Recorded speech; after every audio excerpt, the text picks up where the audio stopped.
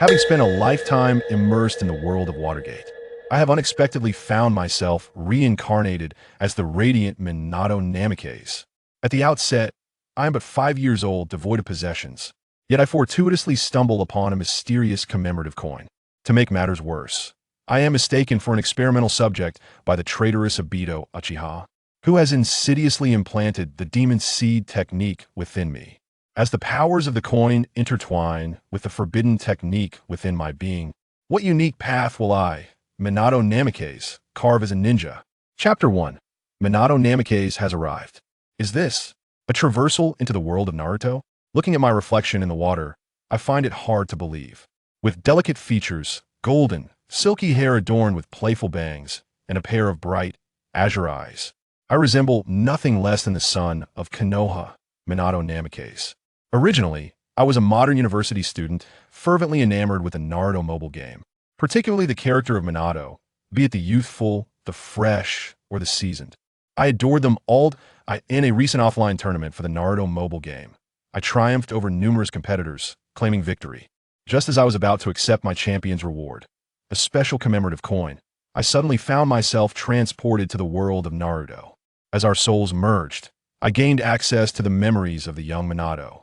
Minato's original self was an orphan, having spent his early years in an orphanage. At 5 years old, he had yet to learn any ninjutsu or chakra manipulation, entirely a novice. The current year is 32 in Konoha, shortly after the conclusion of the Second Shinobi World War, with the current Hokage being the formidable Tsurutobi Hiruzen, popularly known as the Third Hokage. Though Konoha has endured the ravages of war, it remains steadfastly recognized as the strongest village. During the Second Shinobi World War, Jiraiya, Tsunade, and Orochimaru earned the title of the legendary Three Ninjas, their prowess nearing that of the Kage. Other notable figures include the White Fang of Konoha, Tsukumo Hatake, alongside the clan leaders of Konoha's noble families, all of whom possess Jonin-level strength. While Konoha retains its elite combat capabilities, the ranks of Genin and Shunin have suffered tremendous losses during the war. Thus, the village is currently focused on recuperation and nurturing lower-tier shinobi. To facilitate this, the Third Hokage has relaxed the admission criteria for the Ninja Academy, granting opportunities for war orphans like Minato to enroll.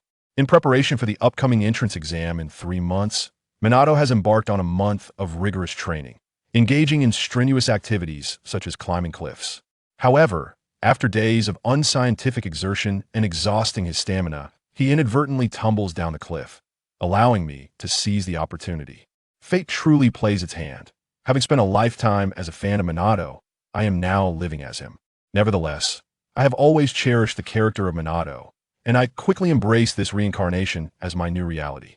Once I gather my thoughts, Minato, henceforth referred to as Minato, rises and gently brushes off the dust from his attire, marveling inwardly. The physical resilience of children in this Naruto world is truly remarkable. Falling from such a height results in only minor scrapes. Shaking his head, Minato lets out a wry smile, tinged with relief. At that moment, a crisp sound interrupts the tranquility. A glimmering coin rolls to his feet. Bending down to pick it up, Minato's eyes widen in astonishment. Isn't this the commemorative coin I received at the Naruto exhibition? How did it end up here? Upon closer inspection, the coin bears the symbol of the Hokage, seemingly imbued with a mysterious power. Suddenly, Minato feels a gentle energy emanating from the coin, flowing into his body like a gentle stream. In an instant, his injuries begin to visibly heal, and the pain dissipates entirely. However, this power fades away once its task is complete, leaving Minato with a sense of loss. It appears the coin's function is limited to this healing ability. Carefully stowing the coin away, Minato begins to search for a path back to the orphanage. Unexpectedly, a fierce battle erupts ahead, drawing Minato's attention. Obito, how dare you target an infant and conduct such absurd experiments? An enraged voice echoes through the forest. How can you geniuses possibly comprehend my anguish? You can effortlessly achieve Jonin or even Kage-level power through casual training, while ordinary individuals like us must toil tenfold, yet remain as Genin. Is this fair?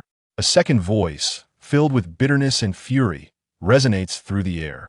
Minato's heart races as he recognizes the speakers, Jiraiya and Obito. He understands that despite Obito's extreme views, There's a kernel of truth in his words. In this world of shinobi, the path for ordinary individuals to ascend is indeed fraught with challenges. The Demon Seed technique can grant us mere mortals the potential of a genius. I shall leverage this technique to seek the path of divinity. Obito's voice grows frenzied, revealing his deep entanglement in the allure of power. Sighing, Jiraiya recognizes the futility of persuasion and prepares to engage. Fire style, great fireball technique.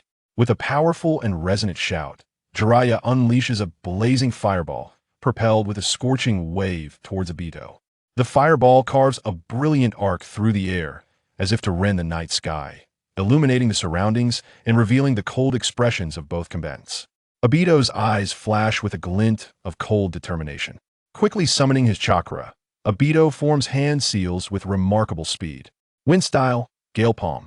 With a fierce cry, a violent gust of wind erupts from his palm, morphing into an invisible giant hand that clashes with the oncoming fireball. The two forces collide in midair, resulting in a deafening explosion. Flames and storms intertwine, creating a chaotic sea of fire. The inferno blazes upward, illuminating the battlefield in a fiery glow, as the searing heat seems poised to consume everything in its vicinity. Witnessing this, Minato's heart races. Both Jiraiya and Obito are formidable ninjas, and the residual energy from their clash poses a dire threat to him.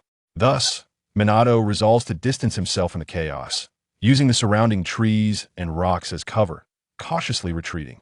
In this moment, he realizes that with Jiraiya and Obito's prowess, they would undoubtedly notice him as an observer.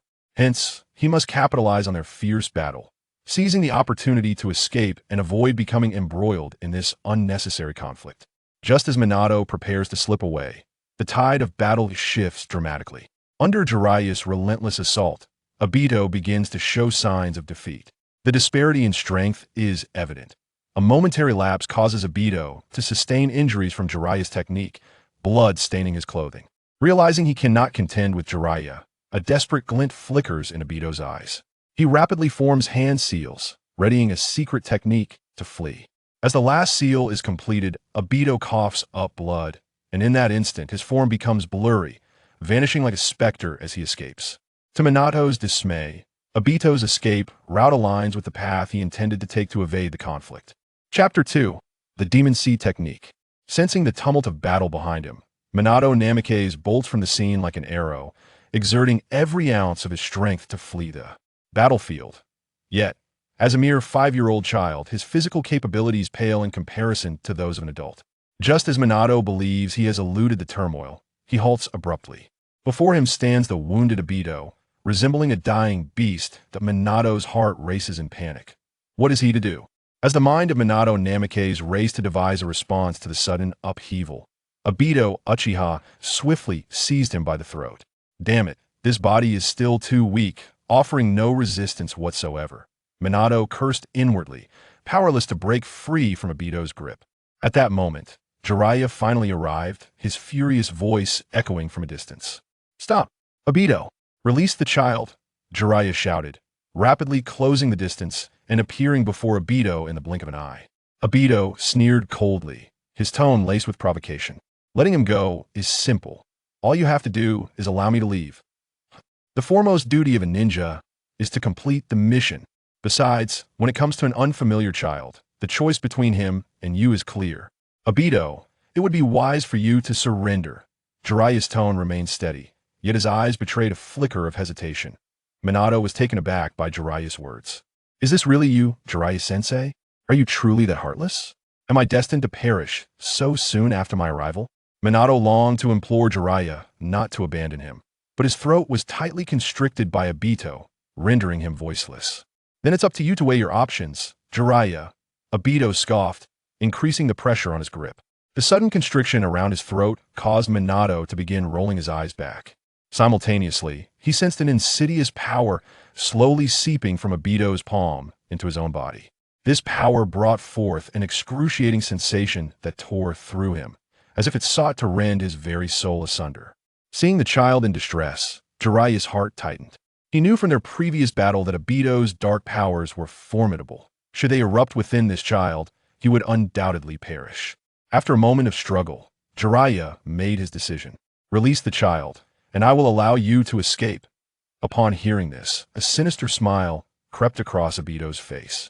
He swiftly retreated, widening the gap between himself and Jiraiya, and disdainfully cast Minato to the ground like refuse. As Minato hit the ground, an inaudible voice reached his ears. Here's a little gift for you. Be sure no one discovers it. Soon after, Minato realized that the malevolent force previously invading his body began to coalesce, ultimately settling like a seed in his heart. In that instant, Minato was horrified to recognize it as Obito's curse technique, the Gedo Rinne. Obito fled with remarkable speed, vanishing from Jiraiya and Minato's sight. Meanwhile, Minato, discarded on the ground, began to cough violently, clutching his throat. Seeing this, Jiraiya rushed forward to assess the child's condition. After a fit of harsh coughs, Minato finally settled down, gasping for breath, and said, "Thank you, Lord Ninja, for your willingness to save me. Had you not chosen to intervene, the villain would have escaped. Your kindness shall remain etched in my memory." Jiraiya felt a warmth in his heart upon hearing this. At least the child possessed a sense of gratitude. His efforts had not been in vain. Jiraiya patted Minato's shoulder, offering reassurance. "Don't worry, child. I will take you back to the village for treatment. In fact, I can afford to let Obito go, because my comrades are already intercepting him up ahead. In his current state, he stands no chance against Orochimaru." Upon hearing this, Minato couldn't help but smirk inwardly. Orochimaru, you say? Perhaps Obito might indeed escape from Konoha. Inside the Konoha hospital, soft light gently illuminated every corner, draping a veil of tranquility over the otherwise bustling and slightly tense atmosphere. Minato lay quietly on the pristine hospital bed. After a thorough examination and some basic treatment from the medical staff, his body was now free of harm. In truth, on the way back, the commemorative coin had nearly repaired his body, and Minato felt a gentle power within the coin merging with the Gedo Rinne seed in his heart. Soothing it into stillness that moment, Jiraiya entered, his expression grave. He quickly approached Minato's bedside, firmly grasping his wrist. In an instant, a surge of potent chakra flowed from Jiraiya's palm, seeping into Minato's body, delving deep to investigate the hidden Gedo Rinne technique. However, due to the peculiar fusion of the commemorative coin and the Gedo Rinne seed, the technique cleverly concealed its presence, and Jiraiya could not detect it despite his searching. Gradually, Jiraiya's brow relaxed as he sensed no remnants of the Gedo Rinne technique within Minato's body, allowing him to breathe a sigh of relief. Simultaneously, Minato too felt a weight lift from his shoulders. Had it been discovered, he would have struggled to explain himself. "Thank goodness for the commemorative coin." "Minato," Jiraiya asked in a low voice, carrying an undeniable seriousness, "can you tell me why you were in that dangerous situation?" Prior to this, Jiraiya had taken advantage of Minato's treatment time to swiftly investigate his background. Upon hearing Jiraiya correctly utter his name, Minato's heart tightened. It seemed his investigation had been thorough, and he would need to tread carefully to avoid revealing any flaws. Sensing the unintentional cold aura radiating from Jiraiya, Minato forced himself to remain calm while quickly organizing his thoughts, responding candidly. "The Ninja Academy is about to enroll new students, and to pass the rigorous entrance examination, I went to the cliff to practice my physical techniques alone, attempting to climb with one hand. Unfortunately, I slipped and fell, but luckily I only sustained minor injuries. Afterward, I witnessed the fierce battle you were engaged in not far away." Minato recounted the situation in detail to Jiraiya. As Minato explained, Jiraiya's doubts gradually dissipated. Firstly, the confidentiality of this mission was extremely high, with virtually no possibility of leaks. Secondly, during the pursuit of Obito, they had indeed caught him red-handed, exposing his heinous experiments. It was only at the critical moment that Minato's unexpected appearance disrupted their plans, allowing Obito to escape. Had the mission been prematurely compromised, Obito could have easily prepared himself, and Jiraiya would have had no chance of capturing him during his experiments. Considering all the evidence, Jiraiya concluded that Minato was innocent, feeling relieved. "Minato, rest well. If you experience any issues or abnormalities, you can find me at the Hokage building. My name is Jiraiya." With that, Jiraiya rose to leave. Minato watched Jiraiya's steady and powerful figure gradually disappear through the door. The tension within him finally began to ease. During Jiraiya's inquiry, The unintentional chill he exuded had placed immense pressure on Minato. Is this the imposing presence of one of the legendary Sannin? Fortunately, Minato was innocent, having been ensnared in no conspiracy, allowing him to evade this peril. Reflecting on all that had transpired that day, Minato felt a wave of apprehension wash over him. From unexpectedly crossing into the world of Hokage, to witnessing that heart-stopping battle, and finally being rescued by Jiraiya and undergoing scrutiny, the sequence of events was almost surreal. Yet now, with everything behind him and his safety assured, he felt an immense sense of relief. As Minato relaxed, he suddenly felt an overwhelming wave of drowsiness wash over him. Although his body had been restored by the commemorative coin, his mind was utterly fatigued and in dire need of rest to recuperate. Thus, Minato slowly closed his eyes, surrendering himself to the embrace of sweet slumber. Chapter 3. The mutation of the Ghost Bud technique. The morning sun, akin to fragments of gold, filtered through the narrow gaps between the leaves, casting a dappled glow upon the winding pebble path, infusing this tranquil morning with a touch of vitality. A small yet resolute yellow figure dashed through the interplay of light and shadow, sweat trickling down his youthful cheeks, falling onto the stones below, as if bearing witness to his unwavering determination. A week had quietly passed since the Baluhu incident, and upon awakening in the hospital, Watergate promptly returned to the orphanage. This event had struck him like a heavy hammer, awakening a profound yearning for strength within him. Consequently, he devised an arduous training regimen tailored to himself. In the mornings, he engaged in a series of physical exercises, running, rock climbing, push-ups, and more, honing every muscle in his body to achieve perfect coordination between his reflexes and combat techniques. By noon, he would return to the orphanage to prepare lunch for the other children, for he could not afford to tarnish the image of Konoha's little son, which might one day aid him in his quest to become Hokage. The afternoons were dedicated to training and shuriken throwing. As he aspired to become a master of the Flying Thunder God technique, the shurikens used were purchased with the meager funds he had saved from a year of hardship. As night fell, he would meditate, attuning himself to the flow of chakra. Lacking a method to refine chakra, he could only strive to sense it, enhancing his body's affinity for this vital energy. Over the course of this week, Watergate had adeptly mastered the capabilities of his body, while his strength remained modest. Primarily consisting of basic combat skills, he had perfectly adapted to his physical techniques and could execute them with finesse.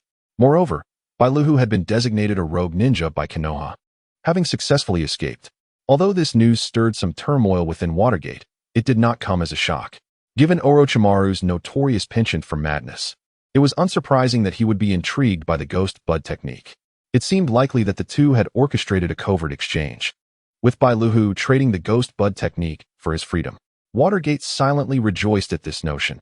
Had he encountered Orochimaru instead of Jiraiya that day, he might well have found himself resting beneath a mound of grass, with the wildflowers of June flourishing above. During this week, Watergate also discerned some alterations within his body regarding the Ghost Bud technique. In the original narrative, this technique primarily served the purpose of fusion, enabling one to merge with summoning beasts or assimilate the bloodline limits of other ninjas to acquire their abilities, albeit at a significant cost to one's body. Collecting 5 mutually balanced bloodline limits would elevate one to godhood. The specifics of achieving such a state and the resultant powers remained shrouded in mystery, though it was likely to reach a level surpassing that of the Kage. However, due to the commemorative coin, the Ghost Bud technique within Watergate had transformed.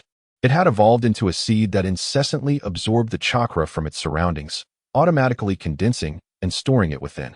The challenge lay in the fact that this continuous absorption subjected Watergate's body to the relentless erosion of the Ghost Bud technique, while the coin simultaneously repaired his physical form, establishing a cyclical relationship. This loop not only fortified Watergate's body through destruction and restoration, but also enabled him to tentatively harness the chakra stored within the Ghost Bud seed, allowing for the release of basic ninjutsu, such as the body replacement technique, despite his lack of mastery over chakra refinement. Currently, the Ghost Bud seed resembled a minuscule tailed beast, with Watergate as its Jinchuriki, capable of extracting chakra from it, serving as a backup energy source. Viewed in this light, the commemorative coin could be likened to a secondary health bar, while the Ghost Bud seed functioned as a reserve of chakra, embodying a quintessential blood magic flow. Watergate contemplated a strategy of wearing down his adversaries, And if that proved futile, to flee. Should escape be impossible, he would face his fate with defiance. Though Watergate's chakra had yet to be refined, the perfect amalgamation of spiritual energy and physical energy presented a monumental treasure for him. The fusion of two souls had bestowed upon him an unprecedented enhancement of mental energy, coupled with the relentless strengthening of his physical form. He held firm belief that his future self would possess a chakra capacity sufficient to rival the greatest. While he would not claim to stand shoulder to shoulder with Hashirama Senju, he nurtured hopes of reaching the level of the Uzumaki clan. At present, Watergate's objective was to persistently engage in physical training, allowing his body to adapt to the ever-evolving changes while further stimulating its strength. This journey demanded years of dedication and perseverance, and could not be accomplished overnight. Despite having trained for merely a week, with results that had yet to astonish, his physical prowess had already far surpassed that of ordinary children his age. Now, his physical attributes had likely reached the strength of a genin in training, marking a unique transitional phase, indicating that he had transcended the realm of the ordinary, though still had a distance to cover before achieving true genin status. Due to the hasty conclusion of the later stages of the Naruto series, the power system within the shinobi world had become muddled and chaotic, eventually devolving into a narrative focused solely on Indra and Ashura, wherein the possession of the Sharingan or sage powers could grant dominion over the world. This confusion necessitated a unified classification of ninja strength into the tiers of Genin, Chunin, Jounin, Elite Jounin, Kage, Super Kage, and Sage of Six Paths. The rank of in-training represented a unique transitional phase, signifying that a ninja possessed strength surpassing the previous tier, yet had not fully met the requirements of the next. Thus, one could summarize, the road ahead is long and arduous, yet one must endure. By persevering in the present while gazing towards the future, with Watergate's inherent talent, combined with the assistance of the Ghost Bud Seed and the commemorative coin, he merely required time to mature, and he was destined to secure a place among the pinnacle of the shinobi world. Fortunately, the Second Shinobi World War had just concluded, and the villages were recuperating. According to his past life's memories, the Third Shinobi World War would not commence for another 40 years, granting him at least a decade to develop. After completing his morning physical training, Watergate trudged back to the orphanage, his weary body dragging along. Despite the miraculous coin continuously mending his form, he remained young and still in the midst of growth. Coupled with the interference from the Ghost Bud Seed within him, he was drenched in sweat and utterly exhausted. "Watergate, you're back." Upon seeing him return, a cheerful girl with golden hair and large eyes bounded toward him. "It was Nanakiyu. Did you listen to Grandma Chiyuki while I was away?" Watergate offered a gentle smile, one that radiated warmth akin to the sun in winter, penetrating the heart. "Of course. Grandma Chiyuki adores me." As you gazed at the strikingly handsome youth, a faint blush crept across her cheeks. However, at that moment, an incongruous voice echoed from the corner. "Heh, Watergate, off to train again.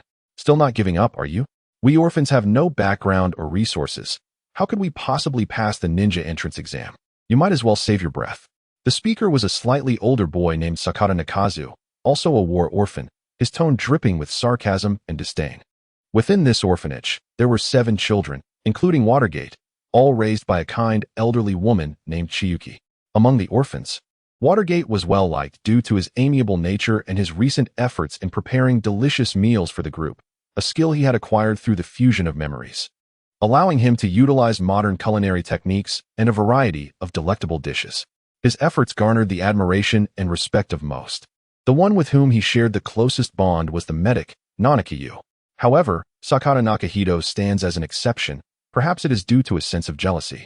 Unable to tolerate the radiant Minato capturing everyone's hearts, he often seeks to provoke Minato. Upon hearing Nakahito's words, Nono stood up immediately. "How can you say such a thing? It's too much. Minato has been working hard. He could very well succeed." Yet, Nakahito merely scoffed, disdainfully retorting, "Succeed? With us orphans? Don't make me laugh. Look at those children from noble families. They possess resources and backgrounds that we can never hope to attain. Just like the descendants of the Uchiha clan, they have been taught the methods of chakra refinement and various fundamental jutsu by their families before even entering school. And what do we have? Nothing." Upon hearing Nakahito's words, Minato did not immediately retort. He understood that some of Nakahito's statements held a grain of truth. It was indeed very challenging for orphans of war to become ninjas. However, this did not imply that they had lost their qualifications to become ninjas. If they laid a solid foundation now, passed the entrance exams, and entered the Ninja Academy, they too would have the opportunity to learn those methods of chakra refinement and fundamental jutsu, thereby altering their destinies. Thus, Minato resolutely declared, "Sakata Nakahito, you are correct. We orphans do lack the resources and backgrounds that the children of noble families possess. However, this does not mean we cannot become ninjas. As long as we build a solid foundation now and strive to enhance our abilities, we may still pass the entrance exams and become true ninjas. I will not give up." Hearing Minato's words, Nakahito fell silent for a moment. He sensed the determination in Minato's tone and felt an involuntary wavering within himself. Perhaps Minato truly could succeed. Minato truly deserved the title of Konoha's little son, radiating brilliance at all times, with a powerful charisma that rendered Nakahito speechless. Although the fusion of two different souls might lead to a deviation in character due to the influence of the original self combined with Lin-E, a modern individual who also admired Minato's character, Minato's thoughts and personality remained largely unchanged. He merely possessed greater insight into the narrative and the rational analytical capabilities of an adult in the modern world. After this small interlude, Minato entered the kitchen to assist Granny Chiyuki in preparing the meal. Granny Chiyuki had long since sensed the commotion outside and quietly observed as Minato resolved the conflict, a glimmer of brilliance flashing in her murky eyes. Chapter 4. Evening Interview. Minato, why do you wish to become a ninja? In the kitchen, Granny Chiyuki looked affectionately at the busy Minato and inquired. Minato paused in his actions, reflecting earnestly for a moment before responding, "Because I aspire to become Hokage." "Oh, that is quite an ambitious dream," Granny Chiyuki said with a smile. "But becoming Hokage is not merely about being a ninja." She continued, "On the surface, Hokage enjoys great glory and is adored by all, yet in reality, they bear even greater responsibilities and obligations. Do you know what burdens a Hokage carries?" Minato shook his head, yet his gaze grew more resolute. "Although I do not yet understand the burdens of a Hokage, I believe that to become Hokage is not to seek the approval of others, but to ensure that those who are recognized by all are truly worthy of the title. For this, I shall dedicate all my efforts and continuously improve myself." Granny Chiyuki was profoundly astonished by Minato's response. It was hard for her to imagine a 5-year-old child articulating such profound thoughts. Overwhelmed by surprise, she asked, "Then, once you become Hokage, what do you wish to accomplish?" Upon hearing this, Minato's eyes brimmed with longing and hope. "I wish for a world where no more war orphans exist like us. I yearn for global peace, where people treat each other sincerely, free from war and hatred." Observing the spirited Minato before her, Granny Chiyuki couldn't help but exclaim, "This is far more challenging than becoming Hokage. For that, I am willing to give my life." Minato interjected, his tone filled with determination and courage before Granny Chiyuki had even finished speaking. Seeing this, Granny Chiyuki smiled knowingly, her eyes brimming with satisfaction. "Ha! That is truly a wonderful ideal. Dinner is ready. Let us eat first. To become Hokage, you must pay attention to your nutrition. Only when well-fed can you have the strength to realize your dreams." At night, all was quiet, with only the distant croaking of frogs echoing in the vastness, adding a touch of vibrancy to the tranquil evening. The moonlight, like water, spilled into the orphanage's courtyard, draping the silent night in a layer of silver gauze. After a day of training, Minato lay on his bed, eyes closed in meditation, attempting to refine his chakra. His hands gently clasped together, breathing steady and deep, as if engaging in a subtle communion with the surrounding natural forces. However, despite his keen awareness of the chakra within him, every attempt to condense and refine it met with failure. Each time he seemed on the brink of success, the chakra would suddenly dissipate, as if an invisible force were thwarting his efforts. Alas, yet another failure, Minato lamented. Over the past few days, he had been observing the process of chakra absorption and condensation within the ghost buds, attempting to replicate it, yet every endeavor had ended in disappointment. It appeared that without guidance on chakra refinement, relying solely on his own exploration was proving to be quite challenging. His conversation with Granny Chiyuki at noon, though filled with ambition, was tempered by the harsh reality. Lacking the methods for chakra refinement certainly put him at a disadvantage compared to his contemporaneous prodigies. If only someone could teach me the methods for refining chakra. Throughout the week, Minato had contemplated seeking Jiraiya for guidance, especially since Jiraiya had mentioned that he could be approached with any questions. However, it was apparent that this was merely a courteous remark from Jiraiya. He understood the nuances of human relationships. At present, he was just a small child, his talents yet to be revealed. And it was improbable that a renowned ninja like Jiraiya would pay him any heed. Never mind. As long as I can enter the Ninja Academy in a little over 2 months, I will acquire the methods for refinement. With my talent and effort. Even if it takes those elite prodigies a few months, I am confident I can catch up. Once he came to this realization, Minato regained his confidence, only to be soon overwhelmed by the fatigue of a day's training. Drowsiness enveloped him, and he gradually closed his eyes. After Minato fell asleep, a stooped figure quietly departed from the orphanage, heading toward the Hokage building. When becoming Hokage is not about seeking the approval of others, but rather ensuring that everyone recognizes one's worth, that is when one is truly qualified to be Hokage. The third Hokage, Sarutobi Hiruzen, took a puff from his cigarette, exhaling a ring of smoke as he pondered this statement. In the haze of smoke, his expression appeared somewhat obscured, rendering it difficult to decipher. Thus, it is confirmed that Minato Namikaze is entirely unrelated to the Bairu incident? The third Hokage inquired, his voice steady and powerful. Indeed, Lord Hokage, Chiyuki replied respectfully. Minato is a child I have raised since he was little, and I know his character well. He possesses a righteous heart, much like a little sun, always radiating warmth to those around him. Although we do not yet know his talent as a ninja, his physical prowess already surpasses that of his peers. Hiruzen nodded in approval. After a moment of contemplation, he continued, "You are doing well. Continue to look after these war orphans diligently. Their parents were heroes who defended the village. Although the village is currently experiencing hardships due to war, we must strive to treat them kindly. As for Minato, do not act hastily. I will delegate someone to provide him with appropriate guidance. If he truly possesses talent, I will devote myself to nurturing him." Among these children, aside from Minato, Nono also shows considerable potential. She is quite adept at concealing herself while harboring a steadfast spirit. She resembled a born spy, endowed with keen insight and discernment. "Is there anything else?" inquired the third Hokage. Chinchue shook her head, indicating there was no further information to report. After concluding their dialogue, Chinchue returned to the orphanage. As a kunoichi who dedicated her life to Konoha, the elderly woman could only care for the war orphans, contributing her final efforts to the village. Meanwhile, she remained vigilant over the gifted children, reporting their circumstances to the third Hokage. After Chinchue departed, the third Hokage pondered the files of Minato Namikaze and Nao Yuyao. At that moment, a figure emerged behind him, bearing a cross-shaped scar on his chin, exuding an aura of coldness. If Minato were present, he would undoubtedly recognize him as Danzo Shimura, the scapegoat of Konoha, who clandestinely handled the unsavory tasks that the Hokage could not address, all while being a highly ambitious schemer. "Naoyuki, this Nao Yuyao is a natural-born spy," Danzo remarked. "While she is still young, I propose we recruit her into Root for thorough training." After a moment of contemplation, Sarutobi Hiruzen replied, "That may be permissible, but you must seek her consent. The village owes her a debt. You cannot forcibly take her away. We must respect her choice." "Humph, Hiruzen. You still exhibit a degree of sentimentality," Danzo scoffed, clearly dismissing Sarutobi's words. With that, he rose to depart.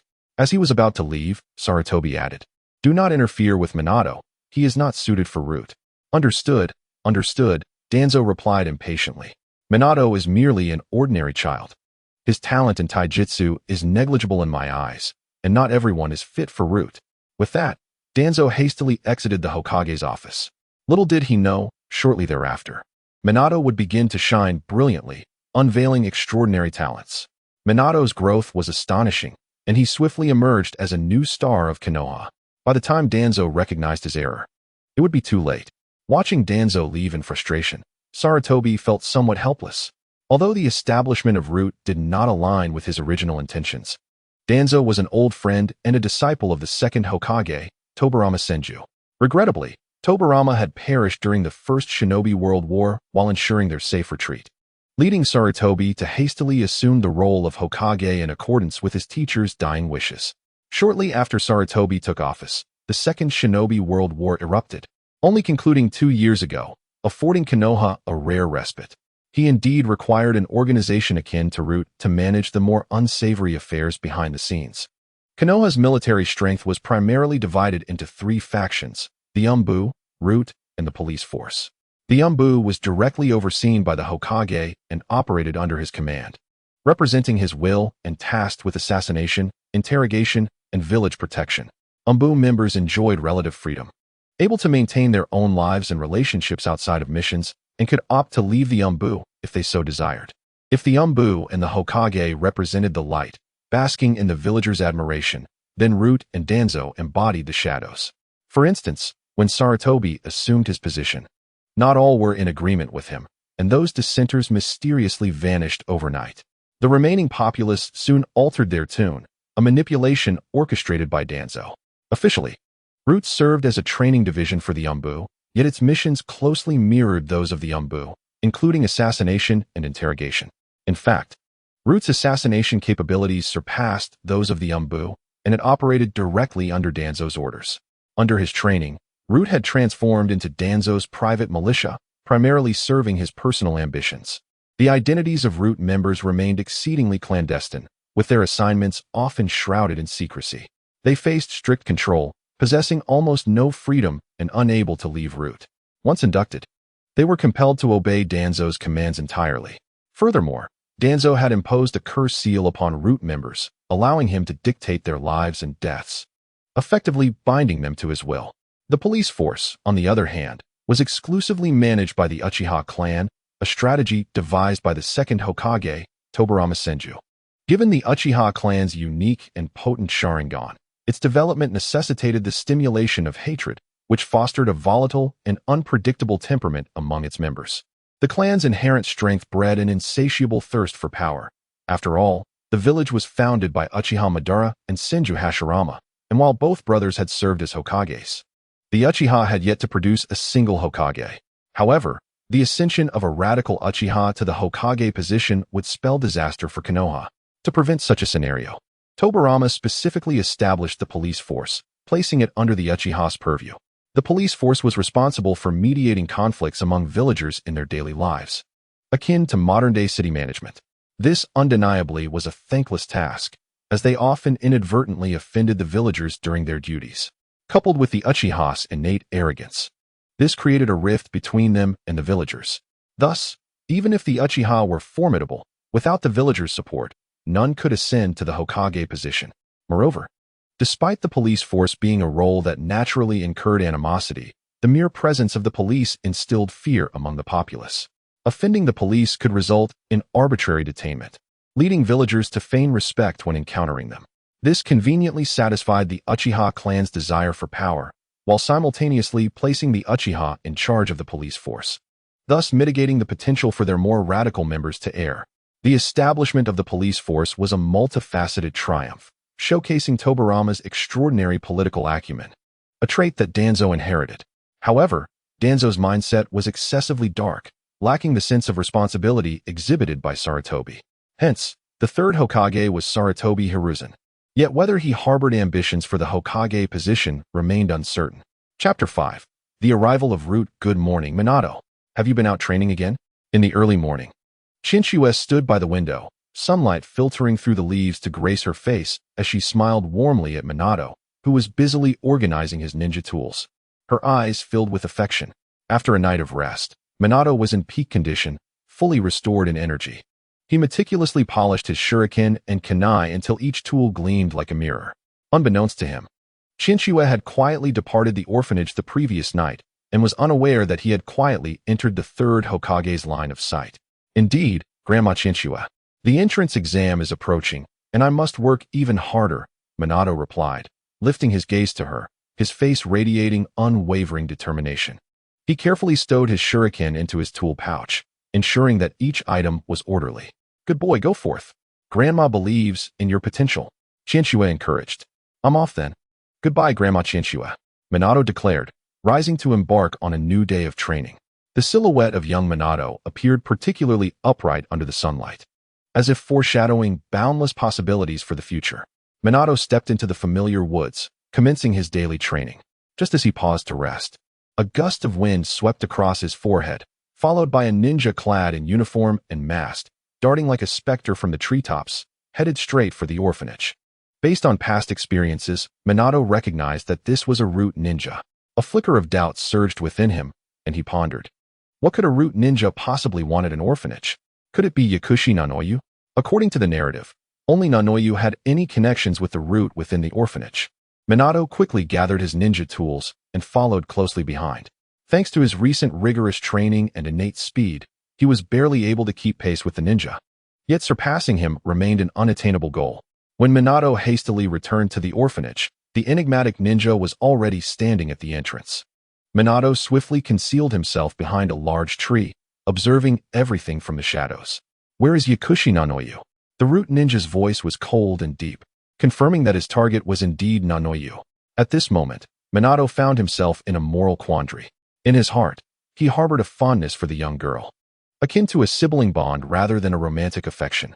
In the original storyline, Nanoyu met a tragic fate. She devoted her life to the root, only to perish at the hands of a conspiracy orchestrated by her own adoptive child, Yakushi Kabuto. Therefore, Minato wished to prevent her from joining the root. Yet he currently lacked the strength to oppose them. On the other hand, he understood that Nanoyu's most exceptional talent lay in espionage, and the root would undoubtedly provide her with the ideal environment for her abilities to flourish. Should he intervene? Just as Minato wrestled with his thoughts, the inhabitants of the orphanage emerged upon hearing the commotion outside, while Nanoyu remained tightly hidden behind Chikaz. Ninja-sama, may I inquire why you seek Nanoyu? Chikaz asked politely. Lord Danzo wishes to see her. The rest is none of your concern, the ninja scoffed, a wave of chakra emanating from him. Judging by this energy, his strength appeared to be at the level of a chunin. In fact, Minato had trailed him without detection, which further attested to the ninja's lack of exceptional prowess. However, in the unique context of the orphanage, facing a group of children and an elderly woman, a chunin's strength was indeed formidable. Nanoyu gazed at the powerful and indifferent stranger before her, an instinctive fear welling up inside her as she pressed closer to Chikaz, seeking refuge. Sensing Nanoyu's unease, Chikaz gently embraced her, offering comfort. Ninja-sama, Nanoyu is just a child. Shouldn't you at least seek her consent? Chikaz implored, striving to maintain her composure. Humph. You meddlesome old hag. The girl behind you must be Nanoyu, correct? The root ninja stepped forward, attempting to seize Nanoyu from behind Chikaz. Chikaz watched helplessly as the ninja approached, trying to shield Nanoyu with her frail body. But as a mere genin, and with her advanced age, she was easily overpowered and knocked to the ground. The ninja's target, Nanoyu, was now perilously close to being captured. At that critical moment, a shuriken shot forth like lightning, aimed at the root ninja from a clever angle. The ninja, realizing he could not evade it, was forced to step back, momentarily abandoning his pursuit of Nanoyu. Then, a familiar voice echoed from behind. Ninja-sama, is it not excessive to harm a group of innocent children and an elderly woman? It was Minato. Upon witnessing Chikaz being knocked down, he could no longer stand idly by and made the decision to intervene. Emerging from behind the tree, although still young, his usually gentle eyes were now filled with intensity. He understood that while he might not be a match for the root, he had to step forward at this crucial juncture to protect those around him from harm. Seeing the young Minato before him, the root ninja exhaled a sigh of relief, thinking to himself, that shuriken was indeed perfectly thrown. I thought I was facing a formidable opponent, but it turns out to be just a mere child. A smirk of disdain crept across the ninja's lips as he mocked. Ha! You little brat think you can be a hero? Yet, Minato keenly sensed the ninja's momentary lapse in focus. Seizing the opportunity, he resolved not to give the ninja a moment to recover. Before the ninja could finish his taunt, another shuriken was launched, this time aimed directly at his face. The root ninja swiftly turned his head, narrowly evading the strike. However, Minato's assault did not cease. In the instant he threw the shuriken, he quickly drew a kunai and charged at the root ninja like an arrow released from its bow. This all transpired in a heartbeat. When the root ninja turned back, Minato was already upon him, the kunai glinting ominously as it pointed at his eyes. Damn! How could this brat be so fast? The root ninja cursed inwardly, realizing that his earlier complacency had left him no time to evade. Nevertheless, he remained undaunted. Having undergone rigorous training as a member of the root, he would not be defeated by such trivial tactics. As Minato was about to strike, The onlookers in the orphanage felt a wave of tension wash over them, holding their breath as if time itself had paused. Was he truly on the verge of success? Among them, Sakata Nakai felt not only anxiety, but also a profound incredulity. He had not anticipated Minato possessing the capability to threaten the ninja before them, a mixture of astonishment and jealousy coursing through him. Yet, while the others believed the tide had turned in their favor, Minato's heart was heavy with foreboding. As a seasoned player of the Naruto mobile game, he knew all too well the significance of the substitution technique, and he was aware that the root ninja would undoubtedly employ it to evade his attack. At the critical moment when the shuriken was about to strike, Minato suddenly retracted it, pivoting sharply to launch the shuriken behind him. A loud bang erupted, followed by a cloud of smoke. As the smoke dissipated, it revealed the root ninja gripping Minato by the throat, lifting him into the air. Indeed, the ninja had successfully utilized the substitution technique to evade Minato's assault. However, he had not anticipated that Minato would predict his movements. As the substitution ended, a shuriken flew toward him. Unfortunately, it merely struck the steel plate on his uniform, as the young Minato lacked the strength to shatter it, causing the shuriken to ricochet away. Understanding that he had to engage in close combat, Minato charged forward. He knew that if he allowed the root ninja even the slightest opportunity to breathe, he could easily unleash a jutsu that would spell Minato's defeat. Regrettably, the shuriken had failed to inflict any damage. Nevertheless, it was an impressive feat to have anticipated the ninja's use of the substitution technique. But Minato's guess regarding the substitution's location was based on intuition rather than certainty. Given that the ninja was merely a chunin, the battle relied heavily on physical prowess, leading Minato to assume the ninja would substitute behind him. Indeed, Minato's guess was accurate, yet he could not ascertain the precise distance the ninja would place himself away from him. And this miscalculation ultimately resulted in the shuriken striking the steel plate rather than the intended target. A single misstep had led to his downfall, and in the ensuing melee, the young Minato was successfully captured, grasped firmly by the root ninja's hand around his throat. Witnessing Minato in such a perilous situation, Chikaz felt a surge of desperation and hurried forward, clasping her hands together in a plea. "Ninja-sama, Minato is just a child. I implore you to show mercy and let him go." However, the root ninja let out a disdainful snort, his tone dripping with contempt. "I spare him. But who will spare me?" As he spoke, he tightened his grip, causing Watergate's complexion to pale instantly, his eyes beginning to glaze over, and his breaths becoming increasingly labored. "No, why is it always the throat?" Watergate couldn't help but grumble internally. Seeing this, Granny Chinchua felt a surge of anxiety, biting her lip as she pleaded once more. "Ninja Master, I implore you, Watergate is truly innocent. If you have any grievances, direct them at me. But do not harm him." The root ninja chuckled coldly, his peripheral vision catching sight of two kunai glinting ominously on the ground nearby, and he smirked wickedly. "Very well. As you wish, I shall release him." With that, he abruptly loosened his grip, hurling Watergate forcefully towards the two kunai. With his deliberate adjustments, Watergate's face hurtled rapidly toward the sharp weapons. As the deadly kunai drew nearer, an ominous premonition surged within him. He knew the blade's sharpness could prove fatal. With a stroke of luck, he might only be disfigured or blinded, but with misfortune, he would meet his demise. There was no time left to evade. In that moment, countless thoughts flickered through Watergate's mind, but they ultimately coalesced into a singular realization. This time, it seemed peril loomed. Just then, a figure flashed by, and instead of feeling the icy touch of the kunai, Watergate found himself embraced by warmth. Chapter 6. The Choice of Yaoyu. "Ah ha ha, long time no see. Watergate." That familiar voice, tinged with playful mockery, rang out, and Watergate's heart instantly found its answer. He looked up to see a young man with white hair, a mischievous yet lewd grin on his face, securely holding him in his arms. Who else could it be but Jiraiya? "Master Jiraiya, what brings you here?" Watergate exclaimed, a mix of surprise and joy flooding his heart. Internally, Jiraiya was also pondering. The third Hokage had suddenly tasked him with teaching Watergate and assessing the boy's potential as a ninja. Usually lazy, Jiraiya had no desire to accept this mission. But recalling how he had abandoned the young Watergate at the hospital a week prior left him with a twinge of guilt, coupled with curiosity about the boy's recovery. He decided to investigate. Upon arrival, Jiraiya witnessed the confrontation between Watergate and the root ninja and couldn't help but nod approvingly. Jiraiya had been observing from the sidelines, refraining from intervening immediately to see how Watergate would handle the root ninja. The outcome pleased him greatly. Watergate exhibited remarkable combat talent and impeccable timing. Should Watergate master chakra and learn some basic transformation techniques, the outcome of this duel would be far from certain. Thus, Jiraiya, invigorated by the prospect, had already resolved to mentor Watergate for a time. However, now was clearly not the moment for such discussions. Jiraiya collected his thoughts, his expression hardening as he addressed the root ninja coldly. This is not the time for nostalgia. We must first resolve the immediate trouble. Before he could finish his sentence, Jiraiya suppressed his genial smile, glaring at the root ninja. I have long heard of the ruthless methods employed by root ninjas, but I did not expect you to be so merciless towards a child from the same village. Do you not possess a shred of conscience?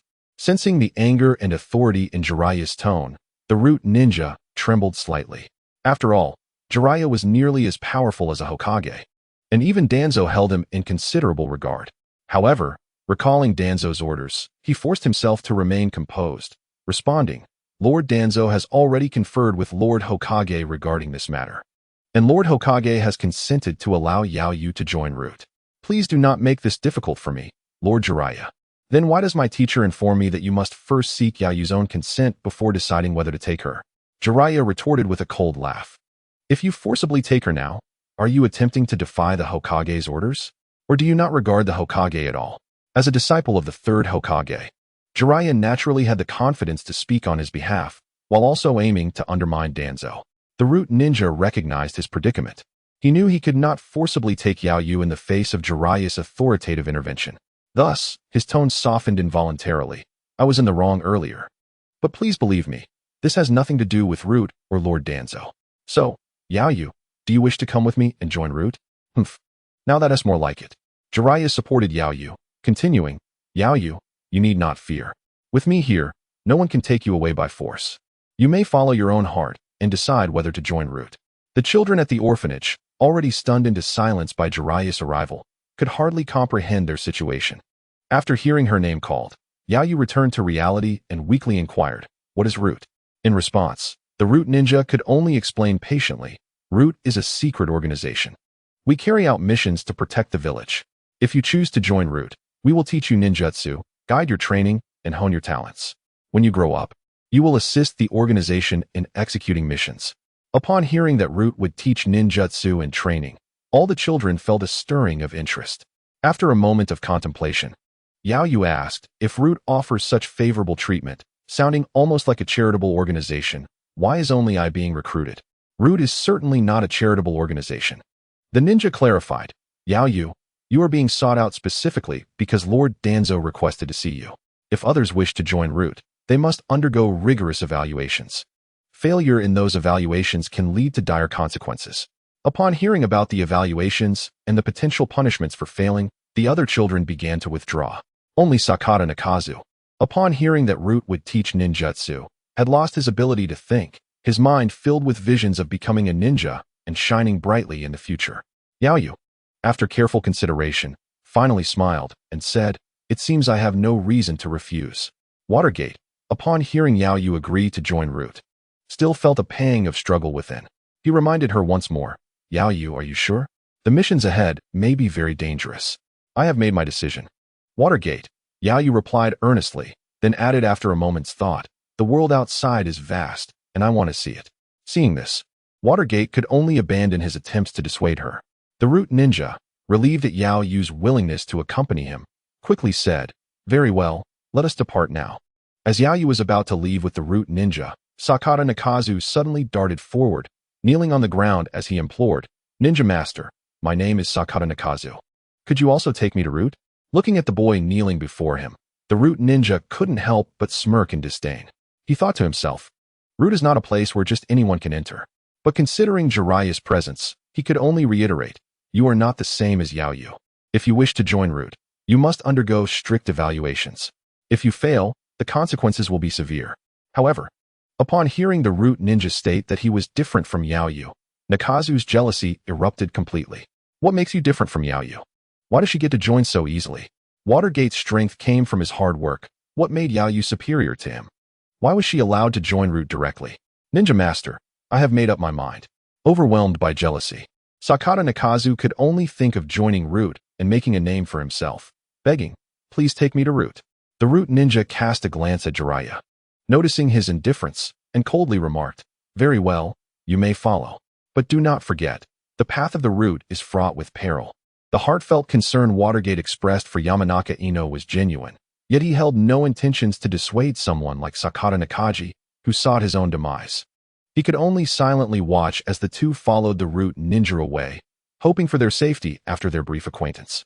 Chapter 7. The refinement of chakra. Shortly after the Root ninja departed with Yamanaka Ino, Jiraiya also left the orphanage, a place that had once echoed with laughter, now rendered silent.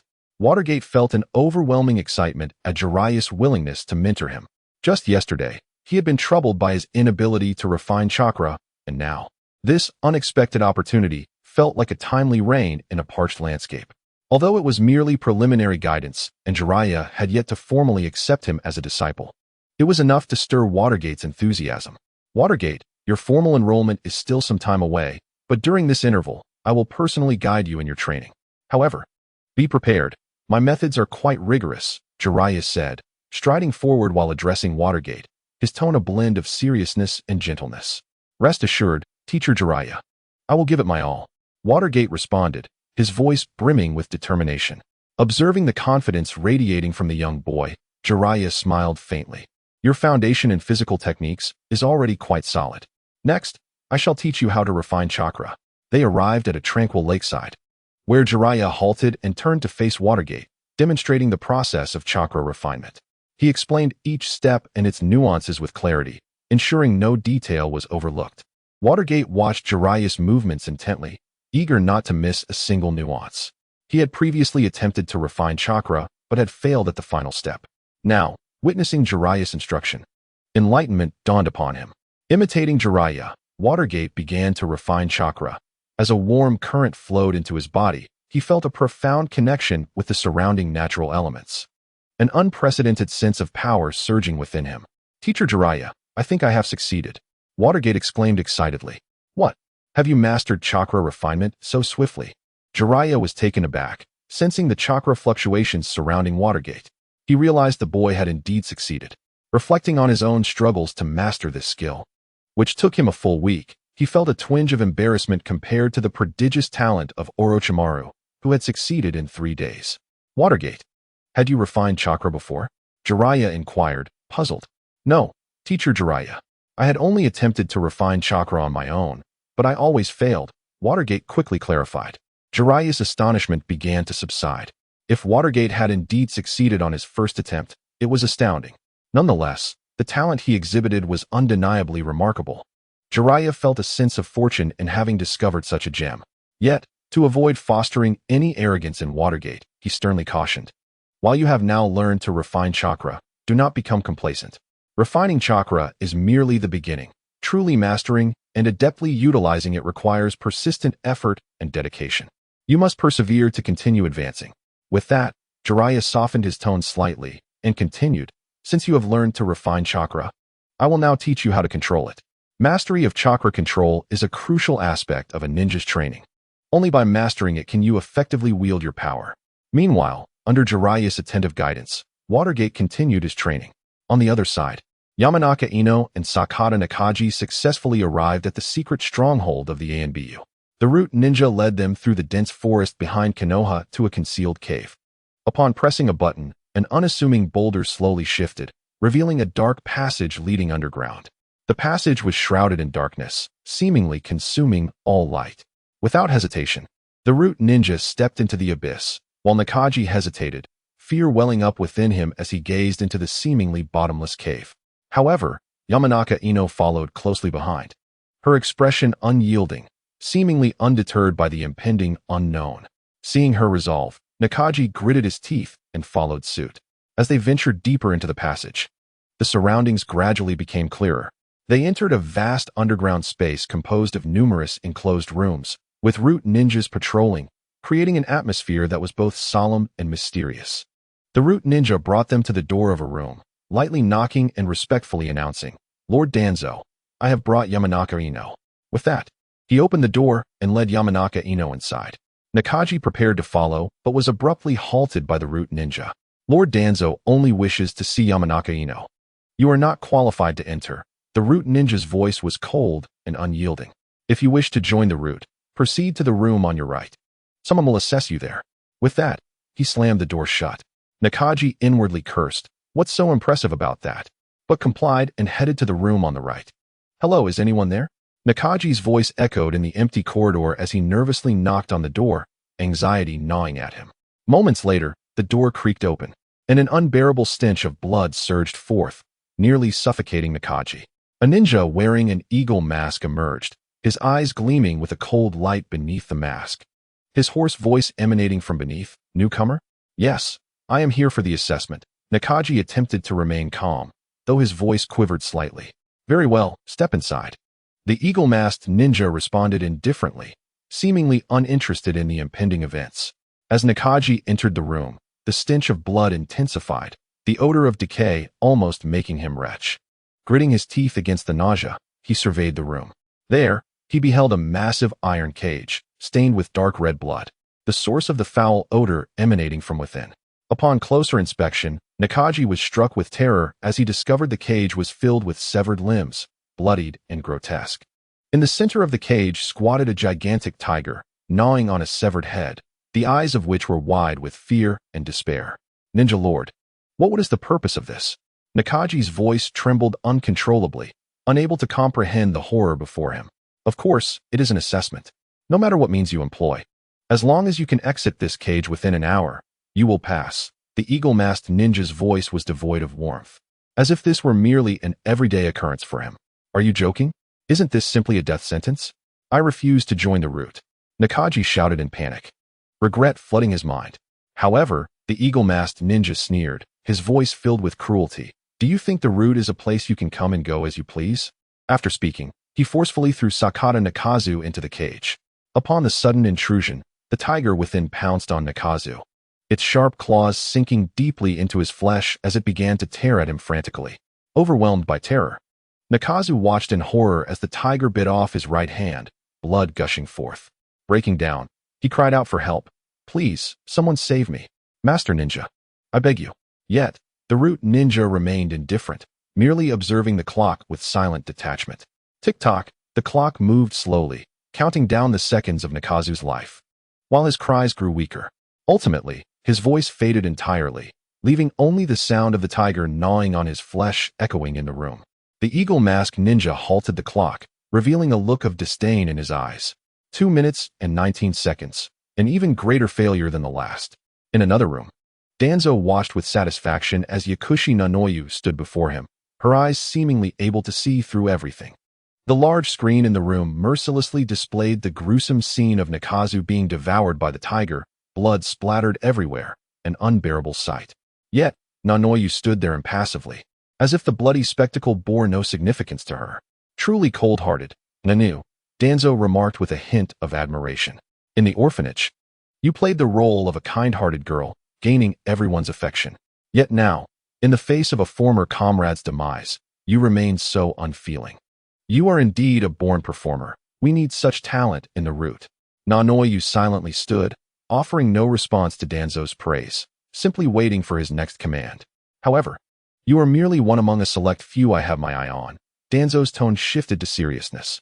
"There are 5 others like you whom I will train to the fullest. But remember, in the end, only one of you will survive." Inheriting the most mysterious codename of the Umbu, the Walking Witch, destined to stand above all others. If you do not strive to better yourself and are defeated by others, your fate will be 100-fold worse than that of this naive child. Nanoyu stood there, her expression unwavering. "I understand, Lord Danzo," she replied in a flat tone, as if stating an undeniable fact. Danzo nodded, satisfied with Nanoyu's demeanor, and waved his hand. "You may leave, Nanoyu. Someone will escort you out. Hayoko, stay behind." Hayoko, the root ninja who had brought Nanoyu, trembled at the words. Watching Nanoyu depart, a wave of fear washed over him as he realized that what Danzo was about to say would not bode well. Turning slowly, Danzo fixed a piercing gaze upon Hayoko. "Hayoko, while you succeeded in bringing Nanoyu back, have you not revealed too much? Jiraiya knowing about the root is one thing, given his high standing in Konoha. But the people from the orphanage have no right to know about us. You have exposed so much and have not handled it properly. Hyuko trembled as he knelt. Attempting to explain, I'm sorry, Lord Danzo. It was all because of Jiraiya. He appeared suddenly, and I had no way of dealing with the people from the orphanage. Do not use your incompetence as an excuse. Danzo's tone grew colder. As a root ninja, you should understand the consequences of leaking our secrets. Now, not only have you divulged our information, but you have also cast doubt upon your own capabilities. Feeling the shift in Danzo's demeanor, Hyuko quickly bowed his head in desperation. Lord Danzo, please give me another chance. I will return and resolve this, ensuring no traces are left. However, Danzo merely shook his head coldly. A chance? Save it for your next life. As Danzo's words fell, the curse mark on Hyuko's tongue activated, causing him to writhe in agony, his body contorting until he ultimately succumbed to the pain. Haku, go take care of the orphanage, Danzo instructed coldly. As his voice echoed, a shadowy figure emerged. Responding with indifference, yes, Lord Danzo. Gazing at Hyuko's lifeless body, Danzo murmured, those of the root bear no name, nor emotions, nor past, nor future. His voice resonated in the empty room, a cruel mockery of the world itself. Chapter 8. The eve of enrollment time slipped away unnoticed. And in the blink of an eye, 2 months had passed, with tomorrow marking the entrance examination for the Ninja Academy. During this period, Jiraiya devoted himself wholeheartedly to mentoring Minato. From the initial chakra refinement to the subsequent fine control, whether it was climbing trees or walking on water, Minato displayed an astonishing capacity for learning, mastering each skill with remarkable ease, leaving Jiraiya in awe of his prodigious talent and gradually accustomed to this rapid progression. Initially, Jiraiya intended to provide Minato with only foundational guidance, but the pace at which Minato learned far exceeded his expectations. Within just a month, Jiraiya realized he had to teach without reservation. Reluctantly, he introduced the basic ninjutsu of the body flicker technique early on. Minato's grasp of these techniques was equally swift, mastering them within a week. Faced with such a situation, Jiraiya felt powerless. At Minato's age, other children were diligently honing their fundamentals, while Minato's foundation was already solid without any need for refinement. Thus, he had no choice but to impart some simple C-rank ninjutsu. The ranking of ninjutsu primarily reflects the difficulty of learning, categorized from S to D, with the body flicker technique being the most fundamental D-rank ninjutsu that every ninja is required to master. C-rank ninjutsu, on the other hand, incorporates chakra attributes and possesses offensive capabilities. Before this, Jiraiya had specifically tested Minato's chakra attributes, only to be astonished by the revelation that Minato possessed 5 attributes simultaneously. The last time he encountered someone with such comprehensive chakra attributes was Nagato, who wielded the Rinnegan. This discovery provided a plausible explanation for Minato's remarkable learning speed. Minato was equally surprised, knowing that in the original narrative, his chakra attribute was singularly wind-based. How could it now encompass all attributes? After some investigation, Minato identified the cause as the transformation of his Oni-Yero technique. Originally highly adaptable, the Oni-Yero technique could assimilate other chakra attributes for his use, and upon merging with the commemorative coin, it evolved into the Oni-Yero seed, which lay dormant within his heart. The seed incessantly absorbed and refined chakra, indifferent to its attributes, subtly altering Minato's chakra composition. Of course, a ninja with a singular chakra attribute is not entirely unable to learn other attributes ninjutsu. However, it is significantly more challenging than mastering one's own attribute S techniques. Minato's all-attribute chakra meant that he would learn any ninjutsu with remarkable fluidity and ease. Upon learning of Minato's unique condition, Jiraiya immediately sought out the third Hokage, relaying the full extent of Minato's talents and potential. After a moment's contemplation, the third Hokage decided to formally take Minato as Jiraiya's disciple, integrating him into the Hokage's direct lineage. This arrangement aligned with the village's strategy to diminish familial power while allowing Minato, a commoner, to become a representative of the Hokage's will. After discussing the matter with the third Hokage, Jiraiya officially accepted Minato as his disciple the following day, simultaneously teaching him some basic C-rank ninjutsu. That night, under a starry sky, Minato and Jiraiya concluded their day of training, enveloped in the warm embrace of a hot spring. The gentle flow of water seemed to wash away the fatigue of the day while soothing their spirits. This has become an indispensable part of their daily lives over the past 2 months. Ah, how delightful. Minato, tomorrow is the entrance examination. Are you prepared? Jiraiya lazily inquired. Of course, sensei. Minato's voice brimmed with confidence. After 2 months of rigorous training, Minato's prowess had advanced remarkably. Not only had his physical skills reached the level of a genin, but his abundant chakra had also become increasingly apparent after mastering chakra refinement.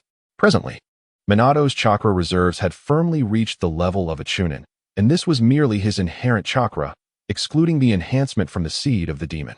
Should Minato encounter that root ninja again, he felt confident that he could hold his own. Thus, the minor entrance examination posed no challenge to him. Speaking of the root ninja, Minato couldn't help but think of Yakushi Nono, wondering how she was faring. He missed the orphans and the kind-hearted Granny Chiyuki dearly. Ever since he embarked on this training journey with Jiraiya, he had not had the opportunity to return to the orphanage to visit everyone. Minato quietly resolved that after completing the entrance examination tomorrow, he would visit the orphanage. In fact, given Minato's current capabilities, he had already met the graduation standards for the Ninja Academy. The requirement merely demanded proficiency at the genin level. This serves as a testament to the significance of a good teacher in the early stages of a ninja's training. Had Jiraiya not guided Minato, he might still be struggling to refine his chakra, let alone learn ninjutsu. In such a case, passing the entrance examination could have proven challenging. However, although Minato had attained the genin level, the entrance examination assessed more than mere strength. In addition to power, it also evaluated a ninja's overall qualities and theoretical knowledge, which were tested through written examinations that could only be acquired through study at the Ninja Academy.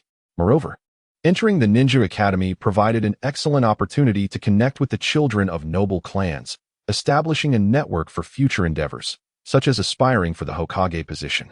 Hence, while Minato brimmed with confidence regarding the entrance examination, he was acutely aware of the necessity for continuous learning. Seeing Minato's self-assured demeanor brought great comfort to Jiraiya. He knew that passing the examination would be a mere formality for Minato. Nonetheless, Jiraiya had his own plans.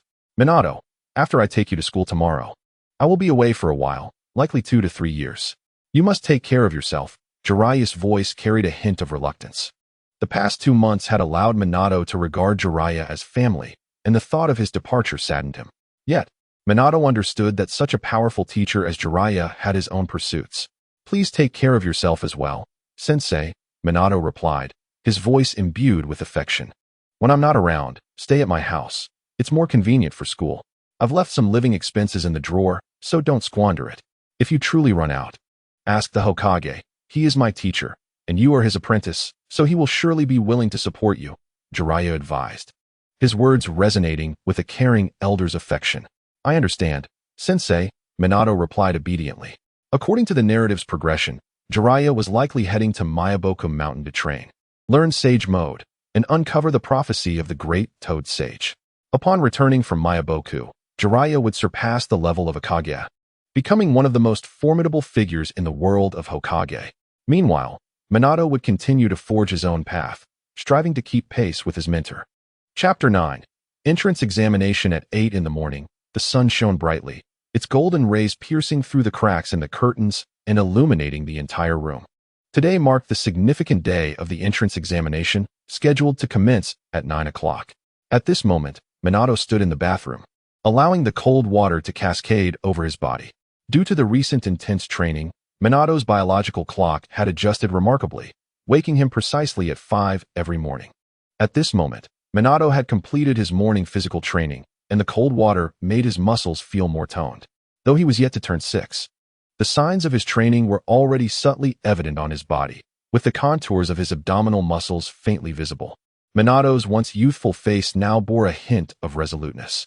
After freshening up, Minato meticulously organized his ninja equipment, shuriken, kunai, and various tools, each polished to a shine and stored in his ninja pouch.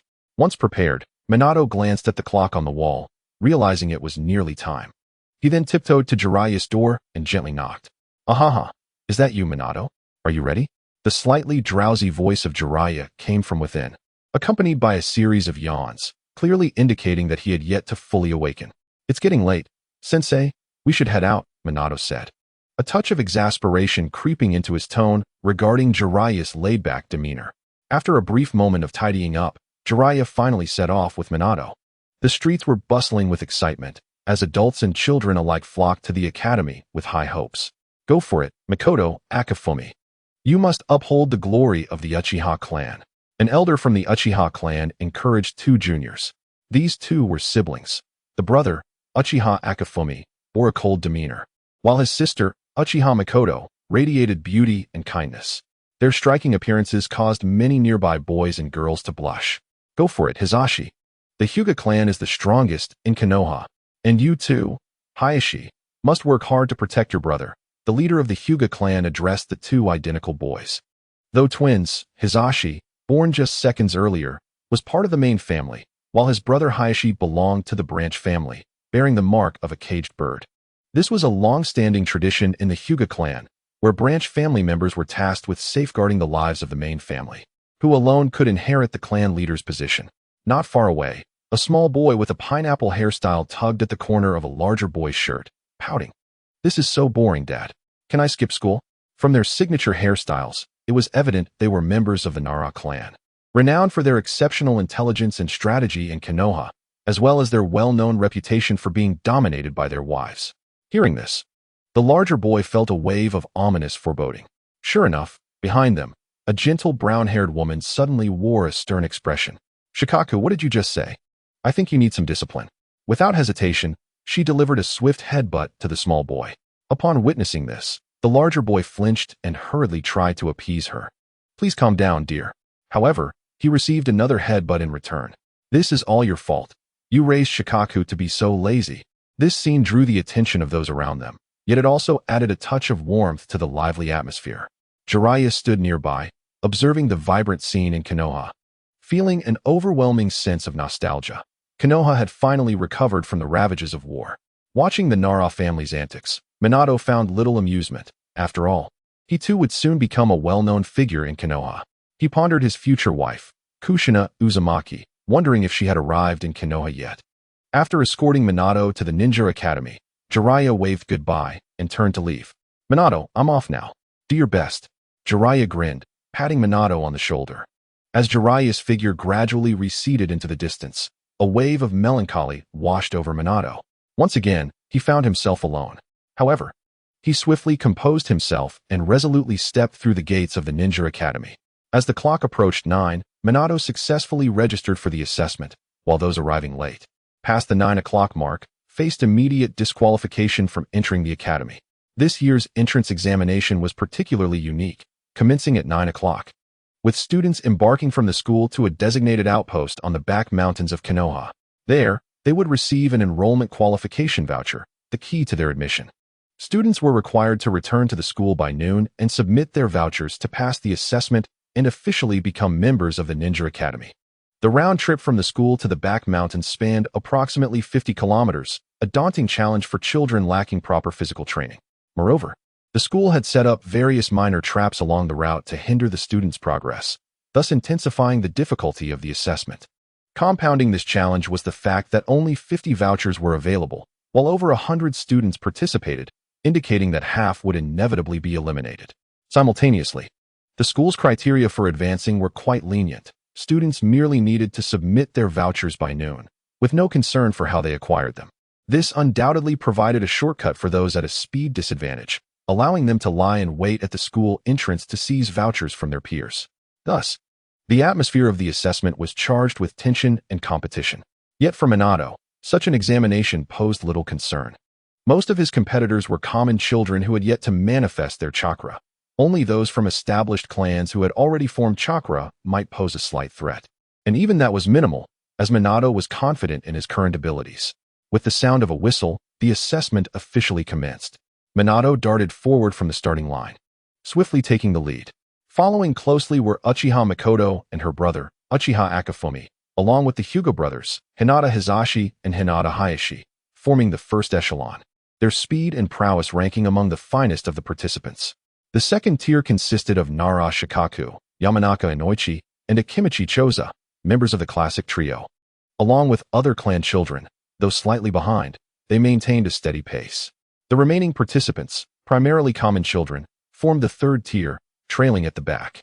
Some slower students opted to remain stationary, waiting for others to return with their vouchers to seize their opportunities.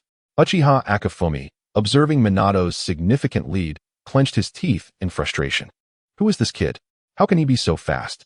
As a member of the prestigious Uchiha clan, he could not allow anyone to surpass him. Thus, he gritted his teeth and quickened his pace in an attempt to catch up with Minato. However, Minato was oblivious to the situation behind him. He keenly sensed a lurking danger ahead, his instincts heightening his awareness. Sure enough, 5 ninjas lay in wait beside the road, armed with rubber shuriken, prepared to launch an attack. Though these shuriken were not sharp, they would still sting upon impact. Ready? Here he comes, one of the ninjas remarked in astonishment, noting Minato's remarkable speed. However, before he could finish his sentence, Minato had already entered their attack range. The ninja hastily launched his shuriken, but Minato, having anticipated this, deftly sidestepped and evaded the incoming projectile. The ninja found himself in an awkward position, prompting his comrades to mock him. Ha ha ha, Yamanaka, you're pathetic. You can't even hit a kid. Hearing their jeers, Yamanaka resolved to take the situation more seriously.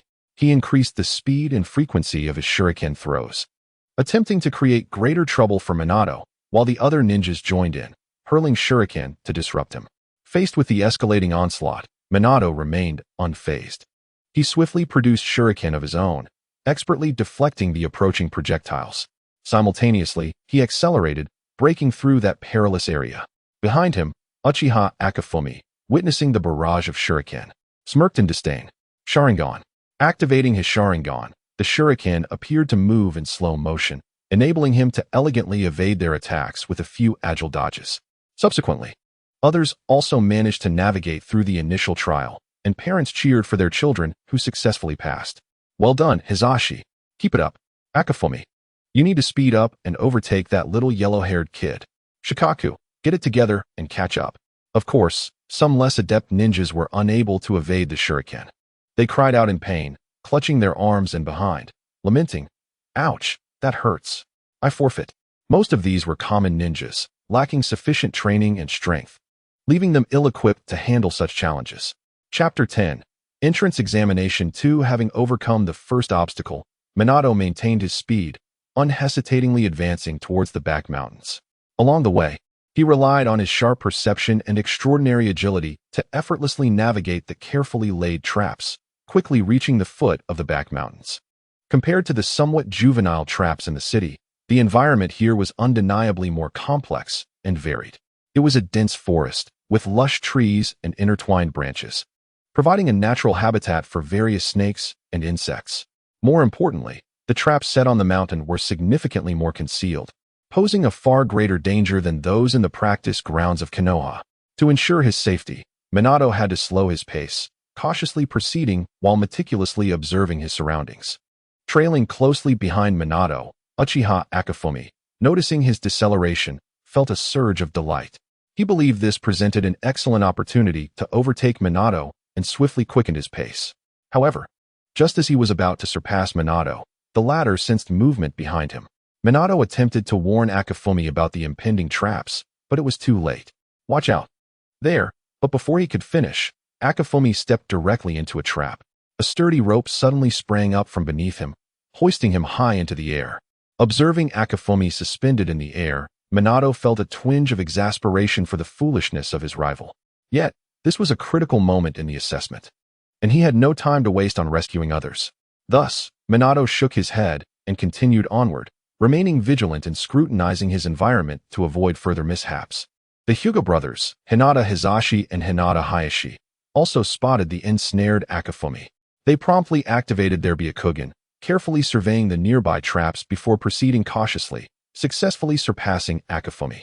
Eventually, Akifumi was rescued by his sister, Uchiha Makoto, but this consumed valuable time, allowing the others to catch up. "Brother, you really need to be more careful," Makoto complained, and Akifumi could only smile ruefully in response. Due to his oversight, both Uchiha siblings had now fallen into the second tier. However, with their solid foundation, despite the delay, they still had a chance to catch up.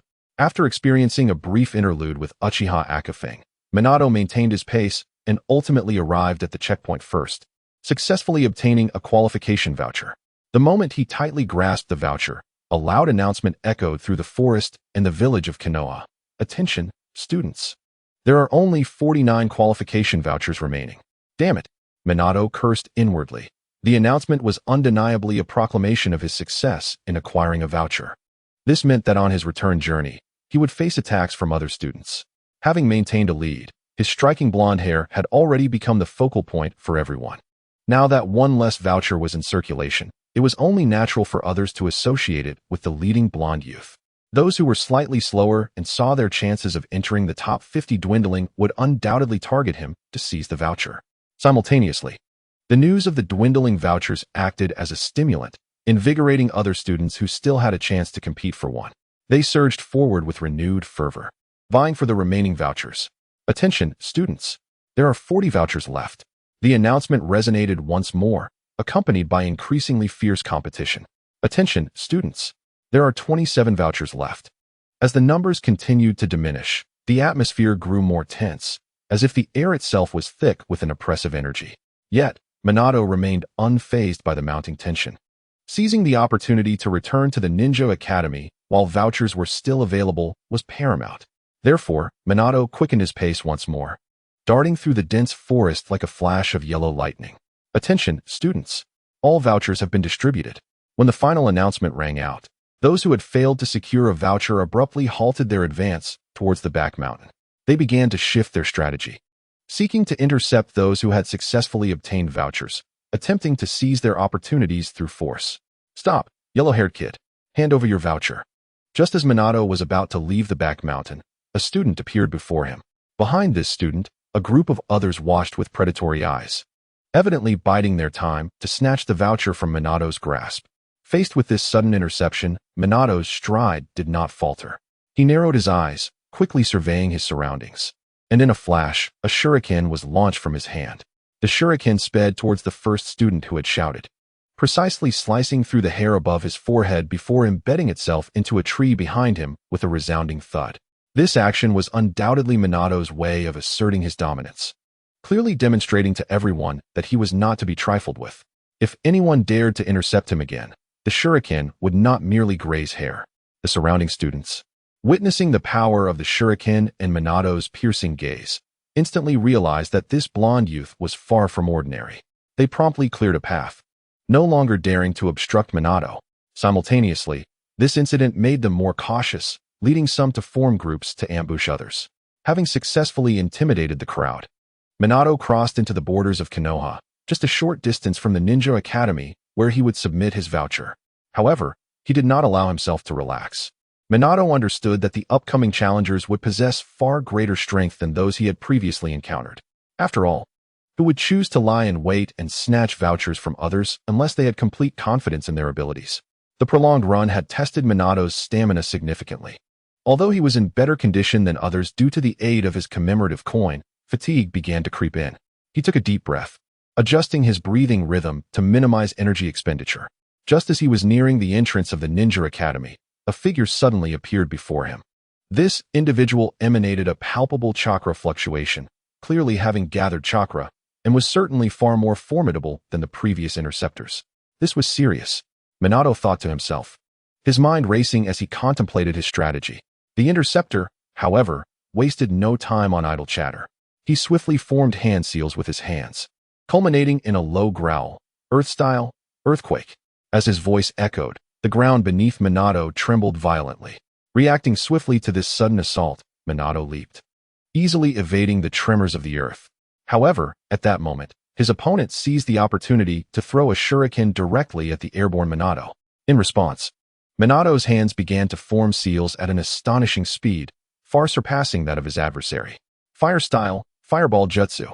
In an instant, Minato completed the hand seals and unleashed the ninjutsu taught to him by his mentor, Jiraiya. A massive fireball erupted from his mouth, radiating intense heat.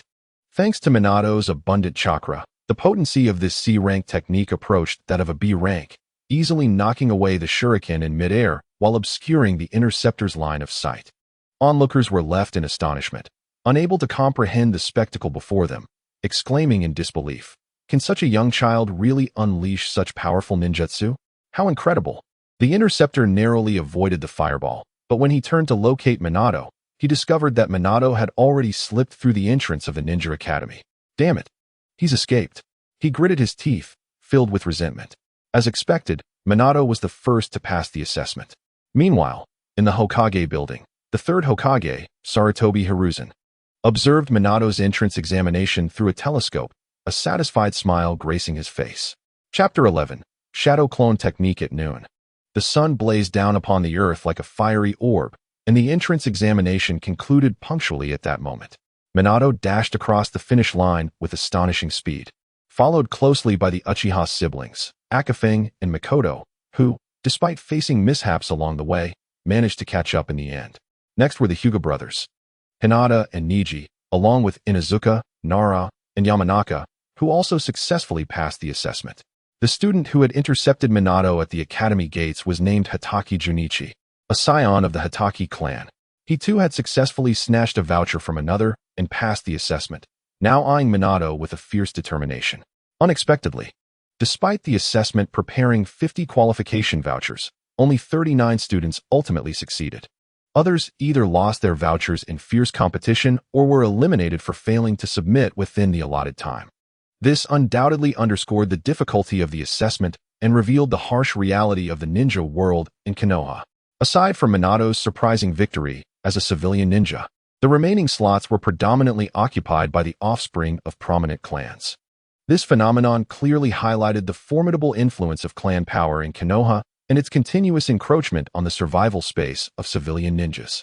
Many civilians lamented that the ninja environment in Konoha seemed to be growing increasingly unfair. While the crowd expressed astonishment at Minato's victory, few doubted his capabilities. After all, they had all witnessed the legendary Sannin Jiraiya personally escorting Minato to the academy, which unequivocally indicated Minato's close ties with the Hokage lineage. Therefore, anyone contemplating trouble for Minato would first need to weigh their own worth. To speak candidly, the pivotal role played by Jiraiya was instrumental in Minato's securing a first place. Without Jiraiya's intensive 2-month training, Minato would have found it exceedingly challenging to rise above his peers. This also subtly highlights the scarcity of training resources available to common ninjas. Unless they encounter extraordinary opportunities, they may remain at the level of a lower ninja for their entire lives. Upon the conclusion of the assessment, the third Hokage, clad in his Hokage robe, slowly ascended to the platform of the Ninja Academy's playground and commenced his speech. Dear students, you are the future of Konoha, the brightest stars of this land. Wherever Konoha flourishes, the fire shall endure, not merely a slogan but a belief passed down through generations of Konoha ninjas. No matter where you are or the adversities you face, as long as there is fire in your hearts, you can illuminate the path ahead and ensure the spirit of Konoha lives on. Each of you bears the glory and hope of Konoha. The words of the third Hokage were like a gentle spring breeze, nourishing the hearts of every student. All the students' eyes sparkled with unwavering determination, as if they envisioned their future selves valiantly fighting on the battlefield. Minato was no exception, deeply moved by the speech. Yet inwardly he couldn't help but think, this sounds just like a pyramid scheme, but the motivational effect is undeniably impressive. After the speech, Iruka stepped forward to announce that everyone could disperse, reminding them to arrive punctually for class at 8 o'clock the following morning. He also specifically pointed out that the top 3 from the assessment needed to remain behind, as the Hokage had prepared special rewards for them. Iruka was a middle-aged chunin, his demeanor serious yet kind, serving as the homeroom teacher for Minato and his classmates. Due to a reduced student population, this class consisted solely of Minato and his peers. The impact of war was still felt, as Konoha was in a recovery phase, and the previous class had only 17 students, even fewer than this one. Minato, along with Uchiha Akafumi and Uchiha Mikoto, followed Iruka into the solemn and enigmatic office of the Hokage.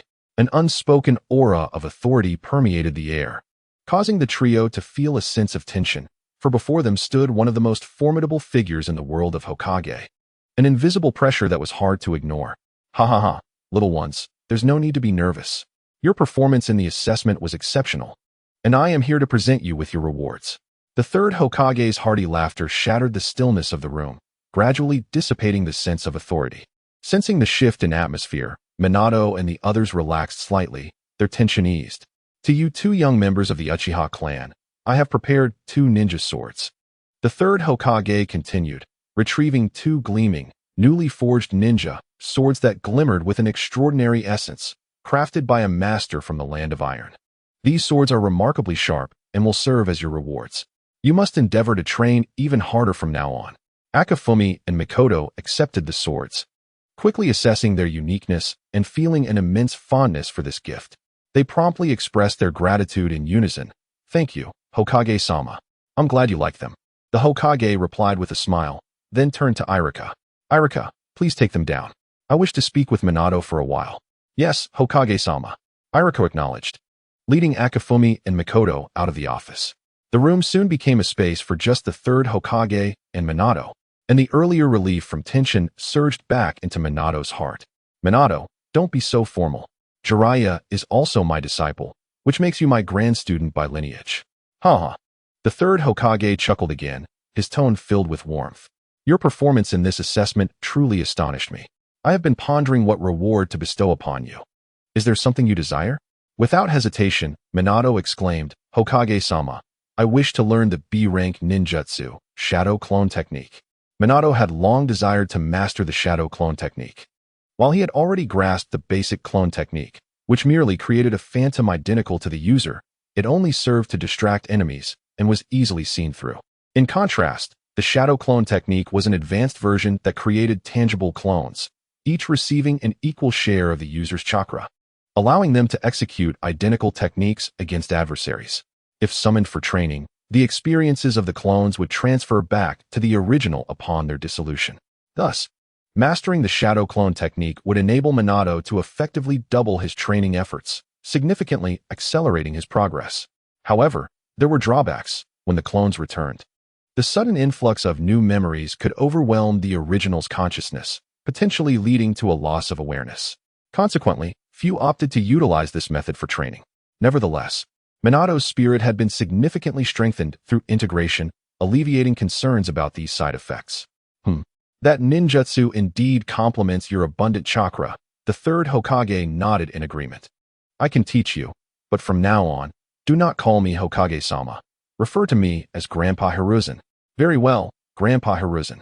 Feeling the Hokage's kindness and warmth, Minato's heart warmed at the endearing title. Chapter 12. Return to the orphanage after learning the shadow clone technique from the third Hokage and engaging in some light conversation. Minato rose to depart. By now, the clock had quietly passed 1 o'clock in the afternoon, and after the morning's intense assessment, Minato's energy had been thoroughly depleted, his stomach audibly protesting. As he strolled through the streets of Konoha, a tantalizing aroma suddenly wafted into Minato's nostrils, igniting his appetite. Unable to resist the allure of the scent, he followed it with a spring in his step to a shop named Ichiraku Ramen. Wasn't this the renowned Ichiraku Ramen from the world of Hokage? The steaming bowls of fragrant ramen had captivated the hearts of countless villagers in Konoha.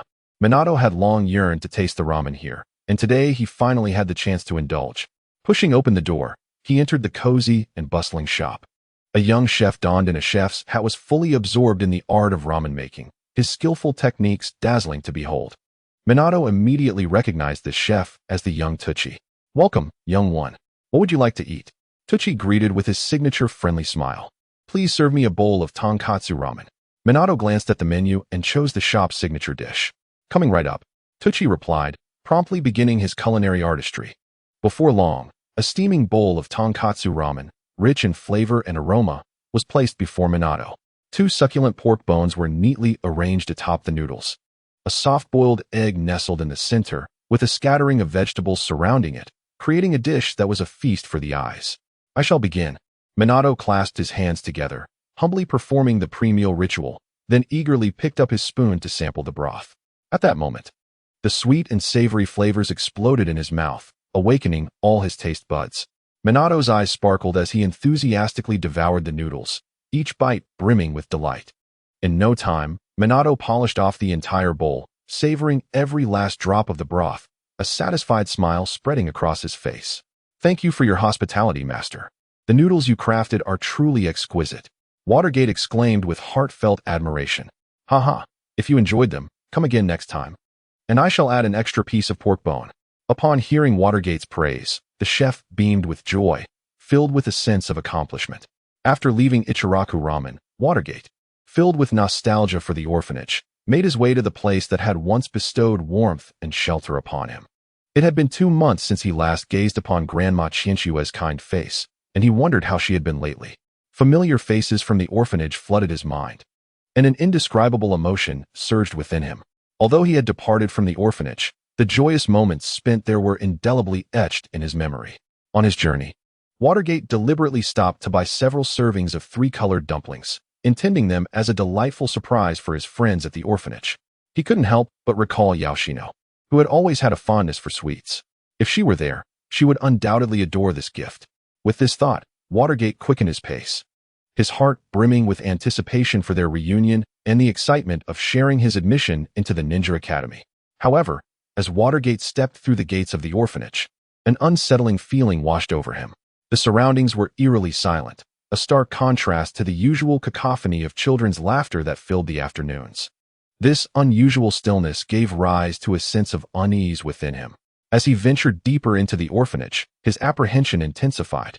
Upon entering the courtyard, he was met with an alarming sight. The entire orphanage was deserted. "Grandma Qianxue, are you there?" Watergate raised his voice, attempting to shatter the silence. But only his echo responded. In a rush, he dashed to the kitchen, where the sight before him tightened his chest.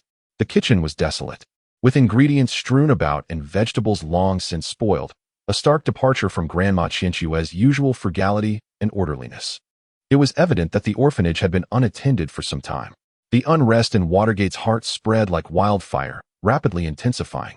He began to meticulously search every corner of the orphanage, hoping to uncover even a trace of a clue to explain this sudden turn of events.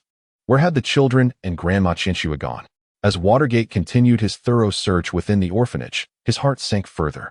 In some hidden corners, he discovered mottled bloodstains and signs of insect damage on the walls, all indicating that a horrific disaster had once occurred here, and the inhabitants of the orphanage had likely met with misfortune. Undeterred, Watergate began to conduct a deeper investigation around the orphanage. He visited nearby residences, inquiring whether anyone had witnessed any suspicious individuals or events. After much effort, he finally gleaned from a witness that, on a fateful night a month ago, the orphanage had echoed with screams, and when checked the following day, it had been found utterly empty, with no one seen from the orphanage since. Upon hearing this news, it felt as though his heart had been struck by a hammer, and the sorrow was indescribable. Watergate had come to the grim realization that all those within the orphanage, including the gentle Grandma Qianxue, had tragically perished. A profound sorrow erupted from the depths of his being, transforming into an insatiable rage. Watergate clenched his teeth, vowing to seek out the perpetrator and bring them to justice, avenging the innocent lives lost at the orphanage. Yet, reality was cruel. With scant clues, Watergate possessed almost no information about the assailants. It was akin to navigating a vast, unfathomable ocean, leaving him at a loss as to where to begin.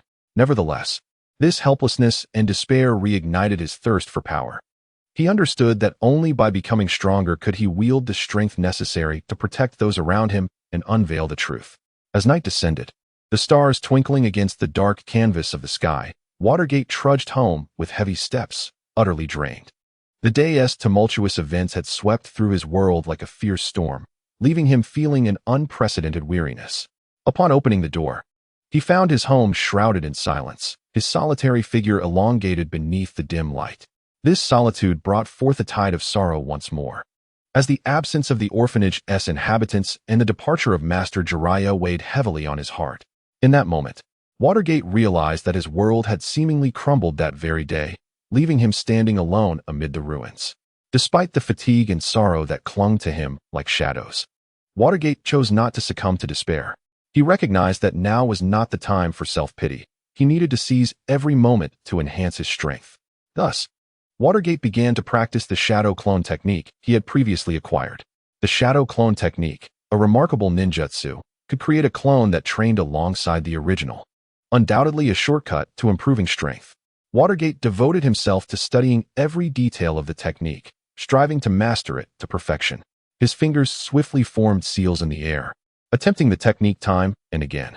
Chapter 13. The first day of school. After a night of rigorous training, Watergate finally mastered the shadow clone technique. When he opened his eyes and beheld a clone that mirrored his essence, diligently refining chakra, he could not help but smile with satisfaction. Due to the influence of the QB's chakra, Watergate's shadow clones now exhibited some changes. They could refine chakra just like the original and feedback this energy upon being recalled. Thus, Watergate instructed his clone to continue refining chakra at home while he attended school, planning to reunite with the clone in the evening. This arrangement would undoubtedly enhance his training efficiency. As for why he didn't create more clones, it was primarily due to his current physical strength and chakra being insufficient to sustain numerous shadow clones. However, as Watergate grew stronger, he would be able to increase their number for training. At this moment, the sky was just beginning to lighten, the time frozen at 5 a.m. With 3 hours remaining until school, Watergate still had at least 2 hours to rest, thanks to the miraculous commemorative coin, which not only healed his injuries but also continuously replenished his energy. Watergate only required 2 hours of sleep each night to fully restore his vigor. At 7 a.m., Watergate awoke punctually, methodically preparing for school. After a brief wash-up, he swiftly enjoyed a simple breakfast of 2 slices of bread paired with a bottle of milk. Nutritious and quick. Next, he began preparing lunch, as the Ninja Academy did not provide meals, and students were required to bring their own bento. Watergate skillfully stir-fried a fragrant dish of tomato and scrambled eggs, then evenly spread it over freshly cooked rice, thus completing a delicious bento. With everything ready, Watergate slung his backpack over his shoulder and set off for the Ninja Academy. Just as he was about to step out the door, he glanced back at his shadow clone, Little One, diligently refining chakra, and smiled, saying, "I'm off now, Little One." Little One responded, "Good luck, boss," and continued its focus on refining chakra. Upon arriving at the Ninja Academy, Watergate found the classroom unusually quiet and empty, with only teacher Danzu standing at the podium, busily organizing an overwhelming pile of textbooks. "Ah, Watergate, you are the first to arrive today." Teacher Danzu looked up and noticed Watergate, a glimmer of appreciation shining in his eyes. He always paid special attention to the top performers from the entrance examination. "Haha, actually, it's you who arrived first." "Teacher Danzu, is there anything I can assist you with?" Watergate replied with a broad smile, eager to help. "That would be wonderful. I happen to have a list of students here. Could you please distribute a set of textbooks to each student as they arrive? Each will receive 3 books, Calculations, Battle Strategies, and The Will of Fire." Teacher Andu handed the list and textbooks to Minato while speaking. "Very well, teacher," Minato replied as he took the materials, placing his backpack on a window-side seat in the classroom. He then assisted at the podium in organizing the textbooks, casually glancing through their contents in the process. The 3 books were indeed the core curriculum of the Ninja Academy. Among them, the book titled Calculations was related to mathematics, roughly corresponding to the level of contemporary elementary education. Thanks to his previous life's memories, Minato found it nearly effortless, significantly alleviating his learning burden.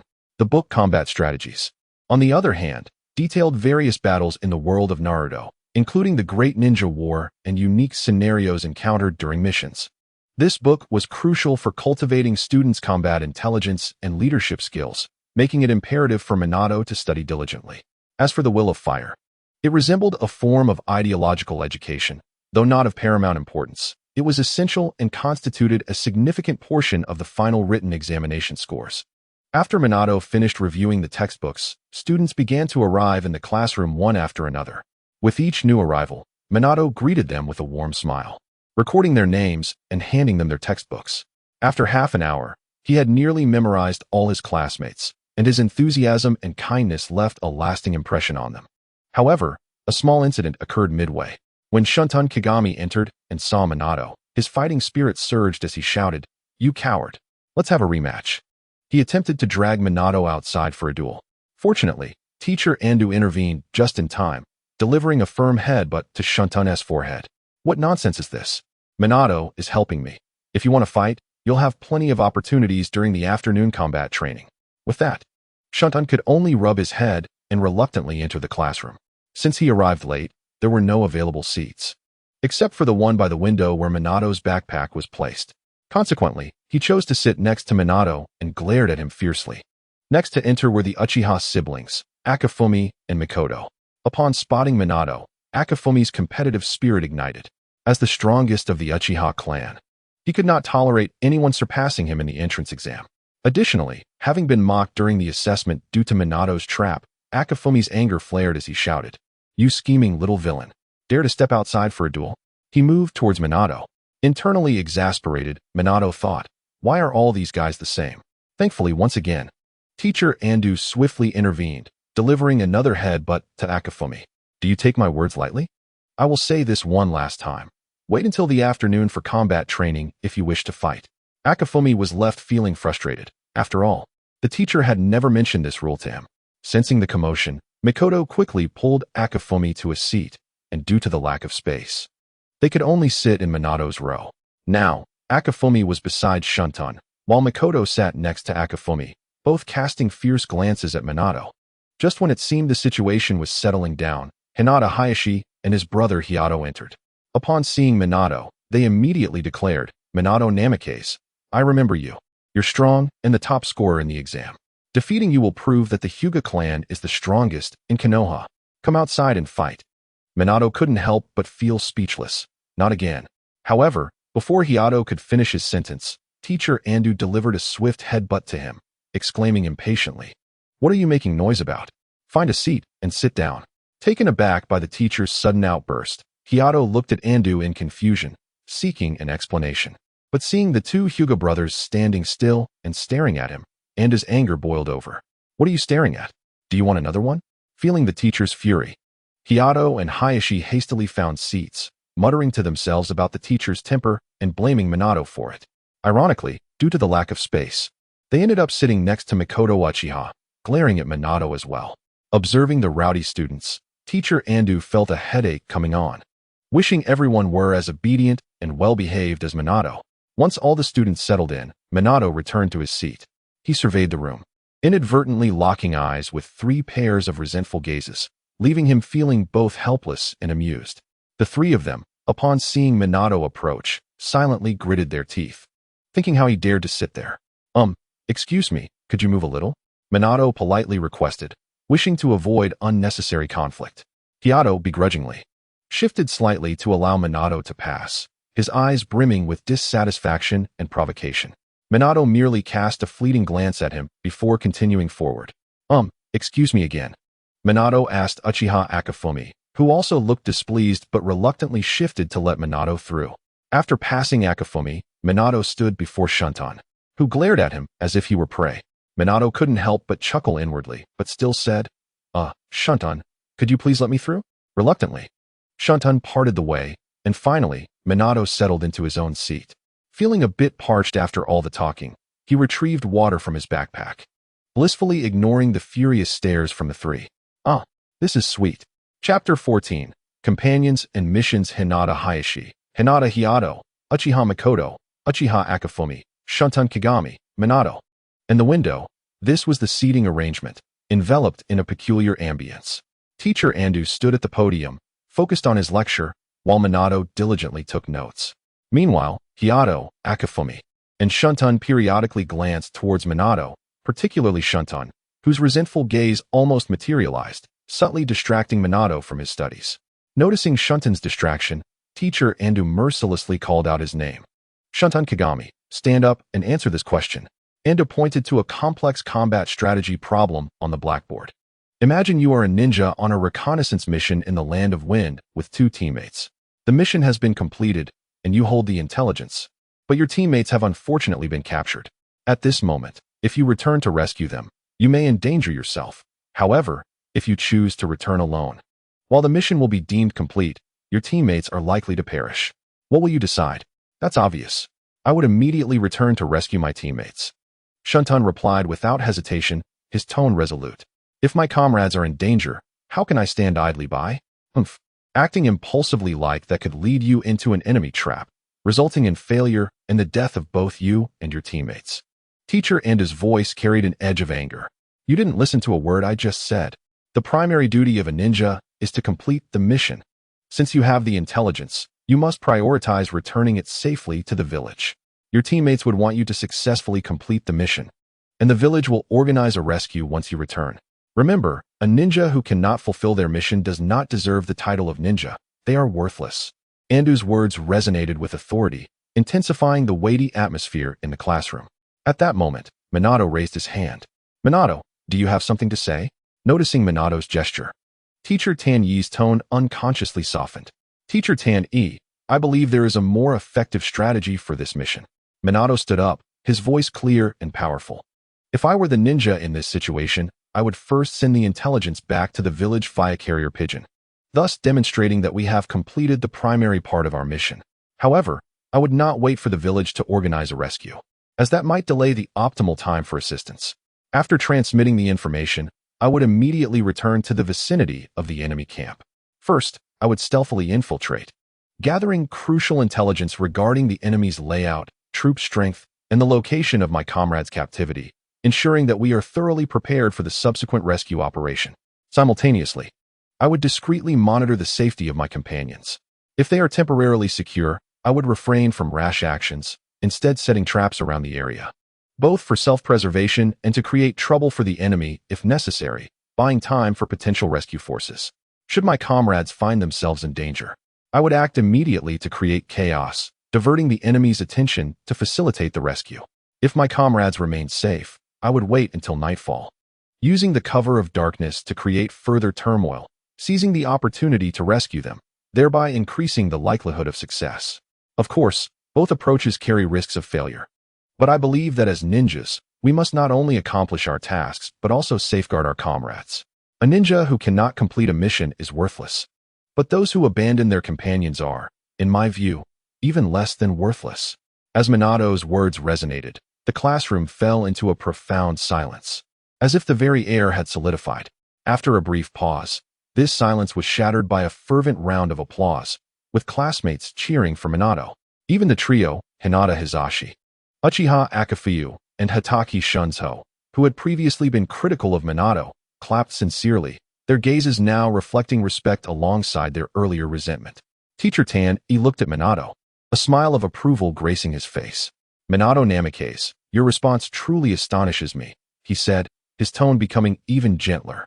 While your approach may carry certain risks from a rational standpoint, your assertion that ninjas who abandon their comrades are less than refuse has deeply moved me. In the world of ninjas, while missions are undoubtedly important, the bonds and trust between comrades are equally indispensable. Thus, I have decided to incorporate your answer into our teaching materials as an essential reference for future students. Your response transcends mere strategic choice. It embodies a spirit of profound understanding and respect for both comrades and the identity of a ninja. Now, I can confidently say that your answer is the optimal solution to this problem. The morning class gradually concluded amidst the accolades and enthusiastic applause for Minato. As Teacher Tan Yi exited the classroom, lunchtime quietly approached. Minato calmly retrieved his bento from his backpack, preparing to enjoy his meal. Almost the moment the teacher vanished from sight, Shunzo, Akafuyu, and Hizashi encircled Minato, hurling slightly provocative remarks. Humph, Blondie, just wait until this afternoon's practical class. I'll show you what I'm made of, Shunzo declared, feigning bravado, his eyes glinting with challenge. Minato Namikaze, this afternoon I will demonstrate the prowess of the Uchiha clan. Akafuyu joined in, refusing to back down. Minato, I shall defeat you to prove that the Hyuga clan is the strongest in Konoha, Hizashi added, clenching his fists tightly. Upon hearing this, Akafuyu immediately retorted, in your dreams. The strongest clan in Konoha has always been the Uchiha. Just as the two were about to ignite a fiery dispute, Minato merely smiled faintly and quietly opened his bento box. Inside lay a delectable serving of tomato and egg rice, its aroma wafting enticingly, making one's mouth water. After a whole morning of classes, aren't you all hungry? Minato said leisurely. Gazing at Minato's appetizing bento, the others' stomachs audibly protested. They hurriedly pulled out their own bentos, only to discover that they were virtually all identical rice balls, sprinkled with sesame seeds and wrapped in seaweed. Compared to Minato's meal, they suddenly found their rice balls lacking appeal. After all, in that era, food in the ninja world primarily consisted of simple rice balls, sushi, and occasionally sashimi, grilled meat, and ramen. The concept of stir-frying was virtually non-existent, and even in modern Japan, stir-fried dishes are rare. A simple dish of stir-fried tomatoes and eggs could conquer the palates of most Japanese people. Seeing the others drooling discreetly, Minato felt a surge of pride, yet feigned generosity as he said, I made a bit too much bento. You all can have a taste. Thus, The very individuals who had just boasted about teaching Minato a lesson now shyly began tasting the tomato and egg dish. Bite after bite, they savored it with delight, their faces lighting up with satisfied smiles. "Ah, this is truly delicious," they exclaimed, completely forgetting their previous quarrels and provocations. Observing all this, Minato couldn't help but stifle a chuckle, thinking to himself, "Children are so easy to please. Just a plate of tomato and egg, and I've won them over." Chapter 15. Taijutsu Battle. However, during the afternoon's practical training, Minato found himself unable to smile, as his peers were not inclined to let him off the hook so easily due to the delightful lunch of tomato and eggs. "Now I will teach everyone how to refine chakra," Teacher Tan-ik announced loudly from the center of the training ground. "Those who have already mastered it may practice taijutsu, throw shurikens, or engage in free battles, but do not disturb those refining their chakra." No sooner had he finished his sentence than the trio, Shunzo, Akafuyu, and Hisashi, almost simultaneously petitioned the teacher. "Teacher, I have already learned to refine chakra. I want to have a free battle with Minato." Teacher Tan-ik furrowed his brow, evidently displeased with their eagerness. "Nonsense. Each person can only have one opponent, and if you wish to engage in battle, you must seek the other party's consent." Upon hearing this, the three immediately turned their attention to Minato, almost in unison asking, "Minato, who will you choose?" Minato sighed helplessly, thinking, "What a headache. It seems I must teach you all a lesson." Sometimes, a good lesson is necessary for such unruly children, and Minato was curious to ascertain his own level of strength. From yesterday's entrance examination, he had sensed that the three were roughly at the same level, all at the apprentice genin tier, still some distance from becoming true genin. In a one-on-one match, he could easily defeat them. However, facing all three at once would truly test Minato's capabilities. Thus, Minato confidently replied, "Very well, I accept your challenge. However, the three of you should come at me together. It will save time. I must clarify that to avoid disrupting others, we are prohibited from using ninjutsu." "How infuriating. You think so little of us. We will teach you a proper lesson." The trio exchanged glances, their eyes flickering with anger, and then charged toward Minato in unison. Shunzo launched a rapid punch, but Minato deftly evaded, skillfully using Shunsho's momentum to grab his arm and redirect him towards Akafuyu. Without hesitation, Akafuyu executed a whip kick. But Minato had already anticipated his movement. The instant Akafuyu struck, Minato hurled Shunzo towards him. Due to the effects of the Kyuubi's chakra, Minato's physical strength was significantly superior to Shunsho's, and Shunzo was propelled toward Akafuyu by an overwhelming force, unable to resist, and could only passively accept the pressure of that power. Uchiha Akafeng felt an ominous foreboding as he observed the approaching Hatake Shundong. Just as he intended to withdraw, it was already too late. Minato surged towards him with astonishing swiftness, sweeping his legs from under him and sending him crashing to the ground, while simultaneously, Hatake Shundong landed heavily upon him. "Ugh, Shundong, you're far too heavy," gasped Uchiha Akafeng, pinned beneath the weight. His mind was flooded with astonishment at Minato's incredible speed. He had completely failed to anticipate such rapidity. Atop Uchiha Akafeng, Hatake Shundong was still reeling from the shock of Minato's sudden burst of power, which had rendered him momentarily incapacitated. It was utterly terrifying. He wondered how Minato had trained to achieve such strength. At that moment, only Hyuga Hisashi remained on the field. Hisashi had been observing from the sidelines, attempting to discern a flaw in Minato's technique for a potential attack. However, he was utterly unprepared for Minato's swift defeat of both Hatake Shundong and Uchiha Akafeng in a mere instant. Now faced with a one-on-one duel, Hisashi regarded Minato's piercing gaze and felt a twinge of trepidation. Yet, as the strongest youth of the Hyuga clan, how could he allow fear to seize him before battle? Resolutely, Hisashi steeled himself, adopting the gentle fist stance, ready for Minato's advance. Observing Hisashi's posture, Minato couldn't help but chuckle. The gentle fist relies on a foundation of strength, and his own power far surpassed Hisashi's. Moreover, could a 6-year-old truly grasp the essence of the gentle fist? Thus, Minato eschewed unnecessary flourish and simply channeled all his might, aligning his body and delivering a punch. With a resounding thud, he sent Hisashi flying 2 meters away, landing neatly alongside Hatake Shundong and Uchiha Akafeng. This fierce exchange, or rather Minato's unilateral domination, left the 3 young ninjas sprawled on the ground, panting heavily. Their eyes brimmed with indignation, yet simultaneously, They felt a newfound respect and admiration for Minato. Standing aside, Minato silently observed them, thinking to himself, perhaps they will now learn humility. At the same time, he gained a clearer understanding of his own capabilities. He had surpassed the average genin, yet in this world teeming with powerful foes, he recognized that his strength was still inadequate. Besides, the trio had not fought with their full potential. If they had activated their Sharingan or Byakugan, defeating them would have proven far more challenging. Nevertheless, Uchiha Akafeng and Hyuga Hizashi displayed commendable martial ethics, refraining from utilizing their bloodline limits and engaging him in a straightforward physical contest. Though they were adversaries, they were not without merit. Observing the three on the ground, slightly disheveled yet unyielding in spirit, Minato approached them, his face aglow with a warm smile, extending a gesture of reconciliation. His actions bore an inexplicable charm, as if capable of dissolving all grievances in an instant. Gazing into Minato's sincere countenance, the trio, despite their lingering reluctance, were moved by his genuineness and eagerly extended their hands to form a pact of reconciliation. Minato, I, Uchiha Akafeng, acknowledge you, exclaimed Akafeng first, his voice tinged with stubbornness. But be wary, for I shall soon catch up to you. Minato, I will make you my target until I defeat you, followed Hatake Shundong, his eyes gleaming with determination. Minato, how do you usually train?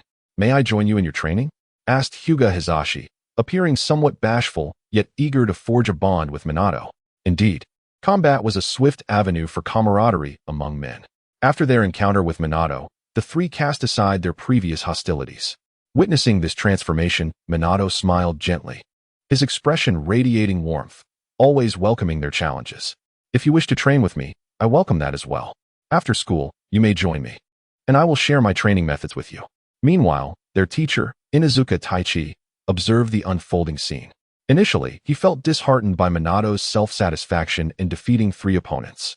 However, upon witnessing Minato's astonishing strength in overcoming them, he was astounded. Finally, when he saw Minato proactively reconcile with the trio and invite them to train together, a sense of satisfaction filled his heart. Watching Minato engage in cheerful conversation with them, he couldn't help but reflect, Minato truly possesses a certain magic. He can warm the hearts of others, leaving no room for resentment. Such a student is indeed a source of great reassurance. Chapter 16. A day in the life of Minato at 3:30 in the afternoon. The bells of the Ninja Academy chimed, heralding the conclusion of the day's lessons. A few companions did not rush home. Instead, they followed in Minato's footsteps to the training grounds. In addition to the previous trio, Uchiha Makoto and Hyuga Hizashi voluntarily joined Minato's training squad. The training ground was a specially designed area within the Hidden Leaf Village, meticulously organized for foundational ninja training. The spacious arena was bright and welcoming, with shuriken neatly arranged, providing a comprehensive environment for aspiring shinobi. However, for those wishing to practice ninjutsu, the forest beyond the village would be more suitable to avoid damaging the village's facilities. By now, it was 3:30 in the afternoon, and many peers of Minato's age were engaged in training at the grounds. With the arrival of Minato and his companions, the atmosphere became even more lively. Minato intended to practice shuriken throwing today, but recalling his promise to teach them, he began to attentively observe each individual's unique characteristics, offering tailored suggestions. My training methods are quite simple, Minato said sincerely, looking at the group. It is essential to persist continuously while also addressing your weaknesses. For instance, Hizashi, your clan is renowned for the gentle fist. Since it is a martial art, the strength of both hands is indispensable. However, you are currently placing too much emphasis on the techniques of gentle fist while neglecting the vital foundational strength training. This is why I was able to send you flying with a single punch in our match. Remember, whether in taijutsu or ninjutsu, the foundation is paramount. Next, Minato turned his attention to Hatake Shundong and Uchiha Akafeng. Similarly, both of you have overlooked the importance of fundamental physical training. Shundong, while it is commendable that you dedicate yourself to ninjutsu training, if your taijutsu is lacking, you won't even have the opportunity to unleash your jutsu. And Akafeng, it is impressive that you can activate the Sharingan at your age. Although I am unaware of your experiences, relying too heavily on the power of the Sharingan has caused you to neglect your innate abilities. This ultimately led to your defeat today without activating your Sharingan. Had you done so, You would have been able to perceive my movements and would not have been caught off guard. Upon hearing Minato's advice, the trio experienced an epiphany.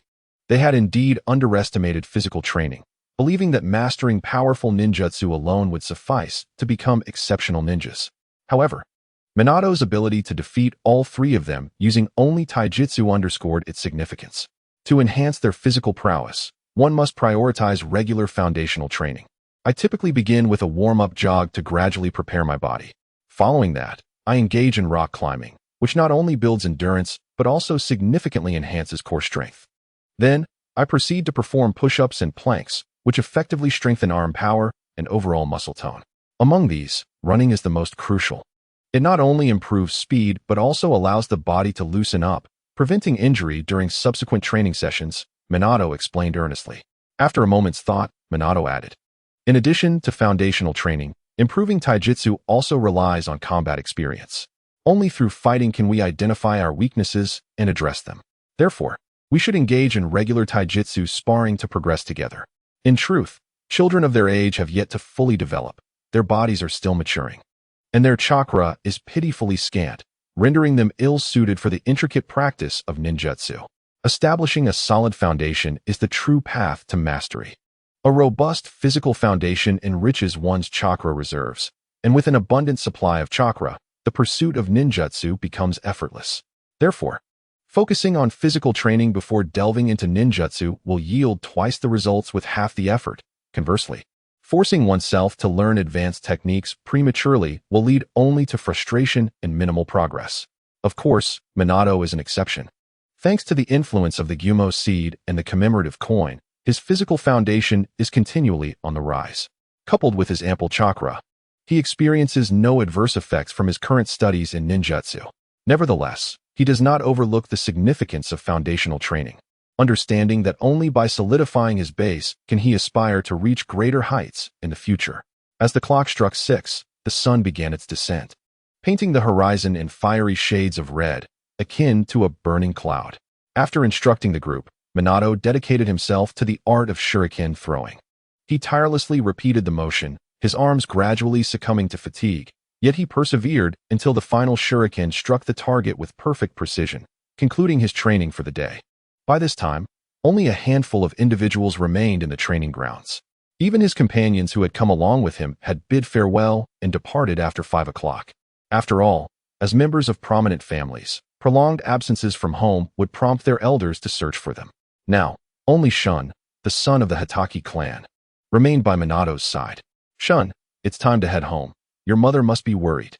At that moment, a gentle voice wafted through the air like a spring breeze, causing both Minato and Shun to turn in unison towards its source. There stood a young man with silver hair, appearing slightly older than Jiraiya, offering them a warm smile. Uncle Tsukumo, it's you. What brings you back? Shun exclaimed joyfully upon recognizing the visitor. Haha, I just returned after completing a mission today. I'll be home for a while now. You are the sole heir of the Hitaki clan. I'll be keeping an eye on you, so make sure to train diligently. Tsukumo chuckled heartily, his tone brimming with the affection of an elder. But for now, let us head home. Dinner awaits you. Understood. Uncle Tsukumo, Shun replied obediently, nodding as he gathered his neatly packed ninja equipment and approached Tsukumo. He turned back to bid farewell to Minato. In that fleeting moment of seeing Tsukumo, Minato sensed the immense power concealed beneath the man's gentle demeanor. The suffocating aura he exuded was even more intense than that of his teacher, Jiraiya. Upon hearing Shun refer to him as Uncle Tsukumo, all of Minato's lingering doubts vanished. He was indeed the legendary Konoha White Fang, his prowess undeniably formidable, having reached the level of a Hokage. After Tsukumo departed with Shun, he curiously inquired, "What is the name of that young lad with the yellow hair?" Tsukumo had observed how, upon seeing him, Minato had immediately adopted a vigilant stance. This keen awareness piqued his curiosity. Oh, that's Namikaze Minato. He seems to be a disciple of Lord Jiraiya. He is currently the strongest among our cohort. We sparred today, and I was no match for him. But we've become good friends. He was guiding my training earlier. Shun explained. Uncle Tsukumo, I've decided to pause my ninjutsu training to focus on solidifying my physical foundation and honing my taijutsu. Can you assist me? I aspire to surpass Minato. Shun relayed the details of Minato's capabilities to Tsukumo while also sharing his own ambitions. Of course. In fact, I came to find you to emphasize the importance of establishing a solid physical foundation and not to overreach with excessive ninjutsu training.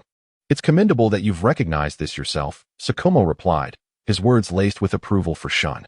Yet, Sakumo felt a twinge of concern for Shun.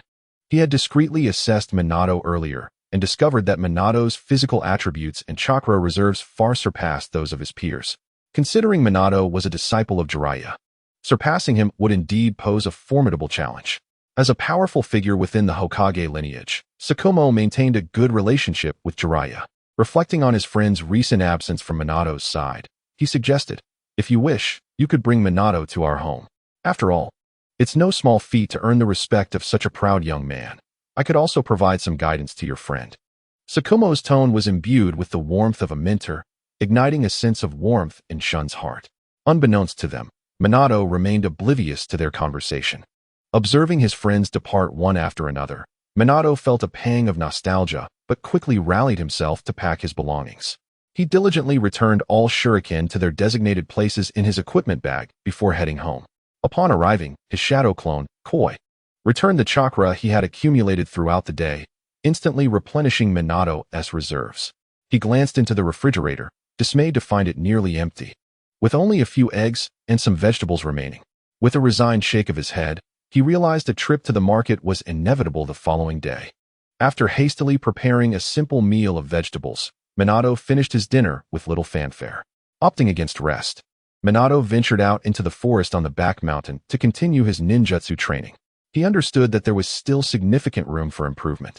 In the later stages of the original narrative, nearly everyone could perform ninjutsu without hand seals, a feat achieved only through profound familiarity with the techniques.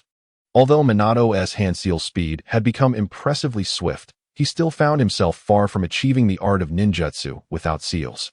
Thus, after dinner, Minato dedicated his time to practicing his learned ninjutsu, striving to accelerate his release speed. He repeated the hand seal motions tirelessly until his fingers nearly went numb. When he returned home, it was already 3 in the morning. Exhausted in body and spirit, he was grateful for the restorative properties of the commemorative coin, which afforded him more time for training than most. After a brief shower, Minato lay in bed to begin refining his chakra. This ritual was an essential part of his daily routine, enhancing both his chakra reserves and his affinity with chakra, thereby enabling him to wield it more effectively. He closed his eyes, attuning himself to the ebb and flow of chakra within him, feeling it grow and surge. It was not until 5 o'clock, when dawn began to break, that Minato concluded his chakra refinement and prepared to sleep. By 7 in the morning, Minato was up again, ready to embrace a new day. This was the first day of school for Minato, a precursor to the rhythm of each day that would follow, simple yet monotonous. Yet, he never voiced a complaint. Silently persevering in his pursuit, steadfastly advancing towards his aspirations. Chapter 17. A chance encounter with Might Guy. A month had swiftly passed since the commencement of the school year. During this time, although the absence of direct guidance from Jiraiya was palpable, Minato made remarkable strides through his diligence and methodical training regimen. If he were to encounter the root ninja from before, he now possessed ample confidence to defeat him, though the prospect of delivering a fatal blow still presented a challenge. Moreover, just a week into the school year, Instructor Yoshida initiated a voting process within the class to elect a class representative to assist him in managing the class. Unsurprisingly, Minato secured the position with an overwhelming majority of votes, for none among his peers, Shun, Uchiha Akifumi, Hyuga Hinata, and the like, could rival his prowess. With his innate charm, Minato easily endears himself to others, leading them to naturally support his candidacy for class leader. Over the past month, his training group has steadily grown. Upon witnessing Minato's astonishing improvement, the trio known as the Inuzuka team, Kiba, Akamaru, and Hinata, eagerly joined his training squad. Minato welcomed this change with open arms, fully aware of each member's unique talents. He understood that should he aspire to become Hokage, their assistance would be invaluable, making it imperative to foster strong relationships with them now. In Minato's original training group, the most notable transformation belonged to Shun, who had begun to diligently practice swordsmanship, carrying a ninja blade to school every day. The Hitaki clan is renowned for its mastery of sword techniques, and Kakashi, Shun's mentor, was determined to ensure that this legacy did not fade. During this period of Shun's redemption, He also began learning taijutsu under the guidance of Kakashi, who seized the opportunity to pass on sword techniques as well. This particular Sunday marked a holiday for the Ninja Academy. Rather than resting, Minato adhered to his usual regimen and continued his training, dedicating the time he would have spent in class to honing his taijutsu skills. At noon, as the sun blazed down upon the earth, Minato, drenched in sweat from his morning exercises, realized he would not have enough time to cook before heading to Shun's house for their afternoon training session. Consequently, he decided to indulge in a delicious bowl of ramen at Ichiraku Ramen, one of the few pleasures in his otherwise monotonous routine. Minato was delighted at the prospect of training with Shun. For over 2 weeks, Shun had been inviting him to his home to partake in training sessions with Kakashi. By now, Minato visited Shun's house at least twice a week. After all, having a mentor of Kakashi's caliber was an exceptional opportunity. However, due to his rapid progress, Minato found it increasingly difficult to find a suitable sparring partner among his peers. Kakashi's presence perfectly addressed this dilemma, as he could help Minato identify his weaknesses, allowing for more targeted training. Meanwhile, Shun and others, noticing the widening gap between their abilities and Minato's, began to train even harder, creating a positive feedback loop. Upon entering Ichiraku Ramen, the bustling atmosphere enveloped him. "Ah, it's Minato. What would you like to eat today?" The staff, having grown accustomed to Minato's frequent visits, greeted him warmly despite the chaos in the shop. "A classic pork bone ramen, with extra noodles, please." Minato smiled, surveying the crowded establishment and spotting a small, remaining table in the corner. Thanks to his youthful agility, he managed to squeeze into the spot, next to a young man clad in a tight green outfit, who was animatedly speaking to a modest-looking woman beside him. "May, this Ichiraku ramen is truly delicious. You must try it." The woman appeared somewhat reserved. "Mike Guy, we just got married, and we aren't too wealthy. Is it too extravagant to order 2 bowls of ramen?" "Oh, May, don't worry. I'm a ninja now and can earn money through missions. Just enjoy your meal. I won't be able to eat too much as I have training later. 1 bowl will suffice for me. Make sure you finish yours," Mike Guy said, forcing a smile to reassure his wife.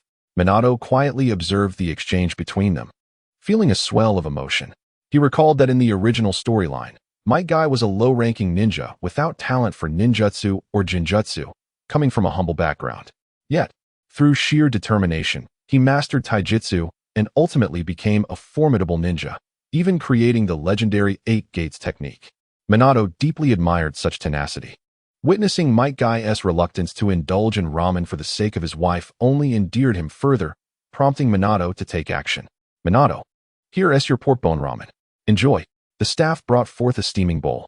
Looking at the ramen before him and then at the embarrassed Mike Guy, Minato suddenly had an idea. "Excuse me, uncle, I've changed my mind about the pork bone ramen. Could I please have a miso ramen instead?" Minato feigned disappointment. "Oh, is that so? Then this bowl of ramen will go to waste, as it has already been prepared and I cannot serve it to other customers," the staff lamented. Though they had been discreetly observing the situation, having spent time with Minato, they understood his intentions. At that moment, Minato casually glanced at Mike Guy. "Uncle, haven't you ordered your ramen yet? This bowl was just made, and it would be such a waste to throw it away. If you don't mind, you can have it." "Really? Thank you so much, young man." Mike Guy expressed his gratitude, touched by Minato's genuine kindness. The gentle woman beside him also thanked Minato, and they began to happily enjoy their meal together. "Uncle, I heard you're a ninja. If you have time, could you teach me some techniques?" Minato seized the opportunity to ask. "Of course. My name is Mike Guy, and I train at the training grounds every morning. You can find me there," he grinned, revealing a bright smile. It turned out Mike Guy trained in the mornings, a time when Minato was typically in class at the academy, explaining their previous lack of encounters. Minato saw this budding friendship as advantageous. Not only did he admire Mike Guy's spirit, but he was also keen to learn more about the 8 Gates technique. Chapter 18. Body Flicker Technique. After the brief interlude at noon, Minato made his way to the Hatake clan's residence. Notably, after Minato had switched his ramen order, the staff did not charge him, as they fully supported his selfless act, treating it as a reward for his kindness. A warm feeling surged within Minato. This acknowledgement from others brought him comfort. Reflecting on his financial situation, Minato chuckled to himself, realizing he had inadvertently become a minor affluent individual. Initially, he believed the funds left by his mentor Jiraiya would only suffice for basic living expenses. To his surprise, he discovered a substantial sum hidden away in his drawer. ensuring he could live without worry for the foreseeable future. It made sense, considering Jiraiya was not only a skilled elite ninja, but also a celebrated author, whose works were immensely popular and commercially successful, accumulating considerable wealth. Jiraiya was likely on the verge of writing his most enigmatic novel, Makeout Paradise. Although Minato prided himself on being virtuous, his curiosity about the contents of that book lingered. As his thoughts wandered, he realized he had unconsciously left the bustling center of Konoha, arriving at a tranquil area on the outskirts of the village. Here, a lush bamboo grove greeted his eyes, vibrant with life. Navigating through the narrow paths of the grove, a quaint yet elegant residence came into view, marked by the prominent characters of the Hitaki name. Minato approached and knocked on the ancient wooden door. Before long, the door creaked open, revealing a graceful woman with snow-white hair and a gentle demeanor. Clad in a simple yet elegant home kimono, she greeted, "Ah, Watergate, please come in. Shuntun is waiting for you in the courtyard." "Certainly, Aunt Rin," Watergate responded politely. The woman before him was none other than Rin, the mother of Hitaki Shuntun and the younger sister of Hitaki Shomaku, making them the last remaining members of the Hitaki clan. According to Shuntun, his father had tragically perished on the battlefield in his youth, and since then, he had been nurtured with great care by his mother and uncle. Due to the dwindling numbers of the Hitaki family, Shuntun naturally inherited the family name and bore the weight of their legacy. The decline of the Hitaki clan began with the First and Second Shinobi World Wars, during which the clan suffered immense losses, bringing them perilously close to extinction. Fortunately, Shomaku's formidable strength ensured the survival of the clan. Reflecting on Shuntun's family background, Watergate felt a surge of empathy for him. In the original tale, after Hitaki Kakashi's birth, neither Shuntun nor his mother seemed to appear, possibly hinting at some tragic misfortune.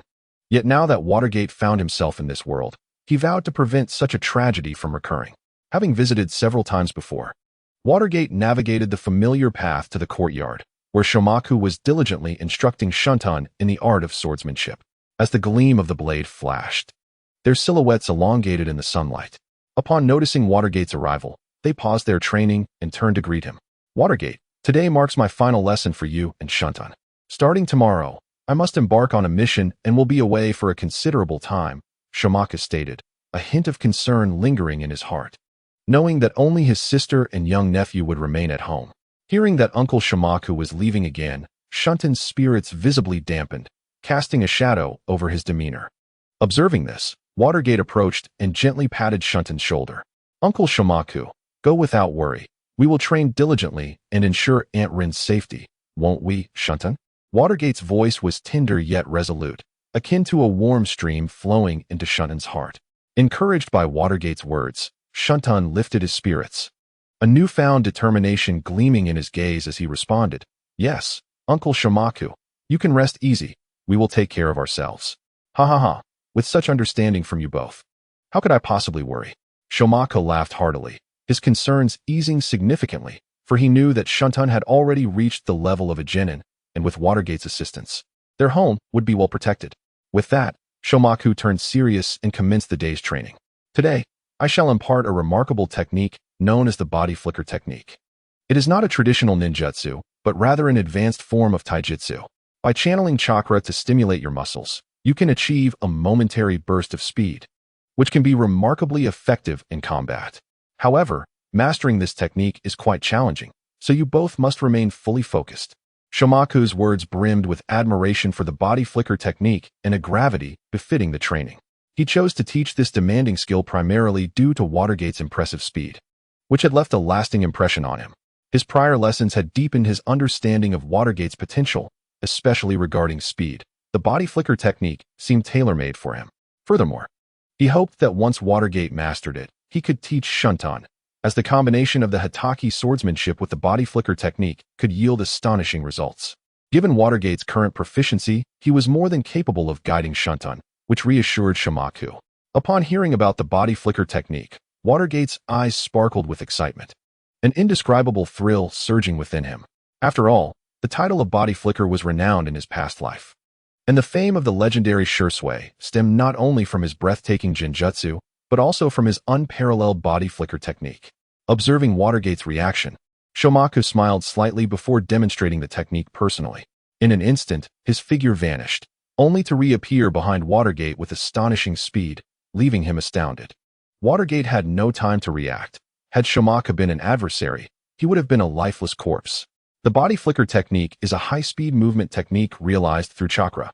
As Shomaku explained, he gradually elucidated the intricacies of the technique to both students. Its essence lies in concentrating chakra beneath one's feet to significantly enhance speed, creating the illusion of spatial displacement during movement. In reality, the body flicker technique merely involves a remarkable increase in movement speed without true spatial jumping or transfer.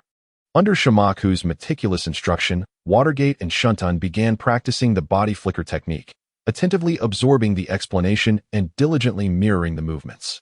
Chapter 19. Under currents as night fell. Stars twinkled like scattered diamonds across the deep blue sky, flickering as if distant souls silently yearned for their far-off homeland, or perhaps guiding the way for night wanderers. At this moment, Watergate had departed from Shuntun's home. After a persistent invitation from Aunt Rin, he had stayed for dinner. The reason for her insistence stemmed from a previous occasion when Watergate had prepared a meal, delighting the taste buds of the Hitaki family with his culinary skills. Consequently, that evening, he prepared a few simple dishes: scrambled eggs with tomatoes, pork ribs stewed with green beans, and braised pork, leaving the Hitaki family savoring every bite. After dinner, rather than returning home immediately, Watergate chose to venture deep into the woods to continue his training journey. At Shuntun's residence, he had grasped the fundamentals of the body flicker technique, but to achieve proficiency, further practice was essential. In the forest, moonlight filtered through the sparse branches, casting dappled shadows that imbued Watergate's training with an air of mystery and tranquility. Taking a deep breath to center himself, Watergate began to focus intently on practicing the body flicker technique. His body darted swiftly among the trees, each flicker accompanied by the surge of chakra and the tension of his muscles.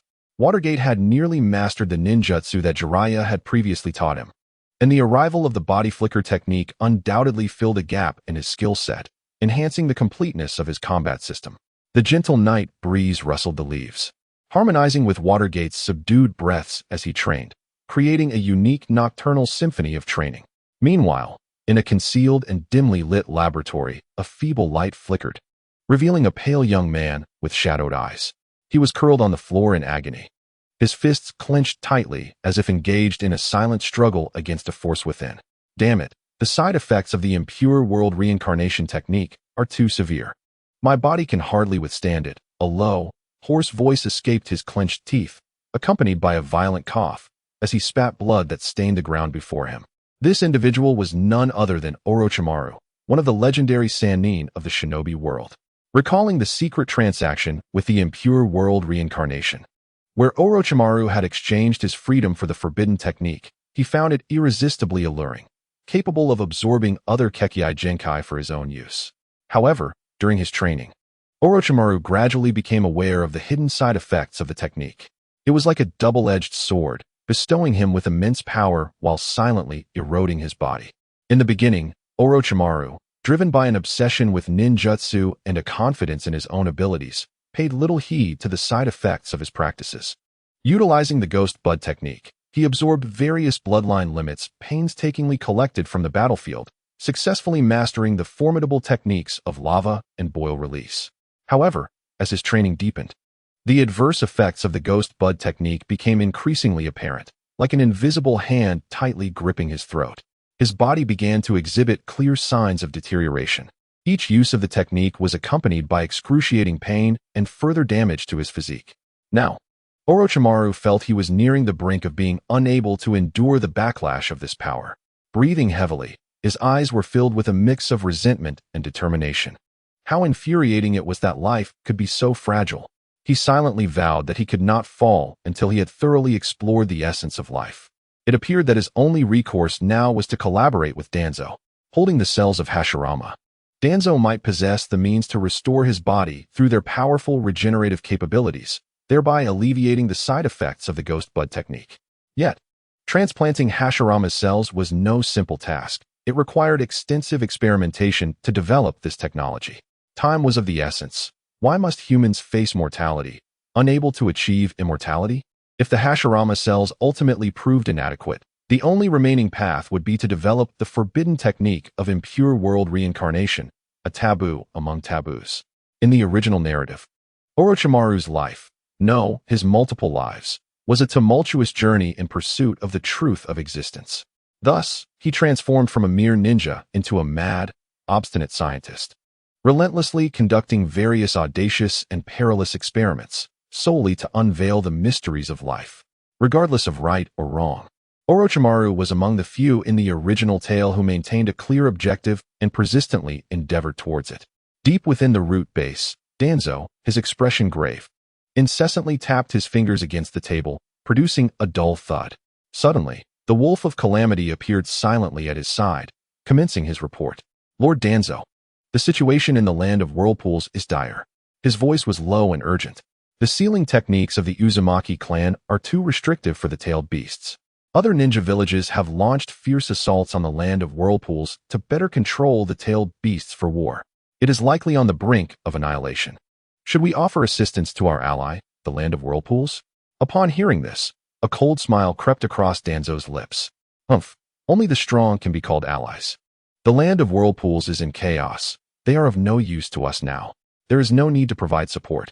You are to lead a team to quietly retrieve the sealing techniques of the Uzumaki clan. Remember, do not let anyone discover you. Uzumaki Mito is still alive, residing in Konoha. Do not let her sense our movements. Yes, my lord, the wolf replied respectfully.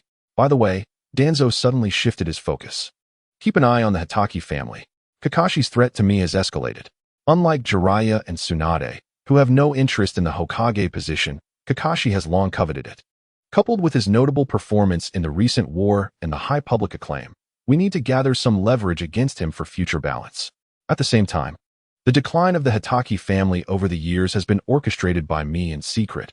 He is beginning to sense this, and it must not be discovered, or the consequences could be dire. He is also set to undertake a mission in the land of whirlpools, find a way to ensure he does not return. After giving his orders, Danzo dismissed the wolf, who transformed into a swarm of black insects, vanishing from sight. If Minato were present, he would immediately recognize the similarity between these insects and the marks left on the orphanage walls. As the wolf departed, a dark, raspy voice echoed. Huh. Does Lord Danzo wish to deal with Kakashi? Perhaps we could collaborate. Chapter 20. Undercurrents 2. Within the Hokage Tower of Konohagakure, the third Hokage, Sarutobi Hiruzen, gazed intently out of the window, his brow furrowed, eyes shimmering with complex emotions. Moonlight streamed through the window, casting a soft glow on his face, which bore the marks of time. Kakashi, the third's voice was steady and solemn. This mission is of utmost importance. Our ally, the land of whirlpools, is currently facing an unprecedented crisis. Pausing momentarily, he continued, while the fall of the land of whirlpools seems inevitable, as our ally, the Uzumaki clan, we cannot stand idly by. Kakashi, you are to lead 3 elite Umbu squads to the land of whirlpools immediately. Your mission is to ensure the safety of the Uzumaki clan members and bring them back to Konoha safely. Yes, Lord Third, Kakashi, donning an Umbu mask, responded respectfully. As the leader of the Umbu, he rarely undertook missions personally, indicating the third Hokage's grave concern regarding this task. As night deepened, a group clad in black departed Konohagakure silently, heading towards the distant land of whirlpools. Their figures flickered in the darkness, akin to a band of silent phantoms. Watching Kakashi and his team leave, the third Hokage slowly exhaled a puff of smoke, the wisps curling into the air. His heart was heavy with worry and unease. The major ninja villages had united to attack the Uzumaki clan for their sealing techniques to better control the tailed beasts. This signified that the shadow of the third great ninja war had quietly enveloped the entire ninja world. Meanwhile, the Nine-Tails Jinchuriki, Uzumaki Mito, was aging, her health deteriorating. It was uncertain how much longer she could suppress the power of the Nine Tails. Should she fail to continue, Konoha would face a tremendous threat, internal strife and external peril. The third Hokage murmured, his gaze penetrating the layers of smoke, as if searching for answers to the future. 3 days later, Kakashi stepped into the land of whirlpools, and the sight before him tightened his chest. The once thriving homeland of the Uzumaki clan was now stained with blood and littered with corpses, an eerie silence permeating the air. Suffused with profound sorrow, Kakashi swiftly ordered the Umbu to scour the area for survivors. After a thorough search, he discovered an Uzumaki clansman, barely clinging to life beneath the ruins of what had nearly been forgotten. With his last ounce of strength, the man grasped Kakashi's hand tightly, gasping, "Konoha ninjas! Quickly, to the shrine on the back mountain. We, the Uzumaki clan, are under attack by a group of masked ninjas. Many of our people have been slaughtered. The survivors are hiding there. The shrine holds all our clan's sealing techniques. They must not fall into enemy hands. Those ninjas are headed for the back mountain. Please, save us." Before he could finish, his hand fell limply, the flame of life extinguished. Instantly, Kakashi's gaze hardened. He understood the urgency of the moment and immediately summoned his Umbu team to hasten towards the shrine on the back mountain. At that moment, outside the shrine, various ninja village Umbu were launching fierce assaults against the protective barrier. Each strike felt like a heavy bomb crashing against the barrier, an array of diverse ninjutsu dimming the barrier's glow. Meanwhile, within the shrine, a small group of Uzumaki clan members gathered, most of whom were either injured or young children. They gazed at the faltering barrier, their eyes filled with despair and fear. They knew that once the barrier was breached, a bloodbath awaited them. "Are we, the Uzumaki clan, truly destined for extinction?" A man's voice trembled, saturated with terror and hopelessness. "No. We have sent a distress signal to Konoha. They will surely come to our aid." Another woman's voice, though tinged with tears, clung to hope. She clenched her fists tightly, her nails digging into her palms, as if grasping at that fleeting chance for survival. Yet, despair spread like a contagion within the shrine. People exchanged glances, their eyes filled with helplessness and sorrow. They understood that time was of the essence, and the enemy's assaults grew increasingly ferocious. "Alas, it seems we shall not receive their support in time. The barrier is on the verge of collapse," an elder's voice resonated. Laden with profound resignation, he surveyed his kin, a wave of powerlessness surging within him. As the last elder of the Uzumaki clan, he yearned for their salvation. Yet he was acutely aware of how slim the chances of survival were. Silence enveloped the shrine, only occasionally shattered by the distant sounds of battle. All eyes turned to the elder, hoping he would provide answers or guidance. Yet, in that moment, he too could only remain silent, for he could not ascertain whether a glimmer of hope for survival remained. Suddenly, the outside ninjas erupted in raucous laughter, their jeers echoing through the air, dripping with mockery and contempt. "Huh, you cowards, still cowering inside. One more attack, and this feeble barrier shall crumble," one ninja shouted, his eyes gleaming with arrogance and provocation. As his words faded, the others displayed grotesque grins, gathering their strength for a fatal strike. A plethora of formidable ninjutsu coalesced in their hands, threatening to engulf the entire shrine. "Die!" They roared in unison, unleashing their techniques upon the barrier. A dazzling array of jutsu clashed in the air, and the occupants of the shrine began to close their eyes, bracing for the imminent arrival of death. At that critical moment, a radiant flash of blade abruptly tore through the sky, dazzling like a bolt of lightning. This gleaming sword carried an unparalleled might, akin to the wrath of a thunder god, surging at an astonishing speed toward the gathering ninjas. In an instant, the blade collided with their amassed jutsu, igniting a cataclysmic explosion.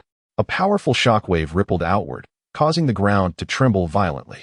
Yet, the blade, resembling an indomitable weapon, obliterated the ninjas' techniques without a trace. As the dust settled, the people within the shrine opened their eyes in astonishment, realizing the barrier remained intact. They gazed outside in surprise. A white-haired ninja stood at the entrance, adorned with the Leaf Village's forehead protector, his figure towering and majestic like an immovable mountain. The long sword he grasped, gleaming with a chilling light, inspired awe and admiration. "That was close." Kakashi Hitaki panted, finally at ease after arriving just in the nick of time. "Humph," he scoffed, his gaze sweeping over the surrounding intruders, glinting with icy resolve. "You fools, daring to wreak havoc in the land of whirlpools. Do you truly disregard the might of the Leaf Village?" Upon hearing Kakashi's words, the invading ninjas' expression soured. Their once arrogant demeanor was swiftly crushed, replaced by profound fear and unease. After all, everyone was aware of the formidable reputation of the legendary White Fang of Konoha. "Damn it, it's the White Fang. What should we do?" The invaders began to panic. At that moment, a tall ninja stepped forward from the crowd, his tone dripping with disdain for Kakashi. "Huh, the White Fang of Konoha? Merely a figure of hollow renown. Allow me to challenge you today." With that, he drew a short blade and lunged at Kakashi. A smirk graced Kakashi's lips, revealing a hint of scorn. In a swift motion, he evaded the attack. Then, with a powerful swing of his long sword, he unleashed a fierce wave of sword energy aimed directly at the man's chest. The man, stricken with terror, hastily raised his short blade in a futile attempt to defend himself. However, Kakashi's sword energy was not so easily thwarted. With a sharp crack, the man's blade shattered, and the energy pierced through his chest, splattering crimson blood. "Step forward, and you shall meet your demise. I mean it," Kakashi declared, sheathing his long sword, his piercing gaze fixed on the crowd.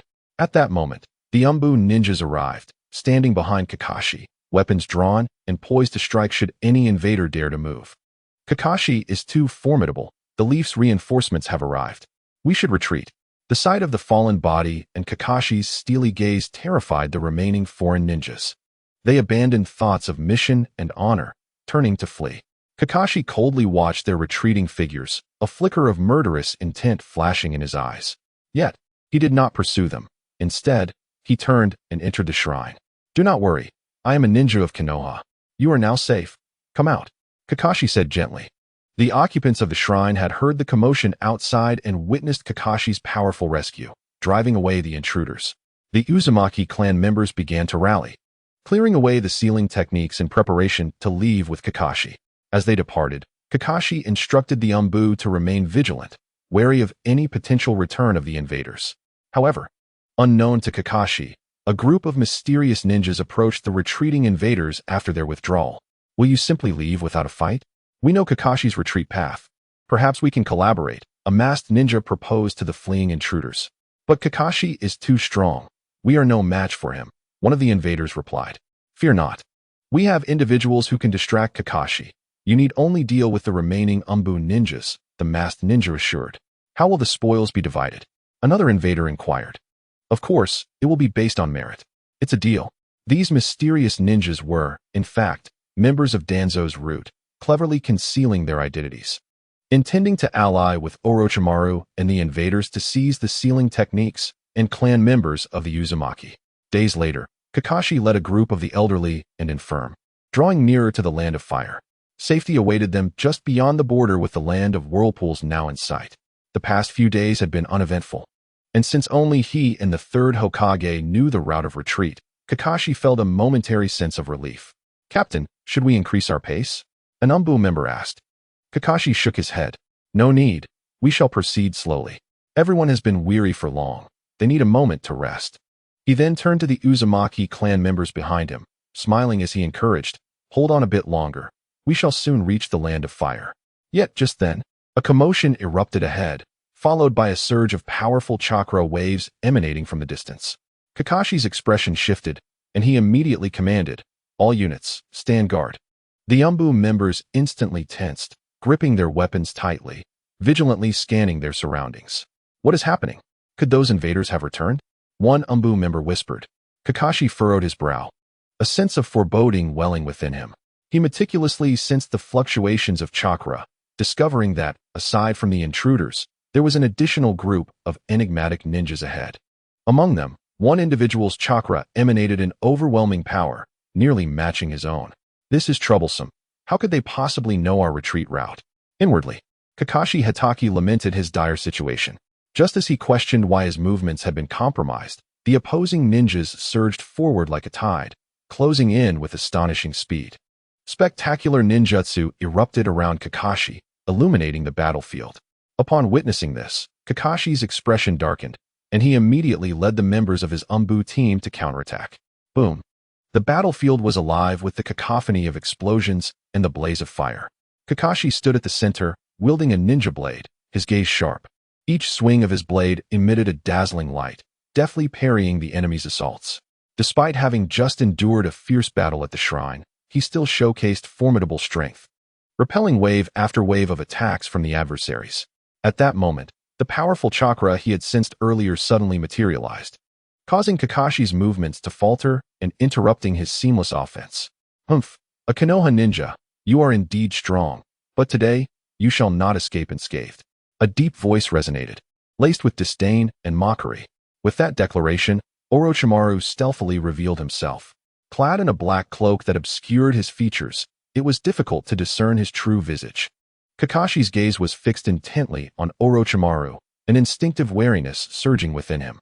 Although he did not immediately recognize Orochimaru's true identity, the aura emanating from him suggested he was no ordinary foe. "Who are you? Why are you obstructing us?" Kakashi's voice was low and stern, emanating an unassailable authority. He gripped his blade tightly, its edge gleaming ominously, ready to strike at any moment. However, Orochimaru paid no heed to Kakashi's inquiries. Instead, he swiftly formed hand seals, preparing to unleash an attack. Lava release, scorching river. Instantly, searing flames erupted from Orochimaru's mouth, forming a colossal pillar of fire that surged towards Kakashi. Simultaneously, he employed another technique, boil release, skillful mist technique, heating the surrounding air to a boiling point, creating a scalding mist. In the face of this sudden onslaught, Kakashi exhibited remarkable reflexes. His body darted like lightning, evading the ferocious fire pillar. Without hesitation, he swung his blade, unleashing a sharp wave of chakra that hurtled towards Orochimaru. The clash of their powers ignited a fierce battle, blades clashing and sparks flying. Damn it, he possesses Kekkei Genkai, both lava and boil release. When did such a master emerge in the ninja world? I've never heard of him before. Kakashi cursed inwardly. After a fierce exchange, neither side gained the upper hand, with Kakashi firmly ensnared by the enigmatic powerhouse. "Hold on, everyone. As long as Lord Kakashi returns, we will be safe," one Umbu ninja shouted through gritted teeth. Yet, outnumbered and overwhelmed, the Umbu's defenses were swiftly breached. With Kakashi distracted by Orochimaru, the remaining Umbu members struggled to fend off the enemy's relentless assault, resulting in substantial casualties, while the remnants of the Uzumaki clan faced slaughter. Seeing this, Kakashi gritted his teeth and summoned his chakra once more, arcs of lightning emanating from him, surging like electric serpents along his ninja blade. Lightning release, lightning blade. With a fierce shout, the blade erupted in a blaze of lightning, and Kakashi propelled himself forward like a brilliant flash, charging at Orochimaru. Orochimaru's eyes narrowed sharply as he swiftly formed hand seals. In an instant, a blazing shield of lava coalesced before him. However, the molten shield barely held for a moment before being shattered by the fierce blade, hurtling directly towards Orochimaru. Realizing the impending danger, Orochimaru retreated, hastily forming seals to counterattack. Unexpectedly, the side effects of his technique, the ghost buds, flared up, engulfing him in excruciating pain, causing him to stifle a groan. Glancing back at the relentless Kakashi, Orochimaru gritted his teeth. Snake escape technique. In the blink of an eye, he transformed into countless serpents, scattering in all directions. Although Kakashi managed to slay a few of the snakes, Orochimaru ultimately evaded capture. It's the snake escape technique. Could he be Orochimaru? But how could he possess both lava and boil release? Kakashi's mind was filled with confusion. Despite successfully driving Orochimaru away, the latter's diversion had achieved its goal. The intruders had successfully seized the Uzumaki clan's sealing techniques and kidnapped several of their children. By the time Kakashi returned to the main force, the intruders had already made their escape. The scene was grim, with all members of the Umbu team perished, leaving no survivors. Among the Uzumaki clan members who had been rescued, the elderly had been brutally slain, and the young were once again abducted, with the sealing scrolls entirely looted. The battlefield lay in ruins, strewn with bodies and blood, the air thick with the stench of death. Kakashi surveyed the devastation, his heart swelling with sorrow and rage.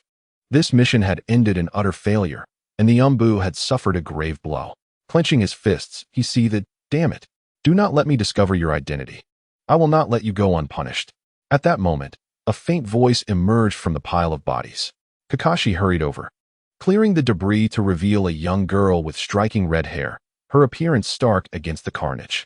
Covered in blood, but fortunately only lightly injured, she gazed at Kakashi with wide, fearful eyes. "Do not be afraid. I will protect you. What is your name?" Kakashi spoke gently, suppressing his sorrow, as he gently lifted the girl into his arms. As the sole survivor, he resolved to return with her to Konoha. "My name is Uzumaki Kushina," the girl replied weakly, her voice barely audible. Chapter 22. The final assessment. When Kakashi returned to Konoha, a month and a half had passed. Accompanied by the young Kushina, he exercised utmost caution, deliberately taking a longer route to avoid interception. At last, he safely reached Konoha village a week prior. Meanwhile, news of the fall of the land of whirlpools spread rapidly, igniting a fervor in Konoha. The village buzzed with shock and lamentation over the destruction of the land of whirlpools, while simultaneously casting doubt upon Kakashi's failure in his mission. This debacle had led to significant losses for Konoha, tarnishing Kakashi's previously stellar reputation as if an unseen hand manipulated public opinion. Minato found himself powerless to intervene in the devastation of the land of whirlpools. With his current strength, he could not alter its fate. As a mere observer, he silently watched the events unfold, hoping that Kushina would remain safe.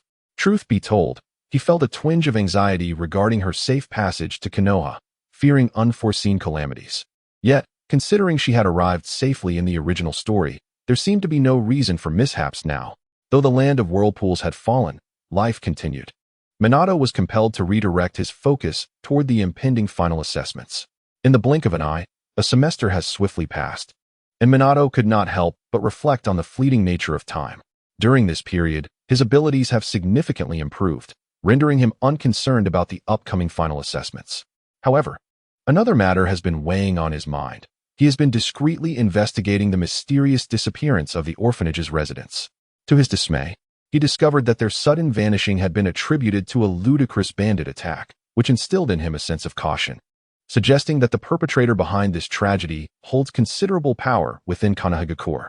Shaking off the tumultuous thoughts swirling in his mind, Minato rose from his seat and stepped outside, heading towards the Ninja Academy. Today marks the day of the final assessments, and following the examinations, the academy will enjoy a month-long break. Yet, for Minato, the notion of a vacation scarcely stirred any ripples in his mind, as his life remains perpetually centered around relentless training. The first segment of the examination consisted of a written test, which was divided into 3 sections: calculations, strategies, and the will of fire. Minato, ever attentive in class, found the questions trivial, aided by the memories of his past life. The pen danced lightly across the paper, and soon, the entire sheet was filled with answers. Upon reviewing his work, he noticed he had a full hour left before the exam concluded, which left him feeling a touch bored. His fingers began to absently twirl his pen. At that moment, he noticed the unusual behavior of his classmate, Shuntan, who, despite being one of the top performers among his peers, struggled to focus on the lesson. He was glancing at Minato with an expression full of urgency and desperation. The calculation problems were undoubtedly a mental torment for him, and seeing Minato at ease after finishing his test gave rise to some mischievous thoughts in Shuntan's mind. Help me, help me, help me. Minato could almost read those words in Shuntan's pleading gaze, yet his principles remained steadfast as a rock. Minato believed that true assistance lies in extending a helping hand when one is confused and guiding them patiently, rather than providing illicit aid during an examination meant to test integrity. Cheating, in his eyes, was a violation of the ninja way and an affront to self-discipline. Thus, Minato chose to disregard Shuntan's silent plea. He lowered his head, closed his eyes, and feigned a state of rest. Seeing no hope for assistance, Shuntan let out a resigned sigh and turned back to his exam, scribbling furiously in an attempt to answer as many questions as possible in the remaining time. The pen flew across the paper, leaving behind a flurry of legible and scrawled characters, a testament to his last struggle for knowledge. "You are truly ungracious," Shuntan exclaimed as the bell signifying the end of the exam rang, eagerly turning to Minato with a hint of reproach in his tone. Minato furrowed his brow at the remark, but quickly regained his composure, responding with a tone that was both stern and caring for his friend. "Who told you not to put in the effort? If you had sought my guidance more often, I would have gladly shared my knowledge. However, cheating in an exam is a disrespect to oneself and an insult to me. Such actions will only lead to my disdain for you. Rather than resorting to deceit, it would be better to submit a blank paper. At least that would prove your integrity." Shuntan, upon hearing Minato's words, slightly pouted, his pride resisting the urge to concede immediately. Knowing his friend's temperament, Minato decided to adopt a gentler approach. "It has been a while since I visited Aunt Rin at your home. After school today, I shall come over and prepare a sumptuous feast for you as a form of compensation." Upon hearing this, Shuntan's eyes sparkled with excitement, the earlier pride dissipating, and he readily agreed. "It's a promise." The afternoon assessment was a practical test, consisting of 3 parts: kunai throwing, taijutsu combat, and the mastery of the body flicker technique. The kunai throwing assessed one's accuracy. The taijutsu combat involved a match against teacher Taichi, and the mastery of the body flicker technique required the execution of at least one ninjutsu to pass. Given that this was the first semester, the difficulty level was not high, allowing nearly everyone to pass, yet achieving commendable results still required effort. Minato, of course, excelled in the practical assessment, achieving a perfect score and securing first place. His kunai struck the bullseye each time. His execution of the body flicker technique was seamless, and had he not held back slightly during the taijutsu match, even teacher Taichi would have struggled to keep up with him. Ultimately, combining his scores from the written and practical assessments, Minato achieved a staggering lead to secure first place. This remarkable performance was more than sufficient for graduation from the academy. Yet Minato desired to accumulate more knowledge and solidify his foundation, thus refraining from rushing into graduation. This impressive result was, of course, presented to the third Hokage. Upon reviewing Minato's exceptional performance, the third Hokage could not help but smile with pride, murmuring, "Jiraiya, your disciple surpasses your achievements from years past." Simultaneously, the third Hokage examined Minato's written test, finding certain insights within the will of fire that sparked considerable inspiration for him. Minato's potential was not limited to mere strength. He also displayed immense promise in combat strategy, leadership, and politics. "Where the leaves dance, the fire shall ever burn," he mused. "The future rests in the hands of you young ones. Minato, you must grow swiftly." As he spoke, the third Hokage, having recently endured significant losses within the Umbu, noticed a few more strands of gray in his hair. Yet, witnessing the outstanding capabilities of the new generation revitalized his spirit. "Minato, you are truly extraordinary. To have achieved a perfect score on such a challenging exam, while I barely passed the written portion," Shuntun lamented with a wry smile, his tone tinged with resignation. At that moment, the setting sun filtered through sparse clouds, casting a warm glow upon the two figures walking side by side, signifying the conclusion of their first semester and the arrival of a leisurely holiday atmosphere. As they made their way to the market to procure ingredients for their upcoming feast, Minato responded with a gentle smile, "Did you not score full marks in the practical assessment? When considered as a whole, your performance is commendable." "Huh, of course. My strength has indeed increased," Shuntun replied with feigned nonchalance, but then continued, "However, I must ask, Minato, just how far does your true strength extend? Despite my diligent training, I feel our gap is widening." "Huh, do not compare yourself to me. After all, I am a once-in-a-generation genius," Minato replied with a hearty laugh, his words laced with playful jest. "Just you wait.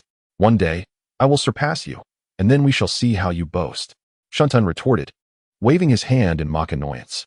Their banter fostered a deeper camaraderie between them. Amidst their laughter, Minato carefully selected ingredients for dinner: 2 fresh fish, 2 pounds of tender ribs, and a variety of seasonal vegetables.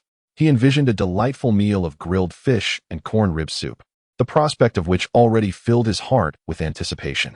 However, an unexpected encounter elevated their dinner plans. On their way out of the market, they chanced upon the Hyuga brothers, Hinata and Hayashi. Upon learning of Minato's intention to cook, they shamelessly requested to join the gathering, to which Shuntun readily acquiesced. Considering the increased company, Minato returned to the market to procure additional ingredients. Yet, on their way back, they encountered the Uchiha siblings and Narashikaku, transforming what was initially a small gathering into a grand feast. Fortunately, the residence of the Hatake family is sufficiently spacious, and with the sparse number of its members, it can easily accommodate the guests. As they arrived in a grand procession, Aunt Ling, who opened the door, momentarily froze before her face blossomed into a warm smile. "Everyone, please come in.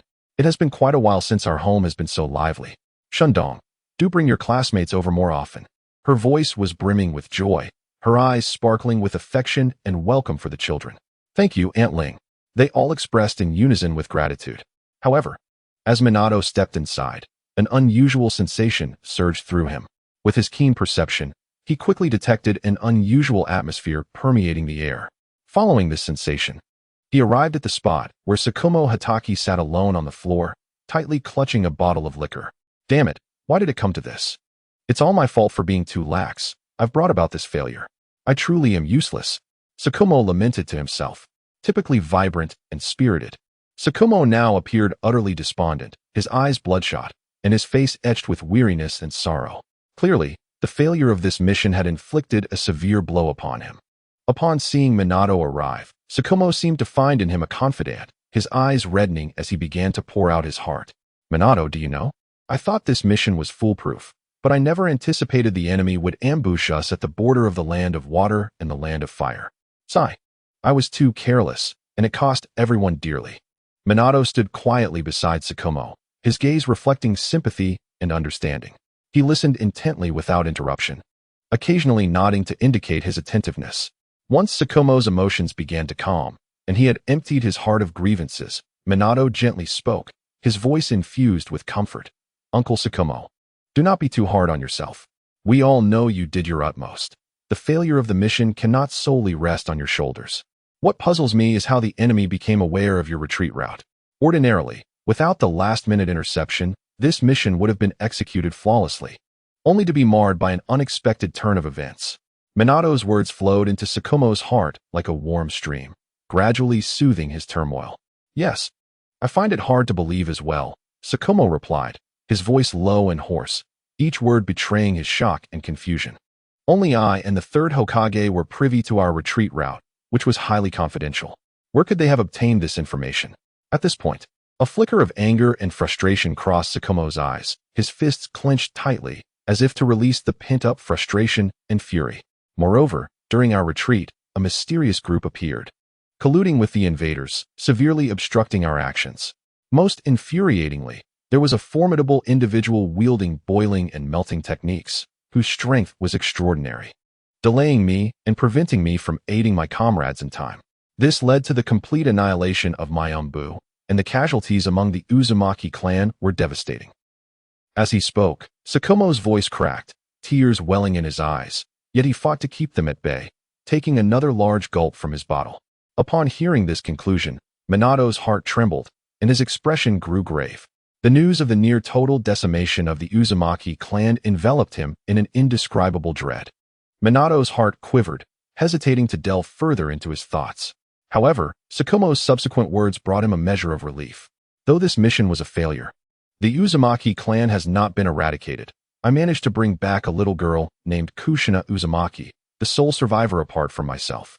Upon hearing this, Minato's furrowed brow finally relaxed. Fortunately, there had been no further tragedies. Yet a new question arose in his mind. Who was that mysterious figure? Uncle Tsukumo, did this enigmatic individual possess any other distinguishing characteristics? Typically, those with Kekkei Genkai are exceedingly rare, and someone wielding two distinct bloodlines should be well known within the shinobi world. Ah, Minato, that mysterious Kekkei Genkai ninja ultimately used the snake escape technique to flee. Tsukumo added after a moment of contemplation. Upon hearing this, a sudden flash of insight struck Minato as he skillfully pieced together all the details like a puzzle. An astonishing deduction began to take shape in his mind. The exposure of Tsukumo's whereabouts must be linked to Danzo. After all, only the third Hokage was aware of Tsukumo's operational plans, and the appearance of such a significant mishap could only be logically explained by a leak from someone close to the third Hokage. Among the Hokage's trusted confidants, Danzo was undoubtedly the prime suspect. Additionally, the mysterious figure's formidable abilities and unique jutsu instantly brought Orochimaru to Minato's thoughts. In the shinobi world, very few could match Tsukumo in combat, and Orochimaru's snake escape technique was his signature jutsu. Had it not been for the sudden emergence of the boiling and melting techniques, Tsukumo might have pointed his suspicions directly at Orochimaru. Minato was aware that Orochimaru could have potentially acquired the Kinyu Shoten technique from Hiruzen, suggesting he could merge other Kekkei Genkai, thus explaining his mastery of both the rare melting and boiling techniques. Therefore, the identity of that mysterious strongman could almost certainly be confirmed as Orochimaru. As for why Orochimaru would collude with Danzo, Minato also found an answer. Beyond their ambiguous relationship depicted in the original narrative, Minato had personally trained in the Kinyu Shoten technique and was acutely aware of its terrifying side effects. His own survival was solely thanks to the assistance of a commemorative coin. However, Orochimaru was not so fortunate. After absorbing two Kekkei Genkai, his body would undoubtedly suffer severe backlash. To restore his health, Orochimaru would naturally seek the powerful regenerative abilities of Hashirama cells. However, while Hiruzen was indeed Orochimaru's mentor, His rigid and conservative nature would never allow him to part with Hashirama's cells. Thus, the only person left for Orochimaru to turn to was Danzo. In summary, the failure of this mission was orchestrated by Danzo behind the scenes. However, Minato could not directly share his deductions with Tsukumo, as they contained secrets of his own.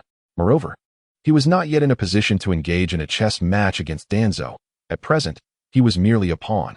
After some contemplation, Minato spoke. Uncle Tsukumo, do not let this failure weigh you down. I have some thoughts regarding this mission's failure, but I need more evidence to substantiate my theories. Please do not give in to despair. Both Shundong and Aunt Ling are counting on you. If you remain in this state, how heartbroken will they be? Upon hearing Minato's words, Tsukumo fell into silence, instinctively reaching for his bottle again, only to be stopped by Minato. Just then, Aunt Ling's voice called from outside. Minato, hurry and come help with the cooking. If you don't come soon, your friends will be waiting impatiently. Aunt Ling, I'm coming right away. Minato responded while taking the bottle from Tsukumo's hand and leaving the room. Watching Minato's departing figure, Tsukumo couldn't help but chuckle bitterly, muttering to himself, that brat dared to take my liquor. Yet, I truly ought to gather myself. Chapter 24. The Gathering. As Minato stepped out of the room, he casually tossed the liquor bottle into the trash. Upon entering the kitchen, he found Aunt Ling and Mikoto Uchiha busily preparing the evening's ingredients, which were already washed and neatly arranged on the cutting board, awaiting Minato's culinary expertise. As the arrival of Minato approached, Mikoto Uchiha urged him, Minato, you have finally come. Hurry and prepare the meal. We can hardly wait. You must also teach me properly. No withholding of secrets.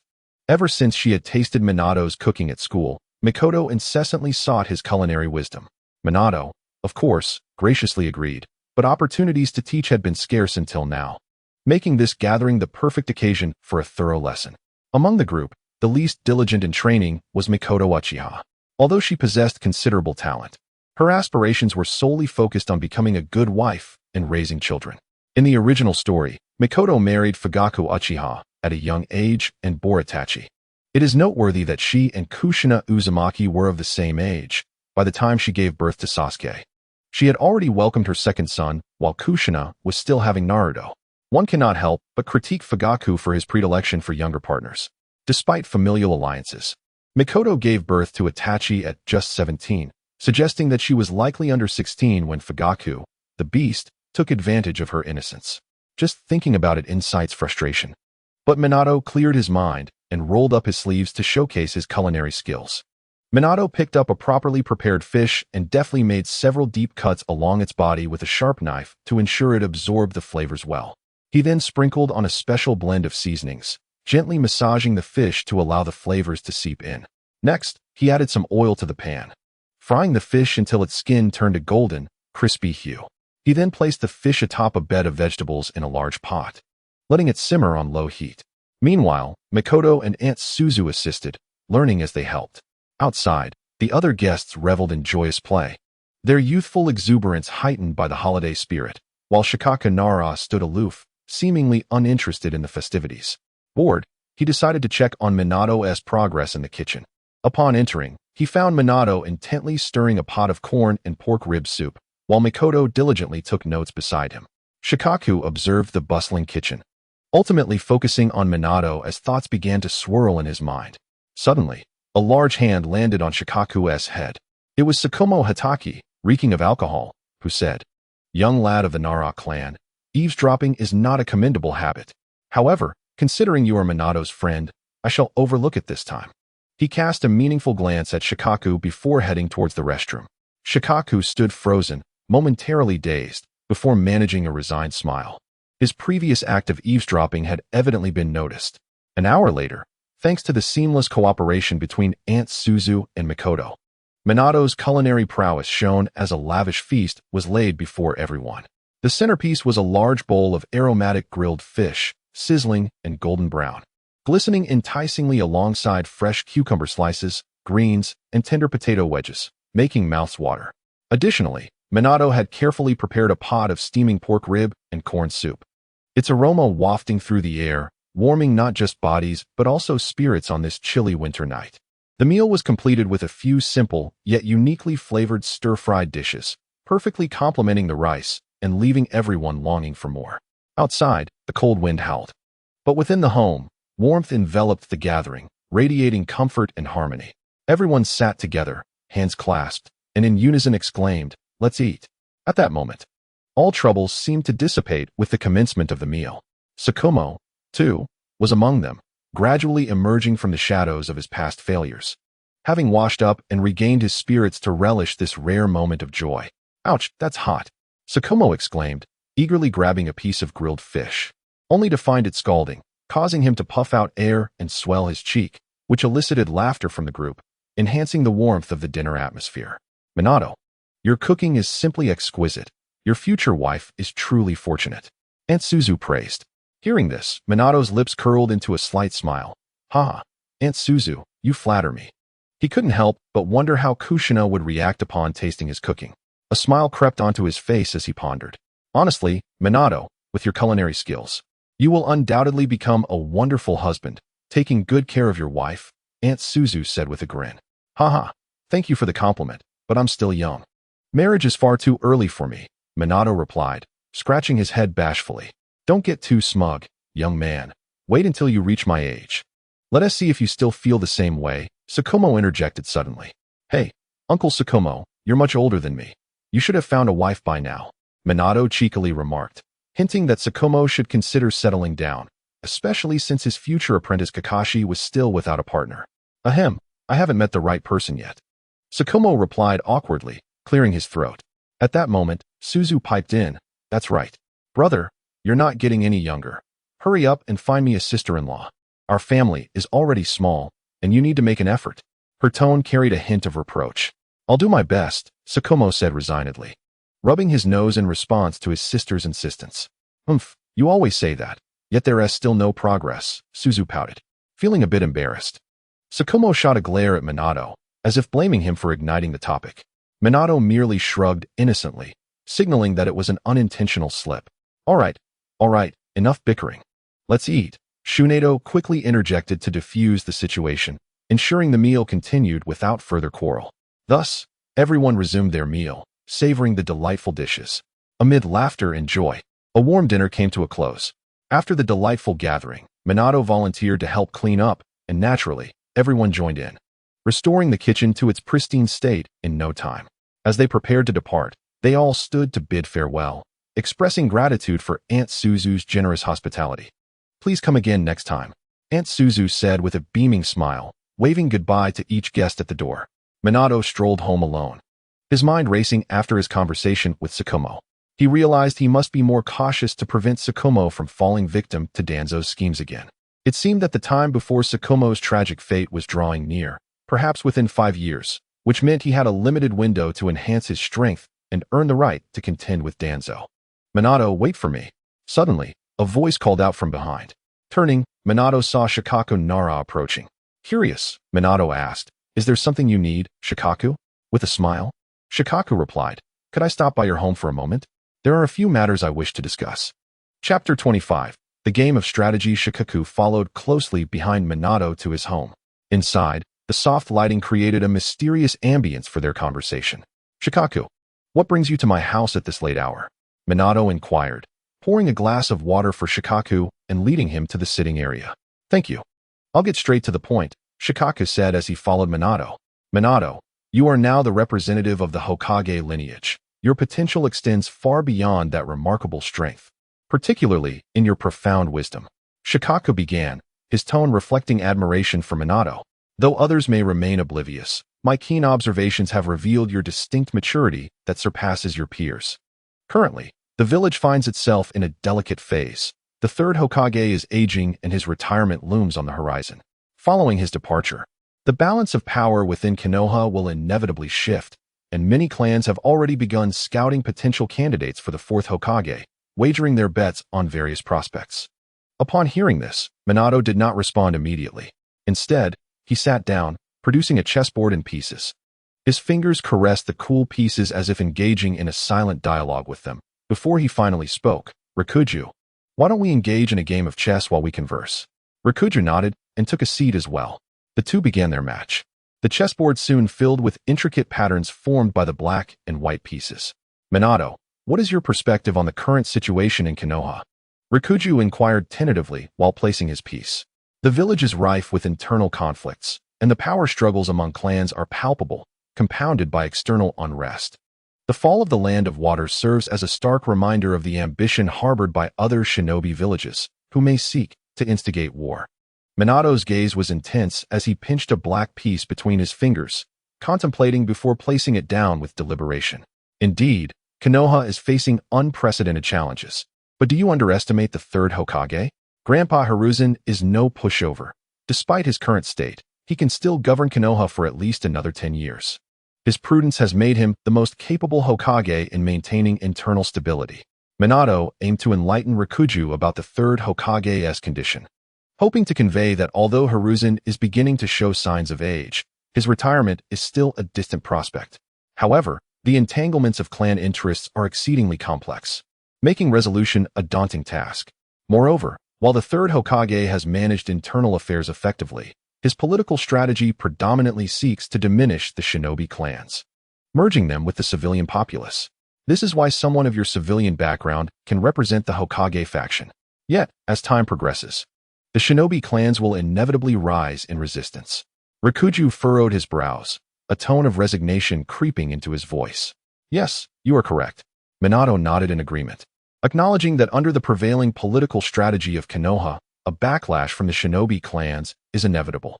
Taking the Uchiha clan as an example, if the fourth Hokage were not of their lineage, many radical factions within this formidable clan would likely choose to oppose the village. Thus, do you also believe the third Hokage's strategy is flawed? Rikuju pressed, noting Minato's concurrence with his thoughts. In truth, we should examine when this strategy was first implemented. The notion of diminishing the shinobi clans, advocating for a unified world where you are in me and I am in you, was proposed by the first Hokage, Hashirama Senju. It was initiated by the second Hokage, Tobarama Senju, and has continued into the third Hokage's tenure. Although it appears to be pursued, the power of the shinobi clans remains substantial, not markedly different from the past. Minato placed another piece down, the black piece is now in a favorable position, and added thoughtfully. The reason for this lies in the fact that the first Hokage targeted the Senju clan as the first to be weakened, resulting in its eventual extinction, leaving only Tsunade-sama. This has served as a cautionary tale for other shinobi clans, making it exceedingly unlikely for them to endorse such a strategy. You speak truthfully, Rikuju acknowledged, nodding as he placed a piece that slightly shifted the balance in his favor. So, you also deem the strategy to weaken the shinobi clans as unreasonable? Not entirely. It is simply impractical at this juncture. With internal strife and external threats, Konoha needs to harness the strength of the shinobi clans to fend off adversaries. Now is not the time to suppress them. Doing so would only embolden their resistance and provide an opportunity for external foes to exploit. Yet, for true peace to be achieved, the weakening of the shinobi clans is a necessity, Minato replied, his thoughts still fixed on the chessboard. When do you deem it would be an appropriate time? Rikuju asked, observing Minato's contemplative state. Only when an individual emerges who possesses the absolute strength to subjugate the entire shinobi world and unify all nations. At that moment, peace will reign, and the existence of the shinobi clans will no longer be required. Minato continued, the first Hokage's greatest misstep was distributing the tailed beasts among the major shinobi villages. When he passed, the loss of his suppressive power led to the resurgence of war. As Minato placed another black piece, the advantage shifted further in his favor. So, you propose that by possessing absolute power to dominate the shinobi world, peace will follow? Rikuju queried incredulously. Not so simply. After unification, a series of strategies must be implemented to regulate the shinobi world. However, true peace necessitates the unification of the shinobi world. As the saying goes, heroes emerge in chaotic times. True tranquility arises when no heroes exist. Thus, I aspire for Konoha to unify the shinobi world, creating a realm where all are one, devoid of distinctions between friend and foe, rendering the shinobi clans, and even shinobi themselves, obsolete. Minato gazed into Rikuju's eyes earnestly, declaring, I possess the confidence to be that unifier of the shinobi world. Yet first, you must ascend to the position of Hokage. Given your current age, attaining that status seems a distant dream. Fifth, or perhaps sixth Hokage. That would be 30 years hence, Rikuju sighed. The position of Hokage is indeed a significant matter. But do you underestimate my capabilities? Minato replied with a confident smile. Give me 10 years, and I am certain I will rise to become the 4th Hokage. Of course, I currently lack a solid foundation and will require assistance. With that, both fell into introspection, the rhythmic sound of chess pieces echoing throughout the room. The game intensified as Rikuju employed the wisdom of the Nara clan, devising intricate strategies to ensnare Minato. Conversely, Minato, with his keen insight, adeptly countered Rikuju's advances while searching for opportunities to retaliate. After a moment of contemplation, Rikuju placed a pivotal piece, sealing the outcome of the game. I concede. Minato chuckled wryly. Your skills indeed surpass mine. However, I was earnest in my previous statements. I cannot undertake this alone. I require your support. The plans you articulated resonate with some of my own thoughts. To attain peace in the world, we first need a formidable individual to unify the shinobi world. Since you are confident in becoming that unifier, I am willing to assist you. However, to realize your vision, we will face formidable adversaries. And we will need more power and support, Rikuju stated earnestly. Precisely. This is why I hope for your assistance. Together, we can strive to bring about change in the shinobi world, Minato replied, his gaze resolute. Though it may sound audacious. Your ambition to contend for the 4th Hokage seems almost laughable given your current qualifications. However, your vision may indeed lead to genuine peace in the shinobi world. The Nara clan shall place our trust in you, but not at this moment. In the future, once I ascend as the leader of the Nara clan. Furthermore, you must remain vigilant regarding Danzo and the Root organization. I suspect that Uncle Shikaku's predicament is closely tied to them. After reflecting, Rikuju nodded slightly and rose to take his leave. Ah, it appears you too are a man of ambition, Minato murmured as he watched Rikuju's departing silhouette. From Rikuju's final remarks, it was evident that he possessed a deep understanding of the inner workings of Konoha, and his exceptional intellect would serve as a substantial asset in Minato's future endeavors. Glancing at the chessboard, now filled to the brim with pieces, Minato regretted his final misstep, which allowed Rikuju to triumph with a 5-in-a-row victory, an outcome Minato had taught Rikuju during their time at the academy. Initially, Minato had dominated the game with his prior expertise, but he had not anticipated Rikuju's prodigious talent in chess, ultimately finding himself outmatched. Certainly, they were playing Go. Chapter 26. Encountering Might Guy again today marks the first day of the holiday. In the early morning, the village of Konoha, now in winter, is gently enveloped by a thin layer of frost, as if the entire world is immersed in a serene and chilly atmosphere. As Minato walks along the road, each breath releases delicate wisps of white mist. Following his conversation with Kakashi yesterday, this is Minato's first time sharing his thoughts with another, though he harbors certain secrets from Kakashi. Unifying the ninja world and achieving true peace is merely the first step. The real threat to the ninja world comes from the enemies above, which Minato must remain vigilant about. Lacking the Sharingan and the Sage Mode, Minato feels uncertain about whether he can attain the strength of the Otsutsuki clan through his own training. After all, in the original narrative, Minato's potential is limited to the level of a Kage. While this level is indeed formidable within the ninja world, it falls short against the Otsutsuki. Therefore, uniting the ninja world remains essential. After all, every additional ally adds to their strength, and it also helps prevent betrayal from within while combating external foes. With the holiday upon him, Minato resolves to utilize his extra time for training at the dojo. Every morning at 7, he heads to the training ground, dedicating the time originally meant for class to enhancing his physical skills, thereby laying a solid foundation for himself. Due to the cold weather, the training ground is sparsely populated in the early morning. A young man clad in a green tracksuit is energetically running, exhaling warm breath that contrasts sharply with the surrounding chill. Uncle Might Guy, is that you? Minato instantly recognizes the running Might Guy, feeling pleasantly surprised. Might Guy is well versed in physical training, arguably the most knowledgeable in Konoha regarding the subject. Minato has long desired to train alongside him, so he enthusiastically greets him. Upon hearing someone call his name, Might Guy immediately halts and turns around. He sees a child approaching him with a friendly smile, golden hair glistening in the sunlight, and recalls the little friend he encountered at the Ichiraku ramen shop. Ah, I remember you. You're called Minato, right? Might Guy exclaims with a hearty laugh, displaying his gleaming teeth. Yes, Uncle Might Guy. It's great to see you. Can you train with me? Minato asks eagerly. Of course. I promised you before.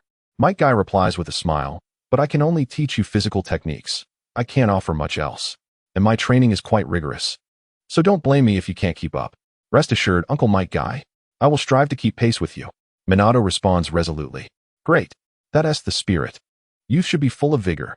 Let us start with warm-ups. Run 100 laps around the field. Might Guy proclaims loudly, his eyes sparkling with enthusiasm for training. Minato follows Might Guy's lead and begins to run on the field. As he runs, the cold wind nips at his cheeks. Fortunately, Minato's physical prowess far exceeds that of his peers, allowing him to easily catch up with Might Guy. However, to Minato's surprise, upon realizing he is caught up, Might Guy begins to accelerate, increasing the pressure on Minato. Determined, he grits his teeth and repeatedly challenges his limits to keep pace with Might Guy. After completing 100 laps, Minato comes to a panting halt, his clothes drenched in sweat, but he successfully kept up with Might Guy. It must be noted that Might Guy's training is indeed challenging. Even with Minato's superior physical condition, he nearly faltered. Thankfully, the commemorative coin provided him with the necessary motivation to persevere. Observing Minato, who is now out of breath, Might Guy feels a sense of astonishment. He had not held back. Initially, they merely jogged, but upon seeing Minato keep up, he escalated to his usual training speed, which is typically reserved for elite jonin. He never expected Minato to endure until the end without being left behind. Not bad, Minato, Might Guy nods in approval. Next, we'll do push-ups, 500 of them. Absolutely, Uncle Might Guy, Minato responds, diving into the next training session without catching his breath. This rigorous training continues until noon, at which point Minato feels utterly exhausted, his body weak and drenched in sweat, his clothes clinging uncomfortably to his skin. At that moment, Might Guy is stretching nearby, preparing to conclude the morning session. He turns to Minato, his eyes filled with admiration. Ha! Minato, impressive. You managed to endure an entire morning, which truly surprises me. Still not as good as you, Uncle Might Guy. I'm completely drained and have no strength left, Minato replies, having reached his limits for the first time since acquiring the commemorative coin. In contrast, Might Guy has only broken a light sweat, highlighting the disparity between them. Nevertheless, Minato's progress this morning has been substantial. He has continuously pushed his limits and made significant advancements. However, in the afternoon, Minato decides against further training with Might Guy. Considering his young age, the morning's exertion has already been excessive, and continuing such rigorous training could jeopardize his health. Instead, he plans to practice the essential ninja skills of kunai throwing and shuriken jutsu, which are equally important. Now it is lunchtime, and after a morning of intense training, Minato is famished. He looks at Might Guy and says, Uncle Might Guy, thank you for your guidance. Let me treat you to ramen for lunch. Might Guy pauses for a moment, then waves his hand, saying, No need, Minato. You're just a child. How could I let you treat me? I had a bowl of ramen on the last occasion, so it's my turn to treat you this time. With that, he takes Minato to Ichiraku Ramen. Upon entering the ramen shop, Might Guy loudly places his order. Master, I'd like a bowl of tonkatsu ramen and a bowl of original clear broth ramen. The master looks up at the sound, recognizing Minato and expressing surprise. All right, please wait a moment. Oh, Minato, you're here too? That is wonderful. Minato smiles and replies. Ha ha, master, I've missed your ramen so much. I haven't had it in days. I'm craving it. Hearing this, the master beams even more and says, All right. Today I'll make sure to satisfy you. I'll throw in 2 fried eggs for free. Before long, 2 bowls of ramen are served, one brimming with pork and tonkatsu broth and the other a clear broth, complemented by the complimentary fried eggs, preventing it from appearing too plain. Might Guy eagerly pushes the tonkatsu ramen towards Minato, saying, Minato, you're still growing. You need to eat more. He then begins to enjoy his bowl of clear broth ramen. Watching Might Guy eat, a warm feeling wells up within Minato. He takes some of the pork from his tonkatsu bowl and places it into Might Guy's bowl, saying, Uncle Might Guy, I'm just a child. I can't eat this much. Please help me share some. Seeing Minato's gesture, Might Guy's eyes suddenly glisten with emotion. Minato, thank you. Curious, Minato asks. Uncle Might Guy, as a ninja, why do you live so frugally? Don't laugh at me for saying this, but I can only do physical techniques. I can't take on many missions. Most of the time, I survive by doing menial tasks like helping villagers find their lost pets or dealing with pests that damage crops. These tasks yield little and require a lot of time and effort. Moreover, my wife is pregnant, and I want to save some money to ensure she eats well. Mike Guy shares his struggles with Minato, yet when he mentions his pregnant wife, a smile of happiness crosses his face. Indeed, Uncle Mithriya, you are truly a considerate husband and will undoubtedly become a great father in the future, Watergate expressed with heartfelt admiration. Upon hearing Watergate's praise, Mithriya felt his spirits lift considerably. Chuckling, he replied, "Haha, Watergate, I appreciate your kind words." After finishing the ramen, Mithriya stood up to settle the bill. However, Watergate stopped him, saying, "Uncle Mithriya, my elder has graciously covered a substantial amount for my ramen, so there is no need for you to spend anything. It has already been taken care of." Mithriya looked at Watergate with a hint of skepticism, but upon seeing the nod of confirmation from the ramen chef, he dispelled his doubts. Feeling slightly embarrassed, he scratched his head and said, "Oh, is that so? Thank you so much." Exiting the ramen shop, Watergate bid farewell to Mithriya. Watching him depart, Watergate re-entered the Ichiraku Ramen to settle his payment with the ramen chef. It was, of course, a benevolent fib, and fortunately, the chef had cooperated with him. Chapter 27. The stored card. Thank you immensely for your cooperation just now, chef. Upon returning to Ichiraku Ramen, Watergate expressed his sincere gratitude while reaching into his pocket to rummage for something. In a short while, he produced several bills and handed them to the chef. The chef smiled and waved his hand, indicating that it was unnecessary to be so formal. "Oh, Watergate, you mustn't be so reserved. A kind-hearted child like you is truly a rarity." As he spoke, the chef did not hastily accept the money that Watergate offered. Instead, he curiously inquired, "By the way, Watergate, you previously mentioned wanting to store money with me for ramen. I am quite intrigued. Could you elaborate further on that?" Realizing that the concept of a stored card for convenient payments had yet to exist in this world, Watergate patiently explained, "Chef, we could create a type of card specifically for payments at Ichiraku Ramen. Anyone can have one, allowing them to store money for their everyday ramen expenses. This way, even if someone has to go out, leaving the children at home, their dining needs can be easily addressed." The chef listened thoughtfully, nodding, but soon raised a question. "That would be a new payment method, but I fail to see what particular benefit it would hold for me." Watergate continued to elucidate. "On the surface, that may seem true. However, consider this, chef. If someone typically enjoys ramen twice a week, once here and once elsewhere, wouldn't they be more inclined to come here if they had a card with us?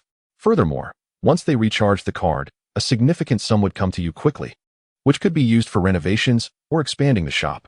If they have topped up their card, they will surely come here to consume the equivalent amount of ramen. Otherwise, their money would go to waste, wouldn't it?" The chef pondered Watergate's words and found some merit in them. Yet he posed another question. "But how can we persuade others to willingly obtain such a card?" Watergate smiled gently and continued, "We could offer minor discounts to attract them.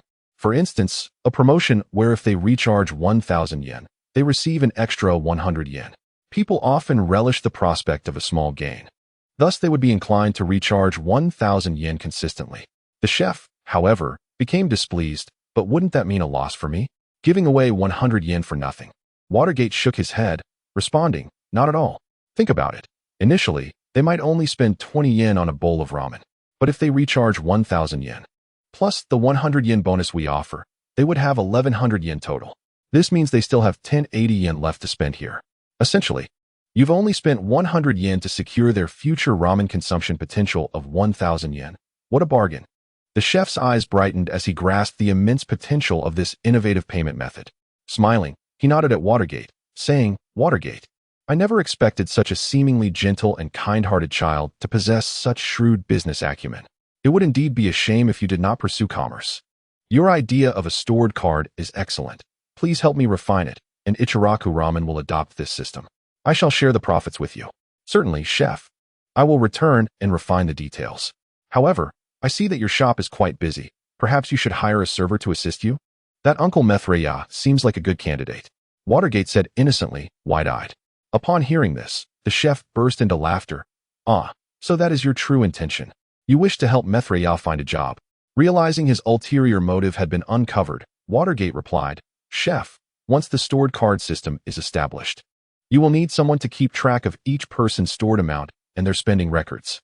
You'll be too occupied with making ramen to manage that yourself, and you will require someone trustworthy to assist you. Uncle Mithriya is honest and reliable. You need not worry about him being dishonest or pilfering. I vouch for him. He will certainly fulfill this role well." Seeing Watergate's earnest demeanor, the chef felt reassured, as everyone knew Watergate was a disciple of Jiraiya. Thus, he responded, all right. No need to be so serious. I never said I disagreed. Besides, with your guarantee, what do I have to worry about? It's settled then. Overjoyed by the chef's agreement, Watergate expressed his heartfelt gratitude. Thank you, chef. After leaving Ichiraku Ramen, Watergate planned to return home to shower and change his clothes, as he found the sticky feeling quite uncomfortable. Simultaneously, he intended to document the operational details of the stored card system to present to the chef in a few days. In truth, the concept of the stored card was relatively straightforward. Watergate envisioned that Ichiraku Ramen could create a batch of card templates, allowing customers to sign their names on the cards to ensure uniqueness. He would keep an identical backup, which would help confirm the authenticity of the cards should any issues arise. Given that Konoha Village was rather small, and the chef was familiar with nearly all customers, the risk of counterfeiting was minimal under these dual safeguards. The remaining task involved recording the customer's recharge activities. This aspect was quite manageable. Whenever someone came in to recharge or dine, the records would need to be promptly noted in a ledger, detailing each card's balance and the items consumed, thus preventing disputes regarding card balances. Naturally, this ledger would be submitted to the chef daily for reconciliation. Having meticulously documented all these considerations and organized them, Watergate lifted his gaze to find that night had fallen unbeknownst to him, thereby negating his plans for training with kunai and shuriken. After a simple dinner, Watergate set out to the woods to practice his ninjutsu. Thanks to the continuous chakra refinement from his shadow clones, Watergate's chakra had significantly increased, reaching an impressive level akin to that of Kakashi. Although Kakashi often faced ridicule for having a lesser chakra capacity in the original story, such criticism was relative to later characters with extraordinary abilities. Kakashi was, after all, a genuine elite jonin, and compared to ordinary ninjas, his chakra reserves were substantial. Remarkably, at the tender age of 6, Watergate had already achieved such a level. Earth Release, Earth Shield. With a swift hand sign, Watergate summoned a deep rumbling sound as massive earthen walls surged from the ground, resembling mountainous fortifications. Indeed, at this moment, Minato has mastered the ability to form hand seals with a single hand. His speed in executing these seals has reached an astonishing level, allowing him to unleash jutsu almost instantaneously. The moment a particular jutsu crosses his mind, it manifests in the next instant. A seemingly ordinary earth-style wall, in Minato's hands, is released with immense grandeur. Gazing at this magnificent spectacle, a thought arises in Minato's mind. If he were to possess a chakra reserve as abundant as that of Hashirama Senju, could he perhaps create even more potent jutsu? For instance, could he mimic the wood release's wood domain with an earth release variant, earth domain? He envisions generating a massive quantity of rocks using the earth-style wall, then skillfully employing the earth core technique to precisely shatter and position these rocks underground, before triggering an explosive release. Wouldn't that be akin to a slightly weaker version of the earth domain? With determination, Minato initiates the earth wall technique with his left hand while concurrently employing the earth core technique with his right. Although both jutsu are classified as B rank, the challenge of executing them simultaneously increases exponentially as it demands dual focus, thereby testing Minato's chakra control to its limits. On his first attempt, he undoubtedly fails. The earth wall collapses under the tremors of the earth core, scattering debris across the ground. It seems that creating his own jutsu is indeed a formidable task. However, Minato is not one to concede easily. After reflecting on the reasons for his earlier failure, he resolves to persevere. Earth Release, Earth Domain. Earth Release, Earth Domain. Earth Release, Earth Domain. In the dead of night, Minato's voice resonates clearly. With each fervent shout, imposing earthen walls surge from the ground, exuding an overwhelming force as though yearning to break free from all constraints. Yet, each time they rise, an unseen power causes them to collapse with a thunderous crash. The moonlight filters through the leaves, illuminating the disarray below. Still, Minato does not waver. His figure stands resolute amidst the chaos. The following morning, Minato arrives at the training ground as scheduled, continuing his physical training alongside Might Guy. Although his efforts to develop the Earth Domain Jutsu proved unsuccessful last night, Minato has identified the issue. On one hand, his chakra control, while already formidable, lacks the finesse required for a perfect amalgamation of the two techniques. Furthermore, Merely merging the Earth Wall and Earth Core does not seem sufficient to achieve the desired effect of the Earth Domain. While the Earth Wall can generate a plethora of stones, and the Earth Core can fracture and direct their growth, there is a crucial absence of the explosive force needed to unleash this power in an instant. Thus, Minato contemplates seeking advice from his grandfather, Hiruzen, renowned as the Doctor of Ninjutsu, who could undoubtedly provide valuable insights. Lost in thought, the morning slips away like water through fingers. Today, Minato appears more fatigued than the day before, lying on the training field, his chest heaving as he gasps for breath. Clearly, after witnessing Minato keep pace with him, Might Guy has unconsciously intensified their training regimen, proving to be quite taxing for Minato. In the past, he had effortlessly mastered any skill, rarely encountering challenges. Yet, under Might Guy's rigorous physical training, he has faced repeated setbacks. Nonetheless, Minato's training with Might Guy has also yielded significant rewards. This is the essence of youth. Minato, have you considered joining me in donning a vibrant youth uniform? After the training session, Might Guy, observing Minato drenched in sweat and his shirt clinging to his skin, enthusiastically inquires, producing a small-sized uniform identical to his own from seemingly nowhere. Despite being soaked and uncomfortable, Minato shakes his head resolutely, a hint of a wry smile on his lips. Ahaha. Thank you for your kind offer, Uncle Guy, but I think I will pass. Meanwhile, Minato privately contemplates that perhaps it is time to acquire a dedicated training outfit, one that is both convenient and practical, especially since finances are no longer a concern for him. What a pity. Might Guy, seeing Minato decline his offer for the youth uniform, regretfully stows it away. By the way, Uncle Guy, shall we visit Ichiraku Ramen again for lunch? I hear the handmade chef is looking for a server, and the pay is quite decent. I think you should give it a try. Having already devised a plan concerning the storage card, Minato decides to take Might Guy along to discuss it with the chef. Oh, is that so? That sounds fantastic. Might Guy's face lights up with an exuberant smile upon hearing the news. For him, securing a job is a stroke of luck, especially as it offers a respite from idleness.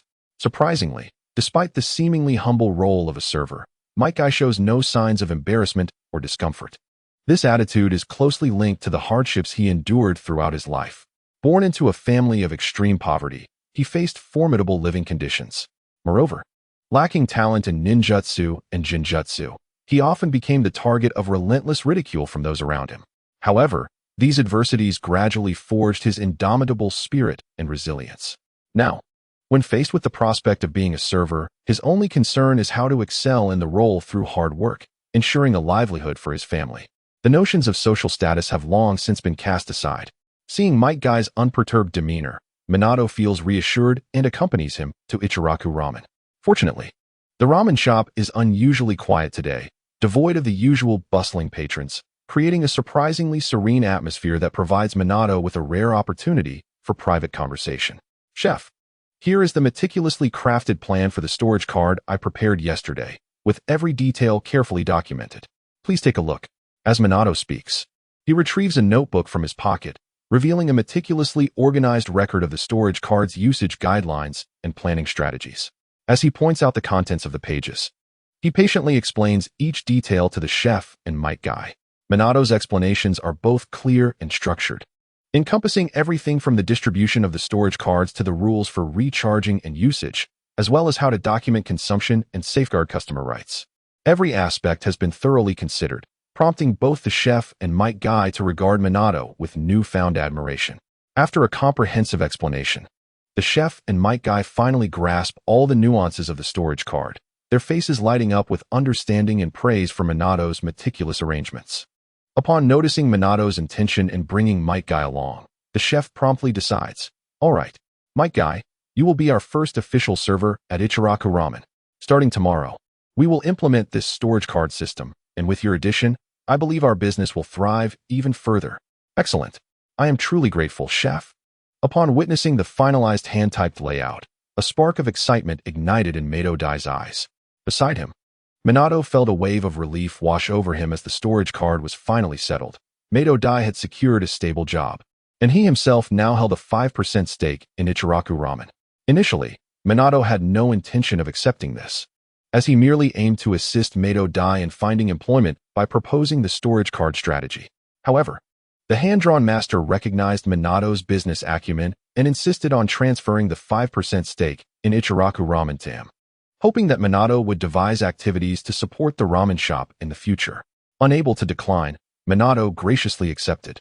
One should not underestimate this 5% stake. With proper planning for future expansion, it could yield significant income, a steady stream at that. Once all matters were settled, Minato and Mato Dai began to relish their lunch of 2 extra servings of tonkatsu ramen, no payment required. As employees now, they would no longer need to pay for their meals at Ichiraku Ramen. After enjoying the delectable meal, Minato bid farewell, while Mato Dai remained to learn the nuances of the shop's operations and his job responsibilities, officially commencing his work at Ichiraku Ramen in the afternoon. Chapter 29. Custom uniform. Upon exiting Ichiraku Ramen, Minato ventured into a clothing store to commission a set of attire that could serve both for daily wear and training, as well as function as a combat uniform for future missions. The standard green vests of Konoha were simply too unsightly. As he walked along the streets, Minato sensed the gradual transformation of the surroundings, with only half a month remaining until the new year. At this moment, the streets began to emanate the festive spirit. People shouted boisterously, directing others to hang vibrant red lanterns high on the trees lining the streets. Small vendors tirelessly pushed carts laden with an array of New Year goods. Weaving through the throngs of people, Minato selected some rice paper and brushes, intending to craft auspicious couplets to gift others for the new year. After securing the rice paper and brushes, Minato entered a clothing store specializing in custom ninja attire, where purchases required precise measurements to ensure a perfect fit. As the professionals began measuring his physique, Minato took the opportunity to articulate his requirements for the uniform. He first specified that the innerwear should be of a sports style, consisting of a black bodysuit. This garment would feature short sleeves and extended black arm sleeves, crafted from highly absorbent material to prevent discomfort from sweat during training, thus ensuring comfort. The outer layer would be a ninja uniform grounded in deep blue, adorned with golden trim. This coat needed to be made from a special material that allowed for agile movement during combat, while providing resistance against certain attacks. The accompanying trousers would be snug yet unrestrictive black ninja pants, embellished with exquisite golden patterns along the sides, harmonizing with the golden lines of the coat for a cohesive appearance. Additionally, Minato specifically requested hidden pockets on the chest, wrists, and ankles of the coat, which could be used for carrying weights during training and storing ninja tools and explosive tags during missions, enabling surprise attacks. After clarifying all details, the store attendant informed Minato that the crafting would require 3 hours, allowing him to explore the area before returning for his garments. With some time to spare, Minato decided to leisurely browse the store for any suitable ready-made garments. As he strolled through the aisles, a vivid red scarf caught his eye from the corner of a shelf. Its flame-like color stood out remarkably among the array of clothing. For reasons unknown, the moment his gaze met the scarf, an indescribable feeling surged within him, as if something deep inside had been gently stirred. Why did this scarf evoke such a sense of familiarity? After a moment of contemplation, Minato gestured to a nearby attendant and pointed to the scarf, saying, "Could you please retrieve this scarf for me? I would like to purchase it as well." The attendant smiled and nodded, carefully handing the scarf to Minato while explaining, "Young man, this scarf was hand-woven by our store manager. There were originally 2, one yellow and one red, designed as a couple's set. Not long ago, a little girl with red hair came in and bought the yellow one." Upon hearing this, a bold hypothesis flashed through Minato's mind. Could it be that Kushina was nearby? Had she fortuitously purchased the yellow scarf recently? Although it seemed improbable, a voice within him insisted that Kushina was close by. Thus, Minato stepped out of the clothing store, determined to search for her. He traversed the bustling streets, weaving through the crowd, yet as time passed, he saw no sign of Kushina. Was she not here? Had he missed his chance to encounter her? Regardless, he reassured himself that even if he could not meet her now, she would attend the Ninja Academy after the new year, and he would see her then. Still, he could not shake the feeling of disappointment. When Minato emerged from the clothing store once more, the streets had grown quiet, and twilight descended. A streak of sunset, like molten gold, flowed across the horizon, its hues deepening from soft yellow to rich tones. At that moment, Minato donned his new attire, looking dashing in his uniform, which complemented his youthful yet handsome visage. Crowned by his golden hair, an enchanting image of a charming young boy. After a moment's thought, he took the red scarf from his bag and wrapped it around his neck. Due to his fondness for Kushina, this scarf brought him an inexplicable joy, However, as he adorned the scarf, the color scheme inexplicably took on a peculiar quality. If his appearance had previously been flawless, it now seemed slightly diminished. Nevertheless, Minato paid no mind to this as he strolled homeward, his thoughts drifting to Kushina. In his past life, his favorite female character from Naruto was Uzumaki Kushina, and now, as he inhabited Minato, his affection for her grew even stronger. Alas, he was still young and certainly could not emulate Uchiha Fugaku's unscrupulous nature, but that did not diminish his yearning to see Kushina. While lost in his reverie, a sudden cacophony of mocking laughter jolted Minato back to reality. The sound emanated from a dimly lit corner, laced with malice. Ha! Everyone look at this red-haired little round face. Is she trying to play the part of a tomato? And with such an ugly yellow scarf. How amusing. Minato's heart tightened. Red hair, yellow scarf. Could it be Kushina? Without hesitation, he quickened his pace toward the source of the laughter. Turning the corner, a scene unfolded before him. A group of boys encircled a small girl, her red hair radiant in the sunset, her cherubic face streaked with tears. She helplessly wiped away the droplets sliding down her cheeks, her eyes filled with grievance. As Minato's gaze pierced through the laughing boys and finally settled on the red-haired girl, time seemed to freeze in that moment.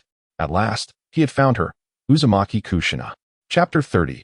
Kushina Uzumaki. As Minato approached, the voices of the crowd became increasingly clear. Look at her hair, it's as red as a monkey's backside. A child exclaimed, his laughter sharp and piercing, as if it were a dagger stabbing straight into Kushina's heart. Have you been burned by fire, little cherry tomato? Otherwise, how could your hair be so red? Another child sneered. Maybe she glows at night, like a monster. A third one maliciously chimed in. Kushina, the target of their ridicule, bit her lip to stifle her tears. She knew she must not cry, for that would only embolden them further in their taunts. Yet, the injustices she had endured during her young life caused her tears to flow uncontrollably. Just then, a clear voice pierced through the cacophony of mockery, shattering the suffocating atmosphere. Hey, do you not feel ashamed for bullying someone like this? Who are you to meddle? The crowd turned to see the source of the voice, their gazes landing on a figure with radiant golden hair that shimmered in the sunlight, contrasting sharply with the red scarf draped around his neck. Who else could it be but Minato? Upon seeing Minato's hair and scarf, the crowd fell into a brief silence before bursting into laughter. Look over there, a red-haired girl with a yellow scarf. And here we have a yellow-haired boy with a red scarf. What exquisite taste you all have. Truly a perfect match. One of the children was the first to react, unleashing a chorus of mocking laughter as they attempted to continue their cruel game. At this moment, Kushina slowly lifted her head and wiped her tears, gazing at Minato's dazzling golden hair adorned with the red scarf. Though the colors clashed, she inexplicably felt a sense of harmony. Her heart quivered slightly, as if touched by a gentle force. Is that scarf from the shop? She murmured, glancing at her own yellow scarf, a wave of indescribable emotion washing over her. Kushina had recently endured the devastating loss of her clan and was already reeling from the emotional toll. Arriving in Konoha, she faced constant ridicule for her red hair, which brought her to the brink of despair. At that moment, Minato's red scarf served as a profound source of solace, reminding her that there were those who appreciated red. I do not wish to be disliked by everyone, she thought. Minato, unaware of the turmoil within Kushina, felt his gaze grow serious as the crowd erupted in laughter again. He stepped closer, fixing his eyes on the group of children. His tone, though calm, carried an undeniable weight. Everyone possesses their own uniqueness. Her red hair is a part of who she is, not a target for your mockery. Furthermore, how others choose to dress is their own freedom. What right do you have to criticize? As his words settled, Minato's chakra began to stir, releasing an invisible pressure that radiated from him. The children, who had been laughing at him moments before, felt the shift in atmosphere and their expressions faltered, their bravado extinguished as they reluctantly fell silent. All right, we'll leave. Goodbye. Little cherry tomato. Let's hope we don't cross paths again. Defeated, they turned to leave, throwing back their parting shots. Do you think you can simply walk away without an apology? Shouldn't you at least apologize to her? Minato's anger surged as he watched the unremorseful figures turn their backs. Hey, what do you think you're doing? Don't think you can intimidate us with your chakra. There are 5 of us. One of the children glared at Minato, shouting defiantly.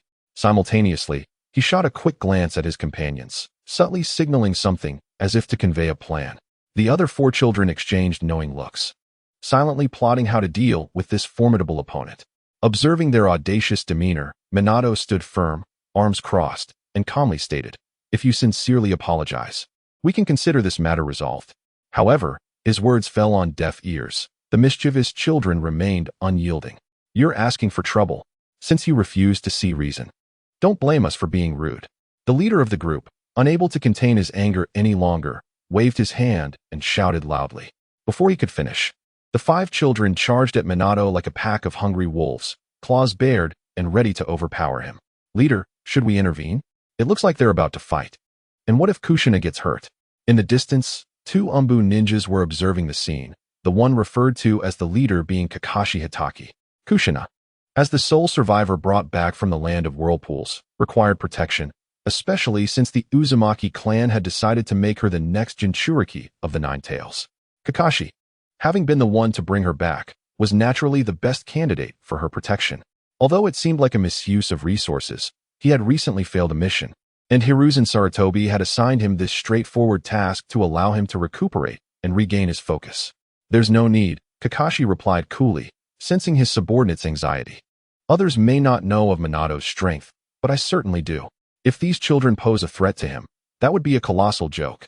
Indeed, after a brief scuffle, Minato stood unscathed, while the once boisterous children now clutched their toes, wailing, "You scoundrel! How could you step on our toes?"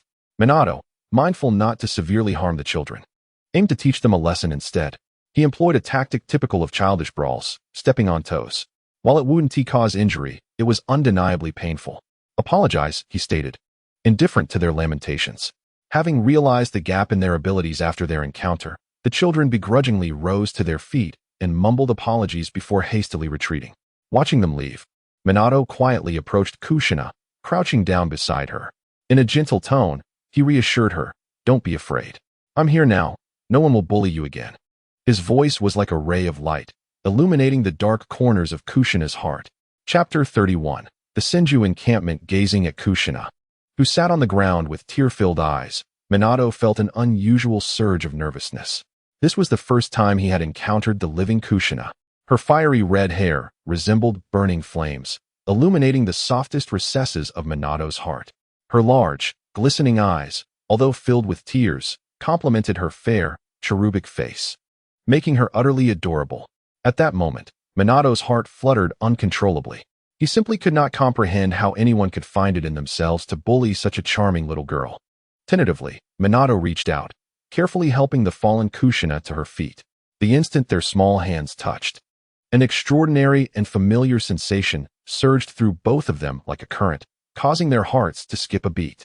Once Kushina regained her balance, Minato, startled, quickly withdrew his hand as if jolted.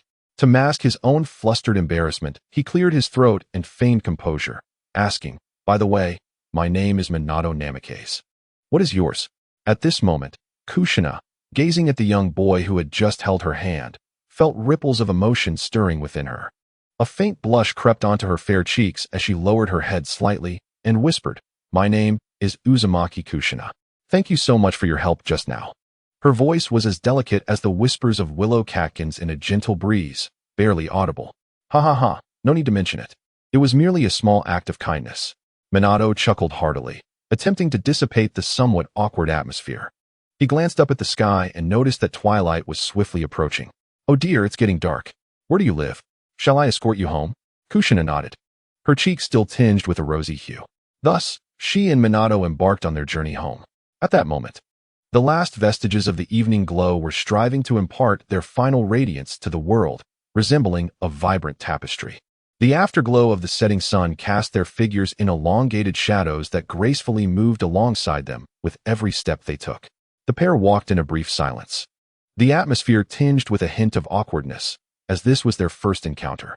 Although Minato possessed memories from a previous life that informed him of Kushina's preferences, they were merely 6-year-old children at present. Minato found himself in a bit of a dilemma. Kushina, too, felt somewhat at a loss. Having endured numerous tragedies, her thoughts were evidently more mature than those of her peers. This was her first time walking alone with a boy, and while she held a favorable impression of the blonde youth before her, she still felt a touch of discomfort. To alleviate the tension, Minato proactively inquired, "Kushina, is there anyone else in your family?"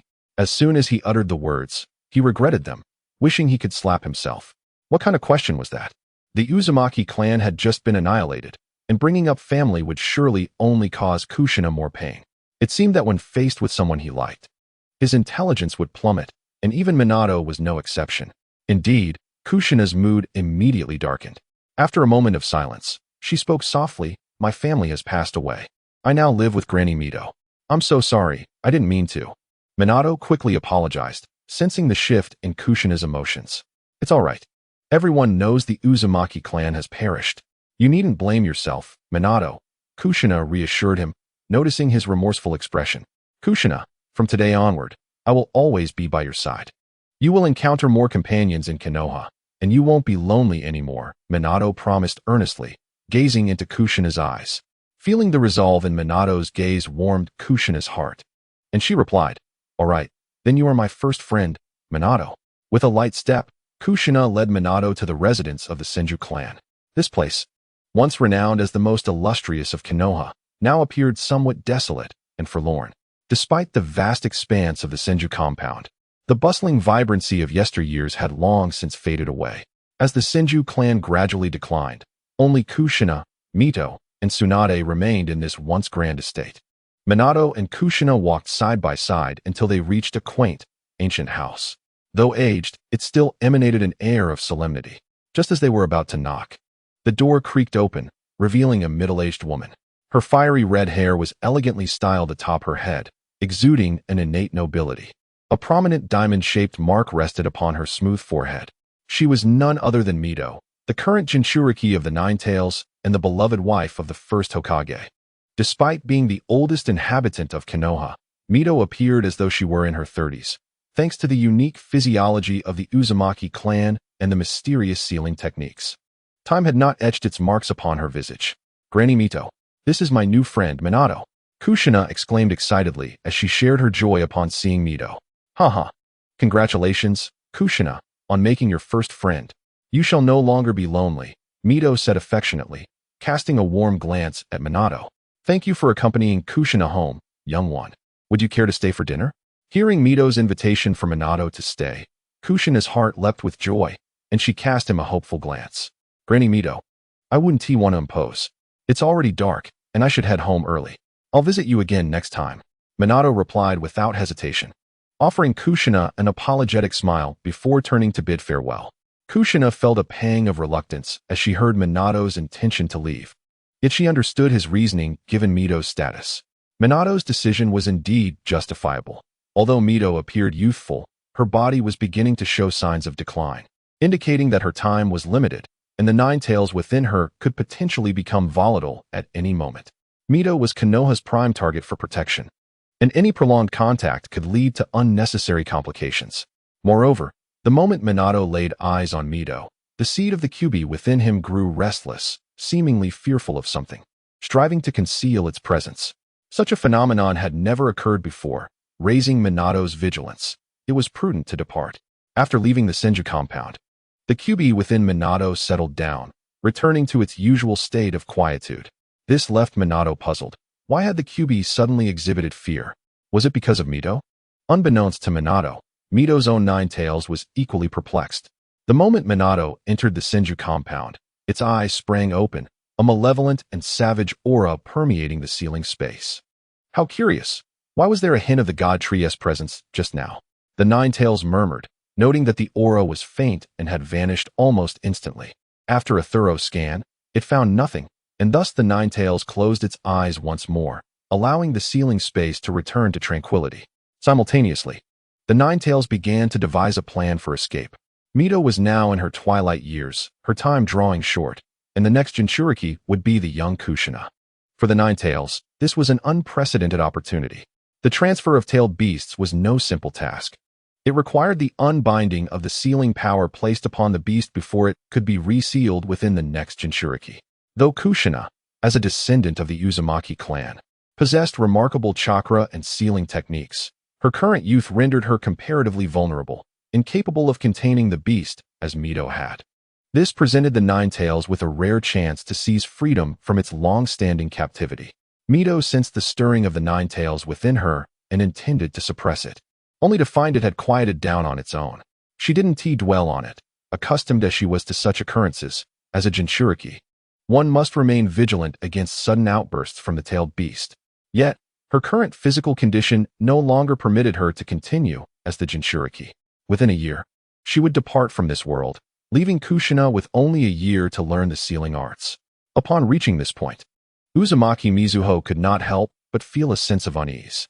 Fortunately, Kushina's talents were commendable. Her proficiency in sealing techniques had significantly improved over the past few days. However, as the strongest of the tailed beasts, the Nine Tails, it was evident that Kushina needed to exert even greater effort. Sensing that the Nine Tails within her had settled into a complete tranquility, Mizuho felt relieved and sat down to enjoy dinner with Kushina. Grandma Mizuho, the river fish today is exceptionally delicious. You must try some. At the dining table, Kushina eagerly placed a generous portion of fish into Mizuho's bowl. Observing the sizable piece of fish, Mizuho smiled and took a bite, exclaiming, "It truly tastes wonderful. By the way, is that scarf around your neck one you purchased today? It looks splendid." Upon hearing Mizuho's praise for her yellow scarf, Kushina excitedly recounted the events of her day. "Yes, Grandma Mizuho, there were only 2 scarves of this style at the store, one yellow and one red. I bought the yellow one. Can you guess who bought the red one?" "Oh, with so many people in Konoha, how could I possibly guess? It wouldn't happen to be Minato, the one who brought you back, would it?" Mizuho replied with a smile, her kind eyes curving into crescent moons. "Oh dear, how boring. You guessed it so quickly, Grandma Mizuho." Kushina pouted, her expression reminiscent of a child unjustly wronged. "Ha!" Mizuho laughed heartily, her laughter resonating in the air. "Silly child, it wasn't difficult. I saw Minato wearing a scarf identical to yours." Upon hearing this, the previously gloomy Kushina's spirits soared, her bright eyes sparkling with excitement as she eagerly continued to narrate her day's experiences. "But, Grandma Mizuho, you certainly won't guess what happened today," she exclaimed, animatedly gesturing as she spoke. As Kushina vividly recounted her encounters, Mizuho learned of the bullying Kushina had faced, and a surge of anger welled up within her. As the last remaining member of the Uzumaki clan, Mizuho was determined to protect her from any unjust treatment. She couldn't fathom the purpose of the Umbu assigned to safeguard Kushina. Mizuho's anger only subsided when she heard that Minato had come to her rescue. Otherwise, she would have certainly sought out Sarutobi, the 3rd Hokage, to discuss the matter. It was unacceptable that even now, the last child of the Uzumaki clan was subjected to bullying in the village. What was the Hokage doing? Meanwhile, within the Hokage's office, Kakashi was meticulously reporting to the 3rd Hokage about the protective measures undertaken that day. Achoo! Just as Kakashi was earnestly detailing the mission, he unexpectedly sneezed loudly, shattering the previously serene atmosphere of the room. A puzzled thought crossed his mind. How strange, why did I suddenly sneeze? Is someone perhaps cursing me from behind? Yet, he felt it should not have been the case. At that moment, the 3rd Hokage, Sarutobi Hiruzen, looked up from his desk, concern etched on his face. With a warm smile, he advised, "Kakashi, the weather is getting colder. Be sure to take care of yourself. While the mission is crucial, don't forget to look after your health. After all, your well-being is the foundation of all endeavors." Before he could finish, an unexpected turn of events occurred. Sarutobi himself succumbed to a loud sneeze. Achoo! Instantly, the room fell into an awkward silence. After a brief moment, Kakashi was the first to recover. Hokage-sama, you too. With this sudden drop in temperature, please take care of yourself as well." Observing Kushina's cheeks flush at the mention of Minato, Mizuho's heart raced with alarm. Could it be? Was this young girl already developing feelings? Minato was not to be underestimated. Cough, cough. Kushina, a young lady must maintain her modesty. Although Minato helped you today, do not let down your guard. He may have ulterior motives. Mizuho warned meaningfully. Grandma Mizuho, what are you thinking? I have no other intentions. I'm simply happy to have made my first friend here. Kushina hurriedly explained, her face flushed. Seeing her reaction, Mizuho could only think, oh no, it's all over now. Yet, she couldn't help but recall her own first meeting with Senju Hashirama, which mirrored this moment, surrounded and then rescued by him, leading her to develop feelings. Oh well, let the younger generation handle their affairs. She had no time to concern herself with them. Gazing at the lively and adorable Kushina, Mizuho was reminded of her younger self. However, the thought of Kushina becoming a Jinchuriki like herself filled her with inner turmoil. Mizuho truly hesitated to let Kushina become a Jinchuriki, for it meant she would be ostracized and lose her freedom, constantly monitored. Yet, Kushina was the last of the Uzumaki clan, with inherent resilience against the tailed beast's influence and remarkable sealing abilities. Surely, she was the best candidate. Mizuho hoped that Kushina would find a reliable man, much like Hashirama. For otherwise, the solitary life of a Jinchuriki would be unbearably lonely. But then again, not like Hashirama, who, despite being dependable, had left too soon, leaving her in solitude for many years. Achoo! Minato, walking down the street, suddenly sneezed. Rubbing his nose, he pondered, could I be catching a cold? That shouldn't be the case. Chapter 33. Is it no longer love? Time slipped by unnoticed, and before long, 7 days had passed. With only a week remaining until the new year, Konoha village was already imbued with the festive spirit. Lanterns adorned the streets, and families busily cleaned their homes in preparation for the upcoming celebrations. Minato's life remained orderly and fulfilling. Every morning at 7 o'clock, when the first rays of sunlight pierced through the mist and illuminated the village, Minato donned his training attire and promptly appeared at the training grounds, ready to train alongside Might Guy. Following discussions with his mentor, his working hours were set from 10 in the morning to 8 in the evening. Since Ichiraku Ramen opened at 10, Guy continued to train Minato at the training grounds until it was almost time to head home, shower, and change into his work uniform for Ichiraku Ramen, as instructed by his mentor, who deemed it inappropriate for him to wear his vibrant green training outfit in the ramen shop. As a waiter at Ichiraku Ramen, Guy was responsible for serving dishes, clearing tables, and recording customer orders. In addition, as a ninja, he also served as security, preventing unruly behavior from certain customers. On the first day of the card service initiative, Minato took the time to assist. He not only personally promoted the service, but also guided his mentor and Guy on the proper procedures. With Minato's patient and detailed instruction, both quickly mastered the necessary skills and became adept at their tasks. On the opening day, Minato invited his classmates, Kakashi, Uchiha Akifumi, Uchiha Mikoto, Narashikako, along with the two Hyuga brothers, and of course, Uzumaki Kushina. Each was from prominent families in Konoha, and the presence of the charming Mikoto and Kushina brought an instant surge of energy and vibrancy to the ramen shop. Seizing the opportunity to promote the storage card at Ichiraku Ramen, Minato also took the chance to introduce Kushina to everyone. After spending half a day together, Kushina became familiar with the group, forming a close bond with Mikoto, who became her confidant. Simultaneously, the innovative storage card quickly captured the attention of numerous customers, who, upon understanding its mechanism, eagerly signed up for this convenient card. Particularly enticing was the promotion of depositing 1,000 to receive an additional 100, prompting even the most frugal patrons to enroll and recharge their cards. In just one day, Ichiraku Ramen's revenue matched that of the previous month, and Minato could never forget the gleeful expression of the hand-pulling master as he gazed at the substantial cash in his hands, resembling that of a greedy capitalist. Over the next 3 days, the number of cardholders continued to rise, and news of the discounts attracted an influx of new customers. By now, the number of cardholders had stabilized, but Ichiraku Ramen had already become immensely popular in Kanahagakure, keeping both the hand-pulling master and Might Guy exceedingly busy. The hand-pulling master was even contemplating hiring additional staff while promoting Might Guy to a minor leadership position. As for Minato, it was now noon, and the winter sun hung high in the azure sky, casting a gentle warmth that brought a sense of languid comfort. He was training alongside Kushina and Shun, while Might Guy had already left for Ichiraku Ramen. When inviting everyone to the ramen shop to promote the storage card, Shun had heard that Minato was training with Might Guy, and he immediately sought to join the following day. Kushina, on the other hand, was specifically invited by Minato.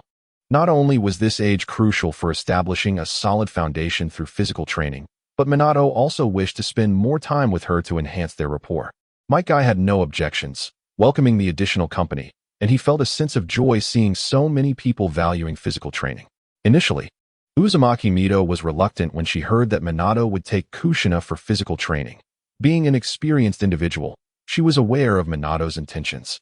However, Kushina's earnest pleas, combined with the necessity of establishing a solid foundation at her age and the need to make more friends, ultimately led Mito to relent. Nonetheless, she insisted that while physical training was beneficial, the study of sealing techniques should not be neglected, as mastering sealing techniques to suppress the Nine Tails was of utmost importance. Thus, Kushina's daily schedule revolved around training in the morning and studying sealing techniques at home with Mito in the afternoon and evening, leaving little time for leisure.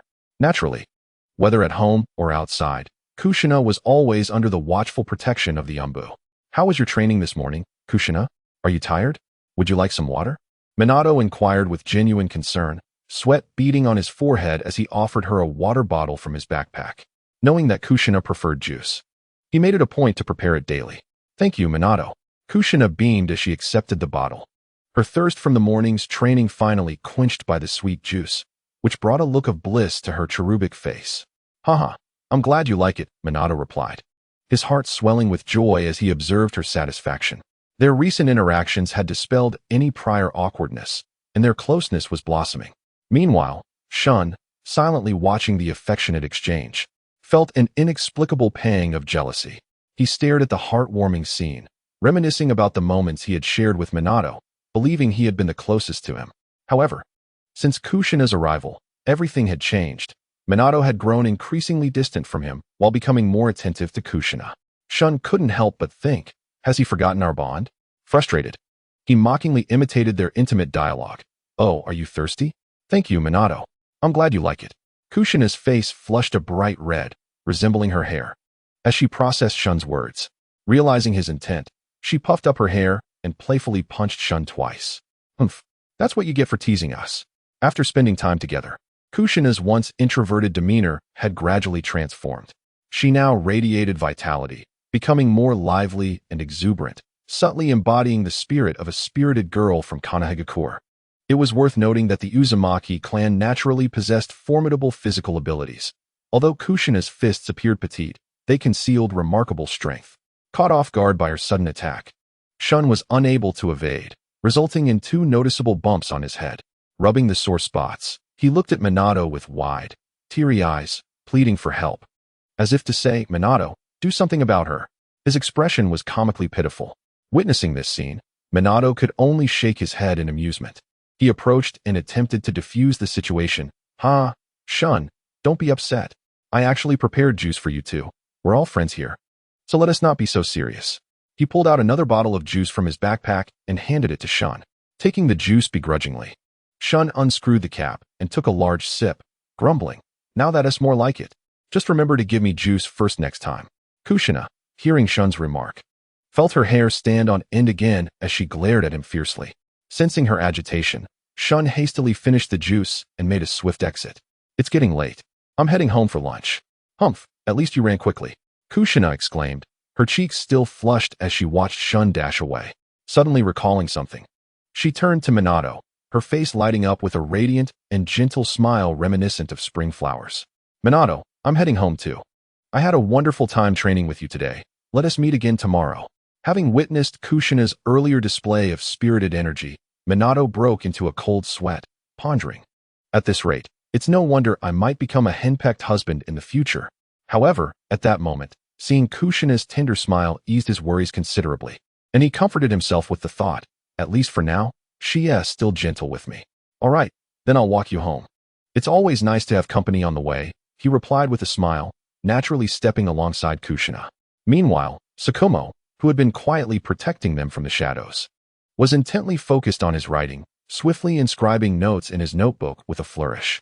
The notebook was filled with meticulous notes, preparing sweet and delicious juice for the girl, thoughtfully escorting her safely home. As Hatake Kakashi, who had never experienced love in his life, witnessed the extraordinary techniques of Minato in courting, an intense flame of desire for love ignited within him, compelling him to document Minato's methods in hopes of finding a partner by next year. At that moment, a fellow Umbu operative, also tasked with protection, could no longer contain his curiosity and inquired, "Leader, what are you writing with such focus?" Startled, Kakashi quickly closed his notebook, feigning calmness as he replied, "It's nothing special, just some routine task records." "Why the fluster then?" the Umbu murmured.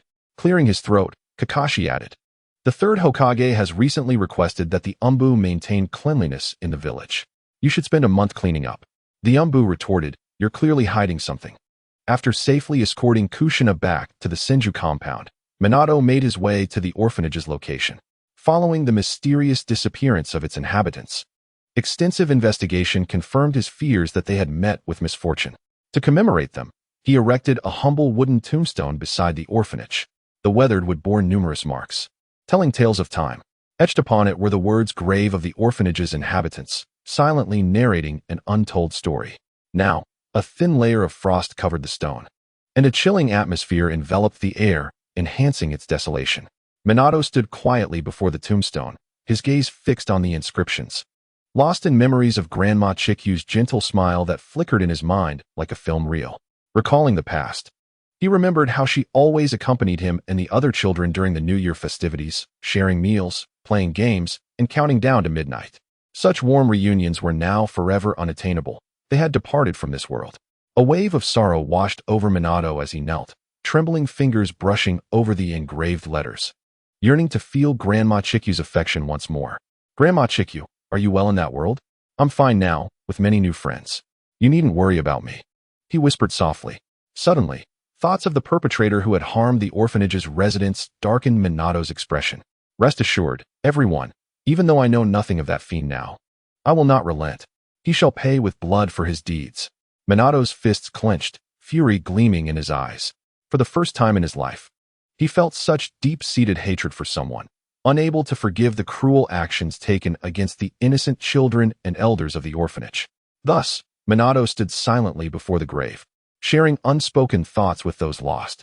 Minutes trickled by until the sunset painted the sky crimson, prompting him to rise slowly. Farewell for now, my dear friends from the orphanage. I shall return with news and progress. With a final lingering gaze at the tombstone that held endless memories, he turned away, his figure gradually fading into the distance. The sunset bled across the land in hues of orange and red, yet the orphanage lay desolate, void of life. Once, countless innocent children had lost their families to the ravages of war, becoming the tragic orphans of conflict. This orphanage had served as their refuge, holding their sorrows and hopes. Now, with the cessation of war, new orphans no longer emerged, and as the original inhabitants perished, the orphanage was left mercilessly abandoned. With Minato's departure, silence reclaimed the orphanage. In the remnants of the setting sun, it appeared even more forlorn. Only the solitary tombstone stood vigil, quietly recounting tales of the past. As time ebbed away, this place would inevitably fade from memory. The inhabitants of the orphanage, like mere grains of sand, would be swept away by the winds of time, drifting into the unknown. Who, besides Minato, would remember these once-living souls? Chapter 35. Conflict within the solemn office of the Hokage building. Danzo's emotions surged like an impending volcano, forcefully striking the heavy desk of Sarutobi Hiruzen. Hiruzen, you must not possess a woman's heart. In this world of the survival of the fittest, weakness will only become our stumbling block. Danzo's words were laced with urgency as he fixed his gaze upon Hiruzen, as if seeking to impose his will upon him. Now, while Uzumaki Kushina is still young, is the prime opportunity to bring her into the root and impose strict control and training. His tone grew fervent as he firmly believed that this was the only way to ensure stability and security for the future.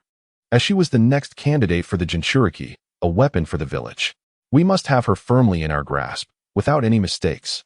As Danzo's roar echoed, the atmosphere in the room grew tense.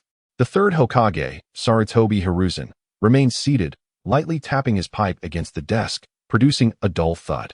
He then took a deep breath, exhaling slowly, the smoke swirling in the air, obscuring his features.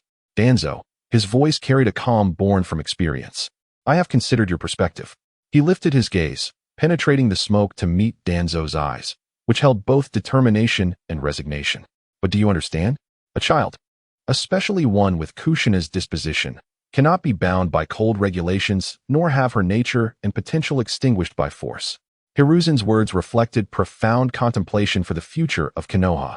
What we must do is guide her, protect her, allowing her to willingly embrace the responsibility of being a Jinchuriki, rather than being coerced into it.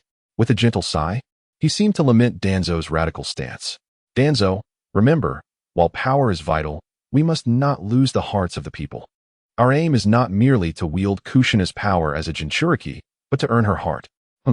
Your indecisiveness will forever prevent Konoha from achieving true strength. Danzo's voice dripped with disdain and apathy, his gaze flickering with skepticism towards Hiruzen's decision-making. Kindness cannot command an army. Hiruzen, your softness will become Konoha's greatest vulnerability.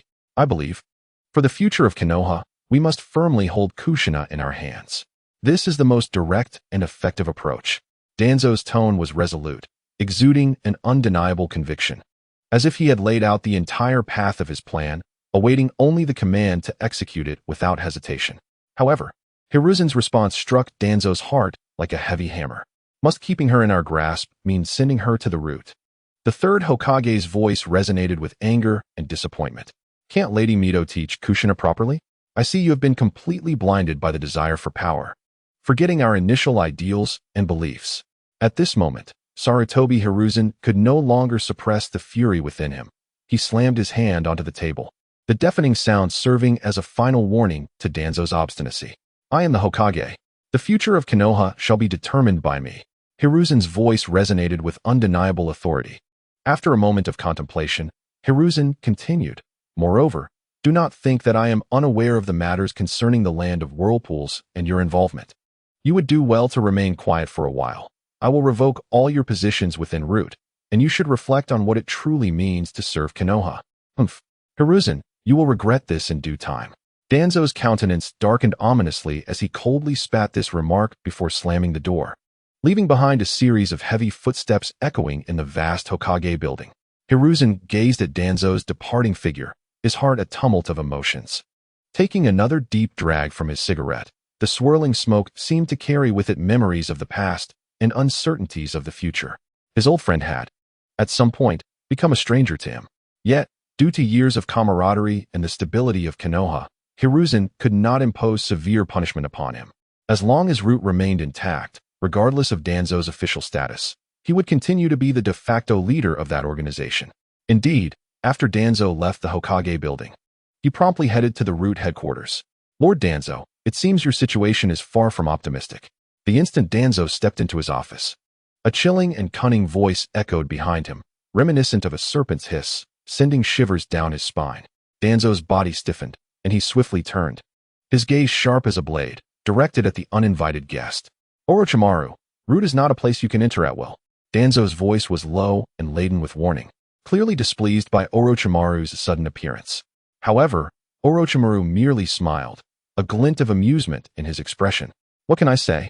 The guards of Root are utterly lacking in vigilance. It seems they require further training. Orochimaru's words dripped with sarcasm, as if dismissing Danzo's anger entirely. Danzo snorted, attempting to suppress his inner fury. What brings you here this time? Did I not already provide you with the Hashirama cells? You must understand, they are not easily obtained. Danzo's tone was rife with suspicion. Orochimaru approached slowly, finally standing before Danzo, and spoke softly. The Hashirama cells are exceedingly powerful. I have encountered numerous difficulties in my cloning experiments. Furthermore, I can only conduct these experiments clandestinely, lest my master discovers them, and my funding has grown insufficient. I require your support. Orochimaru's voice was deep and magnetic, as if each word contained an endless allure. Danzo narrowed his eyes, pondering. What benefit would your funding bring me? Danzo was not one to easily trust others, nor would he invest resources without cause. Orochimaru seemed to see through Danzo's thoughts, offering a sly smile, a glimmer of cunning in his eyes. I have successfully cloned the Hashirama cells, but their power is so great that they cannot yet be implanted into a human body. A reckless transplant would result in the host being consumed and killed by the Hashirama cells. However, if we develop an inhibitor, we could implant the Hashirama cells en masse. Harnessing their incredible regenerative ability to recreate would release. Even, Lord Danzo, your severed arm could be restored. Orochimaru's words were laced with temptation, painting a vivid picture of a promising future for Danzo. Hearing this, a flicker of intrigue sparkled in Danzo's eyes. Thus, he slowly nodded. Very well. I agree to fund you. However, you must keep me informed of your experimental progress. I want to know the destination of every penny and every advancement made in the experiments. Thank you, Lord Danzo. Orochimaru smiled slightly before turning to leave. Chapter 36. Conspiracy. After Orochimaru departed, Danzo inhaled deeply, striving to calm the tumult within him, before solemnly calling out, Hoko, Lord Danzo, you called for me? Hoko's figure swiftly appeared at the door, bowing respectfully as he awaited Danzo's instructions. Observing Hoko, Danzo nodded slightly, a hint of satisfaction gracing his features. You performed admirably in the matter concerning the land of whirlpools. We have now acquired the sealing techniques of the Uzumaki clan and have even brought back some Uzumaki children. They will be crucial pieces in our future plans. Unfortunately, Hiruzen, that stubborn old man, refuses to hand over Kushina to Root. Hoko, perplexed, inquired, Lord Danzo, should I discreetly bring Kushina back? Danzo contemplated before slowly replying, let it be for now. Hiruzen has begun to suspect us. It would be wise to maintain a low profile. However, we can secretly cultivate a few members of the Uzumaki clan. Should Kushina fail to seal the Nine Tails, our nurtured individuals could seize the opportunity to bring the Nine Tails under Root's control. Danzo fell silent for a moment, his fingers lightly tapping on the table as he added. Hoko nodded, indicating his understanding. Yes, Lord Danzo. What should we do about Kakashi Hatake? He poses a significant threat as well. Danzo's gaze deepened, and after some thought he responded, we need not act hastily regarding Kakashi Hatake. The incident in the land of whirlpools has already dealt a severe blow to his reputation. There is no need to rush. Moreover, his strength is formidable. Cornering him could be detrimental to Root. We must approach Kakashi through those close to him and bide our time. Upon hearing this, Hoko recalled Orochimaru, a flicker of concern crossing his mind. Lord Danzo, we must remain cautious of Orochimaru. Collaborating with him in this manner, could it not invite disaster? You need not worry about that. I am confident in my control. Danzo gently waved his hand, signaling Hoko to refrain from undue concern. For now, we and Orochimaru are like grasshoppers on the same rope, each holding leverage over the other. Yet, we also require one another. I need Orochimaru's formidable experimental capabilities to develop the Hashirama cells, and he needs our funding to support his experiments. This mutually constraining relationship actually enhances our safety. Though Danzo's voice remained calm, it exuded an irrefutable resolve. Hoko, what we must do now is patiently await the right moment. Starting today, keep a close watch on the situation at the Uzumaki compound. If the Nine Tails show any signs of unrest, you must inform me immediately. Additionally, reinforce the security measures at Root. Orochimaru has infiltrated twice, without my knowledge. Understood, Lord Danzo. Meanwhile, within the Nara clan's territory, dappled moonlight fell upon two individuals with pineapple hairstyles, one large and one small. They sat intently at an ancient shogi table, fully engrossed in their game. The pieces producing crisp sounds on the board. The larger individual, the leader of the Nara clan, spoke first. Shikaku, I have made progress on the matter you entrusted me to investigate. Kakashi Hatake's failure in the land of whirlpools indeed bears the shadow of Root. Additionally, here are the files on Minato. I have compiled them for you. As he spoke, he produced a folder and handed it to Shikaku. The small individual, naturally Shikaku Nara, lifted his head upon hearing his father's words and replied, Thank you. Father, your intelligence is invaluable to me. Although Shikaku's voice was youthful, it conveyed a maturity beyond his years. The elder Nara gazed into his son's resolute eyes, feeling a swell of pride. Ha ha ha, we are family, no need for pleasantries. However, are you truly resolved to place your trust in Minato? You must realize that by aiding him, you are effectively opposing Root. While I work in the intelligence division and can provide you with some information, the ninjas of Root often resort to unscrupulous means. You must exercise utmost caution. His words were laden with concern. Nara Kakashi smiled faintly, his expression imbued with confidence. Father, I believe in Minato. His strength has already surpassed ours. In fact, I feel that even our teacher may not stand a chance against him, and he is merely 6 years old. Furthermore, he is the most disciplined and diligent person I have ever encountered. Such a talented individual gives me no reason not to trust him. Kakashi continued. His innate warmth can brighten the hearts of those around him at any moment. This quality cannot be feigned. It is a true reflection of Minato's inner self. I am certain that, if given enough time and space, he shall surely become Hokage. Kakashi's voice resonated with unwavering faith in Minato. The steadfast gaze and fervent words of his son stirred a surge of pride within the heart of the great pine head. Since you say so, I shall wholeheartedly support you. Kakashi, you are the most astute of our Nara clan. Though you are still young, I am willing to entrust the future of our clan to you. Go forth boldly. I am your steadfast support. His voice brimmed with trust in his son. Upon hearing his father's words, Nara Kakashi felt a warm surge of emotion. He took a deep breath and resolutely stated, Thank you for your trust, Father. I will do my utmost. For the Nara clan. For our future. However, I require your assistance. Please gather as much information as possible from the intelligence team, especially regarding the root organization. No problem, my son. However, it is getting late. You should rest early. We can continue our game tomorrow, said the Great Pine Head. Rising to leave.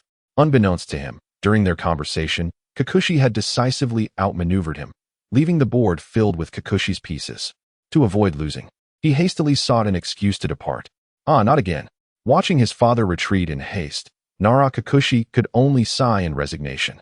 In a tranquil chamber at the Senju clan's residence, Uzumaki Mito trembled slightly as she gently placed an ancient scroll in Kushina's hands. Kushina. Our Uzumaki clan's most potent sealing technique is the adamantine sealing, and this is its training scroll. I am now entrusting it to you. Upon receiving the scroll, Kushina felt its considerable weight, a wave of anxiety swelling within her. Mito, this is our clan's most secretive sealing technique. I'm afraid I won't be able to master it. Mito gazed at Kushina with kindness, her eyes filled with warmth, yet her tone conveyed a sense of inevitability. Kushina, I had hoped to delay giving it to you, but the current circumstances leave no room for me to hold back. I initially thought I could endure for another year, but now it seems I have at most 6 months left. I no longer have the time to teach you step by step. You must grasp this sealing technique swiftly. For your own sake, and for the sake of Konoha.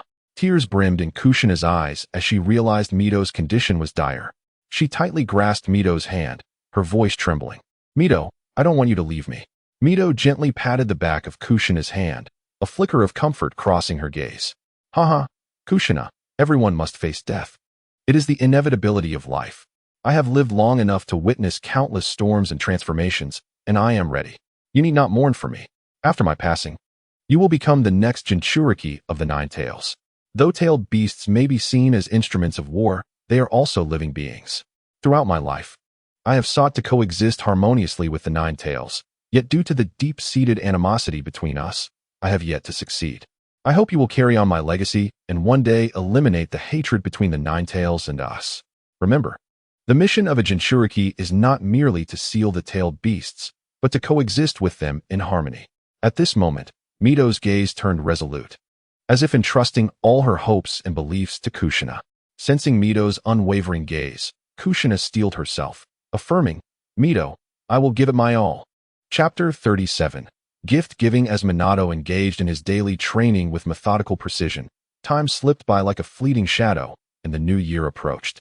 Tomorrow marks the new year, and today is New Year's Eve, with the entirety of Konoha village immersed in a festive atmosphere.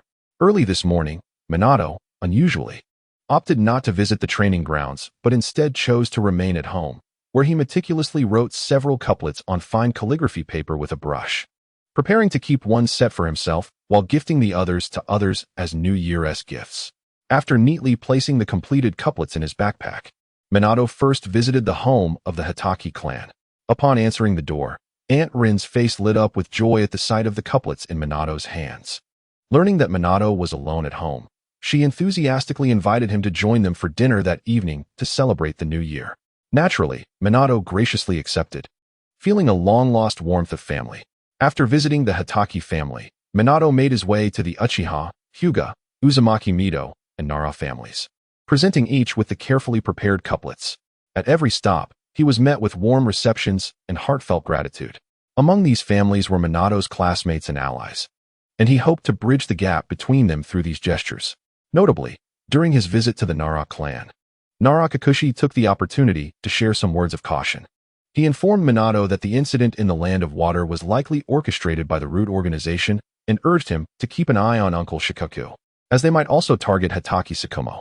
While Minato already knew the truth about the Land of Water, he felt a warmth in his heart at Kikuchi's genuine concern. He nodded appreciatively, assuring Kikuchi that he would be more vigilant. Simultaneously, Minato seized this opportunity to inform Kikuchi about the mysterious disappearance of the orphanage residents, hoping he could assist in investigating and uncovering the culprits responsible.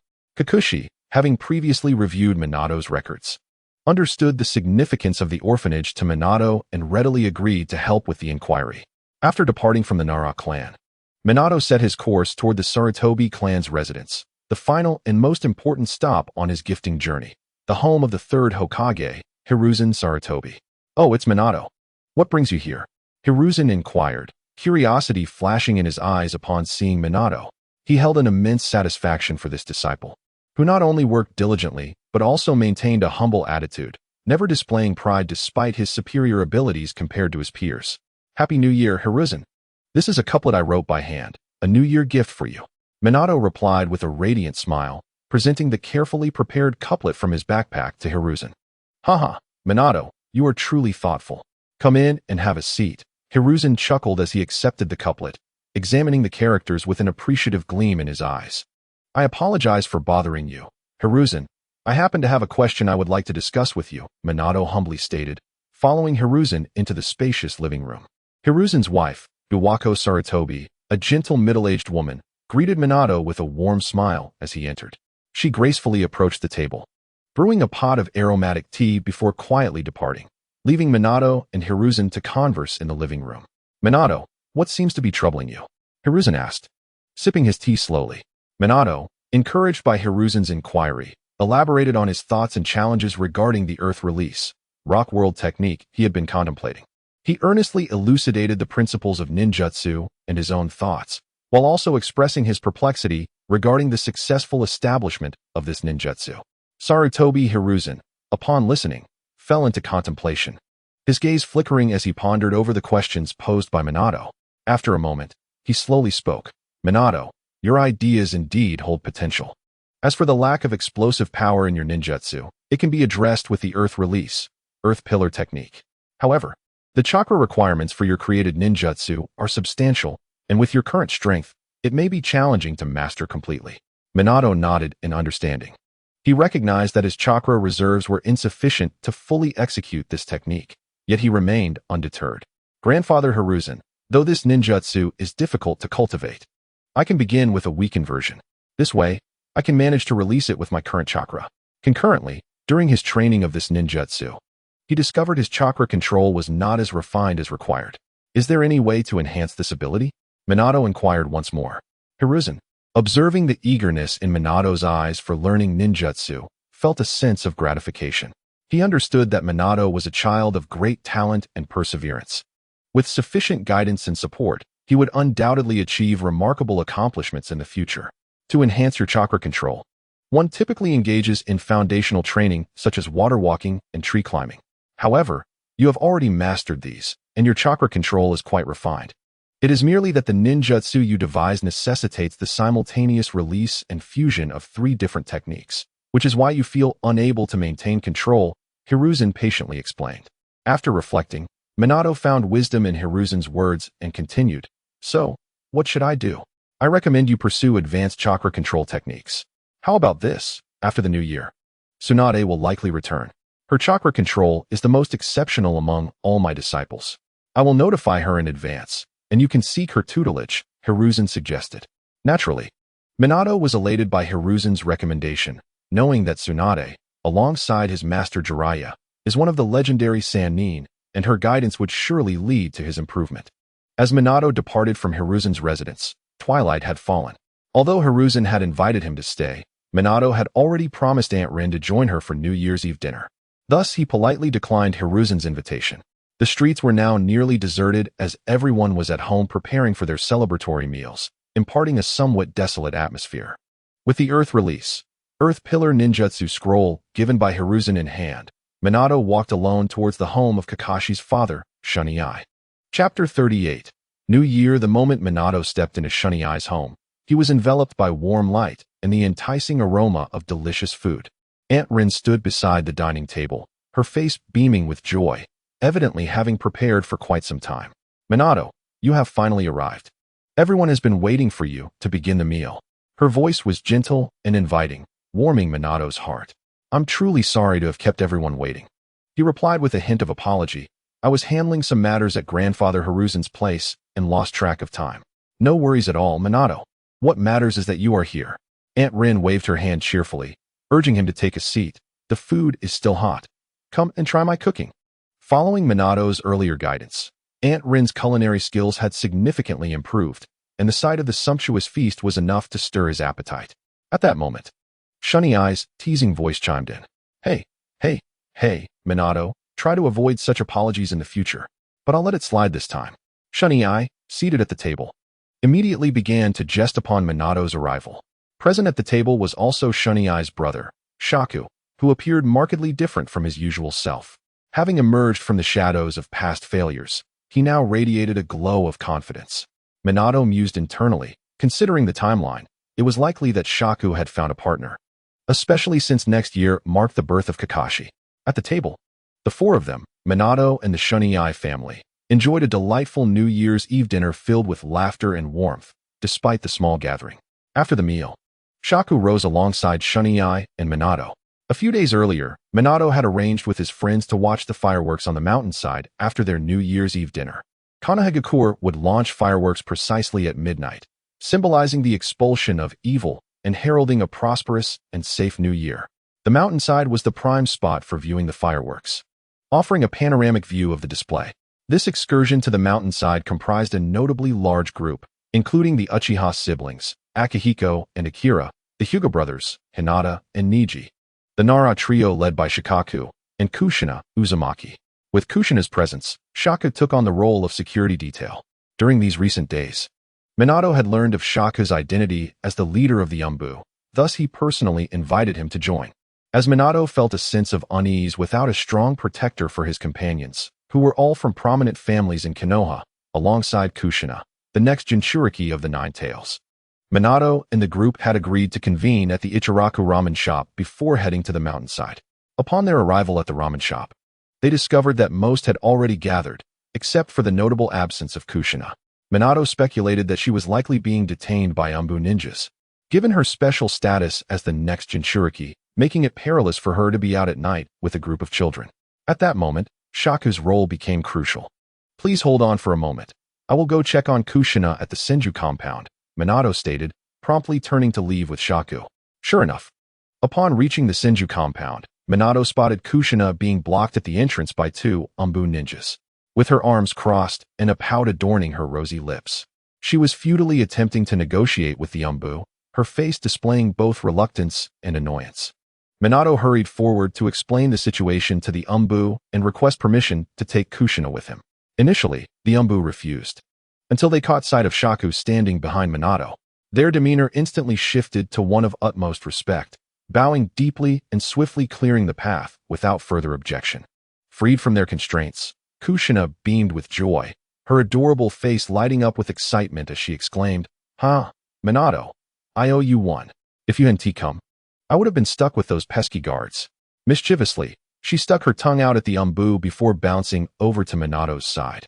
Observing the lively Kushina, Minato gently chided, "Kushina, the Umbu ninjas are merely doing their duty to protect you. They have their challenges too. We ought to express our gratitude to them." All right. I understand, Minato. I was just worried about not being able to see the fireworks with you all," Kushina replied, her innate kindness shining through as she apologized to the Umbu. Upon witnessing her sincere contrition, the two Umbu felt their hearts warm. After all, who wouldn't he want to be home with family on New Year's Eve? They had only been protecting Kushina, yet it seemed she bore a grudge against them, and it was a silent struggle they could not voice. Fortunately, Minato displayed remarkable understanding and compassion, recognizing their struggles and offering solace.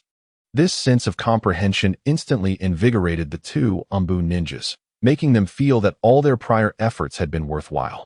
They promptly waved their hands, indicating their indifference, and one of them vanished in an instant. Minato then departed with Kushina and Shikamaru, joining their friends on their way to the back mountain. Upon reaching the mountain, the distant temple commenced its bell-ringing ceremony. The melodious chimes reverberated through the night sky, as the temple would strike the bell 108 times on New Year's Eve to bless the coming year. Each toll carried a wish for the new year, and the 108th bell would signify its official arrival. The night sky was particularly stunning, adorned with twinkling stars like precious gemstones illuminating the gathering. Despite the cold weather, the hearts of the crowd burned with fervor as they silently counted down the bell tolls, eagerly awaiting that thrilling moment. At the same time, they made a pact to write their wishes on paper and keep them together, promising to revisit their hopes many years later to see if they had come to fruition. Shikamaru initially intended to decline this seemingly trivial game, but the persistent pleas of his companions led him to reluctantly agree. 107, 107, 108. As the final toll rang out, the sky erupted in a dazzling display of fireworks. The vibrant colors illuminated the night, creating a dreamlike tapestry that dazzled all. Under this brilliant spectacle, Uchiha Mikoto curiously glanced at Kushina, who was hurriedly jotting down her wish on paper. Mikoto couldn't resist inching closer, softly inquiring, "Kushina, what did you write? May I see it?" Startled by Mikoto's sudden proximity, Kushina quickly concealed her paper, her cheeks flushing with embarrassment as she nervously replied, "Of course not. If someone sees my wish, it won't come true. Not even me." Mikoto asked, her big eyes sparkling with anticipation. "No means no. Not even you." Kushina resolutely shook her head, tightly clutching the paper bearing her wish. Observing the playful banter between the two young girls, everyone couldn't help but smile. This warm and joyful atmosphere filled them with the delight and happiness of the new year. Eventually, Minato collected everyone's wishes and preserved them in an exquisite box. In the presence of all, he buried the box beneath a sturdy tree, designating this spot as a future repository of memories. When they reconvened years later, they would unearth this box together and reflect on the wishes they had penned in their youth. Chapter 39. The New Year Gathering. On the first day of the new year, Konoha village awakened from the dawn's embrace, gradually bustling with life. Along the streets, a plethora of delectable snacks adorned the stalls, while festive decorations swayed gently in the breeze, as if extending New Year-esque blessings to passersby. At this moment, Minato and Kushina strolled through the lively streets. Minato, as a newcomer, was witnessing the vibrant festivities of the Hokage world for the first time. His eyes wide with curiosity as he absorbed the lively scene. "Minato, Kushina, we're over here." A melodious voice suddenly called from behind. Turning around, they spotted Uchiha Mikoto waving at them, her smile radiating warmth like the spring sun. Beside her stood Uchiha Akifumi, wearing a resigned expression yet harboring a hint of affection in his gaze. The previous day, Mikoto had enthusiastically invited Kushina and Minato to join her at the New Year gathering, and her spirited nature naturally led her to enlist her brother, Uchiha Akifumi, as her companion. Thus, the four of them ventured forth together to explore the festivities. The two young girls, like cheerful birds, chirped animatedly as they walked side by side, eagerly sampling a variety of treats. Meanwhile, Minato and Akifumi trailed behind, silently safeguarding the lively duo, their faces adorned with smiles. "Minato, I've been undergoing intense training at home during this holiday," Akifumi suddenly declared, his eyes sparkling with determination and anticipation. "Let us have a proper match this afternoon." "I'm not the same as before." Minato, observing Akifumi's spirited demeanor, replied with a grin, "I accept your challenge. It's the perfect opportunity to showcase the results of my recent training. You may have improved, but so have I. Underestimating me will come at a price." Minato was well aware of Akifumi's talent and dedication, particularly since he had awakened his Sharingan at the tender age of 6, a remarkable feat within the Uchiha clan. He was undoubtedly among the earliest to achieve this, thus receiving the family's full support. In contrast, his sister, Mikoto, lacked such extraordinary talent and remained a carefree girl, showing no signs of awakening her Sharingan. However, Minato held a greater confidence in his own abilities. After training with Might Guy, Minato had made significant advancements in taijutsu, and the gap between him and Akifumi would only widen. As for ninjutsu, given Minato's chakra reserves, he was likely to counter Akifumi's small fireball with his own earth release technique. Although he had yet to master this jutsu fully, he could certainly perform a simplified, weakened version. Just as Minato and Akifumi were engaged in their light-hearted conversation, a sudden flurry of apologies broke through the air. "I'm so sorry." They looked up to see Mikoto fervently apologizing to two middle-aged men in front of her. It turned out that she had accidentally bumped into them, spilling her snacks all over them. Despite her sincere apologies, the two men showed no signs of leniency. They glared at Mikoto with disdain and provocation. These individuals belonged to the Shimura clan, and under the influence of Shimura Danzo, they harbored an inherent animosity towards the Uchiha clan. Upon noticing the Uchiha clan emblem on Mikoto's clothing, they sought to teach this young girl an unforgettable lesson. "Little girl, apologies are futile. Is it true that all Uchiha lack manners?" One of them sneered, his tone laced with threats and contempt. "Do you really think an apology can solve this? Since you've sullied our clothes, how about I drench you with a bucket of cold water?" declared the other Shimura clan member with a mocking laugh, as he snatched a bucket of cold water from a nearby vendor. The vendor, intimidated by the aggressive demeanor of the two men, dared not intervene. Recognizing his status as a mere civilian in the face of these influential families of Konoha, as the two men prepared to douse Mikoto with the cold water, Kushina could no longer hold back. Angrily, she stepped forward, positioning herself in front of Mikoto. "You're going too far. How can you bully her like this? Oh, where did this little girl come from? Do you wish to play the hero?" The Shimura clan member who had spoken first mocked, swiftly forming hand seals as a gust of wind erupted from his hands. Kushina was taken aback, realizing that he intended to use ninjutsu against her, a mere child. Momentarily caught off guard, she braced for impact. This is bad. The Jinchuriki is in danger. An Umbu ninja, covertly protecting Kushina, exclaimed, ready to intervene. However, before they could act, a flash of yellow darted ahead of them, reaching Kushina first, with a resounding thud as the smoke began to dissipate. Minato's small yet resolute figure stood unharmed before Kushina. The recent wind release technique was effortlessly thwarted by Minato, as if it were nothing more than a trivial trick. The Umbu ninjas hidden in the shadows breathed a sigh of relief. Thankfully, their target remained unharmed, or it would have been a dereliction of their duty. "Kushina, are you all right?" Minato's voice drifted in, warm like a gentle spring breeze, soothing Kushina's heart. Prior to this, Kushina had been helplessly watching the technique approach her, unable to evade it, and had closed her eyes, silently awaiting the impending pain. Fortunately, Minato appeared just in time to protect her once more. Now, as Kushina reopened her eyes, she beheld Minato's seemingly frail, yet undeniably powerful silhouette. Gazing at him, an unprecedented sense of security enveloped Kushina's heart. "I'm fine, Minato." Hearing her reassurances, the tension in Minato's demeanor eased slightly.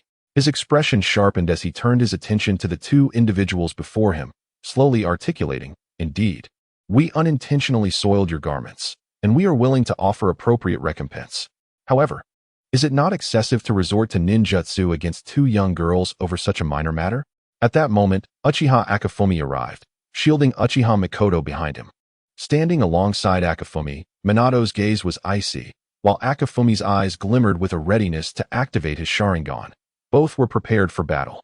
Witnessing Minato effortlessly counter the technique, the members of the Shimura clan realized the formidable strength of the young boy before them. "What do you intend to do?" The Shimura clan members, having lost their earlier bravado, now recognized the power of the child before them, but still maintained a defiant tone. "Do not presume that we fear you. We do not seek trouble," Minato replied calmly. "Yet you should not humiliate others in this manner. We will compensate you for the garments, and you will apologize for your prior actions. Let us consider this matter settled." "Humph, you dream." One of the Shimura clan members scoffed. "The Uchiha clan will never let us off easily." The atmosphere grew tense, with neither side willing to yield, resulting in a standoff. The surrounding crowd took notice, casting curious glances, yet none dared to intervene amidst the charged atmosphere. "Since you remain so obstinate," Minato spoke slowly, "do not blame us for being impolite."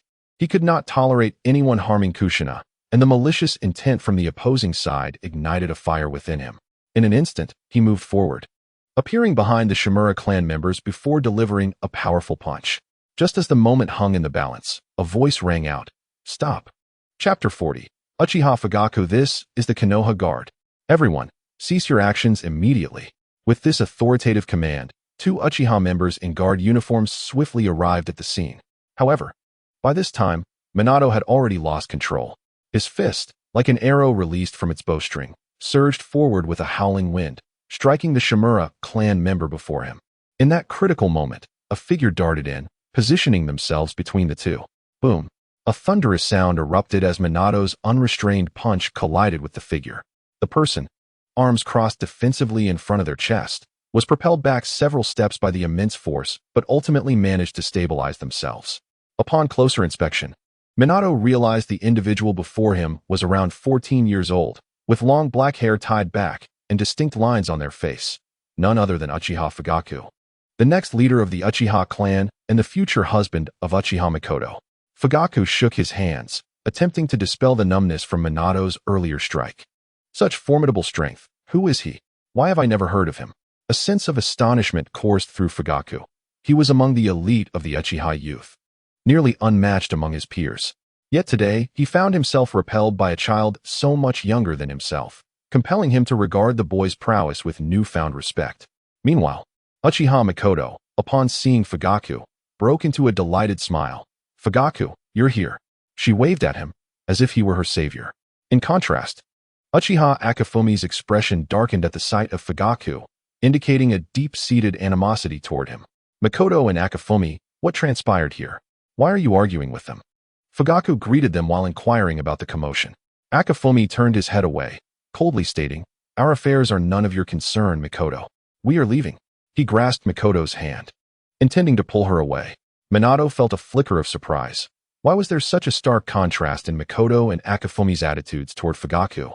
However, considering it was a matter of the Uchiha clan, he refrained from prying further. Yet Mikoto shook off Akafumi's grip and replied, "Brother, Fugaku is here. Why should we leave?" Uchiha Mikoto appeared to misunderstand Akafumi's decision, unwilling to depart so readily. Observing his sister's refusal, Akafumi let out a cold huff. "If you won't come, then I shall return alone." With that, he turned and left without a backward glance. "Akafumi." Fugaku attempted to intervene but hesitated, shaking his head in resignation. "Fugaku, we remained here to explain everything." Uchiha Mikoto relayed the events to Fugaku, her tone laden with grievance and dissatisfaction, hoping he would seek justice for them. The Uchiha clan was known for their protective nature, and upon hearing Mikoto's plight, a surge of anger welled within Fugaku. Are they taking advantage of the Uchiha clan's kindness? He approached the two members of the Shimura clan, producing a sum of money from his bag and tossing it into their hands. "Now, I offer this as compensation for Uchiha Mikoto's garments. However, the Konoha Guard will apprehend you for your assault on fellow villagers. Accompany us to the guard." "What? We did not truly harm her. Why should we be taken?" The Shimura clan members retorted, attempting to break free from Fugaku's grasp. "Regardless of whether you are hard or soft, violating the laws of Konoha village warrants punishment. Come quietly, or I shall not hesitate to take action," Fugaku asserted firmly, his gaze sharp, as though prepared to strike at any moment should they refuse to comply. Realizing their escape was futile, the two reluctantly acquiesced, despite their objections. Minato held no objections to this course of action.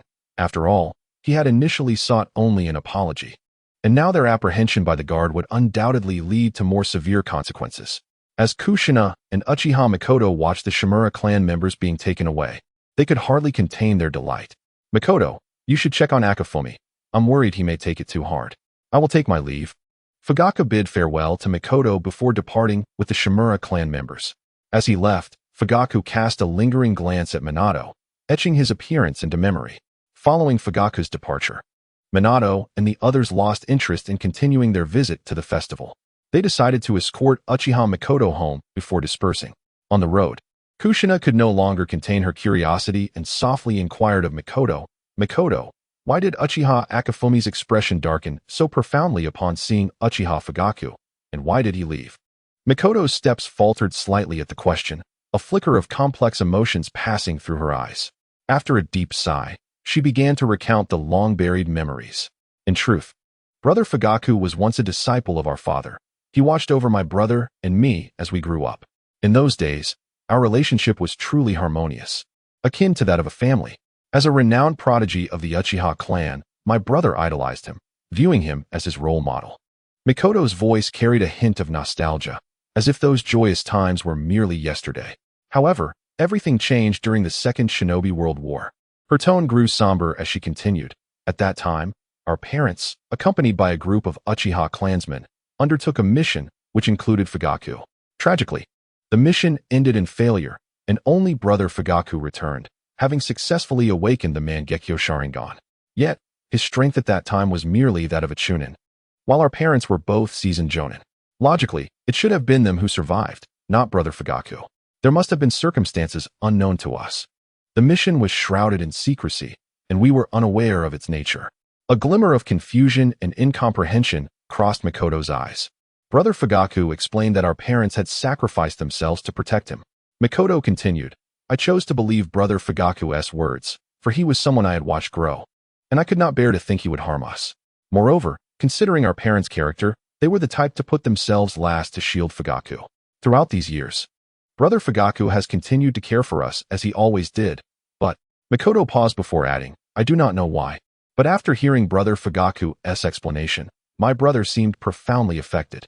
Soon after, he awakened his Sharingan, but from that moment onward, he ceased to acknowledge Brother Fugaku. I once attempted to inquire about the reason, but he always evaded the question, and I did not press further. Upon hearing Mikoto's account, Kushina and Minato sensed the dilemma faced by Uchiha Mikoto.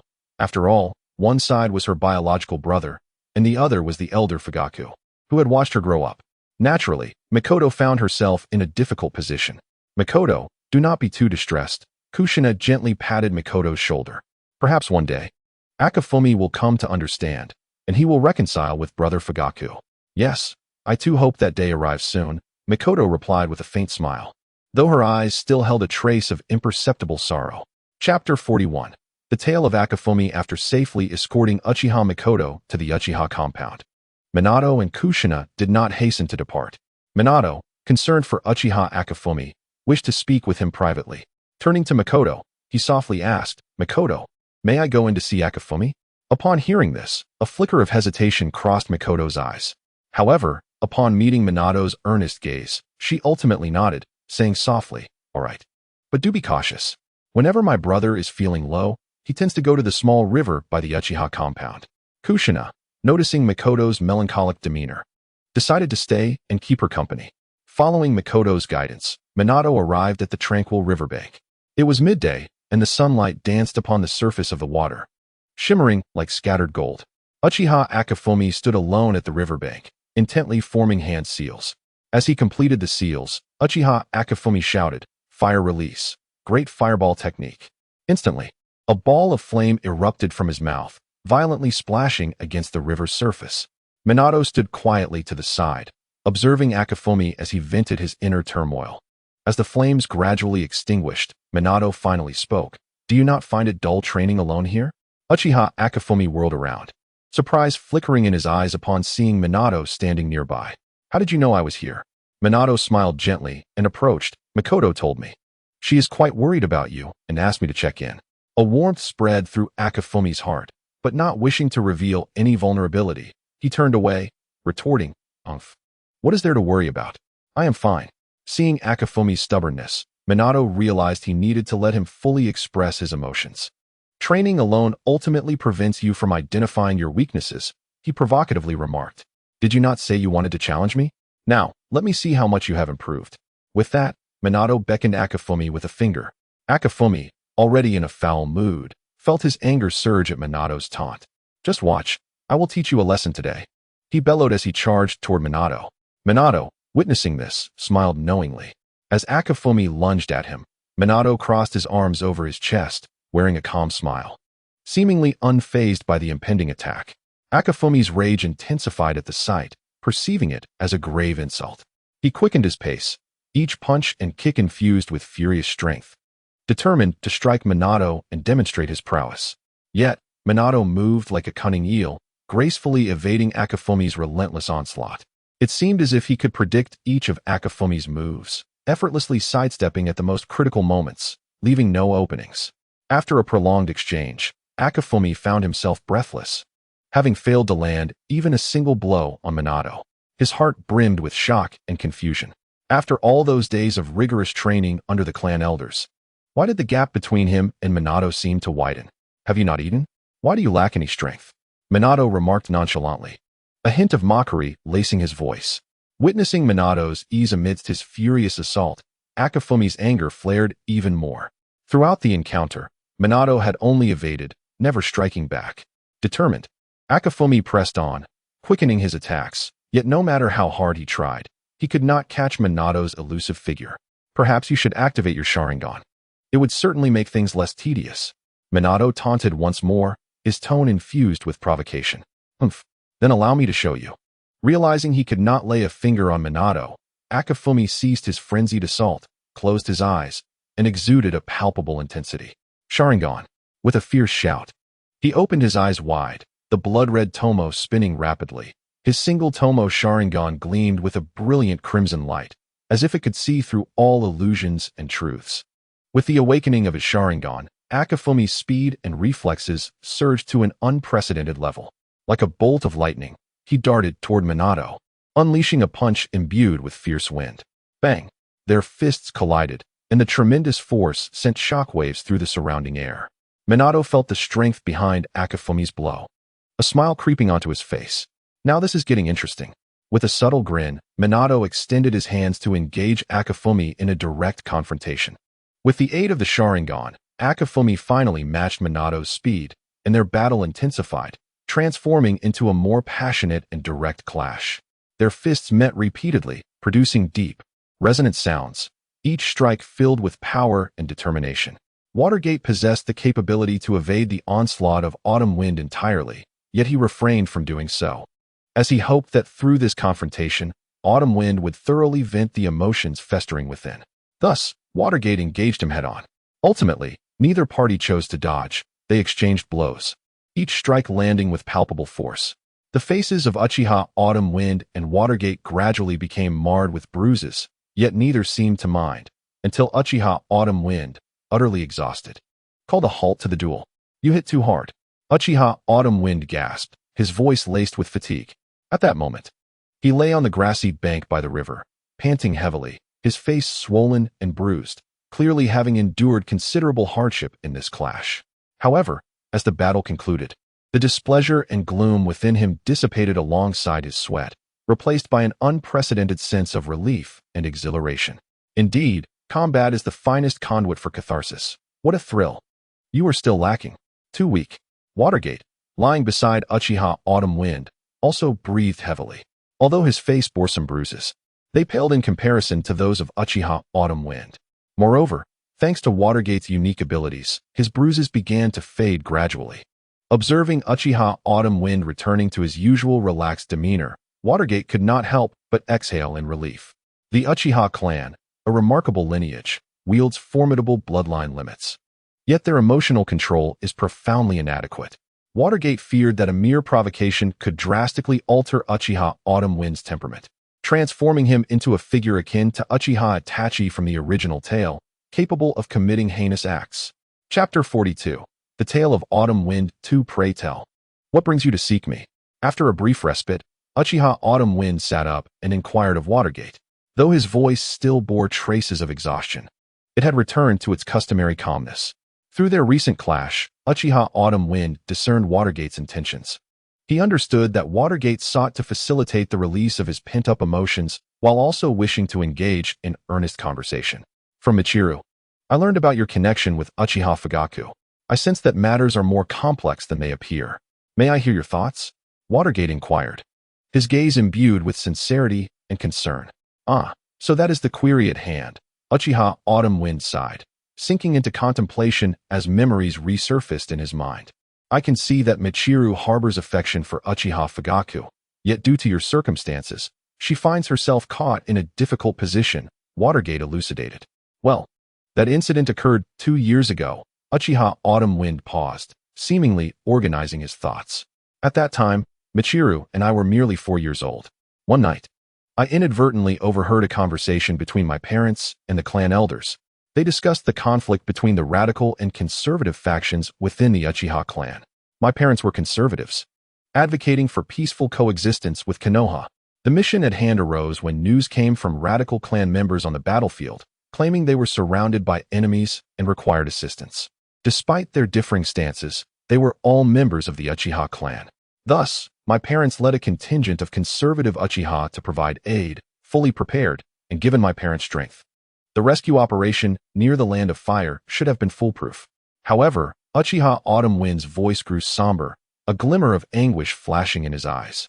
All the clan members who went to assist perished, save for Uchiha Fugaku, who returned alone. He claimed the mission failed, stating that my parents died protecting him. Strangely, he made no mention of the radical clan members in need of our rescue, as if they had vanished into thin air.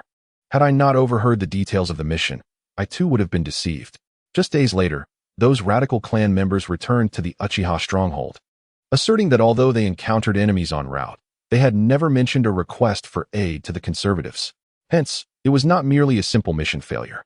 While I do not know who misled my parents with false rescue information, Uchiha Fugaku, as the sole survivor, undoubtedly bears the most suspicion. Uchiha Fugaku must have concealed something. Perhaps he betrayed us, or the mission itself was a conspiracy. He exploited my parents' kindness and trust, leading the conservatives into a deadly trap. Regardless, Uchiha Fugaku's actions are inextricably linked to my parents' demise.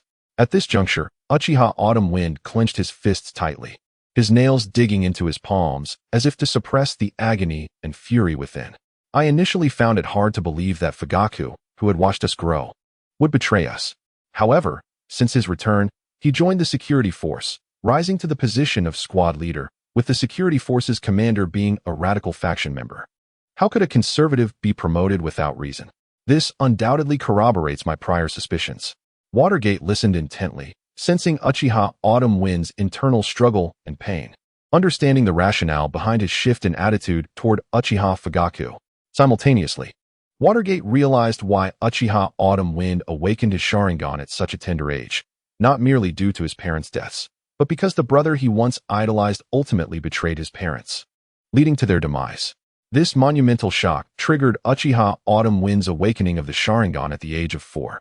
Autumn Wind, you mentioned that you overheard information from your parents and the clan elder. Have you inquired about the specific events surrounding that elder? Watergate posed a question.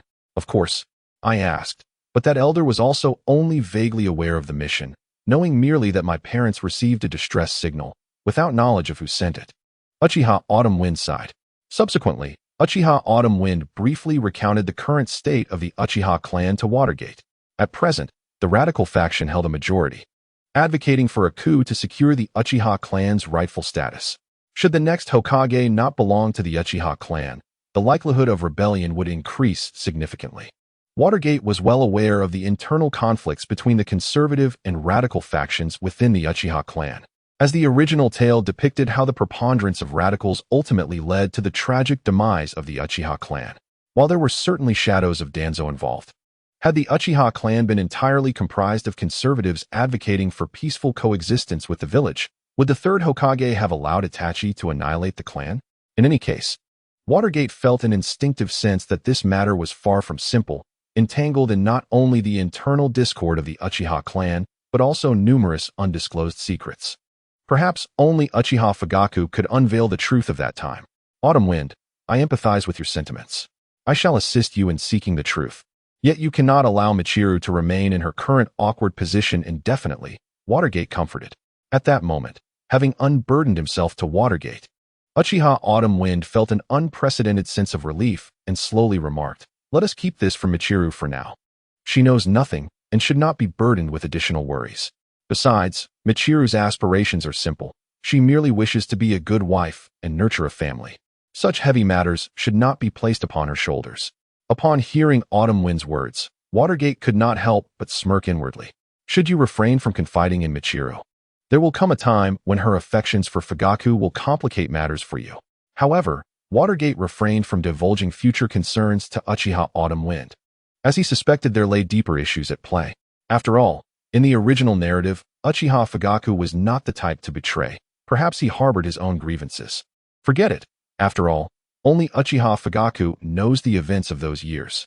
Only when he chooses to reveal everything to Uchiha Akafeng will the truth truly come to light. For now, speculating excessively is of little significance. What matters is that Uchiha Akafeng maintains his composure. Thus, Minato gently patted Uchiha Akafeng's shoulder and said, "You make a valid point, but do not bear all the pressure alone. We are friends. If you ever feel troubled, you can confide in me, and I will help share the burden." Upon witnessing Minato's kind smile, Uchiha Akafeng felt an unprecedented warmth within his heart. At this moment, he regarded Minato as his most significant bond, second only to his sister. "Thank you, Minato," he murmured to himself. Chapter 43. Tsunade. Time flew by, and in the blink of an eye, 7 days had passed. The New Year's festivities gradually faded, and the village of Konoha returned to its usual tranquility and harmony. After leaving the Uchiha compound, Minato's life resumed its predetermined course.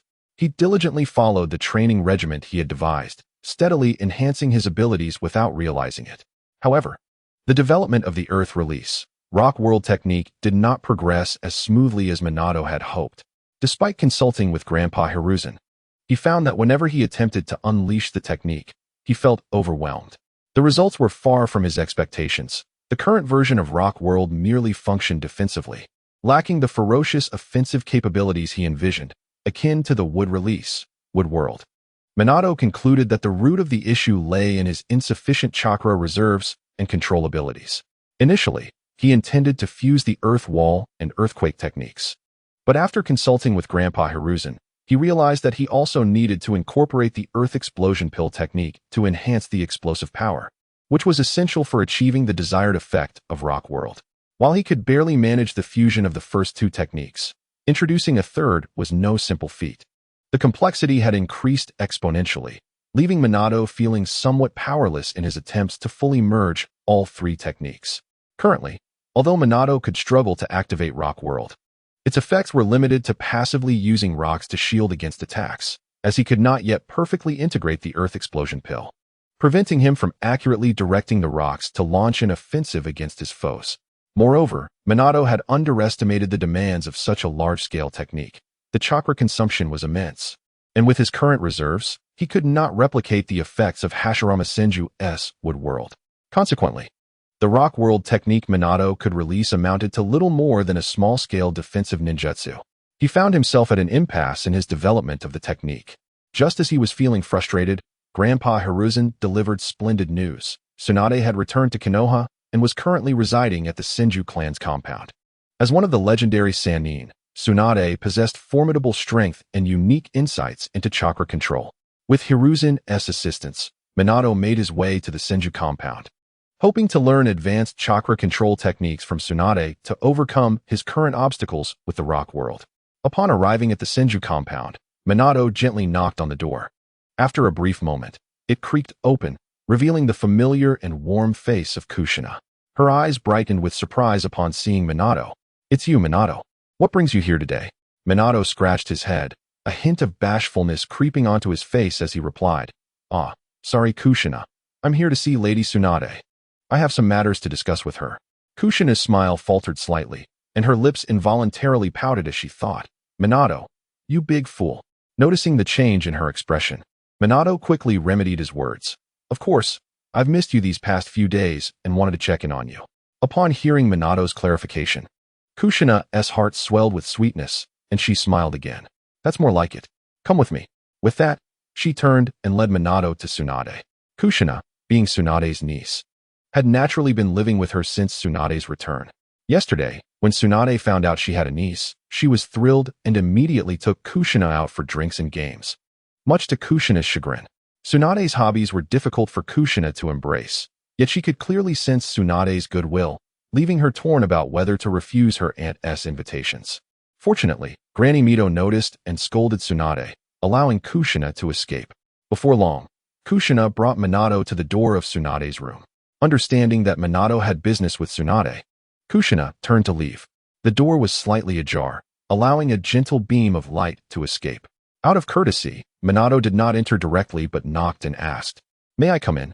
"Come in, Minato. I've been waiting for you," came a crisp yet slightly languid voice from within. Upon receiving Tsunade's invitation, Minato opened the door and stepped inside. The sight before him caused him to pause. A golden-haired girl lounged on the bed, surrounded by several bottles of alcohol, the faint aroma of liquor lingering in the air. It was clear that Tsunade had indulged herself the night before. Minato felt sympathy for Tsunade's plight. During the previous war, she had lost both her brother and her beloved, shattering her psychological defenses. This series of blows led her to develop a phobia of blood, prompting her to leave Konoha after the war, seeking solace through her travels. It had only been 2 years, until yesterday, that she returned. However, it was apparent that Tsunade had yet to escape the shadows of her past, as evidenced by the bottles at her side. While reflecting on the original storyline, Minato discreetly observed Tsunade. As the princess of Konoha, she possessed breathtaking beauty, her features finely chiseled, her face radiant, a masterpiece of nature's artistry. Despite her somewhat disheveled hair, it added an alluring charm to her demeanor. Most striking, however, was her curvaceous figure. Though clad in loose sleepwear, her exaggerated curves were impossible to conceal, particularly her ample bosom, earning her the title of the legendary Sannin. Minato quickly averted his gaze, his eyes clear and devoid of any improper thoughts. What a transgression! I am not a lecher, merely curious. I stole a glance. Surely, every fan of the Hokage series has done the same. I simply committed a blunder common among all admirers. Tsunade-sama. Though Tsunade appeared as an 18-year-old girl, knowing her true age in the original story, which was similar to his teacher Jiraiya, Minato nearly referred to her as Aunt Tsunade. Fortunately, he sensed a flash of killing intent in her eyes and promptly corrected himself. Sister Tsunade, I am here today to seek your guidance on better controlling my chakra. Chapter 44. Slicing apples. Alright, I understand. Tsunade lazily rose from the bed, stretching her arms, her hair tousled over her shoulders. For precise chakra control, I require you to master a special technique, the chakra scalpel. Watch closely as I demonstrate, and then you can practice on your own. Once you have learned it, come back to find me. With that, Tsunade lightly waved her hand, tossing a scroll toward Minato. With steady hands, Minato unfurled the scroll, revealing intricate illustrations of the hand seals for the chakra's surgical knife, alongside essential insights into the technique. Simultaneously, Tsunade began to gather chakra within her palm. And in an instant, a sharp chakra blade materialized, glinting with a cold brilliance. After memorizing the hand seals for the chakra surgical knife, Minato attentively observed Tsunade's demonstration, then swiftly formed his own hand seals, channeling chakra into his palm. Before long, a rudimentary chakra surgical knife took shape in his hand, albeit somewhat clumsy in its execution. Sister Tsunade, I have learned, Minato stated calmly, his demeanor as unruffled as if he had merely sipped water. Have you truly grasped it so swiftly? Tsunade remarked, a flicker of surprise coursing through her. She recalled that it had taken her a week to master this technique, and she had anticipated Minato would require at least a day for such a feat, yet he had accomplished it with remarkable speed. Despite her astonishment, Tsunade maintained her composure, replying, very well, let us proceed to the second step of your training. Clearing her throat, she pointed to an apple on the table. Fetch that apple. Minato promptly retrieved the apple and handed it to Tsunade.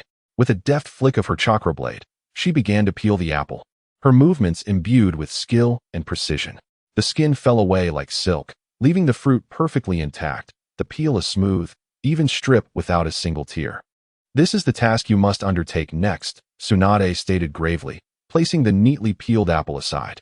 When you can achieve such a result with your chakra surgical knife, you will have met your goal.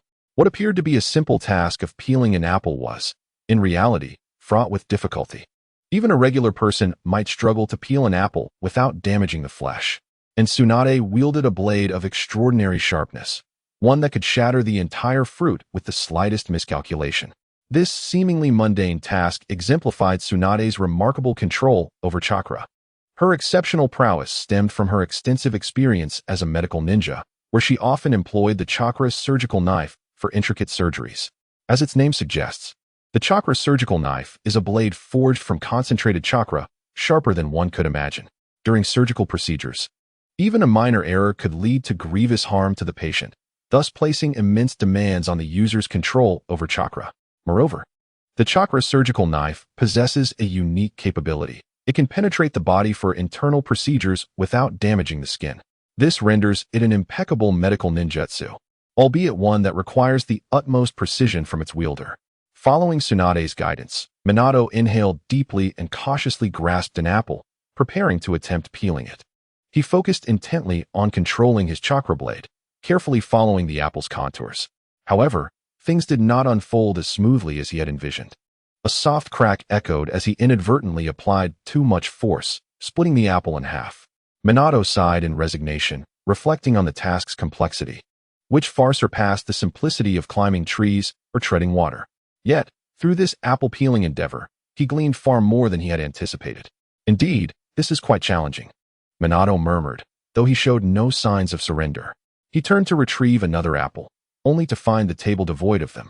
Well, 2 baskets of apples await you in the courtyard. Take your time to practice, Tsunade remarked nonchalantly, gesturing for him to continue outside, while she stifled a yawn and returned to her slumber. Upon reaching the courtyard, Minato found the sun still gentle and warm upon his skin, not yet at its midday intensity. 2 baskets of apples lay quietly, and beside them, a cute pink piglet, with round, glistening eyes, gazed hungrily at the fruit. Tun-tun, these apples are for my training. You mustn't eat them, he warned. Kushina was playing with Tun-tun, and upon noticing the piglet's eager gaze, she scooped it into her arms, affectionately stroking its little head. Hum, Tun grumbled with mild discontent, its tiny hooves occasionally kicking as if to protest. Minato couldn't help but smile at the scene. He approached and gently patted Tun's back, saying, "I will practice using the chakra surgical knife and peel many apples. You can have them all later, all right?" Kushina exchanged a grateful glance with him, and in response, she offered a soft smile. Tun seemed to comprehend Minato's words. Its eyes brightened, and it settled quietly in Kushina's embrace, no longer fidgeting. Minato inhaled deeply once more and approached the apple basket, selecting one of moderate size. Recalling Tsunade's earlier demonstration, he swiftly formed the hand seals and concentrated chakra in his palm. In no time, a sharp chakra surgical knife manifested. Cautiously, he took the apple and began to peel it. Initially, his hands were somewhat unsteady, and his control over the chakra blade was imprecise, causing the skin to break frequently and often resulting in the apple being cut apart. Each time the apple shattered, Tun rushed over to consume the remnants. Nevertheless, Minato remained undeterred, continually adjusting his breathing and the flow of his chakra, gradually finding his rhythm. With persistent practice, the stability of the chakra surgical knife improved, and the apple's skin was peeled longer and more seamlessly. Beads of sweat formed on Minato's forehead, yet his face radiated a blend of focus and joy. Kushina stood by, quietly supporting him, her eyes filled with anticipation and encouragement, while she also began practicing her sealing techniques, striving for mutual progress. Meanwhile, Tun's eyes sparkled with keen interest, fixated on the apples tumbling from Minato's hands. Chapter 45. Accomplishments throughout these days. Minato dedicated nearly all his time to studying refined chakra control techniques under Tsunade's guidance at the Senju compound. He absorbed every lesson with an insatiable thirst, committing himself fully to each practice session, sparing no effort. As the days slipped by in a whirlwind of diligent training, the start of the new semester loomed just around the corner. Moreover, through his conversations with Granny Mito, Minato learned that Kushina would be enrolling in the Ninja Academy alongside her peers, a prospect that thrilled her immensely. Each day, she eagerly anticipated the commencement of the new term. Speaking of Kushina, her training during the holiday had led to significant advancements in her sealing techniques. She was gradually mastering the Uzumaki clan's most formidable diamond sealing, capable of manifesting its initial form, which relieved Mito greatly. At the present rate, it was expected that within 6 months, Kushina would fully master the complete diamond sealing technique. With Sarutobi Hiruzen's assistance, sealing the 9 tails should pose no insurmountable challenge. Today marked the final day Minato could seek Tsunade's tutelage before the school year began. Once classes commenced, Minato would have considerably less time to learn from her, and Tsunade would also return to her duties at the hospital. Fortunately, during these days, Tsunade has imparted all the intricate techniques of chakra control she knows to Minato, ensuring that he can practice independently even in her absence. After days of diligent training, Minato experienced a significant enhancement in his chakra control abilities. Initially, peeling an apple proved to be quite a challenge for him, but after 2 days of relentless practice, he finally succeeded in this task. However, Tsunade presented him with the next stage of training, utilizing the penetrating nature of the chakra scalpel to separate the fruit's flesh from its skin without damaging the apple's surface. With a graceful demonstration, Tsunade wielded the chakra scalpel as if it were a living entity, effortlessly navigating within the apple, leaving its exterior unscathed. Only when she sliced the apple open did Minato realize that the flesh had been perfectly separated from the skin. This spectacle filled him with awe and ignited a fervent desire for challenge within him. In the following days, Minato practiced this technique incessantly, amassing a mountain of peeled apples. The fruit shop owner greeted him with a smile whenever he saw Minato, who had become renowned in Konoha as the Apple Maniac. This reminded Minato of a globally popular game from his past life, Fruit Ninja, though now he was using a genuine chakra scalpel to slice fruit. At that moment, Minato stood in the courtyard of the Senju residence, engaged in his final day of training. He focused intently on the apple in his hand, gradually employing the chakra scalpel's penetrating ability to delicately separate the flesh from the skin. As he delved deeper, he concentrated even more, fearing that any lapse in focus could undo his efforts. Finally, after a tense and prolonged wait, Minato successfully completed the challenge. He gently opened the apple, revealing a flawless separation of flesh and skin, unmarred in any way. "Wonderful! I did it!" Minato exclaimed, his face radiating joy. "Fantastic, Minato! You've finally succeeded." Kushina, who had been by his side throughout this journey, cheered for him, well aware of the effort he had invested for this moment.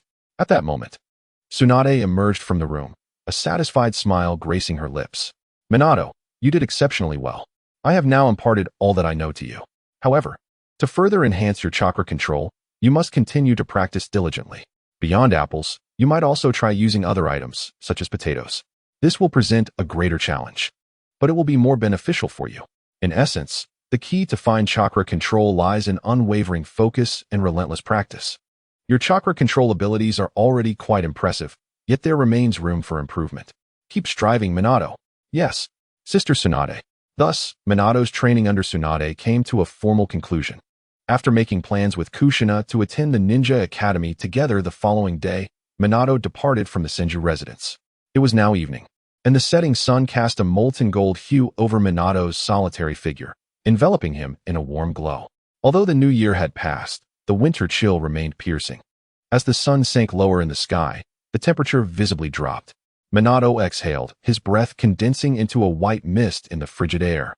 He instinctively tightened the red scarf around his neck. Feeling the cold, he promptly decided to head to Ichiraku Ramen for dinner. Nothing could be more heartwarming in such weather than a steaming bowl of ramen. As he walked towards the ramen shop, Minato began to reflect on his recent gains. The most significant achievement was undoubtedly the remarkable improvement in his chakra control abilities. He could now barely execute a small-scale rock technique. This ninjutsu served both offensive and defensive purposes. Although its range extended only about 10 meters, within that space, Minato could manipulate rocks almost at will, undeniably becoming a formidable asset. Moreover, he was pleasantly surprised by the chakra scalpel technique. Initially, he believed it was merely a medical ninjutsu, but upon deeper exploration and practice, he discovered its destructive power rivaled that of other offensive ninjutsu. With further study of human meridians, combined with the scalpel's penetrating capacity, he could effectively utilize it as a potent offensive weapon. Simultaneously, as his chakra control continued to strengthen, the development of the Rasengan was now on Minato's agenda. Time seemed ever so precious and scarce, with an overwhelming amount of knowledge yet to be acquired. Fortunately, Minato had his shadow clone, Little One, back home tirelessly refining chakra, saving him a considerable amount of time. This thought sparked an idea in Minato's mind. With his current chakra level and control, he should be able to maintain a second shadow clone, Little Two. If this notion came to fruition, his training efficiency would undoubtedly see a significant boost.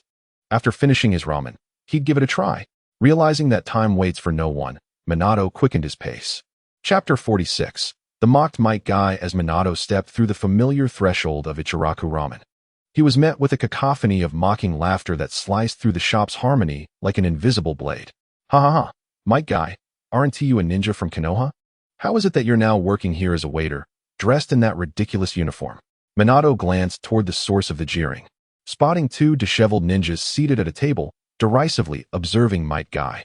Their familiar attire sparked a memory. Upon closer inspection, Minato realized these were the two members of the Shimura clan who had been taken away by Uchiha Fugaku during the New Year's gathering. After being held by the security team until today, the two, frustrated and simmering with anger, had fortuitously encountered Might Guy at the ramen shop, unleashing their pent-up frustrations upon him. At that moment, Might Guy was clad in simple work attire, balancing two steaming bowls of ramen in his hands. Faced with the sudden ridicule, he wore not a frown of anger but a faint, self-deprecating smile, as if using this manner to alleviate the bitterness within. You jest. My friends, a ninja is still a person and must eat, and there is no shame in this work. Serving others is commendable. Might Guy took a step back, hoping to bring an end to the farce. However, his concession did not elicit sympathy from the Shimura clan members. Instead, it fanned the flames of their arrogance. Don't try to embellish your dignity. Who doesn't know you're the perennial genin who can't perform ninjutsu or jinjutsu? Is it because you never receive missions that you've resorted to working here for a meal? One of them scoffed, completely disregarding the gazes of those around them as they continued to deride Might Guy. Ha ha ha, indeed. How did someone who only relies on brute strength become a ninja? Did you take shortcuts? Now your true self is revealed. Without ninjutsu, no one would assign you missions. So here you are doing menial labor. Just tell us, how did you bribe your way through the ninja exam? How could someone who can't use ninjutsu pass to become a genin? Their taunts echoed, filled with disdain, as if Might Guy's existence were nothing but a joke. As their laughter grew louder, Might Guy's expression darkened.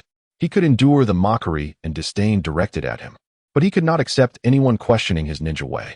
Might Guy has endured countless hardships and exerted immense effort to become a ninja, a truth known only to himself. Yet now, these individuals dare to question the legitimacy of his ninja status, which is undoubtedly the greatest affront to him. Just as Might Guy is on the verge of erupting with anger, the voice of the ramen master echoes through the air.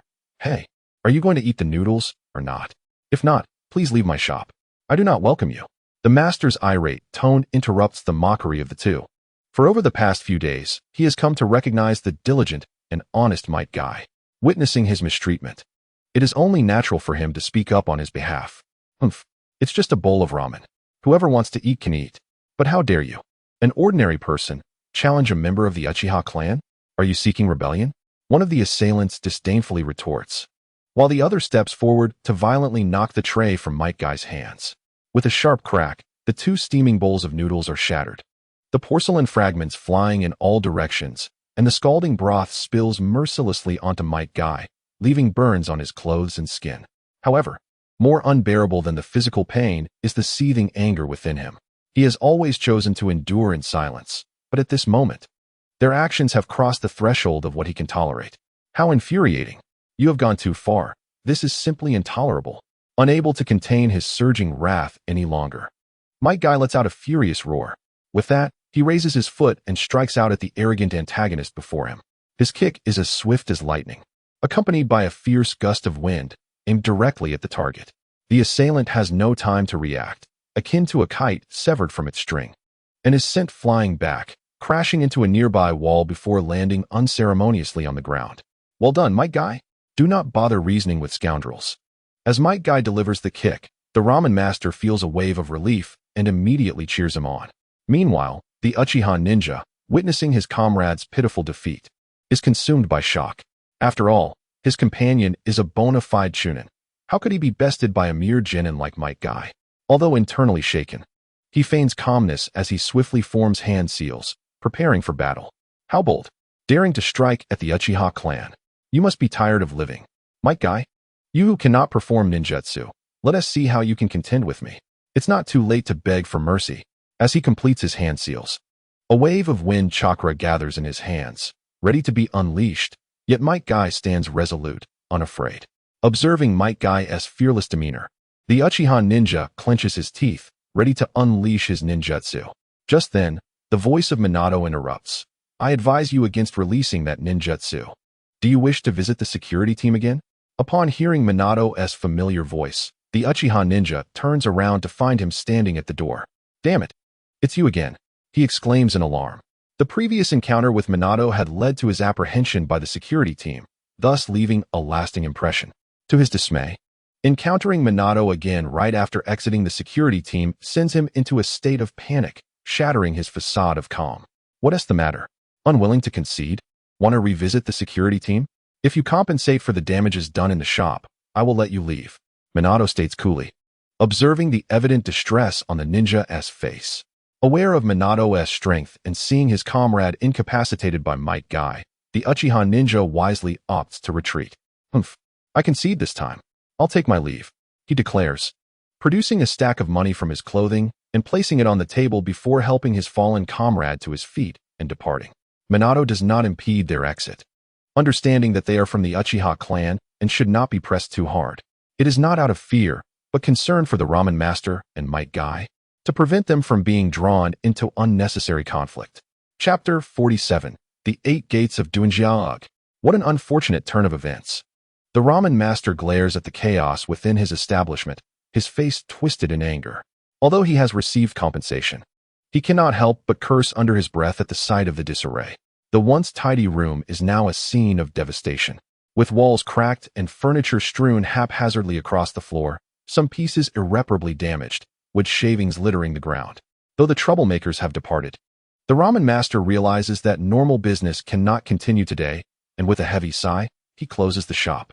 Meanwhile, Might Guy mechanically begins to clean up the mess, his movements seemingly devoid of spirit. Might Guy, today's events are not your fault. Do not blame yourself.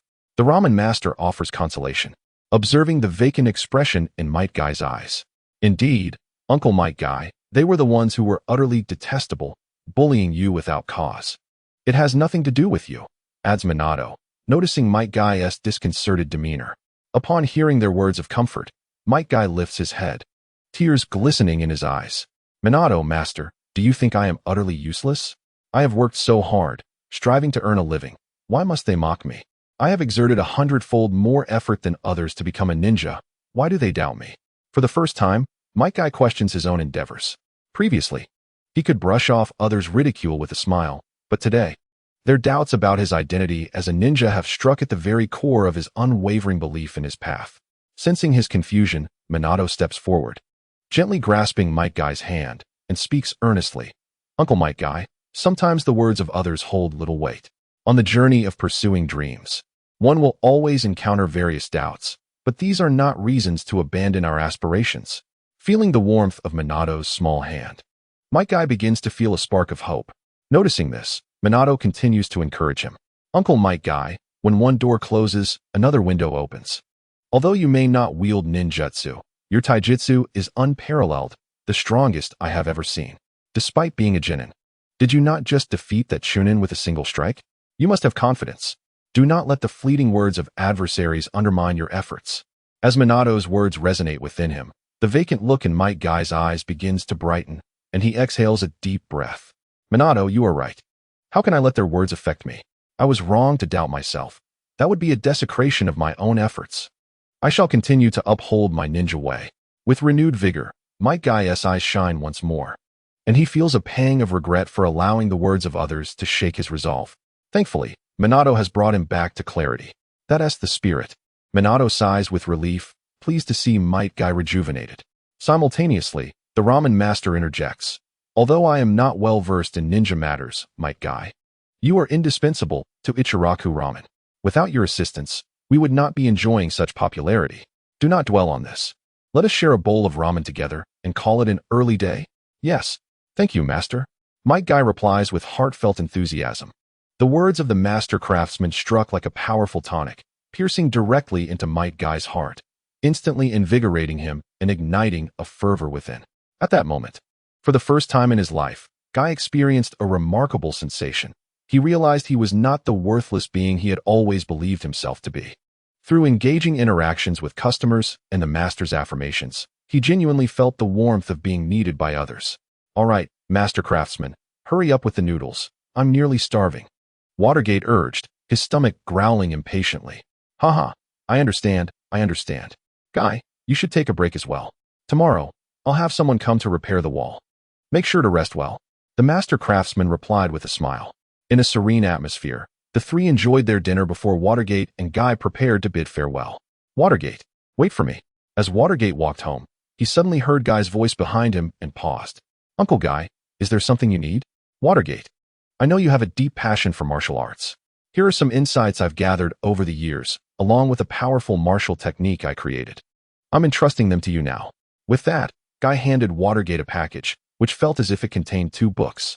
Uncle Guy, thank you so much for giving me such an important gift. Watergate expressed his heartfelt gratitude. I have no choice. My wife and our soon-to-be-born child need money. Thus, I have decided to devote my energy to work. However, I do not wish for my martial path to be lost, so I am passing it on to you. I believe it will shine brightly in your hands. But do bear in mind, aside from my training insights, there is a technique I invented within. Although it possesses immense power, it can inflict harm upon the body. You must consider carefully whether to practice it, and if you have any doubts, feel free to ask me for guidance. Guy solemnly advised Watergate, cautioning him about the intricacies of training. Yes, Uncle Guy, I will contemplate it seriously. Watergate replied. Well then, I shall take my leave. Martial arts require relentless training, so do not let me down. After imparting his final words, Guy turned to depart. Watergate also turned to head home. In truth, Watergate had already sensed what Guy had entrusted him with through his warnings. Upon arriving home, Watergate felt an unusual excitement and trembled as he unwrapped the package, revealing 2 books. The first book bore the striking title 8 Gates of Bypass. Watergate had long been fascinated by this formidable martial art in the ninja world, and now he finally possessed it. With the 8 gates, he felt his potential had increased significantly, enhancing his ability to confront external threats. The second book contained Guy's training insights and diagrams of human meridians, bringing Watergate further joy. By memorizing the diagrams, his chakra surgical techniques would transform into a formidable offensive weapon. Chapter 48. A new semester, another day dawned. At 7 in the morning, Watergate rose promptly, as today marked the first day of the new semester. After a brief wash-up, he prepared breakfast and a lunchbox before heading to find Kushina to go to school together. Last night, Watergate successfully split off a shadow clone, and now 2 shadow clones were assisting him in his training. One clone was focused on refining chakra, while the other practiced ninjutsu in the woods, helping Watergate perfect his rock world descend technique. As for Watergate himself, he began to delve into the training insights and the 8 gates of bypass that Guy had entrusted to him. The 8 gates of bypass is the most potent martial art in the world of Naruto, allowing ninjas to unlock the limitations imposed on their chakra, thus unleashing tremendous power. It consists of 8 gates: the opening gate, rest gate, life gate, injury gate, death gate, view gate, shock gate, and death gate. Watergate summarized the enhancements brought by each corresponding gate. Opening gate removes brain limitations, enhancing physical abilities. Rest gate relieves fatigue, restoring stamina. Life gate increases attack power and speed, causing the body to flush with blood. Injury gate further boosts attack and speed, inflicting bodily damage. Death gate achieves speeds capable of displacing air and lifting the ground, surpassing the speed of sound. View gate. The body is enveloped in green steam, allowing the use of advanced martial arts, peacock. Shock gate. The body emits blue steam, enabling the use of martial arts, day tiger. Death gate. The inevitable death doorpost use. When all 8 gates are opened, it is referred to as the 8 gates of bypass formation, with the body releasing red steam, allowing the use of martial arts, evening elephant, and the ultimate technique. Night Guy, capable of shattering space, but leaving the body scorched from overexertion. The 8 gates of bypass is classified as a forbidden technique due to the immense burden it places on the body. From the 3rd gate onward, the higher the gate opened, the greater the bodily harm incurred. Despite the damage this technique may cause, the benefits are undeniably immense, leaving Watergate with no reason to refrain from its study. Moreover, with the existence of the commemorative coin, Watergate felt a surge of confidence. The coin's miraculous restorative abilities allowed him to train boldly with the 8 gates of bypass, believing that as long as he refrained from opening the last 3 gates, the coin would restore him to health. However, Watergate had only recently acquired the 8 gates and required significant time to master it. Presently, he could not even perform the most basic opening gate. Additionally, according to Guy's training notes, practicing the 8 gates of bypass is best complemented by weighted training. Thus, Watergate's custom-made attire finally came into play. He inserted 5-pound steel blocks into the cuffs of his limbs as weights, marking just the beginning. As his body adapted, he would need to continually increase the weight. Starting today, Watergate would wear weights in his daily life to accelerate his adaptation and enhance his martial arts, thereby hastening his training of the 8 gates of bypass. He placed the human meridian diagram Guy had entrusted to him into his backpack, preparing to study it at the Ninja Academy. Naturally, he dared not bring the forbidden 8 gates of bypass into the crowded and watchful academy. So he hid it safely at home, confident that with his shadow clone, the possibility of loss was minimal. After organizing everything, Watergate departed his home to find Kushina at the Senju clan's residence, ready to head to the Ninja Academy together. Today, Kushina wore a charming and refreshing pair of overalls, complemented by a snow-white sweater that hugged her skin in soft comfort. Moreover, she carried a pink handbag adorned with a delicate carrot pattern, lending her an air of playfulness and vivacity. Upon seeing Watergate, Kushina excitedly waved her hand, exclaiming, "Watergate, you're so slow. Hurry and take me to ninja school. Don't rush, don't rush. We still have plenty of time. We can stroll there. Humph, just lead the way. I can hardly wait. After studying sealing techniques at home all day, I'm going mad." Faced with Kushina's lively enthusiasm, Watergate could only quicken his pace, guiding her toward the Ninja Academy. In the distance, Uzumaki Mito watched the cheerful duo, a faint smile gracing her lips, reminiscent of her younger days with Senju Hashirama. Meanwhile, within the Hokage building, Kakashi Hitaki was reporting to Sarutobi Hiruzen about Kushina's situation. "Hokage-sama, would it be too risky to allow Kushina to attend the Ninja Academy?" Kakashi expressed his concerns. "Kakashi, while Kushina is the next Jinchuriki, We must also allow her to experience a complete childhood. I believe confining her at home is not conducive to her development. Moreover, as you have observed these days, Kushina has been getting along splendidly with Minato and her other companions. Feedback from Lord Mito indicates that Kushina's sealing techniques are advancing rapidly, suggesting that her interactions with her peers do not hinder her training. What is paramount now is to help Kushina completely shed the shadows of her clan's destruction and fully integrate into the family of Konoha. Sarutobi Hiruzen explained to Kakashi. I hope I am merely overthinking. Truthfully, I agree with Kushina attending the ninja academy and studying alongside her friends. However, in such a bustling environment, the presence of numerous eyes could lead to oversights in the protection provided by the ANBU. Kakashi understood this rationale. Yet since the failure of his last mission in the Land of Whirlpools, he has become increasingly sensitive, fearing that Kushina, whom he is responsible for protecting, might encounter unforeseen dangers. Ha ha ha. Kakashi, you seem unusually cautious these days. It is not like you at all, Sarutobi Hiruzen remarked with a warm smile.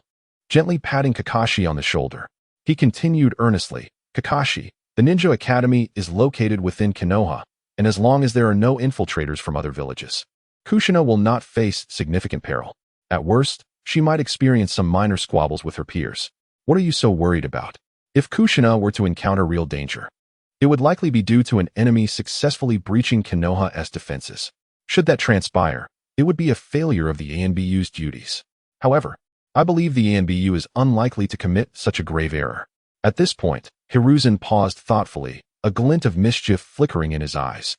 Then, as if struck by a sudden thought, Hiruzen's smile broadened, laced with a hint of teasing. Besides, you profess to be concerned about Kushina's safety. Yet why did you secretly take her and others to the back mountains to watch the fireworks on New Year's Eve? Kakashi was not surprised that the third Hokage was aware of this incident. After all, many had witnessed it, making Hiruzen's ignorance seem odd. Yet, being confronted directly caused a slight stir in Kakashi's heart, though he was ultimately swayed by Hiruzen's words. He explained, that was merely to bring some joy to the children. Understood, Hokage-sama. I will ensure the ANBU exercises greater caution. Chapter 49. Do not be shy now. Let us set aside matters concerning Kushina and turn our attention to you. Kakashi. Hiruzen's face, marked by the passage of time, gradually revealed his signature warm smile. His lips curled upwards, and his eyes narrowed slightly, resembling two crescent moons. Yet within those narrowed eyes lay an unmistakable hint of playful mischief. Hokage-sama, what could possibly concern me? Kakashi inquired, his face a mask of confusion as he met Hiruzen's gaze, curiosity evident in his expression. Kakashi simply could not fathom what was so significant about him that warranted the attention of such a venerable Hokage. Observing Kakashi's puzzled demeanor, Hiruzen's previously amiable expression underwent a subtle transformation. While the smile remained, it now bore an enigmatic quality, his gaze shifting from gentle warmth to a hint of something more elusive. Heard it said that you've recently found someone who captures your fancy, Hiruzen remarked, lowering his voice and adopting a teasing tone. Kakashi was instantly frozen, as if struck by lightning, his eyes widening in disbelief as he stared at Hiruzen, his face turning as red as a ripened apple. He stuttered, Hokage-sama, how could you possibly know about this? This news travels too swiftly. Seeing Kakashi's flustered state, Hiruzen could no longer contain his laughter. Ha ha ha, young men marry, young women wed. Do not be shy. Kushina, do not be shy. It is merely a simple self-introduction. Meanwhile, at the ninja school, Minato was gently encouraging Kushina. It turned out that Kushina was a transfer student this semester, and teacher Tadaichi hoped she would stand up to introduce herself so that her classmates could become acquainted with the new student. However, unexpectedly, the once excited and eager Kushina now felt a wave of nervousness upon facing a multitude of unfamiliar faces. Despite recognizing a few familiar figures, this was Kushina's first time introducing herself in front of so many strangers. Thus, the previously lively and cheerful Kushina became quite reserved. Come on, Kushina. Minato sensed her subtle shift in demeanor and continued to encourage her with a smile. Simultaneously, Minato mused internally, it is truly surprising. Kushina, who usually exudes confidence, also has her shy side. Hearing Minato's caring and encouraging words, Kushina's trembling body gradually relaxed. I am Uzumaki Kushina. I have a particular fondness for vibrant red, a color that brings me immense excitement and joy. As for the future, My dream is to become a great ninja, protecting everyone in the village, ensuring they all lead happy and peaceful lives." As she spoke, a radiant smile filled with hope and anticipation blossomed on Kushina's adorable face, akin to flowers blooming under the warm spring sun. Following her simple introduction, the classmates began to take a liking to this charming girl. In this instance, Kushina was not ridiculed as she had been in the original narrative, nor was she bullied by her peers. The reason for this was evident: Minato's presence. With Minato holding a position of absolute prestige in the class, everyone recognized Kushina as his companion and thus refrained from causing her any trouble. Moreover, several girls in the class began to feel a pang of disappointment, as the most handsome boys were Uchiha Akafune and Minato. However, while Akafune maintained a cool demeanor, he lacked Minato's gentle charm, leading many girls to secretly harbor crushes on Minato. Witnessing Minato bring Kushina to school and occasionally casting gentle glances her way, it was clear to the girls that their chances had diminished. And so, Kushina seamlessly integrated into the class, even more smoothly than anticipated.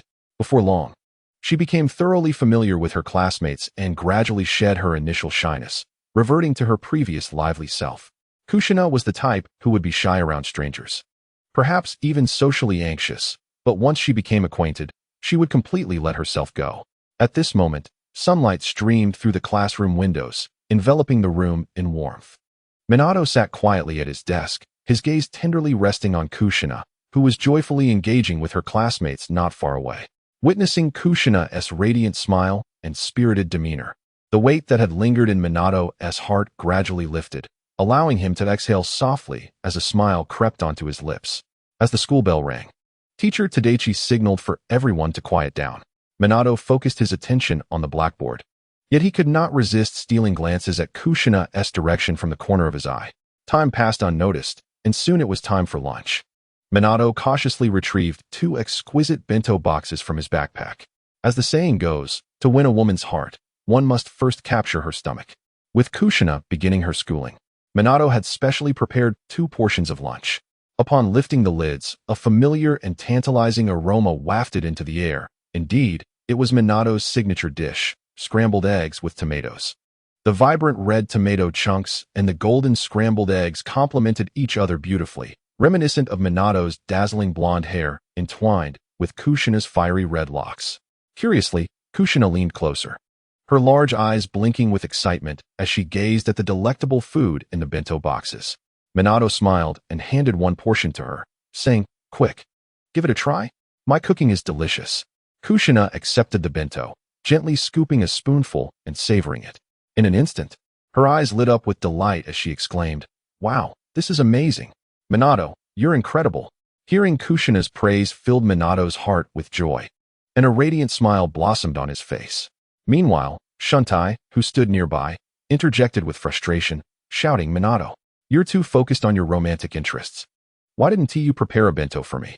Come on, Aunt Rin's cooking is excellent too." "It's not worse than mine," Minato replied, somewhat at a loss for words. "I don't care. You just don't pay attention to me." Shuntai continued to pout. Kushina, overhearing Shuntai's teasing, felt her cheeks flush slightly, but quickly retaliated with a playful headbutt to his forehead. "We're here to eat, not to argue." The sudden surge of authority from Kushina left Shuntai momentarily stunned. Having spent the holiday together, he had grown quite wary of her. Witnessing her assertiveness, he promptly fell silent and obediently resumed eating. Onlookers erupted in laughter at the unfolding spectacle, as Shuntai added a splash of color to their school life. Chapter 50. The Truth of the Orphanage. At 3:30 in the afternoon, the melodious and crisp school bell rang, signaling the end of the day with impeccable timing.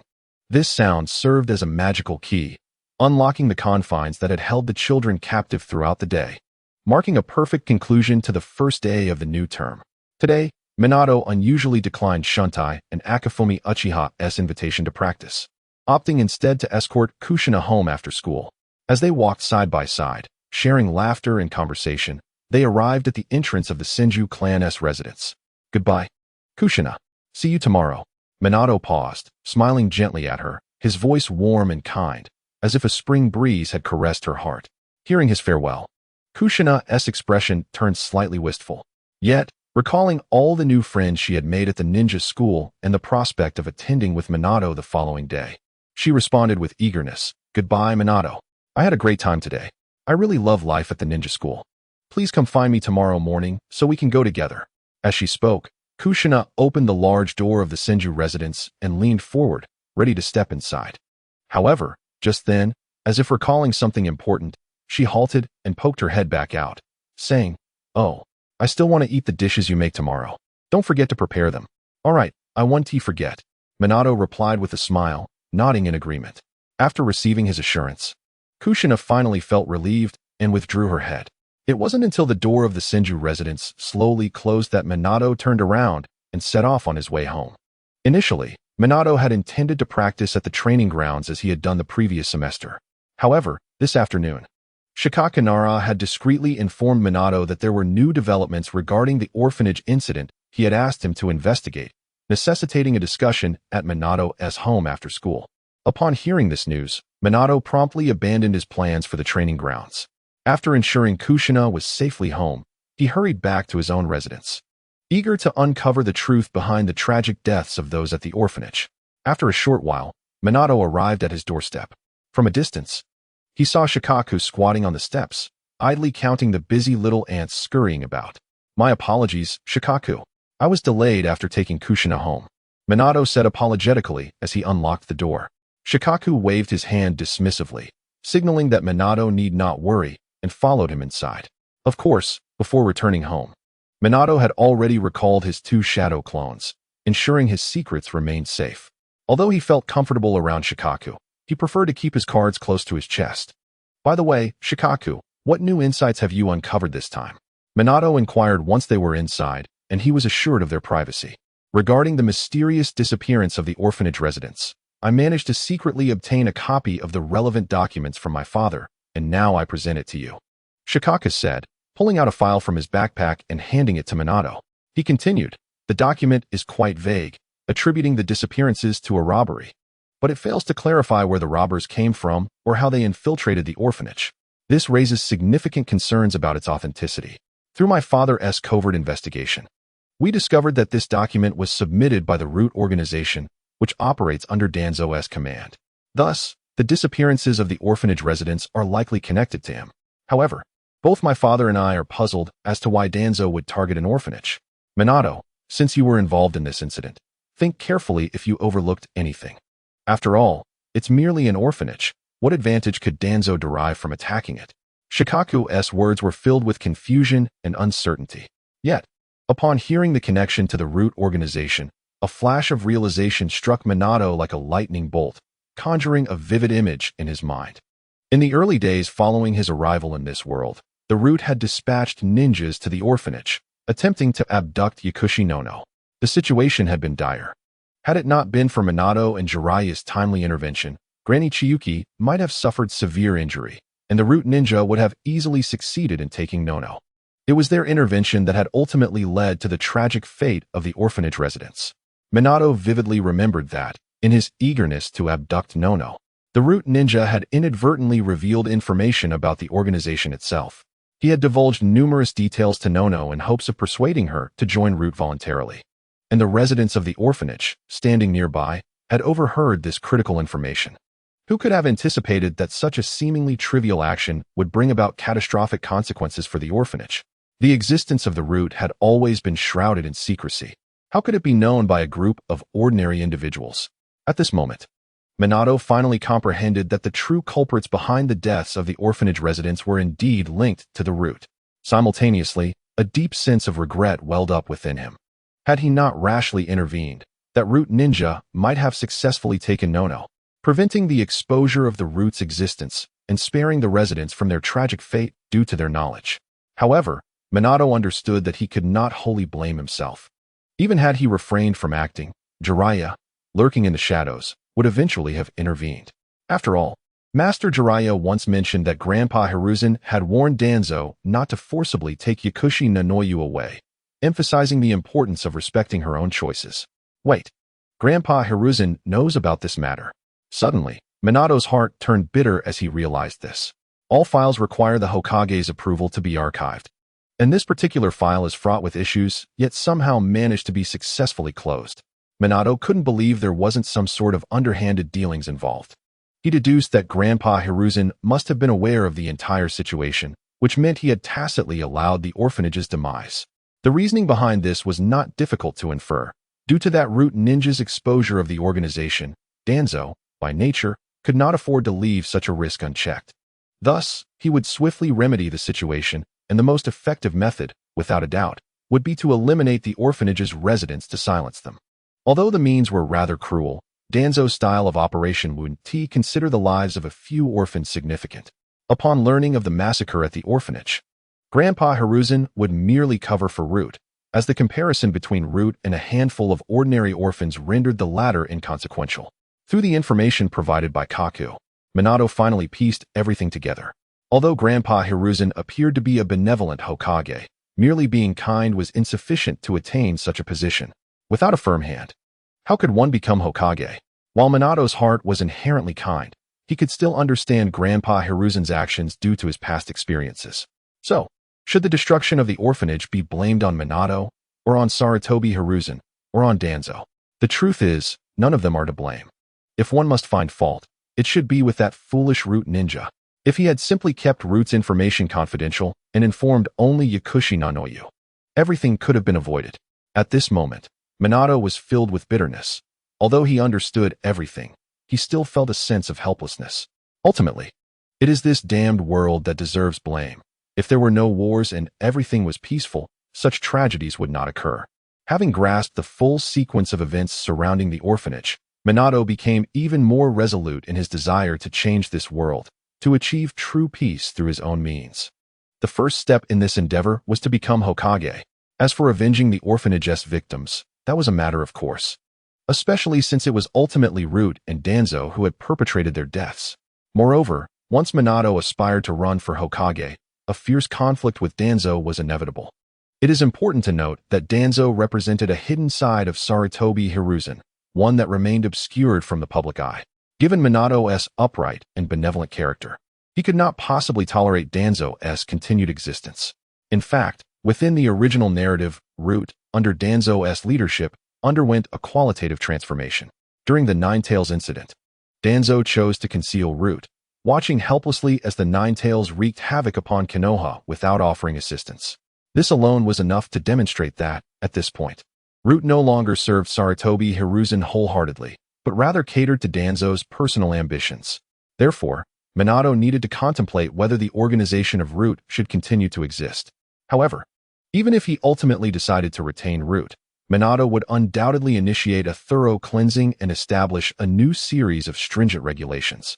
After all, the fundamental purpose of both Root and the Umbu is to protect the Hokage and safeguard Konoha.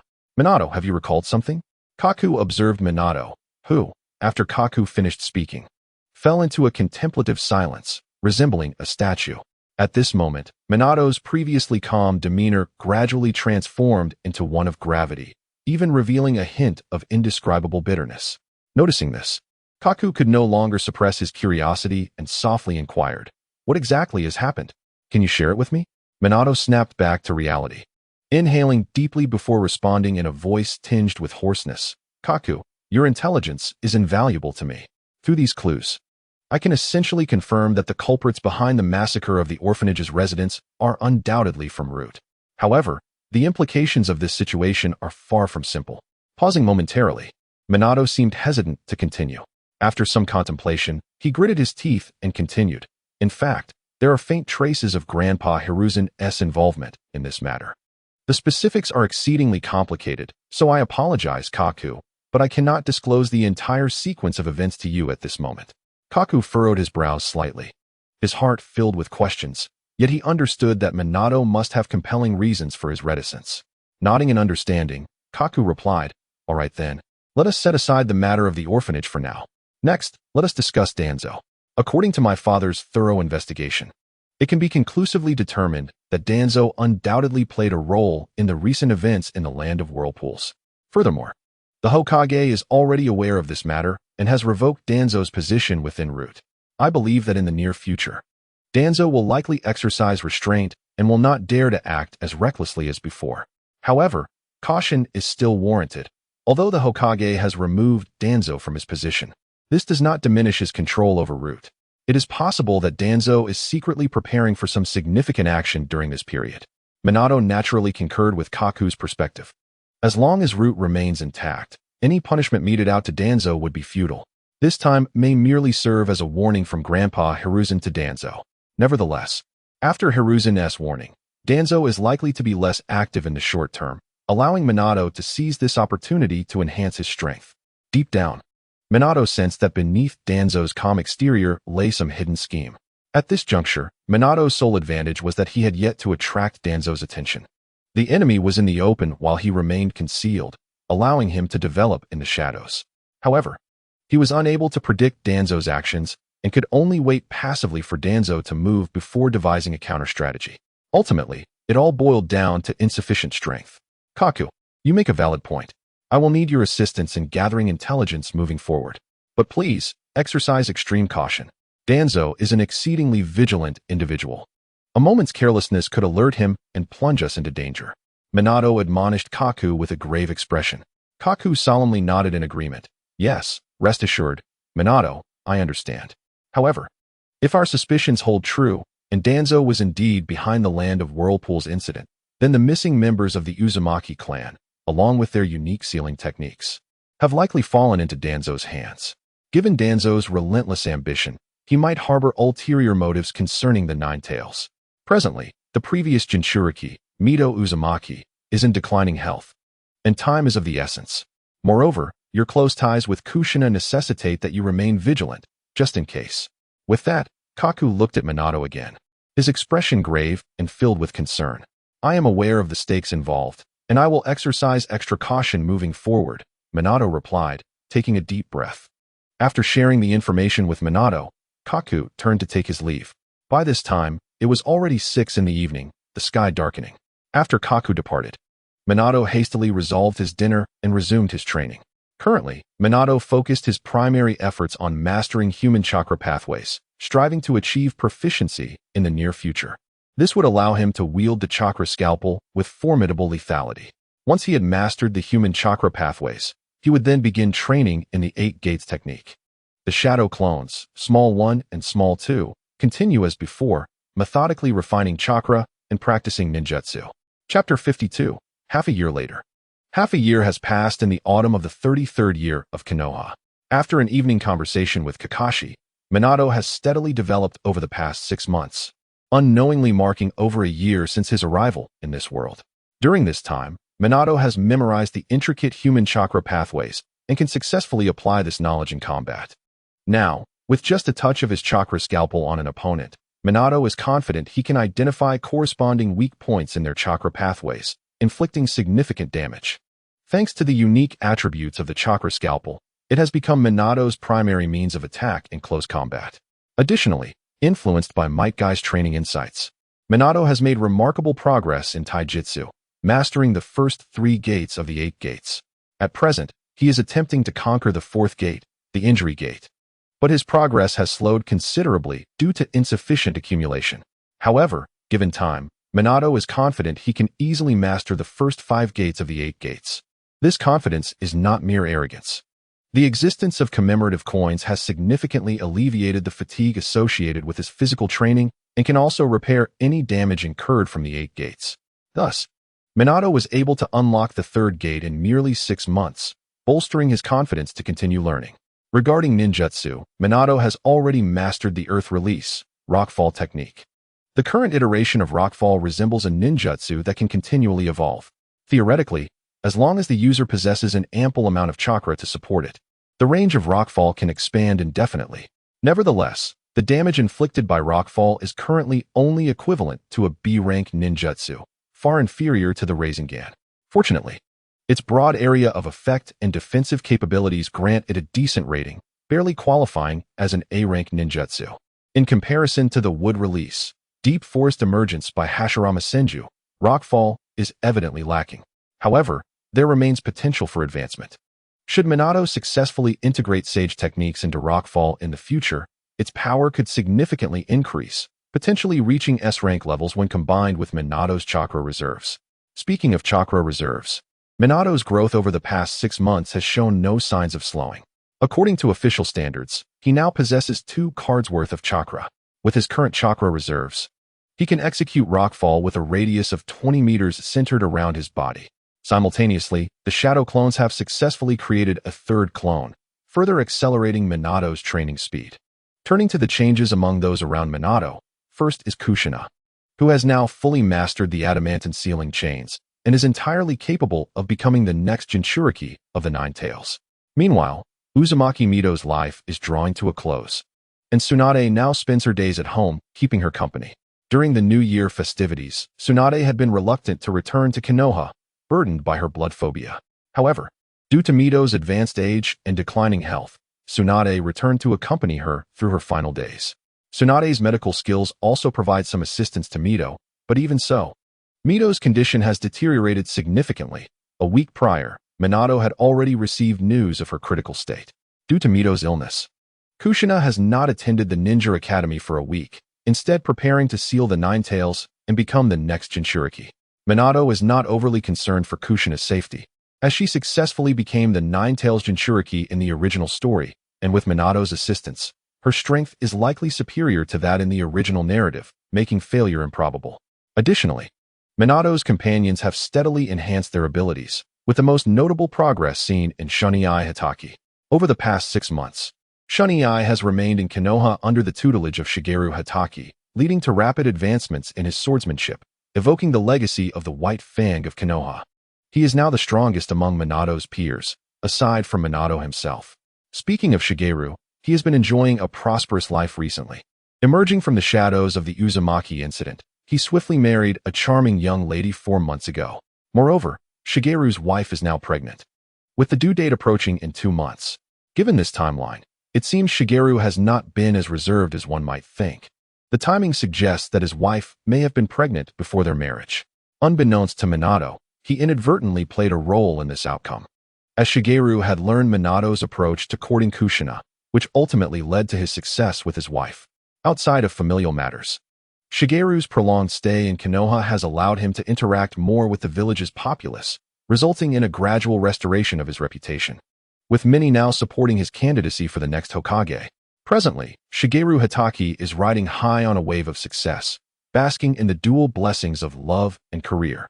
Among Minato's circle, aside from Shunei, who has evidently surpassed others in strength, the next notable figure is Kyuka Uchiha, a genius of the Uchiha clan, whose growth rate is also impressive. Unfortunately, Kyuka's primary advantage lies in her Sharingan, and in this time of peace, without the impetus of war, the evolution of her Sharingan has noticeably slowed, remaining at the one-tomo stage. Conversely, Shunei's training in swordsmanship, once he manages to grasp the basics, allows for rapid improvement, thus surpassing Kyuka Uchiha for now. While entering swordsmanship is relatively easy, achieving the peak combat strength of the ninja world remains a daunting challenge, requiring Shunei to exert even greater effort. Therefore, in terms of potential, Kyuka still holds an edge. Among this group, Mikoto Uchiha has shown the least advancement. Previously nurtured by the Uchiha clan, she ranked 3rd in the entrance examination, following Minato and her brother Kyuka. However, she has recently been surpassed by the Hinata brothers, Hisashi and Niji. After entering the Ninja Academy, Mikoto began to neglect her training, as her aspiration is to become a good wife and mother. Thus, she has become indifferent to her own development, merely completing the basic training tasks assigned by the academy, which fall short of the rigorous standards Minato set for his friends. Consequently, she has gradually been overtaken in skill. Nonetheless, even so, her abilities still surpass those of many other minor clan members and commoners, underscoring the importance of a favorable birth. Chapter 53, The Calm Before the Storm. In the back mountains of Konoha, a gentle autumn breeze brings a hint of coolness. The leaves have begun to turn yellow, resembling small golden fans swaying delicately on the branches, occasionally drifting down with the wind, adding a touch of melancholy beauty to the mountains. The setting sun filters through the sparse treetops, casting mottled shadows that dance across Minato's focused face. At this moment, Minato gathers chakra in his palm, a water sphere rapidly spinning in his hand. The water within is propelled by the chakra, crashing against the sphere repeatedly. Following his mastery of rockfall, Minato has commenced the development of the Rasengan as an A-rank ninjutsu. Its damage potential is considerable and serves as an excellent complement to the Flying Thunder God technique, making it all the more advantageous for Minato to master it as swiftly as possible. In the original narrative, the Rasengan was inspired by Minato's observation of the tailed beast bomb, ultimately leading him to create it through extensive research. However, at this moment, Minato had never encountered the appearance of the tailed beast orb, and thus could only rely on the teachings from the original work, where Jiraiya instructed Naruto on the method to develop the Rasengan. This developmental process primarily consists of 3 stages. The first stage requires concentrating chakra at the center of the palm, utilizing the power generated by the swift rotation of the chakra to burst a water-filled balloon. The second stage is an advanced version of the first, maintaining the released chakra while amplifying the rotational force until it is capable of destroying a rubber ball in hand. The third stage involves solidifying the chakra. After mastering the rotation, one must gather the rotating chakra into a sphere, and sustaining this chakra sphere constitutes the Rasengan. At this moment, Minato had just begun to develop the Rasengan and was practicing the first stage. Concentrate, rotate, control. Minato silently recited the key to the Rasengan in his mind, while controlling the chakra in his palm to rotate continuously. Under the stimulation of the chakra, the water inside the balloon began to sway violently, as if it would burst at any moment. Just at this critical moment, an anxious voice interrupted. Minato, Lady Kushina is in danger. Tonight, we must seal the 9 tails into her.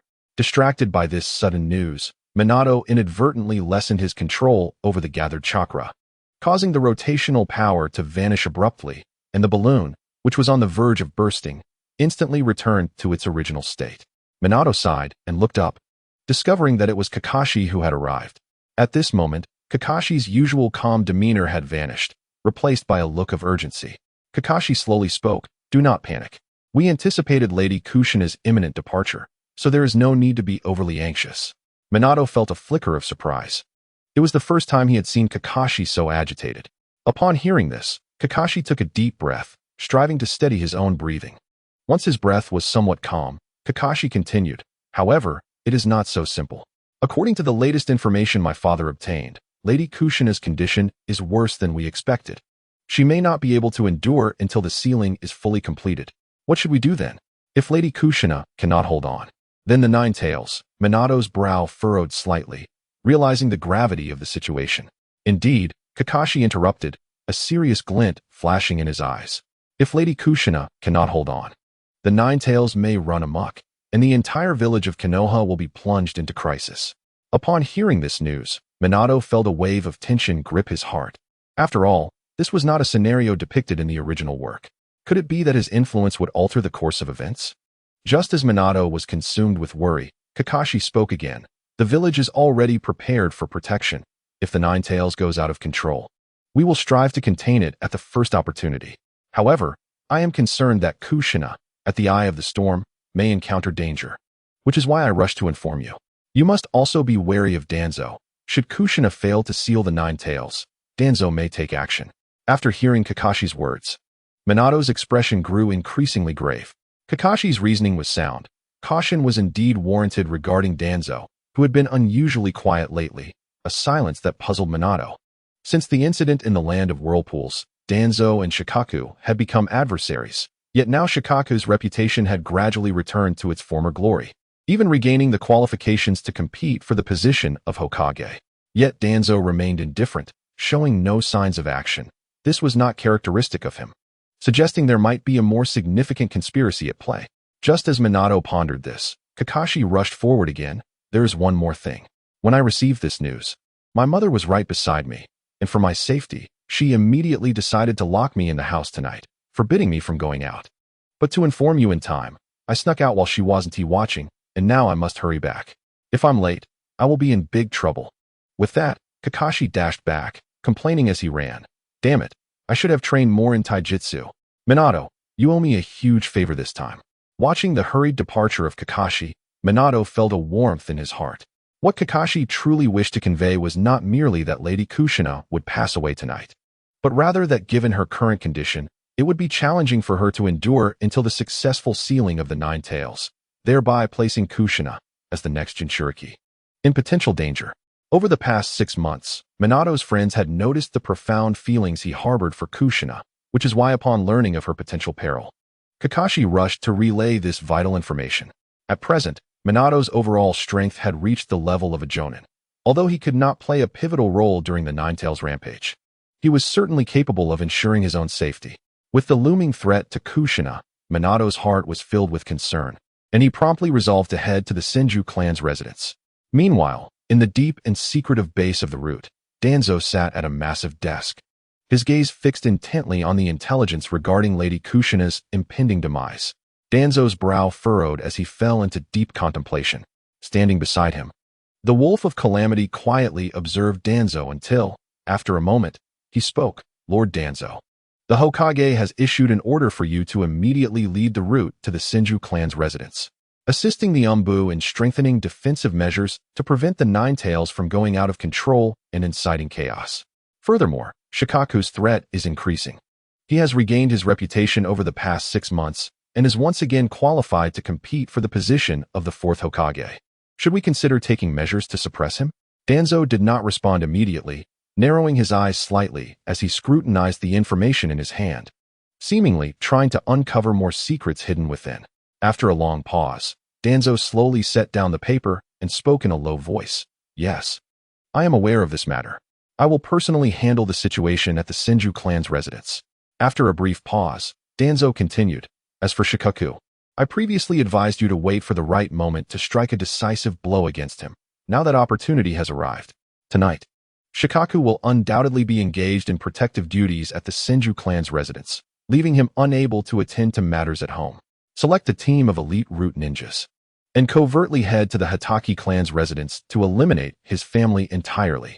After completing this task, return to the Senju clan's residence discreetly to clear any suspicion while also observing the situation. Should Kushina fail to seal the Ninetales, we can then deploy the members of the Uzumaki clan we have trained, ensuring that the Ninetales Jinchuriki remains under the control of the root. At this point, a fierce glint flashed in Danzo's eyes. I wonder if Shikaku can still muster the strength to contend with me after losing his sister, wife, and the unborn child of his wife in a single night. Chapter 54. Night Rain's sister-in-law. Do not worry, brother will surely return safely. Let us eat peacefully for now. At the Hatake clan's residence, Rin was comforting a young woman dressed in exquisite kimono, who was none other than Shikaku's wife, Yamano Hana. Her belly had begun to show a noticeable bulge, and her eyes were filled with concern. The table was laden with a sumptuous feast, yet the place where Shikaku was meant to sit remained empty, leaving behind untouched chopsticks. Sigh, Rin, I understand, but Shikaku left in such a hurry. It seems like it is a very dangerous mission, and I cannot help but worry, Yamano Hana said, putting down her chopsticks with a sigh. Earlier, the Hatake family had intended to enjoy dinner together, but just as Shikaku sat down, he received a message from the Umbu, informing him that Lady Kushina could no longer hold on, and the sealing of the Ninetales would begin tonight. Upon receiving the news, Kakashi Shumo hastily set aside his utensils and made his way to the Senju clan's residence. Meanwhile, only Kakashi Shunton, his mother, and the pregnant Yamahana Hana remained at home. Observing his aunt's worried expression, Kakashi Shunton attempted to reassure her, saying, Aunt, Uncle Shumo is exceptionally capable, and with so many members of the Umbu, there is truly no need for concern. Even if you are not hungry, the baby in your womb must be feeling famished. Encouraged by Shunton's words, Yamahana Hana finally picked up her chopsticks and began to eat, albeit distractedly. At that moment, the already deepening night outside grew increasingly dense at an observable pace. Before long, a vast expanse of dark clouds surged forth like a tumultuous tide, completely shrouding the sky, followed by the gentle patter of raindrops that soon escalated into a torrential downpour. The looming danger drew closer with each passing moment. At the Senju clan's residence, the atmosphere turned more oppressive with the onset of rain. Minato had just arrived from the back mountain to find the area outside the Senju clan's residence swarming with defense ninjas, Umbu, and even members from the root organization. Utilizing the cover of darkness, Minato concealed himself among the trees, quietly observing the situation. The outermost layer of defense comprised the security team, forming protective formations that encircled the Senju clan's dwelling. Deeper within, Kakashi Shumo and his Umbu were setting up defensive barriers to safeguard the core area. Inside the core chamber of the Senju residence, where Minato could not see, the dim light seemed to be devoured by the night, casting a faint glow in one corner of the room. Uzumaki Mito lay in bed, unable to maintain the youthful visage of her past. Her face bore deep lines etched by the passage of time, resembling the bark of an ancient tree. Tsunade and Kushina leaned beside the bed, their figures appearing particularly frail in the soft, yellow light, while Kushina's quiet sobs echoed in the stillness of the air. The third Hokage, Sarutobi Hiruzen, stood silently nearby, his gaze filled with melancholy, as if he were acutely aware of life's fragility in that moment. Life and death are the natural course of existence. Uzumaki Mito spoke in a hoarse, faint voice, her eyes reflecting a serene transcendence. Tsunade, Kushina, please do not grieve for me any longer. I have lived long enough, to the point where I have nearly forgotten the faces of my old friends and my beloved. Upon hearing her words, tears surged forth from Kushina like a breaking dam. She could no longer contain her emotions and rushed forward to grasp Mito's frail hand tightly. Grandmother, I do not want you to leave. After you are gone, I will be the last one of the Uzumaki clan. I truly cannot bear to part with you. Kushina's voice trembled with sorrow. Mito regarded Kushina with affectionate eyes. Kushina, although it may seem that the Uzumaki clan has vanished from this world aside from you, remember that you are not alone. In Konoha, you have forged many friendships. They will stand by you like family. Then, Mito turned her gaze to Tsunade, her eyes filled with concern. Tsunade, more than Kushina, I worry for you. Though you have grown into a formidable ninja, I know how much it pains you to have lost your beloved and your brother. After I depart, the Senju clan will rely solely on you. In the past, your grandfather and I wished only for your health and happiness. So promise me, do not burden yourself with too much pressure. Find joy each day, and if you meet someone worthy of your trust, consider marrying him sooner rather than later. As Mito's words settled in, Tsunade's eyes became misty with tears, yet she held them back. Grandmother, I understand. I will take good care of myself. You need not worry. Upon hearing Tsunade's affirmation, Mito sighed in relief, realizing that there was little left in this world for her to cling to. She then turned her gaze to Hiruzen. Hiruzen, I appreciate your efforts over the years. I entrust Konoha to you with confidence. Now prepare, for I shall unleash the Nine Tails. As Mito's words fell, a wave of sinister and potent red chakra began to emanate from her. Yes, Lady Mito. Hiruzen's expression shifted to one of gravity as he swiftly formed the seals for the sealing technique, simultaneously alerting Kushina. Kushina, prepare the adamantine sealing. At the Kakashi clan's residence, the night was as dark as ink, imbued with an ominous stillness. Four masked figures clad in black stealthily advanced to the rooftop of Kakashi Shuntan's home. Leading them was the malevolent Huolang, who released several small insects that gradually made their way inside the house. These were his meticulously cultivated information bugs, designed to relay the internal situation back to him. Within the house, the warm light revealed Kakashi Rin busily tidying up the uneaten dishes on the dining table, intending to keep them warm for Kakashi Shimo's return. Meanwhile, Kakashi Shuntan sat beside Yamahana Hana, engaging in casual conversation that filled the room with warmth. However, this tranquility was short-lived. Huolang, having observed the scene through the information bugs, noted the occupants' lack of vigilance and promptly issued the command. Attack! At his command, the three black-clad figures sprang into action. One swiftly produced a kunai from his pocket, aiming it at Kakashi Shuntan, and hurled it with force. Simultaneously, the other two black-clad figures drew their shinobi swords and charged into the house. Their objective was clear: to eliminate the only combat-capable Kakashi Shuntan before dealing with the two ordinary individuals. With a sharp clink, the sound of metal clashing echoed within the house. Kakashi Shuntan, who had been sharing laughter with his aunt, sensed the presence of unfamiliar chakra emanating from the bugs, triggering an alarm within him. Just then, two kunai shot towards him. In an instant, he unsheathed his sword, deftly blocking the incoming projectiles.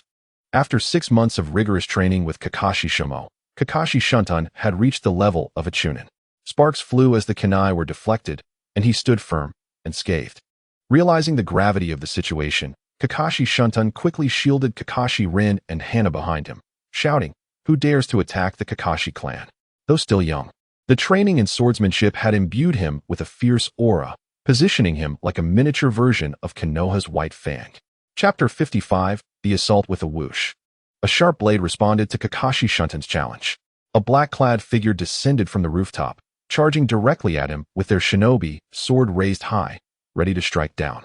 Kakashi Shunton reacted swiftly, sidestepping to evade the lethal blow. In the same motion, he swung his sword, creating a brilliant arc of cold light aimed at the assailant's wrist. The black-clad figure gasped, retracting their hand, but it was too late. Kakashi Shunton's blade was poised to descend. At that moment, another black-clad figure emerged from Shunton's left side, aiming their sword at his head. Faced with this sudden attack, Shunton could only withdraw his sword and turn to defend. Clang! The two blades collided with a resounding noise. It was then that Kakashi Shunton realized he was not confronting a single foe. Another black-clad figure was descending from the rooftop. This won't do. There are too many enemies. In the depths of his mind, Shundong of the Hatake clan sensed the dire predicament he found himself in. Safeguarding his own life was now a challenge, let alone that of his family. It became evident that he must create a distraction to lure the patrolling guards to his aid. Cursed be the day. For the village's defenses had all been dispatched to the Senju clan stronghold, leaving no guards in the vicinity. This appeared to be a premeditated assault. In a fleeting moment, a myriad of thoughts flashed through Shundong's mind as the third cloaked assailant surged forward, ready to form a triangular encirclement. Simultaneously, atop the rooftop, the malevolent wolf of calamity swiftly performed hand seals, releasing a gust of wind ninjutsu that sent two razor-sharp wind blades hurtling towards Shundong. "Be careful, Shundong," cried Rin Hatake, his sister, as she beheld the sudden onslaught of wind blades. Earth release, earth flow wall. Shundong immediately activated his defensive ninjutsu to shield himself. With a thunderous roar, earthen walls erupted from the ground, encasing Shundong, Rin, and the wife of Shomasu in their protective embrace. As the wind blade struck, debris began to rain down from the earth walls, though they remained largely intact. Anxiety surged within Shundong. He could not afford to delay any longer. He needed to create a commotion to draw attention to their plight. With resolve, he formed hand seals and unleashed his soul-mastered technique, Fire Release, Fireball Jutsu. Timing it perfectly, he directed the fireball through a crevice in the earthen wall toward the rooftop. The small orb struck true, igniting a brief flare against the night sky. But the torrential rain swiftly extinguished it. Damn it, even the weather is against me. Is this how it all ends? As the flicker of hope was snuffed out, Shundong felt a significant part of his spirit extinguish alongside it. Yet, he summoned the last remnants of his chakra, channeling it into the earth walls to bolster their defenses, striving to buy a little more time. At the Senju stronghold, Minato Namikaze observed the heavily fortified compound with a lingering sense of unease. Despite the powerful sealing techniques radiating from the center, one being Kinkaku's diamond sealing technique, and the other a sealing technique unleashed by Sarutobi Hiruzen. Assisting Kinkaku, he could not shake the feeling that something was amiss. As he watched the successful execution of the sealing techniques, Minato felt a wave of relief wash over him. Perhaps his worries were unfounded after all. However, his attention was drawn to the sight of Danzo among the crowd, orchestrating defensive measures. Seeing both Danzo and Shomasu engaged in protective duties, Minato mused that the full might of Konoha had converged here. Surely, with such layers of defense, the night would unfold without incident. But wait, with all forces concentrated here, it meant that other areas of the village lay completely unguarded. While sealing the Nine Tails was assured, the presence of Shomasu and Danzo ignited a foreboding feeling within Minato. Without hesitation, he leaped from the tree, darting toward the Hatake clan stronghold. In 2 months, Kakashi Hatake would be born, yet in the original timeline, neither Rin nor Shundong existed at that time. This led to 2 possibilities. Either he had altered the course of the original narrative by entering this world, or Shundong and Rin had met untimely deaths before Kakashi's arrival. If they were to be slain, tonight would undoubtedly present the perfect opportunity. After all, Shomasu had remained at home, absent only this night. Failing to act now would mean losing the chance forever. Minato's thoughts raced. If the former scenario were true, all would be well, but if the latter were the case, it would haunt him for a lifetime. Coupled with Danzo's recent unervingly quiet demeanor, Minato's anxiety intensified. Driven by caution, he resolved to check on Shundong and Rin, as sealing the Nine Tails was a certainty now, and remaining in one place was of little utility. The rain had intensified, stinging against his skin, yet he pressed on, racing through the darkness toward the Hatake stronghold.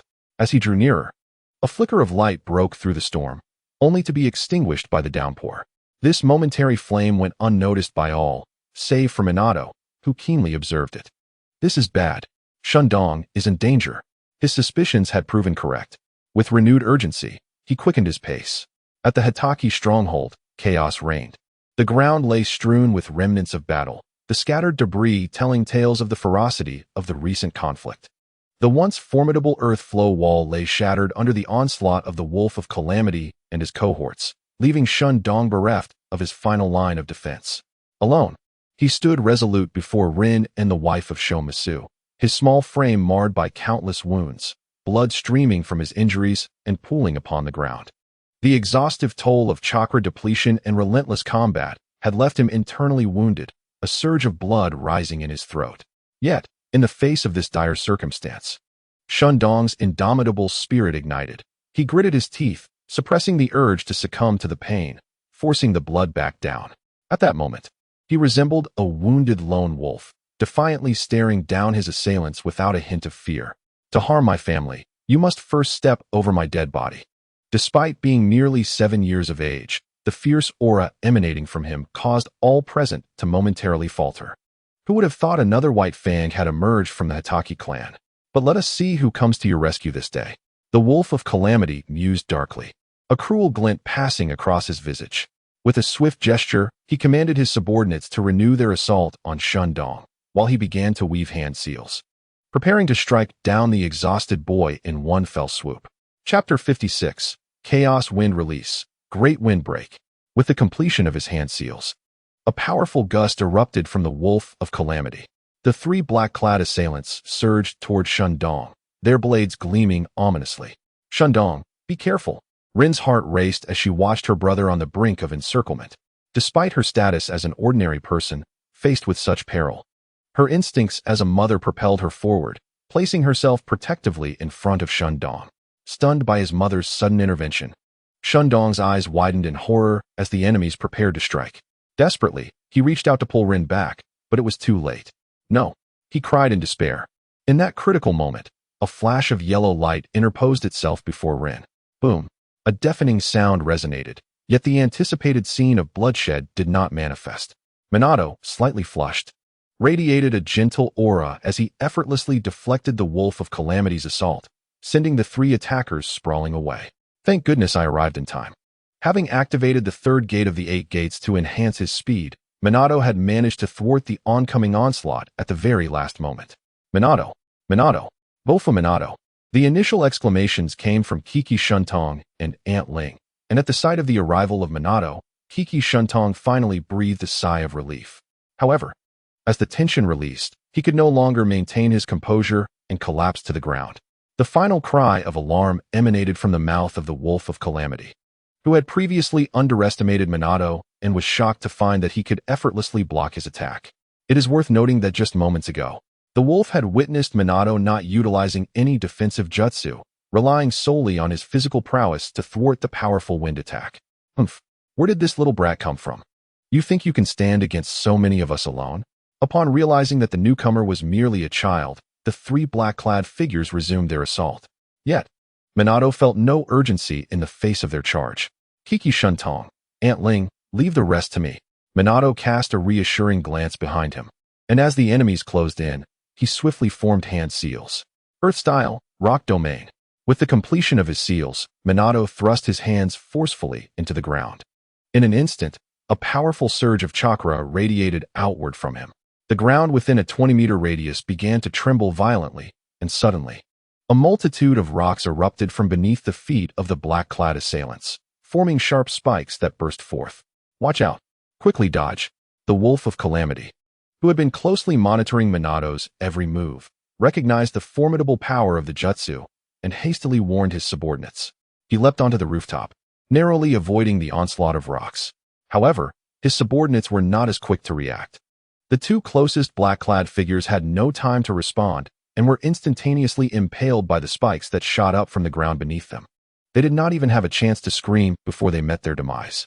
The remaining black-clad figure managed to react somewhat swiftly, casting a water shield technique beneath him. A wall of water materialized to counter the sharp stone attack. Just as this figure felt a sense of relief for having escaped disaster, An unexpected turn of events occurred. A sharp rock spike suddenly pierced through the ground behind him at a deceptive angle, instantly piercing his heart. What kind of jutsu is this? The black-clad figure's eyes widened in disbelief. He could not comprehend how he had managed to defend against the attack from below, yet still succumbed to this fatal strike. This exemplifies the importance of intelligence. This was Minato's first use of the rock domain since its development, and naturally, no one was aware of the jutsu's attack pattern or weaknesses.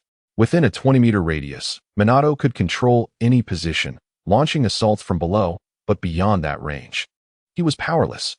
The initial release of the rock domain proved remarkably effective, as Minato swiftly eliminated the three adversaries, simultaneously constructing several earthen walls to enclose and protect Kiki Shuntong and others. Now, four black-clad figures had been reduced to one, who remained on the rooftop, observing the situation.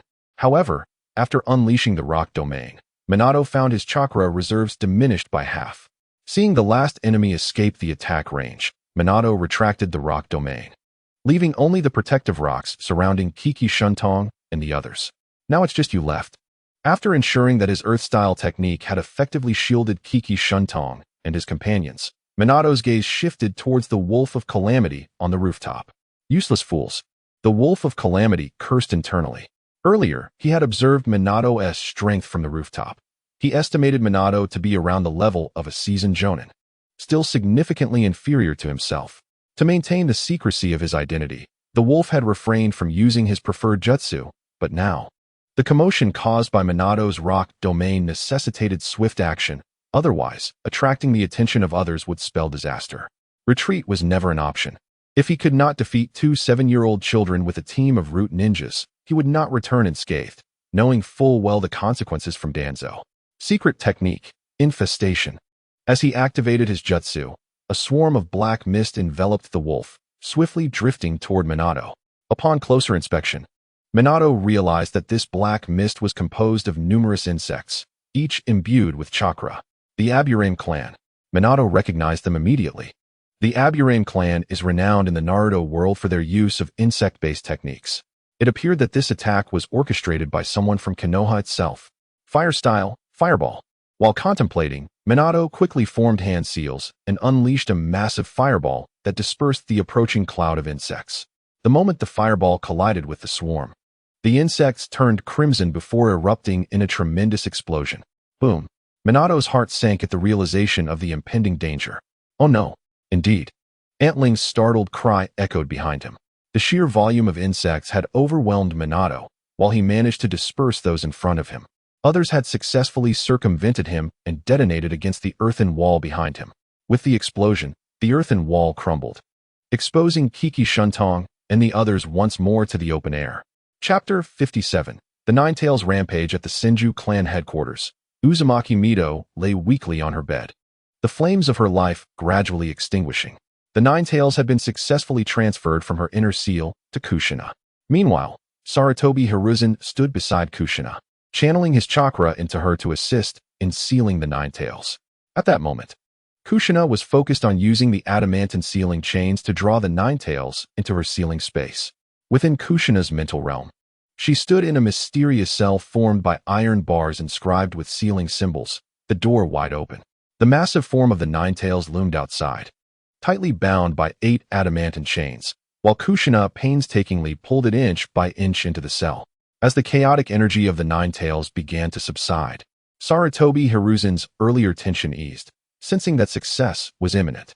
Kushina, let us put in our final effort. The sealing is nearly complete. He encouraged her. But just as his words fell, an unprecedented surge of power erupted from within the Ninetales. Its colossal body thrashed violently, 9 terrifying tails flailing in Kushina's mental realm, snapping the adamantine chains in an instant. Kushina was overwhelmed by the sudden force, losing consciousness and collapsing along with her physical body. Kushina, what's wrong? Sarutobi Hiruzen exclaimed, preparing to enact a sealing technique as a remedy, but it was too late.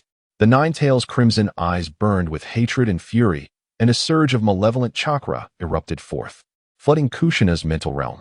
You insignificant humans dare to attempt to bind me. I, the Ninetales, am the most powerful entity in this world. How could I be sealed by a mere child? As the Ninetales unleashed its power, The crimson chakra spread from Kushina, gradually manifesting the shadow of the Nine Tails above the Senju headquarters. Today marks my day of freedom. Prepare to face my wrath. On a pitch-black rainy night, the crimson figure of the Nine Tails stood out starkly, and as its overwhelming aura descended, the very fabric of this space seemed to herald the apocalypse. Is that the Nine Tails? What an unfathomable power. How could we possibly withstand such might? It's over. We're doomed. The surrounding guards instinctively recoiled in terror. This is bad. The Nine Tails is about to go berserk. Reinforce the barriers. Prepare for battle at all times.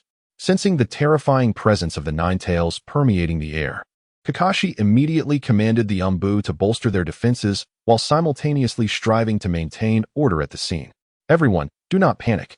The Hokage is also present. And with so many of us here, even if the Nine Tails goes on a rampage, we can seal it again. Yet, the fear in the hearts of those around him was insurmountable, causing them to retreat further. Among the crowd, Danzo's eyes gleamed with a hint of malice, signaling the route to be prepared for combat. It seemed the ceiling would fail. My opportunity has arrived. Inside the building, Kushina was completely enveloped by the Nine Tails chakra, her petite form gradually torn apart by the onslaught of this chakra, blood flowing incessantly. Kushina, hold on. Noticing Kushina's distress, Tsunade instinctively moved to help. But upon seeing the blood, her spirit was struck with immense shock, causing her to lose all strength in an instant. Damn it, my hemophobia has flared up. Clang. Tsunade's vision darkened as she collapsed to the ground. Tsunade. Sarutobi Hiruzen gasped in alarm upon seeing her faint. Although he was deeply concerned for both Tsunade and Kushina, the situation was dire. As Hokage, he had to remain composed and prepare for the worst. Hiruzen swiftly formed hand seals, summoning the Monkey King to confront the impending turmoil of the Nine Tails with his utmost strength. At this critical moment, a diamond-shaped mark on the forehead of the unconscious Minato suddenly radiated brilliant light, which surged into the comatose Kushina. At the Hitaki clan's encampment, the Calamity Wolf witnessed the parasitic insects breach the defenses set up for Kakashi and the others, and immediately unleashed another jutsu, sending the remaining insects swarming towards Kakashi. Already gravely injured, Kakashi could barely hold on until Minato arrived. Now, with no strength left, he lay helplessly on the ground. If the parasitic insects were to explode, Kakashi and the others would surely perish. This is unacceptable. We are too passive. Due to the presence of Kakashi and the others, Minato had to divide his attention to protect them. If this continued, he too would be in danger once his chakra was depleted. I need to devise a plan. Minato's mind raced to formulate a strategy. At that moment, the voice of Kagami reached his ears. Help! As the cloud of insects loomed closer, Kagami instinctively cried out. Earth release, rock dome. Minato, seeing the parasitic insects about to explode, quickly used the rock dome technique to shield Kagami and the others, though he himself remained unprotected and exposed to the Calamity Wolf. It seems I must take a risk. In the brief moment of contemplation, a notion took shape in Minato's mind. Boom! The parasitic insects detonated against the rocks, shattering them. Now, the ground surrounding Kakashi and the others was littered with insects. Some lifeless, others still writhing. Fortunately, Minato's timely defense ensured they remained unharmed. Meanwhile, the Calamity Wolf, noticing Minato's attention was fixated on Kakashi and the others, swiftly drew a shuriken and charged at Minato.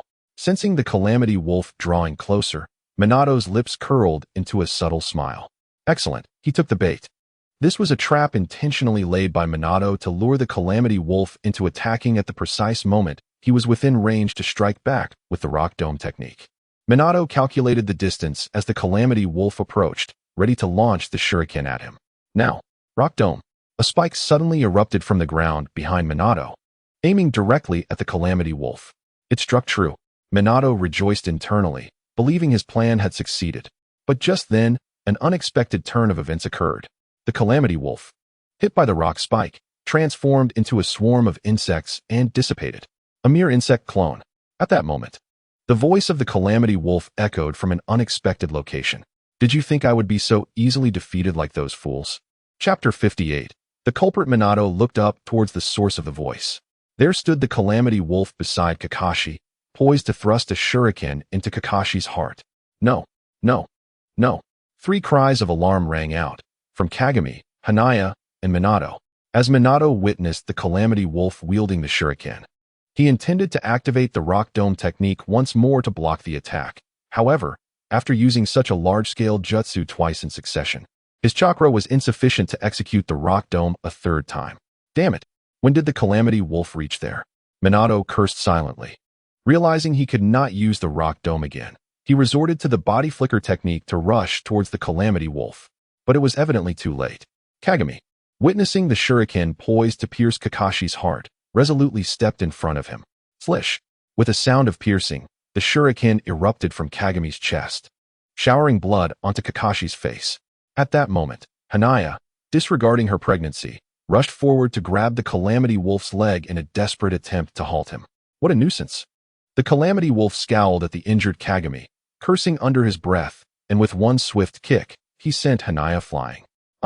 With a painful groan, Hanaya crashed into the wall, losing consciousness on impact. Stop, you bastard! At last, Minato arrived. Channeling chakra into his surgical knife, he swung fiercely at the figure in black. Seeing Minato's imminent attack, the Calamity Wolf quickly withdrew the shuriken from Kagami's body to block Minato's strike. Clang! With a resounding snap, the shuriken was severed by the chakra's surgical knife. Realizing this, the Calamity Wolf retreated rapidly, while Minato relentlessly pursued him, continuing his assault. Simultaneously, as the Calamity Wolf extracted the shuriken, Kagami could no longer hold on. She collapsed onto Kakashi, who stared in shock, his eyes wide. Unable to process the reality before him, Kagami mustered her final strength to force a smile. Kakashi, don't be afraid, mommy is here. With those words, her head drooped weakly against Kakashi's chest, her breath ceasing. No, Kakashi cried out in anguish, but he had no strength left in his body, unable even to raise a hand to touch his mother's face. Meanwhile, Minato, in pursuit of the Calamity Wolf, finally spotted a flaw. With a fierce swing of his chakra surgical knife, he aimed to sever the Calamity Wolf's chakra veins with its penetrating force. But at the moment of impact, the Calamity Wolf transformed into a swarm of insects and scattered. The ground was once again littered with insect corpses, which swiftly coalesced into the form of the Calamity Wolf. What? Minato finally understood how the Calamity Wolf had reached Kakashi's side. It turned out that during the release of the parasitic insects, the Calamity Wolf had transformed into one of the insect swarms and flown towards Kakashi, while leaving a clone behind to divert Minato's attention. Watergate mistakenly believed he had exposed a flaw, drawing the attention of the Calamity Wolf. In reality, the one attacking him was merely a doppelganger, designed to conceal the true form's assault on Shun Dong Chimu. The Calamity Wolf's mission had always been to assassinate the Chimu family, with Watergate not being a target of interest. Therefore, the Calamity Wolf was certain to prioritize the completion of his mission before dealing with Watergate. At this moment, Watergate was overwhelmed with regret, realizing that his negligence had led to Aunt Ling's demise. I will ensure your death. I shall also eradicate the root of your evil. As he gazed upon the gathering dark-clad figures, a fierce murderous intent erupted from Watergate. He had long since deduced their identities, having suspected an attack from the root prior to their arrival. Upon witnessing the dark-clad figures' methods and ninjutsu, he was further convinced of their affiliations with the root. The use of insect manipulation confirmed that they were undoubtedly from the Oil Girl clan within Konoha, given that they were villagers and considering they operated as a small squad. They could only belong to the Umbu or the root. Since Chimu Sakumo was the leader of the Umbu, it was inconceivable that an Umbu member would assault the leader's household. Thus, the identity of the dark-clad figures could only be that of the root. With the long-standing animosity between Danzo and Chimu Sakumo, there were ample reasons for such actions. Oh, it seems you possess quite a bit of knowledge. Thus, you cannot be allowed to live. At this moment, the Calamity Wolf felt a flicker of surprise, not anticipating that Watergate could decipher his identity. However, it was of little consequence now, as Watergate's chakra was nearly depleted, while the Calamity Wolf still retained an ample supply. All he needed was an opportunity to unleash another ninjutsu, and he was confident he could eliminate Watergate and his companions, thereby concluding this mission. Just then, the Calamity Wolf's information insect reported that a group of the security team had sensed the commotion and was hastening to their location. Time was of the essence. He needed to find a way to divert Watergate's attention to conclude his jutsu. It's merely the death of one person. Do not be angered, Watergate. Had you been present when I slaughtered so many at the orphanage, you would surely have been driven to madness. The Calamity Wolf mocked, observing the furious Watergate before him, while revealing a shocking secret. "What did you say? You killed the people at the orphanage?" Upon hearing the Calamity Wolf's words, Watergate indeed halted his attack, his face a mask of shock. Seizing the moment, the Calamity Wolf quickly formed hand seals.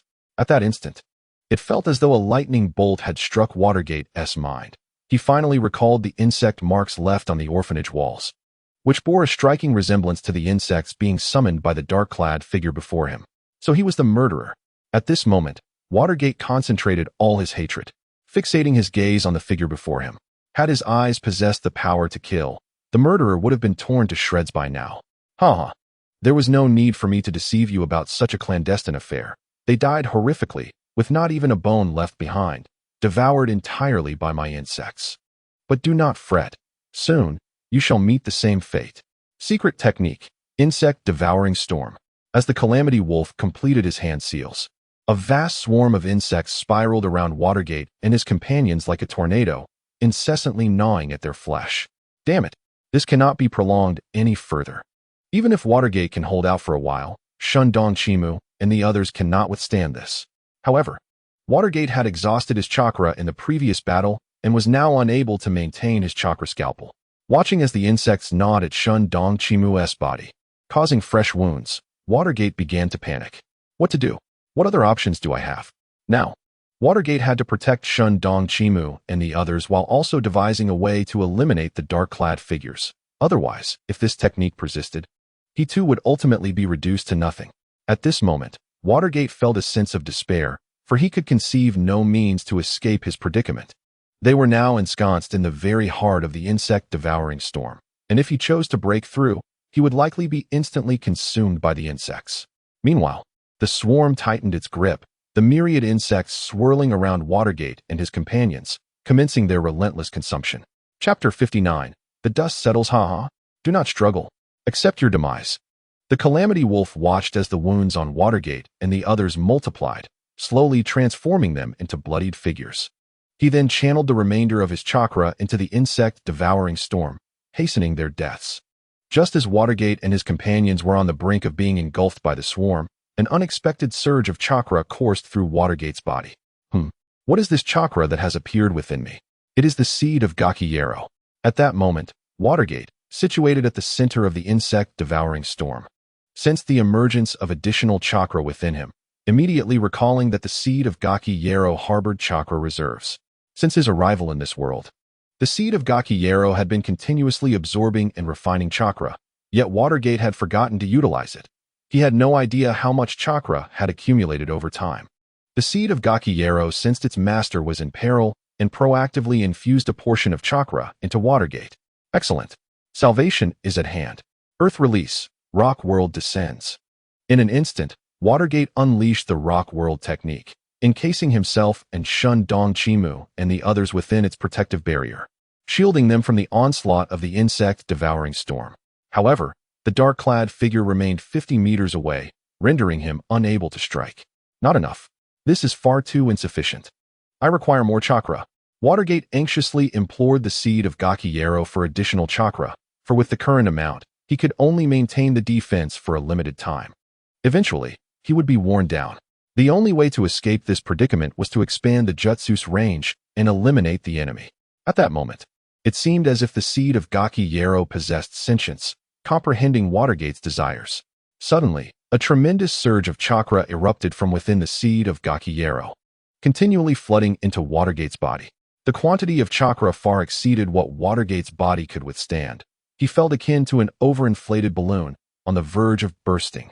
Observing this, Watergate swiftly channeled all the chakra into the Rock World technique, alleviating the discomfort of his body being filled to capacity. As a substantial amount of chakra flowed in, the Rock World's protective barrier expanded increasingly, yet Watergate diligently controlled it, preventing the outpour from manifesting and instead directing it underground towards the Calamity Wolf. From a distance, the Calamity Wolf, witnessing Watergate's refusal to relent, could not help but taunt. Still holding on a hope? Your jutsu could not harm me before, if I am not mistaken. Its range can only extend to 20 meters, correct? You are still at least 50 meters away. Do not deceive yourself. As the Calamity Wolf's words fell, Watergate felt the rock world finally reach the ground beneath his foe, no longer suppressing its potential. Die! With a furious roar, Watergate infused all the chakra provided by the seed of Gakiyero into the rock world technique. Boom! In an instant, the ground beneath the Calamity Wolf erupted, unleashing colossal stone spikes. At that moment, the Calamity Wolf, having mocked Watergate, was caught entirely off guard, his body pierced through by the sudden onslaught of stone. How can this be? From such a distance, where did you acquire this chakra? The Calamity Wolf stared in disbelief at his body, now impaled by the stone spikes. Astonished that the previously feeble Watergate could suddenly unleash such potent ninjutsu. Considering the technique's range, just how much chakra did Watergate possess? Yet, in response, more stone spikes erupted from beneath him, each one intersecting to pierce the Calamity Wolf's form. At this moment, an entire 50-meter radius around Watergate was engulfed by the immense stone blocks erupting from below, creating a world of rock.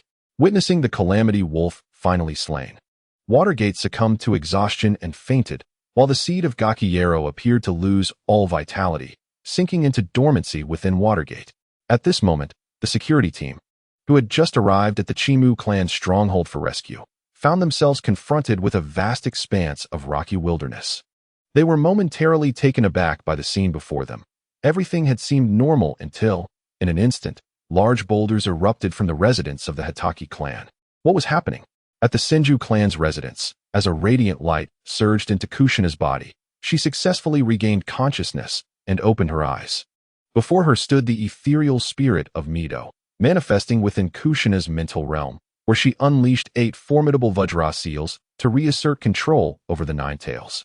Kushina, do you remember what I told you before? The duty of the Jinchuriki is to coexist harmoniously with the tailed beasts, never to confine them. Mito's gentle voice resonated.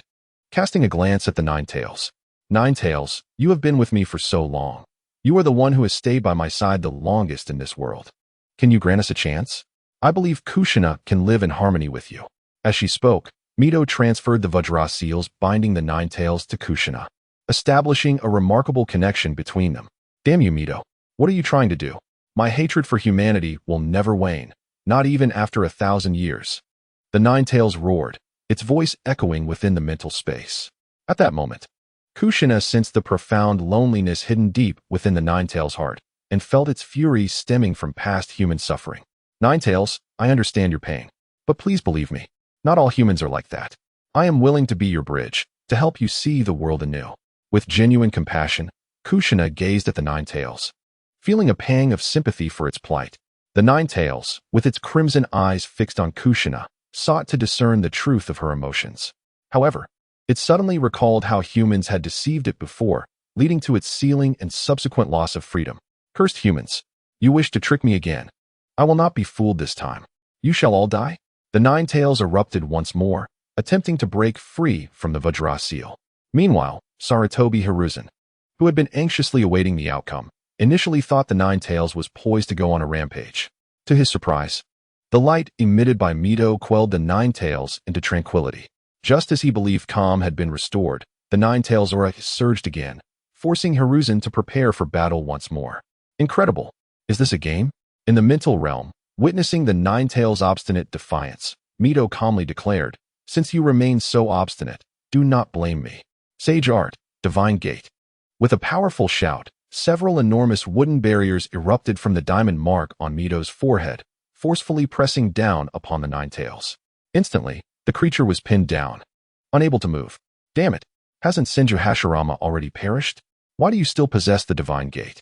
The sight of the Divine Gate brought back memories of the time Hashirama had crushed it effortlessly, leaving an indelible shadow over the Nine Tails' existence. He left this specifically for me before his death, to suppress you in case you went berserk. Mito urged. Kushina, quickly use the Vajra seals. As Kushina released the Vajra seals again, combined with the pressure of the Divine Gate, she easily drew the Nine Tails into the sealing space. Kushina had successfully become the Jinchuriki of the Nine Tails. As Mito's ethereal form gradually faded, she imparted her final words to Kushina. Kushina, remember, the tailed beasts are our friends. We must touch their hearts with love. With her spirit dissipating, Mito lost her vitality entirely. Yes, I understand, Mito. Kushina replied to the place where the spirit had vanished. If the Nine Tails could hear Mito's last words, it would surely scoff at the notion of being swayed by love. Swayed? With love? Perhaps it is the divine gate that can truly convince me. As the Nine Tails was sealed once more, its terrifying aura dissipated, and at that moment, Kushina opened her eyes, turning to Hiruzen and exclaiming, "Grandfather Hiruzen, we have succeeded." Seeing this, Hiruzen finally breathed a sigh of relief and hurriedly relayed the news to the defense team outside. "Wonderful. We have succeeded." The Nine Tails did not go on a rampage. Long live the Hokage. Long live Konoha. Outside, the rain had unknowingly ceased, and the sky began to brighten, revealing a beautiful rainbow arching across the horizon. Chapter 60. After the storm a week later, it had been 7 days since Kushina became the Jinchuriki of the Nine Tails. With the successful sealing of the Nine Tails, the tense atmosphere in Konoha village had dissipated, returning to its warm and harmonious state. The incident involving the Hitaki clan had also come to light, but with only one woman lost, it paled in comparison to the joy of the Nine-Tail sealing. And no one paid it much heed. At this moment, Minato was carrying a basket of fruit to the hospital to visit the injured Hitaki Shun and Yamana Hana. It was morning, and the autumn air was not too chilly. The gentle breeze felt pleasant against the skin, yet it could not dispel the sorrow weighing on Minato's heart. Although he had avenged the orphanage and Aunt Rin by slaying the assailant, the lives lost could never be restored. That night, Minato and Shun were rescued by the arriving security team. Minato awakened from his coma the following day, his body nearly healed, while Shun remained unconscious for 3 days. When Shun finally opened his eyes, Minato was met with a vacant stare, as though his soul had departed. Since Shun's awakening, he had spent his days staring blankly at the hospital ceiling, silent and lifeless, like a shell of his former self. The blow he had suffered was simply too great. Aunt Rin had lost her life before the security team arrived, leaving this world forever. The only solace was that Hana and her unborn child were safe and had woken up the next day, although Hana's health was somewhat fragile after the attack. Now, both Hana and Shun remained in the hospital for observation, while Minato had taken a half-month leave from school after awakening to care for Shun. Understanding Shun's ordeal, it was only natural for teacher Yoshida to grant the leave, advising Minato to spend time with Shun to help him recover from the gloom. "Shun, Aunt Hana, I'm here to see you," Minato exclaimed as he pushed open the door to the hospital room. The room had only 2 beds, one occupied by Shun and the other by Hana. "Minato, you are such a dear for visiting us every day," Hana said warmly, familiar with Minato. Ever since she married Hitaki Shigeru, Minato had often visited their home, and on the night of the attack, he had bravely intervened to save them, leaving Hana deeply grateful. "Please, take a seat, Minato. You shouldn't have brought fruit. It was too much trouble," Hana urged, inviting Minato to sit. Minato politely declined her hospitality and quietly approached Shun's bedside. Shun was staring blankly at the ceiling. Although his physical wounds had healed under the hospital's care, the psychological scars were evidently still present. His eyes remained lifeless, ignoring Minato's presence. Concerned for his friend, Minato turned to Hana and inquired, "Aunt Hana, is Shun feeling any better?" In this moment, Yamahana approached Shun Dong's bedside, observing his distress with a heavy heart. With a sigh, she lamented, "Ah, Minato, Shun Dong has remained in this state for days without uttering a single word. Thankfully, his physical condition has improved, which can be considered a stroke of fortune amidst his misfortunes. By the way, Aunt Yamahana, where has Uncle Shunmao gone? Wasn't he always here by your side? I haven't seen him today." Minato, noticing Shunmao's sudden absence from the hospital, inquired with curiosity. "After your conversation yesterday, he sat in the chair all night. This morning, he mentioned he had matters to attend to and left just before you arrived." Upon hearing Yamahana's response, Minato felt a pang of unease, as an ominous premonition gripped him. After all, when he awoke the next day, Shunmao had come to inquire about the events of that night. Fearing that a furious Shunmao might act recklessly, Minato decided to wait a few days until he calmed down before revealing the truth, using his recent awakening and muddled memories as an excuse to delay. Last night, Minato realized he could no longer postpone the truth and ultimately confided in Shunmao about the events that transpired. After recounting the details, Shunmao spent the entire night in contemplation. And this morning, he could no longer restrain himself from leaving the hospital. Inside the Hokage building, Shunmao's enraged voice echoed, "Danzo, come forth and face your demise." At that moment, only 3 individuals occupied the Hokage's office: Shimura Danzo, the 3rd Hokage Hiruzen Sarutobi, and the leader of the Umbu, Shunmao. Danzo stood beside Sarutobi, seemingly unfazed by Shunmao's fury. How utterly ridiculous! Danzo scoffed, his expression unchanged as he coolly replied, "What occurred that night has nothing to do with me. Do not make baseless accusations." Shunmao's anger surged, his eyes widening as he fixed a fierce gaze upon Danzo, shouting, "Minato has relayed everything that happened that night to me. It was your root that orchestrated and executed the attack on the Hitaki clan. Do not attempt to deny it." Danzo let out a cold huff, dismissively countering. How could a mere 7-year-old child possibly know the secrets of Root? Such a notion is ludicrous. This is clearly a fabrication by other hidden villages to slander us. After thorough investigation, we have ample evidence indicating that the attackers on the Hitaki clan were spies from other villages, with no connection to Root whatsoever.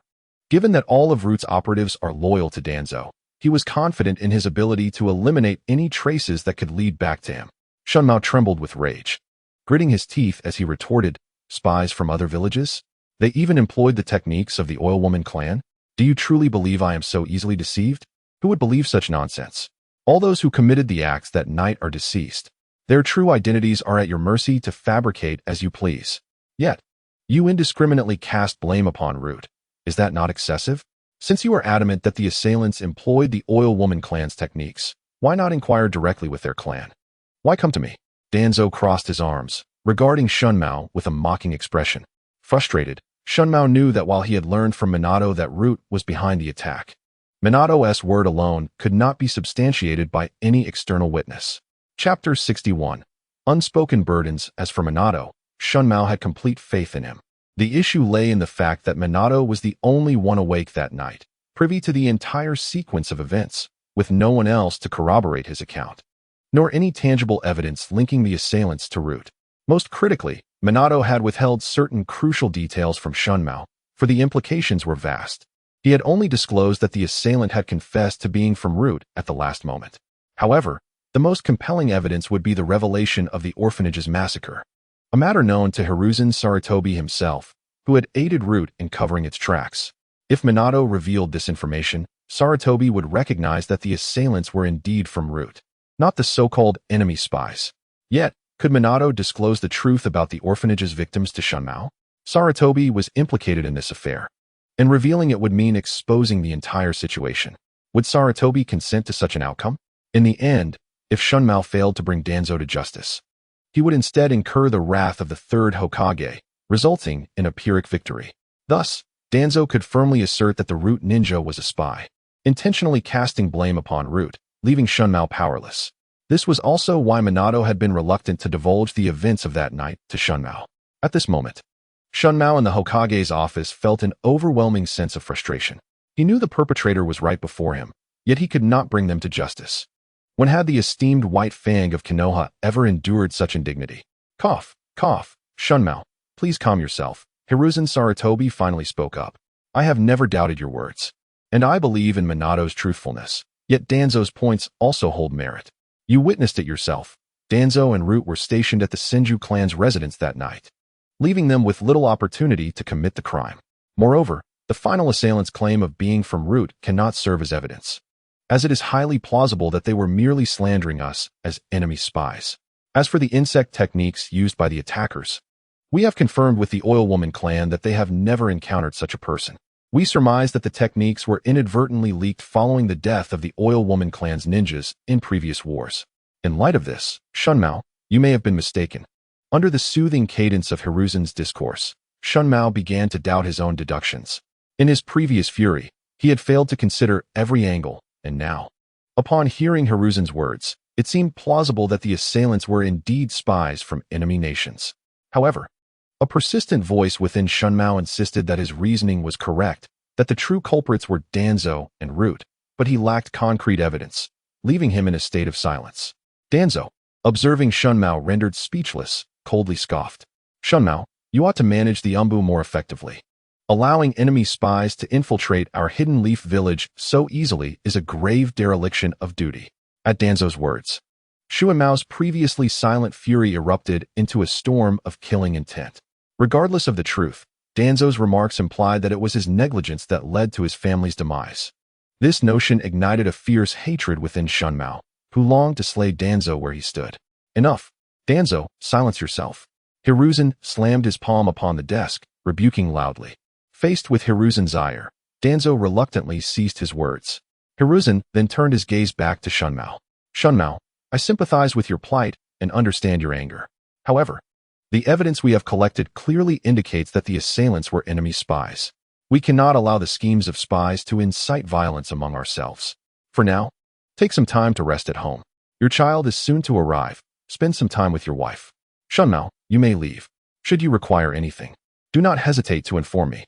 Yes, Hokage-sama. Seeing no fruitful outcome from remaining, Shunmao departed in frustration. After his exit, Hiruzen turned his attention back to Danzo. Danzo, I ask you once more, are you certain you have no connection to this matter? Humph. Does not all this evidence indicate that the true culprit is indeed a spy from the enemy nation? If your only basis for suspicion of me is the enemy's admission of identity to a mere 7-year-old child, then I have nothing further to say. Danzo faced Sarutobi Hiruzen with unwavering composure, his eyes devoid of fear as they locked gazes. Seeing this, Sarutobi Hiruzen could only temporarily accept Danzo's words, and with a wave of his hand, he declared, Very well, I believe you. Do not stoke the flames any further, you may take your leave. As long as Hatake Tsukumo does not actively slander me, I shall not exacerbate the situation. I am not of such petty character. With that, Danzo rose to depart, a disdainful smile curling at the corner of his mouth as he exited the office. At last, the Hokage's office returned to a state of tranquility. However, Sarutobi Hiruzen's mind was still troubled. The attack on the Hatake clan reeked of oddities. Although all evidence pointed to the culprit being a spy from the enemy nation, everything unfolded far too smoothly, leading him to question whether these spies had made no contingency plans whatsoever. Danzo and Hatake Tsukumo, one a former comrade with whom he had shared life and death, and the other his most loyal subordinate, both evoked a deep sense of conflict within Sarutobi Hiruzen. He could only hope that he was merely overthinking. Taking a deep drag from his cigarette, he exhaled the smoke, allowing some of his inner turmoil to dissipate. After all, this attack resulted in the death of only an ordinary person, and the perpetrator had already been eliminated. Were it not for the fact that the deceased was Hatake Tsukumo's younger sister, this incident would hardly warrant significant concern. Let it pass. On a brighter note, Kushina had successfully become the Nine-Tails Jinchuriki, lifting a great burden from Sarutobi Hiruzen's chest. As long as nothing unexpected occurred, he should not have to worry about the Nine-Tails for the next 30 years. As for whether he would live to see that time, who could say? Meanwhile, Sarutobi Hiruzen once again perused the case files of this incident. The last arriving security team reported witnessing a terrifying rock forest, and the culprit had perished due to this very ninjutsu. Remarkably, the wielder of such formidable jutsu was merely a 7-year-old boy. Glancing at the descriptions within the files, Sarutobi Hiruzen could not help but smile with satisfaction. Unbeknownst to him, had Minato's prowess already reached such heights? It seemed that Konoha would flourish with capable successors. Now that his 3 disciples could stand on their own, coupled with such a gifted grand disciple, the future of Konoha appeared bright and promising. Chapter 62. Awakening after leaving the Hokage building, Hatake Tsukumo promptly returned to the hospital. Due to the recent attack, the Hokage had granted him a 2-month leave, during which Tsukumo intended to stay by the side of his wife and nephew to prevent any further harm. He felt deeply troubled by his nephew, Hatake Shunten's current state, uncertain of when he would emerge from the shadows of grief. Furthermore, he planned to arrange his sister Hatake Rin's funeral in the coming days, hoping it would provide Shunten an opportunity to express his emotions and regain his spirits. Presently, Shunten displayed no tears or cries, as if he had lost all sense of human emotion, resembling a living corpse. My dear wife, Shunten, I have returned. With a heavy heart, Hatake Tsukumo pushed open the door to the hospital room. At that moment, in addition to Minato, there was a doctor clad in a white coat, masked and examining Hatake Shunten's condition. Shoo, lower your voice, Tsukumo. Lady Tsunade is currently assessing Shunten's health. Yamahana Hana, noticing her husband's hasty entrance, quickly raised her finger to her lips, signaling him to remain quiet. Tsukumo was well acquainted with Tsunade and understood her renowned medical skills throughout the shinobi world, so he promptly sealed his lips. Do not be so formal. I have already completed the examination. At that instant, Tsunade removed her mask, revealing her delicate chin. Shunten's injuries had healed, primarily due to his own resilience. He had yet to overcome the loss of his sister, and it was time for him to leave the hospital and engage with the world outside. After informing Tsukumo of Shuntan's condition, Tsunade added, "I also examined your wife prior. Both mother and child are safe and can leave the hospital tomorrow." Hearing that both his wife and nephew were recovering well, a smile finally graced Hatake Tsukumo's face. "I truly appreciate all your help during these days, Tsunade." Tsunade waved her hand dismissively, indicating that no thanks were necessary. Just then, a troubling thought crossed Tsukumo's mind. Due to the earlier battle between Minato and the men in black, the Hatake family residence had been left in ruins, rendering it uninhabitable. As this realization sank in, Tsukumo's brow furrowed once more. Noticing Tsukumo's distress, Tsunade inquired, "What troubles you? Is there a problem?" "Ah, Tsunade. Our home has been completely destroyed due to the previous attack and requires reconstruction. I am at a loss as to where we will reside after leaving the hospital," Tsukumo admitted, scratching his head in embarrassment. At that moment, Minato's heart tightened, as he was the architect of this calamity. In his attempt to unleash the power of the Geto Mazo, he had inadvertently exerted too much force. The Geto Mazo, after 2 days of dormancy, had now returned to its normal state, nestled within Minato's heart, continuously absorbing chakra. Upon hearing Tsukumo's words, Tsunade pondered for a moment before responding, "Is that so? Then you should remain in the hospital for another 2 days. During this time, I will discuss with the old man. The Senju clan's residence has numerous vacant rooms. You may stay there and also take care of Kushina." Currently, only 3 members remained in the Hatake clan, while the Senju clan's residence was even more desolate. Housing only Tsunade and Kushina, the abundance of empty rooms could be put to good use. With Tsukumo's formidable strength, Kushina's safety would be assured, yielding multiple benefits. The only concern was whether Tsukumo would be willing, for moving to the Senju clan's residence might appear to outsiders as a definitive end for the Hatake family. As expected, upon hearing Tsunade's suggestion, Tsukumo fell into a state of indecision. Observing his conflict, Yamahana Hana spoke up, "Tsukumo, I believe Lady Tsunade's suggestion is quite reasonable. Currently, our family consists only of you, Shuntan, and myself. It matters not where we reside. As long as we can live together in peace, anywhere can be home." With that, Hana stepped forward to grasp Tsukumo's hand, as if wishing to impart her strength to him. "Uncle Tsukumo, I think Aunt Rin's words hold truth. Wherever you are with those you care for, that is home. Moreover, given the current state of the Hatake clan's residence, it will be challenging to restore it within 6 months. Additionally, Aunt Hana would soon be nearing her time to give birth, clearly unable to wait for the reconstruction of the Hatake residence." Minato, who had been quietly observing from the corner, finally spoke up, for he held the most insight into the extent of the damage to the Hatake clan's residence. Seeing his wife and Minato advocating for the suggestion, Tsukumo finally nodded in agreement with Tsunade's proposal. "If you concur, I shall go discuss this with the old man." With Tsukumo's agreement, Tsunade turned and exited the hospital room. Once again, silence enveloped the space. Now, Tsukumo wrestled with his thoughts. Was there still a necessity to reconstruct the Hatake clan's residence? In truth, the Hatake clan had long been a mere shadow of its former self. After all, the once grand clan now consisted solely of him, his sister Rin, and his nephew Shuntan, hardly enough to be called a family. Now, with his sister's untimely demise, only he and his nephew remained to bear the Hatake name. Upon reflecting on this, Shikaku's heart was heavy with sorrow. Ultimately, the Shikaku clan had met its demise. Yamahana, sensing her husband's desolation, approached him and gently cradled his head in her arms, softly murmuring, "My dear, do not dwell on such thoughts. From now on, both our child and I will always stand by your side." Yamahana, too, was at a loss on how to console him regarding the clan's downfall, and could only offer her unwavering support as his wife. At that moment, Shikamaru's intermittent voice emerged from the hospital bed. "Uncle Shikaku, there's no need to worry. As long as we are here, the Shikaku clan will not perish." Shikamaru. Upon hearing Shikamaru finally speak, the atmosphere in the room brightened instantly. Minato dashed to his bedside, noticing that Shikamaru's eyes had regained their spark, no longer resembling that of a lifeless shell. "Water. I need water." Shikamaru's voice was weak and hoarse from lack of use. "Ah, if you wanted water, you should have said so sooner."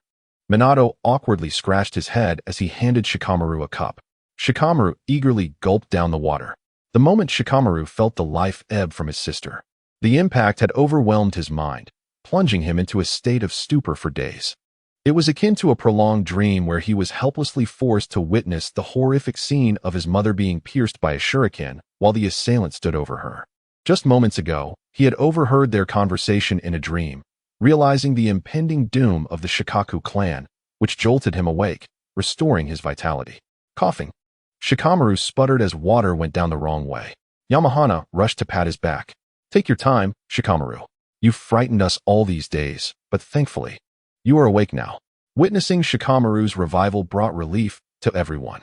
Once he finished drinking, he turned to Minato and asked, "Minato, what transpired that night? Could you recount it in detail?" Upon hearing Shikamaru's inquiry, Shikaku leaned in, dejectedly recounting the events at the Hokage building to Minato. "Minato, you mentioned that the assailant was from Root, but today at the Hokage building, I found no substantial evidence to support that claim. Instead, the Hokage and Danzo presented numerous proofs that the true culprit was an enemy spy. Think carefully. Is there something we might have overlooked?" Minato felt a sense of helplessness upon hearing Shikaku's response. It aligned with his suspicions. As long as he withheld the crucial evidence, Danzo would certainly deny any association with the attack. However, that pivotal evidence was something he could not disclose to Shikaku. With a wry smile, Minato reiterated to Shikamaru what he had told Shikaku the previous day. That night, the situation was dire. I ultimately eliminated the assailant. They confessed to being a ninja from Root, which led me to believe the attack was orchestrated by them. Beyond that, I am unaware of any further clues. After recounting the events of that night, Minato spread his hands, indicating that he had shared all he knew. Shikaku, seeing this, could only choose to trust Minato's words. Perhaps he really had misjudged the situation. Meanwhile, Shikamaru was lost in thought, pondering why he had vaguely heard the assailant mention something about an orphanage. Moreover, after the mention of the orphanage, Minato's demeanor had noticeably shifted. Had he misremembered? Oh dear, let us not dwell on such grave matters any longer. Shikamaru has just awakened and requires nourishment. We should first attend to lunch, Yamahana said, noticing Shikamaru's fatigued expression. Shikaku concurred, addressing Shikamaru. Your aunt is correct. You've been bedridden for so long, sustained solely by intravenous nutrients. You must be starving. Let us eat first. The past is behind us. We must look forward. Our friends at school have been worried about you, and you need to recover swiftly. Seeing Shikamaru remain silent, Minato assumed he was still grieving for Aunt Rin and stepped forward to offer comfort. Observing the concern of those around him warmed Shikamaru's heart. I apologize for worrying everyone. I will recover as soon as possible. Since Shikamaru had just awakened, his limbs, having been inactive for an extended period, required time to adjust before he could rise and walk like normal. Therefore, Minato decided to order several bowls of ramen from Ichiraku Ramen. Under Minato's card system, Ichiraku Ramen had nearly monopolized the ramen business in Konoha, with a steady stream of customers daily. The chef had even begun planning for an Ichiraku Ramen branch. As Minato pondered the progress, he considered whether Konoha could implement a delivery system for ramen, allowing those who were unable to leave their homes due to illness to enjoy Ichiraku's offerings. He shook his head, dismissing such impractical thoughts. For now, I must focus on improving my strength and consider such conveniences later when I unify the ninja world. With that thought, Minato arrived at Ichiraku Ramen. Chef, please pack 4 servings of tonkatsu ramen. At this moment, Ichiraku Ramen was teeming with customers, and the chef was busily stirring pots. Sure thing. It's quite hectic today. Minato, please wait a moment while I finish this bowl, and I'll get started on your order right away. The chef replied, albeit without pausing his work. Given the bustling environment, Minato wisely chose to wait in a corner, mindful not to take up space that could be used by other diners. As he observed the restaurant, he noticed 2 waitstaff diligently clearing tables and serving noodles. With so many patrons, Mike Guy was overwhelmed, thus the chef had hired additional staff months ago, with Mike Guy serving as a junior manager responsible for training newcomers. Minato wondered where Mike Guy was today. After observing for a while longer without seeing him, curiosity piqued within him. Since Mike Guy had started working at Ichiraku Ramen through Minato's introduction, his life had visibly improved. Thanks to the restaurant's success, Mike Guy's salary had become quite substantial. He had even rented an apartment in the village center, making it convenient for his pregnant wife to visit the hospital for checkups and allowing him to commute easily to work. Truly a modestly prosperous life. Excuse me, could you tell me why Mike Guy isn't here today? Minato inquired of a nearby waitress. Oh, today is the due date for his wife. He is currently at the hospital. As a shareholder of Ichiraku Ramen, the staff recognized Minato, promptly providing an answer to his question. Oh, unbeknownst to him, Might Guy was on the verge of being born. In just 2 months, his most esteemed disciple, Kakashi Hatake, would also arrive into the world. The next generation of Konoha was gradually making its debut. Wait a moment. Does this mean that his wayward disciple, Obito Uchiha, has already entered this realm? After all, in the original narrative, he seemed to be slightly older than Kakashi. As for Obito, Minato would never succumb to madness and seize the opportunity to snuff out his life while he was still a child, casting him into the river to drown or abandoning him on a mountain to perish from starvation. Minato believed in the inherent goodness of humanity. He would take it upon himself to guide Obito with love and compassion. Should he stray down the path depicted in the original tale, betraying his mentors and heritage, Minato would ultimately resort to employing the spiraling flash super wheel dance to resolve the matter at an appropriate time. Chapter 64. The funeral 2 days later. Shunton Hatake and Hanaya returned home from the hospital. After a brief period of recuperation, Shunton's health had returned to its former glory, indistinguishable from the state he was in before his injury. However, since awakening, Shunton had changed. He no longer exhibited the carefree demeanor of his past, becoming increasingly taciturn. Today marked the funeral of Rin Noera, and the atmosphere was somber. The morning sky was cloaked in a dreary gray, with the sun obscured by clouds, casting a pall over the world and deepening the melancholy of the occasion. Due to the decline of the Hatake clan, only a handful of attendees graced Rin's funeral. Aside from Shunton's family, there were only Minato and the third Hokage, Hiruzen Sarutobi, as external guests. Indeed, Hiruzen had made a special effort to attend Rin's funeral, not only to offer solace to Shunton, but also to discuss the relocation of the Hatake clan.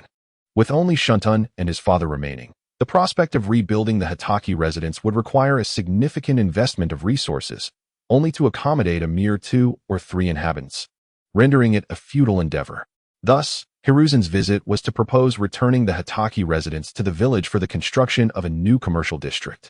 In turn, Shunton and his father would hold shares in this district, ensuring them a handsome annual dividend. As for Shunton and the others' new residents, it was suggested by Tsunade that they relocate to the Senju clan's former abode. After all, the Senju clan had also faced extinction, leaving only Tsunade as its last descendant. A fate more dire than that of the Hatake clan. After careful contemplation over the past 2 days, Shunton decided to acquiesce to Hiruzen's proposal. Although a sense of loss lingered in his heart, he reflected on the obliteration of the once mighty Senju clan and questioned whether the Hatake clan still had the fortitude to endure. The demise of the Hatake clan seemed inevitable. All he desired was for his small family of 3, soon to be 4, to live peacefully. Following the recent attack, Shunton had begun to contemplate retreating from the fray. The political waters in Konoha were treacherous, and he wished to extricate himself from such tumult. His current intention was to remain at home, caring for his wife and Shunton, nurturing their child once born. Thus, while the malevolent wolf may not have succeeded in its task, Danzo's objectives had been fulfilled. Shunton's spirit had been thoroughly eroded, and he no longer aspired to the position of Hokage, but instead yearned for a tranquil existence. Yet, unbeknownst to Shunton, an impending event would serve as the final straw, irrevocably shattering his resolve. At this moment, the mourners gathered before a cluster of graves in a secluded corner of the back mountains of Konoha, where a multitude of tombstones stood in solemn tribute to the fallen ancestors of the Hatake clan, each one a testament to their sacrifices for the village. This site had been intentionally established by the Hatake clan for the burial of their departed kin, and since the founding of Konoha, nearly all clan members had found their final resting place here. This year, however, a new tombstone had been added, the grave of Rin Noera. Beside the tombstone lay several bouquets of flowers, symbolizing the collective remembrance of Rin. After a brief ceremony of remembrance, Hiruzen rose to depart. As Hokage, his responsibilities were countless, and his attendance at Rin's funeral was already a rare commitment, making it impossible for him to linger. Shunton, let the past remain in the past. The future will bring brighter days. Hiruzen solemnly patted Shunton on the shoulder before turning to leave. As Shunton observed Hiruzen's retreating figure, he realized, almost unknowingly, that the elder Hokage's form had begun to stoop. Meanwhile, Shunton remained on his knees, his head bowed, enveloped in silence. leaving those around him in uncertainty about his emotional state. They stood by him in silent solidarity until the heavens began to weep, a gentle rain beginning to fall. Hanaya, 8 months pregnant, found her body struggling to endure the somber atmosphere. Shuntan, let us return home. The rain has begun to fall, and if you catch a chill, it would sadden Rin's spirit, she said with concern. Yet, Shuntan seemed oblivious to her words, his mind elsewhere. With a heavy sigh, Hanaya resigned herself to the situation. Seeing this, Minato addressed Shuntan. Uncle Shuntan, Aunt Hanaya needs rest. Please take her home. I will stay here with Shuntan. You are a great help, Minato. Shuntan expressed his gratitude before placing a reassuring hand on Shuntan's shoulder. Shuntan, Rin will always watch over you from the other side. You must find the strength to persevere, for your mother would not wish for you to falter. Witnessing Shuntan's continued silence, Shuntan could only sigh deeply as he led Hanaya away. Now, only Shuntan and Minato remained. As the rain intensified, ushering in a chill that mingled with the autumn air. Given Shuntan's recent recovery, Minato felt it prudent to offer his own coat, draping it over Shuntan's shoulders. At that moment, Shuntan lifted his gaze, his eyes swollen and red, tears mingling with the rain cascading down his cheeks. What truly transpired that night? Shuntan implored, locking eyes with Minato, a plea etched in his expression. What is it, Shuntan? Did I not already explain everything that occurred that fateful evening? Minato hesitated, sensing the weight of Shuntan's gaze, but certain truths remained unuttered. Minato, do not deceive me. Though I was unconscious, I vaguely overheard fragments of your conversation with the assailant. The mention of an orphanage triggered a noticeable change in your demeanor. You must be concealing something from us. You know the assailant's true identity. Why do you lie to us, Minato? Shuntan's voice erupted in fury. A torrent of emotion unleashed as he confronted Minato. Over the past few days, Shuntan had pondered Minato's words, recollecting the sounds he had heard while unconscious, ultimately concluding that Minato was indeed withholding vital information. Chapter 65. Can you remain calm? Upon arriving at the realization that Minato had deceived him, Shuntan experienced an overwhelming emotional upheaval, his thoughts consumed with the desire to confront Minato about his dishonesty. At long last, he found himself alone with Minato and resolved to seek clarity. Shuntan, it is not that I wish to withhold the truth from you. Some matters are better left unspoken, as revealing them may bring you harm. As Mizuno Kuni sighed, upon hearing the words orphanage from Hitaki Shuinyu, he felt a deep sense of foreboding. It appeared that Shuinyu had indeed become embroiled in this turmoil. You harm me? My mother's gravestone lies before me. Yet you choose to conceal the truth of that night from us, allowing the murderer to roam free. Do you believe this is protection? I lost my father at a young age. My mother raised me single-handedly, and now she has departed from my life forever. You are fully aware of the truth. Why do you deceive me? Are you intent on robbing me of the right to avenge my mother? At that moment, Shuinyu, consumed by rage, shouted at Mizuno Kuni, throwing the coat that had been draped over him onto the ground.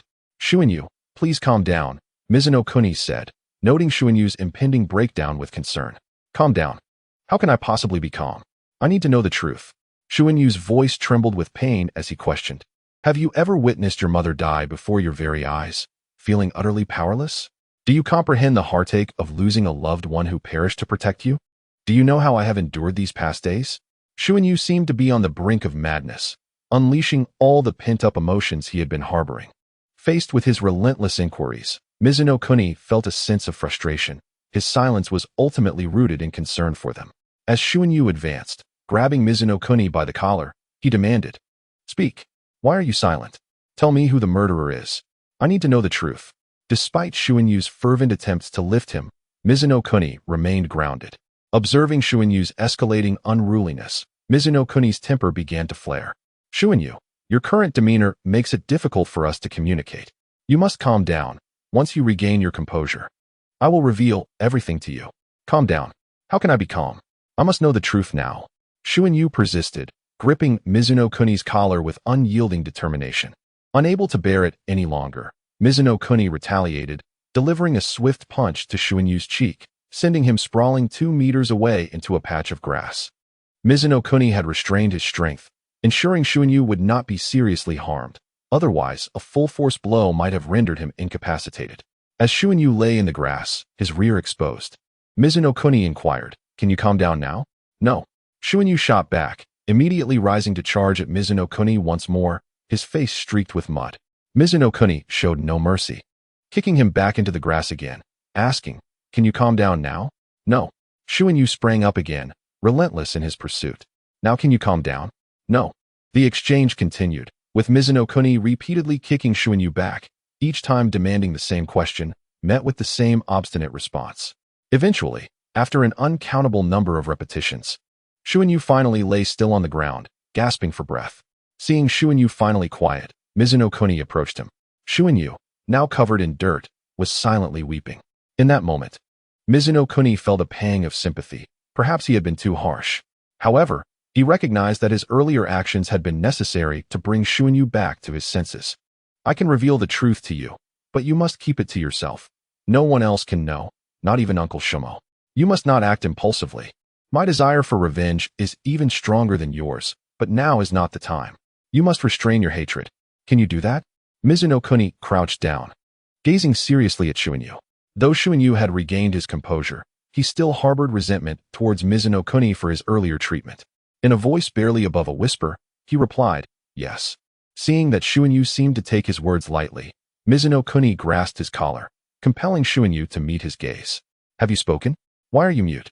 Wasn't your voice strong just moments ago? Speak louder. I cannot hear you." As Mizuno Kuni echoed Shuinyu's earlier unreasonable outbursts, the tension in his heart dissipated. Shuinyu, realizing his prior behavior had been excessive and had hurt Mizuno Kuni, closed his eyes and shouted, "I will do it." With that affirmation, Mizuno Kuni helped Shuinyu to his feet and proceeded to recount the events of that fateful night, including the tale of the orphanage. "You asked if I had ever experienced the tragedy of a loved one dying to protect me. I can definitively say that I have not. Ever since I became aware, I have lived in an orphanage, never having seen the faces of my parents or knowing the circumstances of their demise. Before meeting Master Jiraiya, I lived in that orphanage, surrounded by others like me, cared for by a gentle grandmother. However, a tragic accident occurred. Those at the orphanage were murdered by the Root organization after inadvertently uncovering information about them. In the blink of an eye, the entire orphanage vanished. And the assailants were none other than the black-clad figures who attacked the Hitaki clan that night. Thus, I can confirm that the true culprits were from the Root. The reason I have withheld this from you is that the only evidence identifying the murderer is the revelation of the orphanage's fate, a truth that also implicates Grandpa Hizashi." Mizuno Kuni narrated the entire sequence of events to Shuinyu, leaving no detail unaddressed. Chapter 66. A Rare Tranquility. Shuinyu, how did you manage to get yourself so muddy? And Mizuno Kuni, you two look quite disheveled today. I thought you prided yourself on cleanliness. Go wash up and don't catch a cold. I truly cannot fathom how you both became so dirty. Yamano Hana regarded the two filthy boys with a mix of disdain. The two children in question were, of course, Mizuno Kuni and Hitaki Shuinyu, who had now returned to the Senju clan's residence. During their previous conversation, Mizuno Kuni had opened his heart to Shuinyu, sharing the full story behind the events. At first, when Shuinyu learned that Mizuno Kuni had grown up in an orphanage and had never seen his parents, he was taken aback, unable to reconcile the gentle and sunny disposition of Mizuno Kuni with such a tragic background. As Mizuno Kuni recounted the disappearance and murder of the orphanage's residents, Shuinyu felt a surge of anger, empathizing with Mizuno Kuni's plight. Finally, when Mizuno Kuni revealed that the third Hokage, Grandpa Hizashi, was also involved in the orphanage incident, Shuinyu's expression turned to one of disbelief, accompanied by a profound sense of helplessness. After grasping the entirety of the situation, Shuinyu came to comprehend Mizuno Kuni's perspective fully. He resolved to keep this secret safe. In turn, Mizuno Kuni promised Shuinyu that they would eradicate the Root organization. However, they both recognized that their current strength was far from sufficient, and thus, they must diligently train to ensure their future success in revenge. At this moment, the two individuals returning to the Senju clan's residence, aside from their clothes being soaked by the rain, were also splattered with mud. Minato fared better, having only accumulated a bit of dirt while assisting Shundong. However, Shundong was in a rather unfortunate state. Previously, in an effort to calm him down, Minato had inadvertently turned him into a little mud doll. It was no wonder that Yamahana questioned the two of them. Facing her inquiries, Shundong could not possibly tell the truth, so he hastily concocted an excuse. Andy, on the way back, the ground was slippery due to the rain, and I accidentally fell. Observing the concern on Yamahana's face, Minato added sheepishly, "We understand our mistake, Aunt Yamahana. This time it was our carelessness that caused you worry. At your age, can't you be a bit more mindful? Never mind, go take a shower. There's an indoor hot spring here, so you both should enjoy a soak." Seeing Minato humbly admit his fault, Yamahana softened her tone and gestured for them to wash up. After the Hitaki family was discharged from the hospital that morning, they moved into the Senju clan's residence, which was convenient as it was fully furnished and only required them to procure some food and daily necessities to settle in. This vacant house was also meticulously chosen by Tsunade, located at the heart of the Senju clan, adjacent to Kushina Uzumaki's home. Additionally, there was an indoor hot spring nearby. Upon entering, Minato and Shundong discovered that Shikumo Hitaki was already enjoying a bath. After quickly rinsing off the mud, Minato and Shundong eagerly immersed themselves in the warm waters of the hot spring. Outside, the rain pattered gently against the windows, creating a stark contrast to the steamy atmosphere inside the hot spring, where rising vapors enveloped the entire area. "Ah, this feels delightful." As they entered the water, both Shundong and Minato let out a leisurely sigh. They slowly submerged themselves in the comforting warmth, feeling the soothing heat spread through their bodies. As if every pore was being gently opened. "You finally returned. I can't think of anything more comforting than soaking in a hot spring on such a rainy day," Shikumo remarked, his previously closed eyes now slowly opening. He noticed some bruises on Shundong's face and asked curiously, "Shundong, are you injured? How did you get those bruises?" "Huh, Uncle Shikumo, I'm not sure. I think I must have gotten hurt when I slipped on the way back due to the rain," Shundong replied, feeling a pang of anxiety at Shikumo's question. However, out of concern for his own pride, he refrained from disclosing that Minato had bested him. How peculiar! How could one fall and injure their face? Shikumo remained skeptical and turned his gaze towards Minato. "Why are you looking at me, Uncle Shikumo? I can vouch for Shundong's honesty. He truly did slip on the way back. You wouldn't suspect that I was the one who caused his injuries, would you? Am I really that kind of person?" Minato stated, maintaining his composure as he faced Shikumo's doubtful stare. "Oh dear, Uncle Shikumo, it's not a serious injury. It will heal in a couple of days. So please don't pursue it any further." Shundong, feeling anxious under Shikumo's scrutiny, desperately tried to change the subject. All right, I won't ask any more," Shikumo conceded. Observing Shundong's demeanor, he could roughly guess what had transpired, likely just some playful brawl among friends, and decided to give Shundong some leeway. However, seeing Shundong gradually regain his usual vivacity, Shikumo felt a sense of relief. If Shundong had remained in the somber state he had been in a few days prior, Shikumo would have struggled to explain it to his deceased sister. Life had been chaotic these past few days, but now he felt a sense of clarity. As long as their family remained safe and sound, that was what truly mattered. "Do you think I make sense, Shundong?" "I understand, Uncle Shikumo. These past few days felt like a nightmare, but now I have awakened from it. You need not worry about me. I can manage my own state of mind." Having shared his thoughts with Minato, Shundong finally found clarity and resolved to avoid self-destructive behavior. With Shundong's response, Shikumo felt reassured enough to close his eyes again and continue savoring the comfort provided by the hot spring. Minato, noticing that the Hitaki family had begun to emerge from the shadow of Aunt Ling's passing, felt genuinely happy for them. Gently stirring the water, he watched as ripples danced across the surface, a smile unconsciously forming on his lips. Finally, he could temporarily forget the unpleasantness of recent days and relish this rare moment of leisure. Meanwhile, Shundong closed his eyes, allowing himself to fully relax. As his thoughts began to drift, he recalled the perilous attack the Hitaki clan had faced days prior, coupled with the unease and restlessness he had experienced since. In this moment of tranquility, the serenity felt exceptionally precious. Within the misty confines of the hot spring, time seemed to stand still, with only the soothing sounds of breathing and the occasional patter of rain intertwining to create a peaceful tableau. Chapter 67. Farewell, gathering 1 month later. The lives of Minato and Shundong had returned to a semblance of tranquility, revolving around the school, training grounds, and home in a seamless triangle. Following their previous month's exchange, Shundong had developed an even greater thirst for power, dedicating nearly all his waking hours to training, apart from meals and sleep, earning Minato's admiration. Though Minato respected Shundong's dedication, the latter's efforts still paled in comparison to Minato's. After all, Minato had the advantage of the commemorative coin, a master of time management, needing only 2 hours of sleep to maintain his vigor. During this month, Kushina had acclimated to her status as a Jinchuriki and was now able to return to the ninja academy to attend classes alongside Shundong. With the Hitaki family having moved into the Senju clan's residence, the once quiet area was now bustling with life and vitality. However, a melancholic event had recently unfolded. Tsunade was preparing to leave Konoha once again. Today marked her final day in the village, as she would depart tomorrow morning to embark on a journey around the world. While the villagers felt a sense of loss at her departure, they respected her decision. Tsunade had returned primarily to accompany Granny Mito during her final days, and with Mito now gone, coupled with Kushina's successful transformation into a Jinchuriki, there was little left to anchor her to Konoha. Moreover, Tsunade's severe blood phobia, evidenced by her fainting at the sight of blood during the sealing of the Nine Tails, rendered her unfit to continue as a ninja. Leaving Konoha to clear her mind might very well aid in her recovery from her phobia. To bid Tsunade farewell, the residents of the Senju residence secretly organized a farewell gathering for her.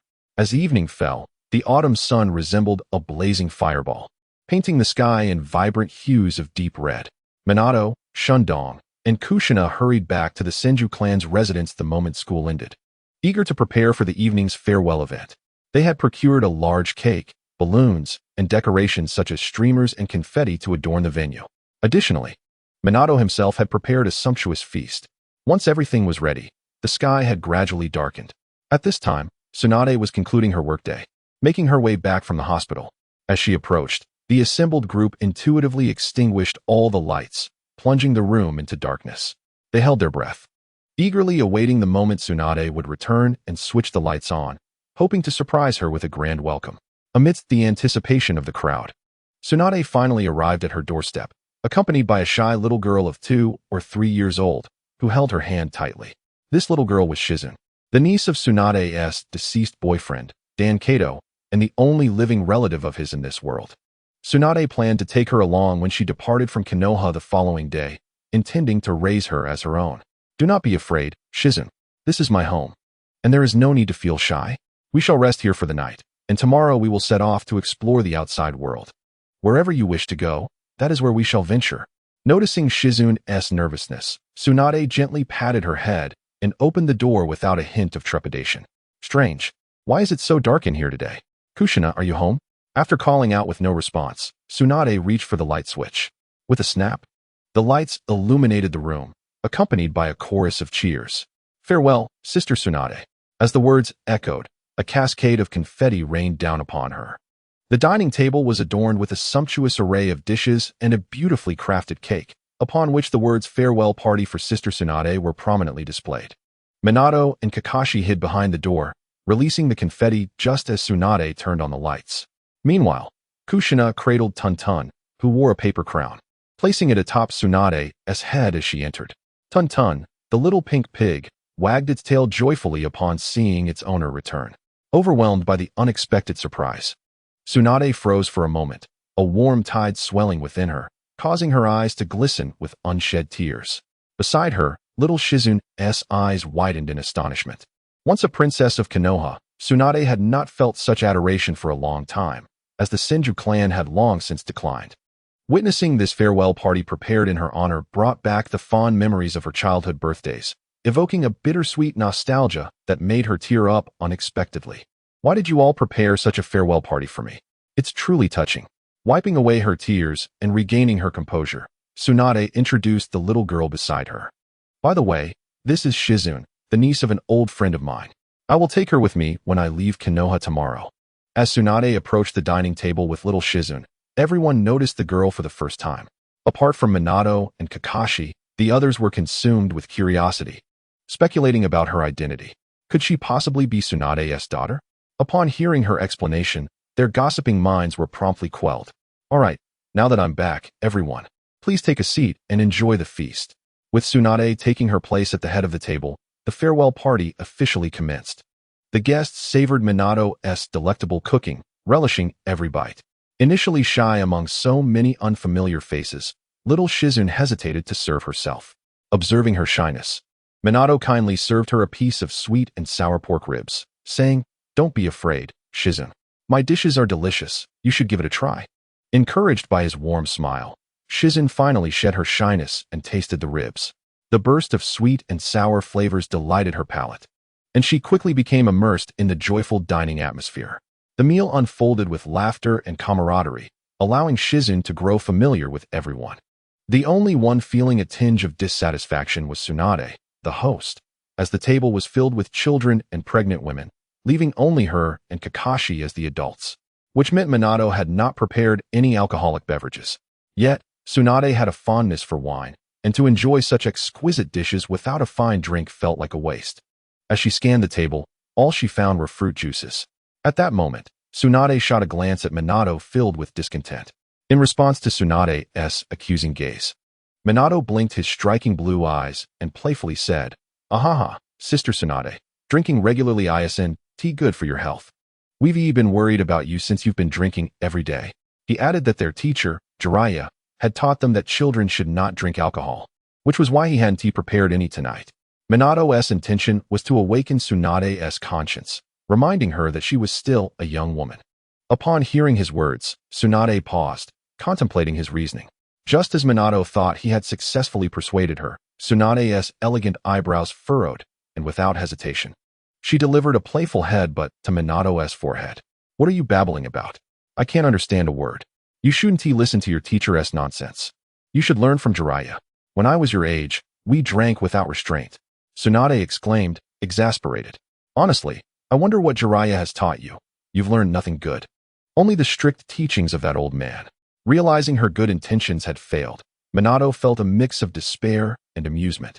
After headbutting him, Tsunade's irritation dissipated, and recalling her early departure from Konoha the next morning, she decided to let Minato off the hook. "All right, considering the feast you've prepared tonight, I'll let you go this time. But next time, make sure to have some wine ready when I'm around." With the passing of Granny Mito, no one could rein in Tsunade anymore, and she was completely free-spirited. Minato could only smile wryly, nodding in agreement, promising to be more mindful in the future. The farewell party continued until 10 o'clock at night. Minato, whose home was quite a distance away, took his leave first from the Senju residence. Kakashi and his family, residing nearby, stayed to help clean up before departing. Upon seeing Minato leave, Kushina hurried to catch up with him. "There's no need to see me off, Kushina. It's quite late. You should head home early," Minato said as they were about to leave the Senju compound. Just as they were about to part ways, Minato suddenly stopped and turned to Kushina. He felt uneasy leaving her to wander home alone at night, especially since they were about to leave the Senju residence. In that instant, as he turned, Minato was met with a pair of large, captivating eyes belonging to Kushina, who had been following closely behind. The sudden proximity caught them both off guard, and Kushina barely had time to react, almost resulting in an intimate encounter. Time seemed to freeze as they locked eyes, standing merely a few centimeters apart, able to hear each other's breaths. The atmosphere of the late night was filled with mystery and romance, and in that stillness, the air around them felt charged with an undeniable tension. "Damn it, Minato, you absolute fool. Kushina is just a 7-year-old girl," Minato chided himself internally. Yet his body instinctively leaned toward her, betraying his thoughts. Indeed, men can be quite foolish. At that moment, as Kushina noticed Minato drawing closer, her cheeks flushed red, and she took a few hurried steps back. "Why did you suddenly stop? You startled me." Cough.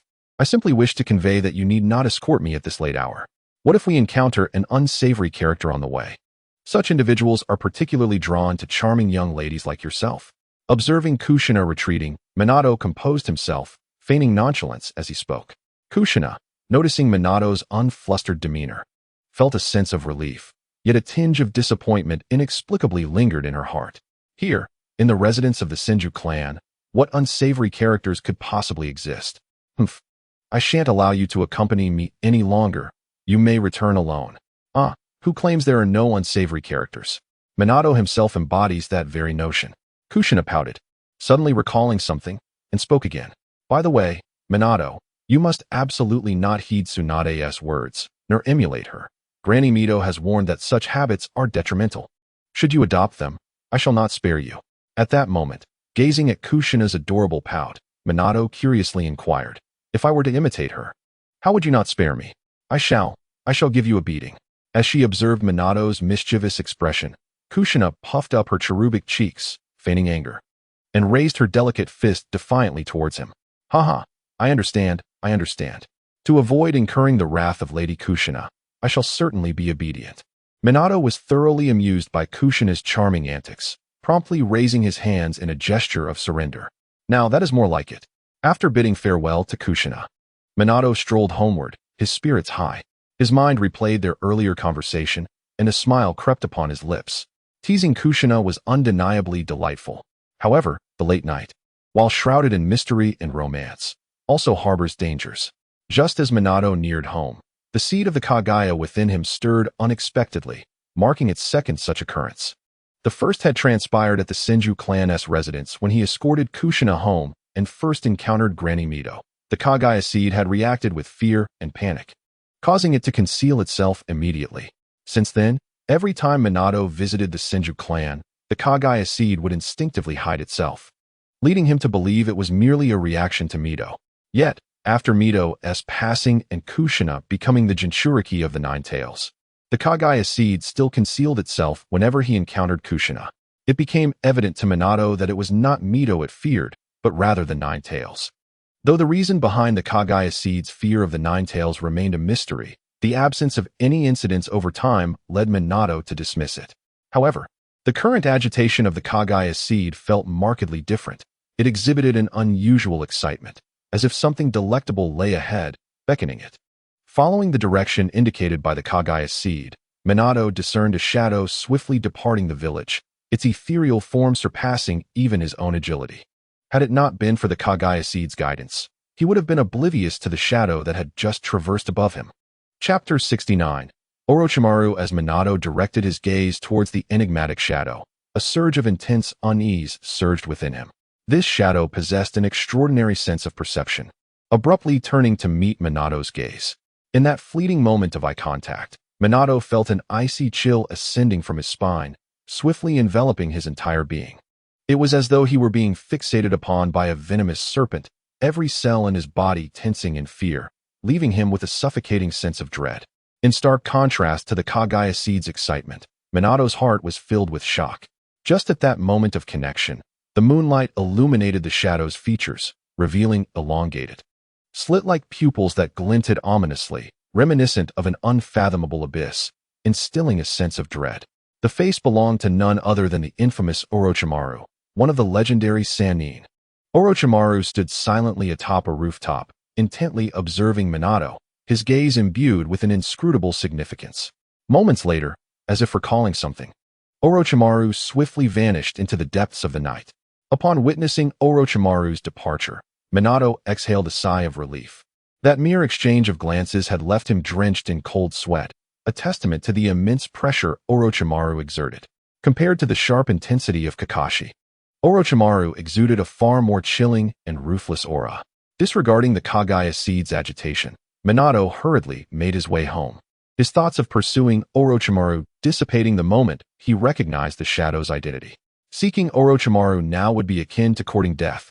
Just as Minato turned to leave, Orochimaru's figure reappeared on the vacant rooftop, extending his long tongue to lick his lips, murmuring in mild astonishment, "How intriguing.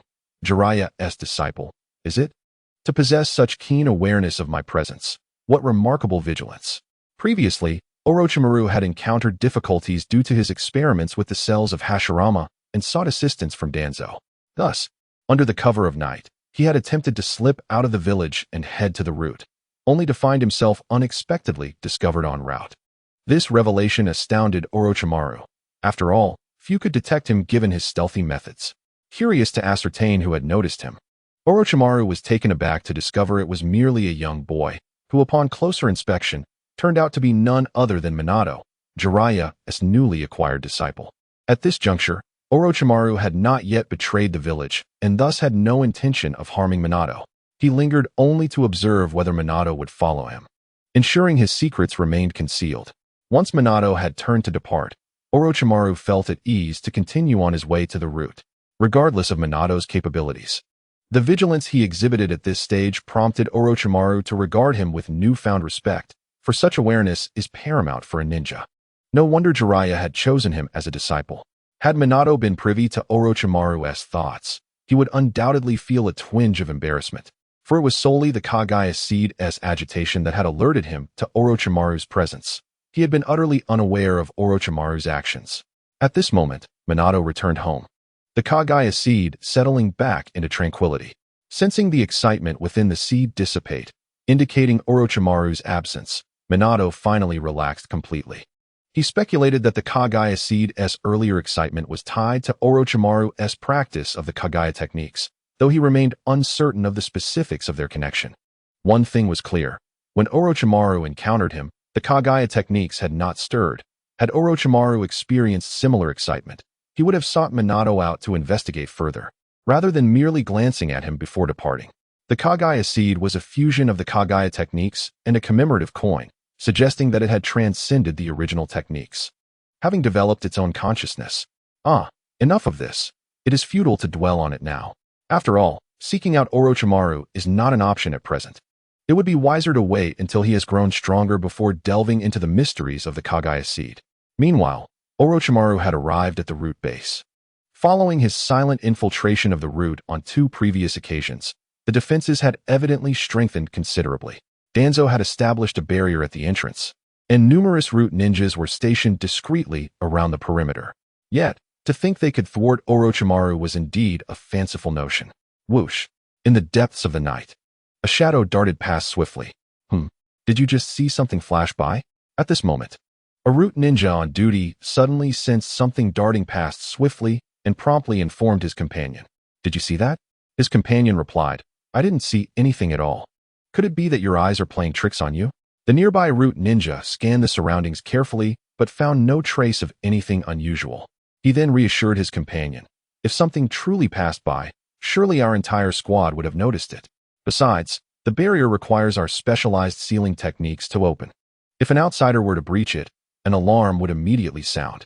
The barrier is currently silent. You must be overthinking it. Despite his companion's explanation, the root ninja who had seen the disturbance felt a lingering unease, for he had distinctly witnessed something flash by.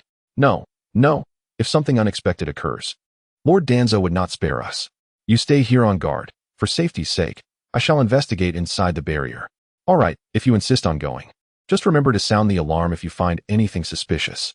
With that, the root ninja approached the barrier at the entrance, employing a special sealing technique to open it. Strange, I clearly saw something come this way, yet there's nothing here. Could it truly be my imagination? After a thorough inspection revealed no anomalies, the root ninja finally felt at ease, closed the barrier, and returned to his post. Unbeknownst to him, at the moment he opened the barrier, a slender white snake had slithered up from the ground and entered the root. Once the barrier was sealed again, the small white snake suddenly opened its mouth wide, and a pale arm emerged, firmly pressing against the ground. Following that, Orochimaru emerged from the small white snake in an exaggerated and eerie manner. What a bunch of fools. Orochimaru casually made his way towards Danzo's office.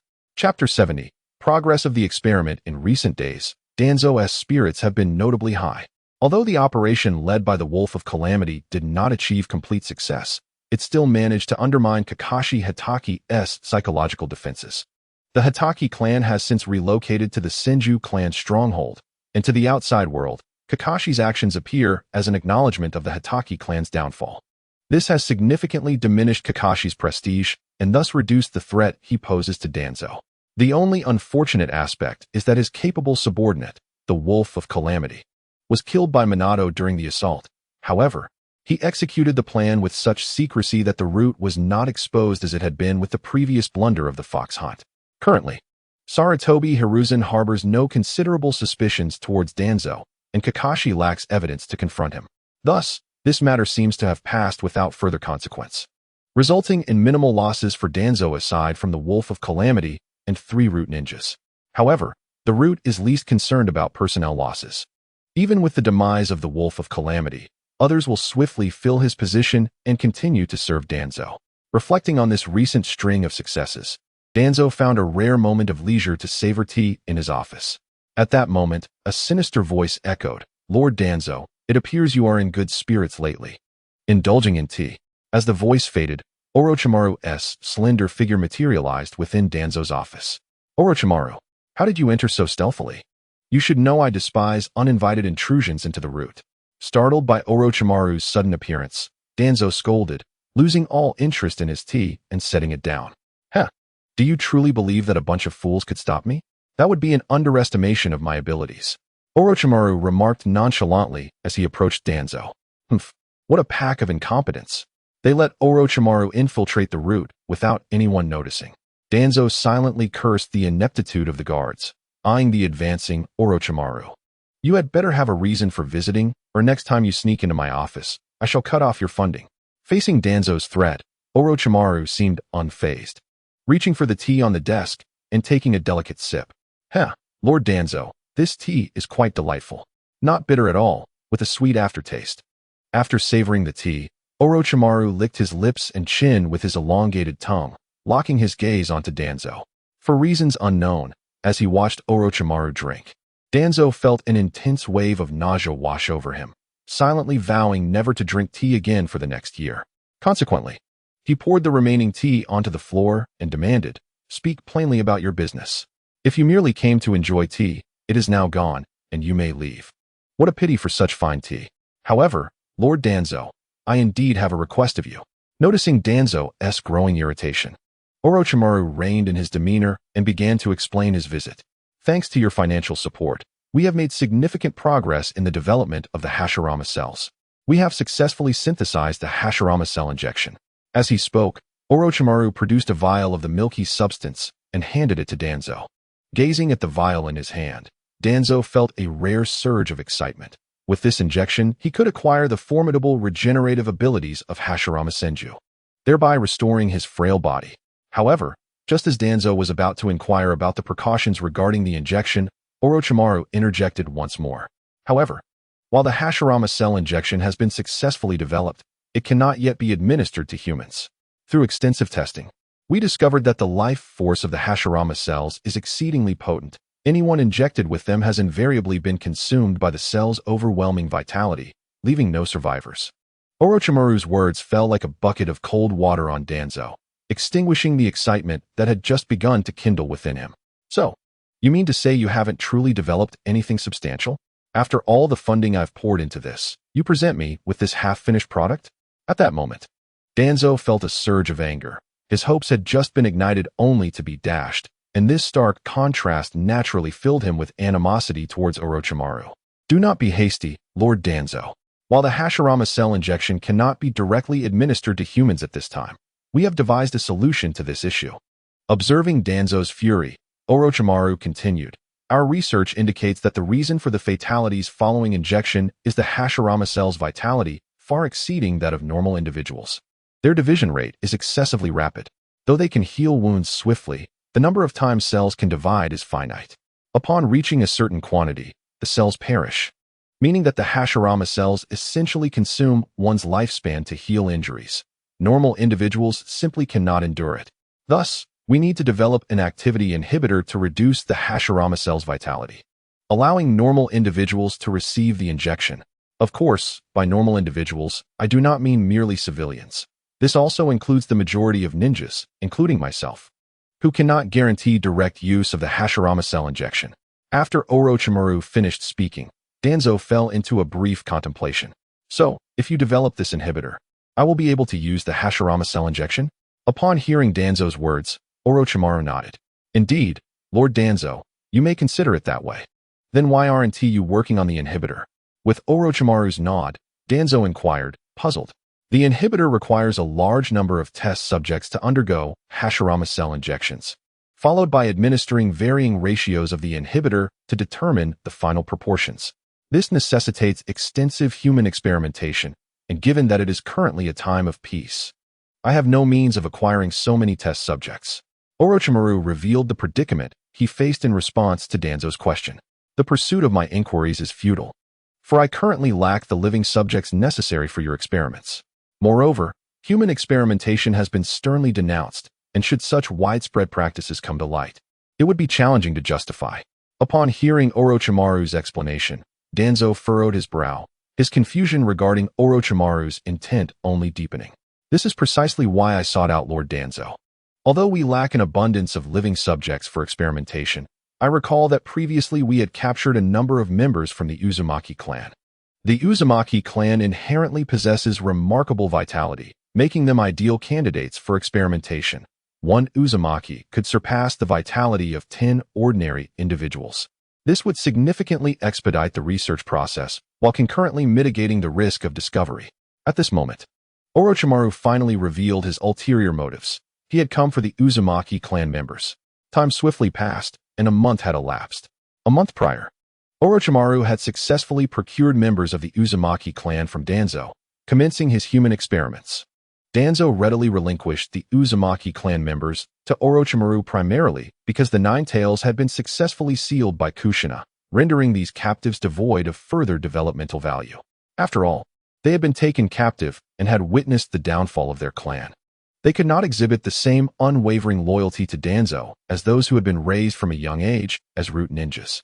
Simultaneously, Danzo had long coveted the cells of Hashirama, not solely for the restoration of his lost arm, but also due to his desire for the formidable power of wood release. Thus, it was concluded that Danzo would acquiesce to Orochimaru's request, albeit with a stipulation. He would grant Orochimaru a maximum of 1 year to devise an inhibitor. Should he fail to produce results within that time frame, Danzo would withdraw his financial support and sever ties with Orochimaru to safeguard himself from potential repercussions. Unbeknownst to Minato, who was currently seated anxiously in the hospital alongside Kakashi and Shun, these clandestine dealings were transpiring. Today marked the day Aunt Yamahana was to give birth. Tsunade had departed Konoha on the second morning after the farewell gathering, embarking on an extraordinary journey with Shizune and Tonton. In just 1 month, the tales of Tsunade's misfortunes in gambling had spread throughout the ninja world, making her a highly sought-after figure in various gambling establishments, transforming her into a well-known big lamb. With Tsunade's departure, the hospital in Konoha was now under the stewardship of a doctor named Joy, who also served as the primary midwife for Aunt Yamahana. Dr. Joy carefully wheeled Aunt Yamahana into the operating room, instructing the family to wait outside and refrain from disturbing the laboring mother. "My love, I promise our child will be born safely. He is the hope of the Hatake clan."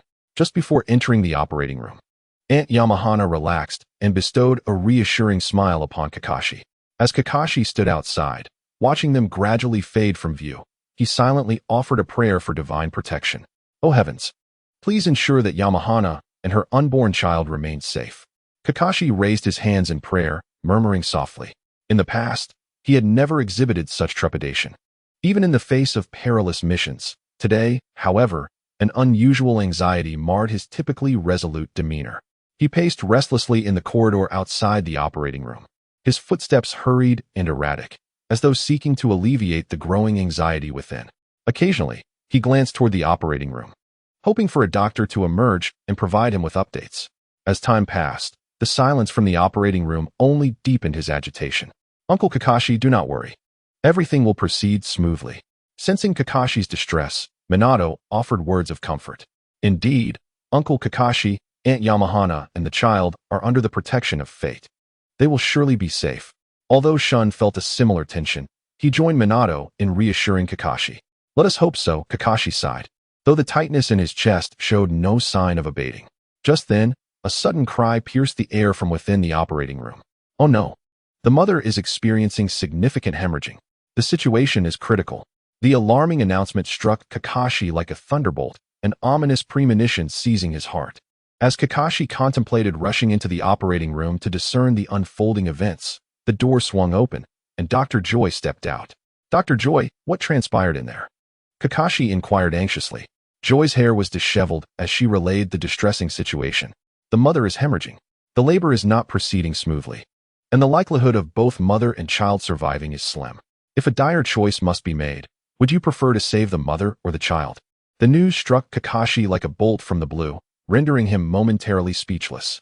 Observing his distress, Minato implored, "Doctor, please do everything within your power to ensure the safety of both mother and child." "I will certainly do my utmost to protect them," Joy replied. "But should a critical situation arise, please communicate your decision swiftly, as the mother's condition is precarious."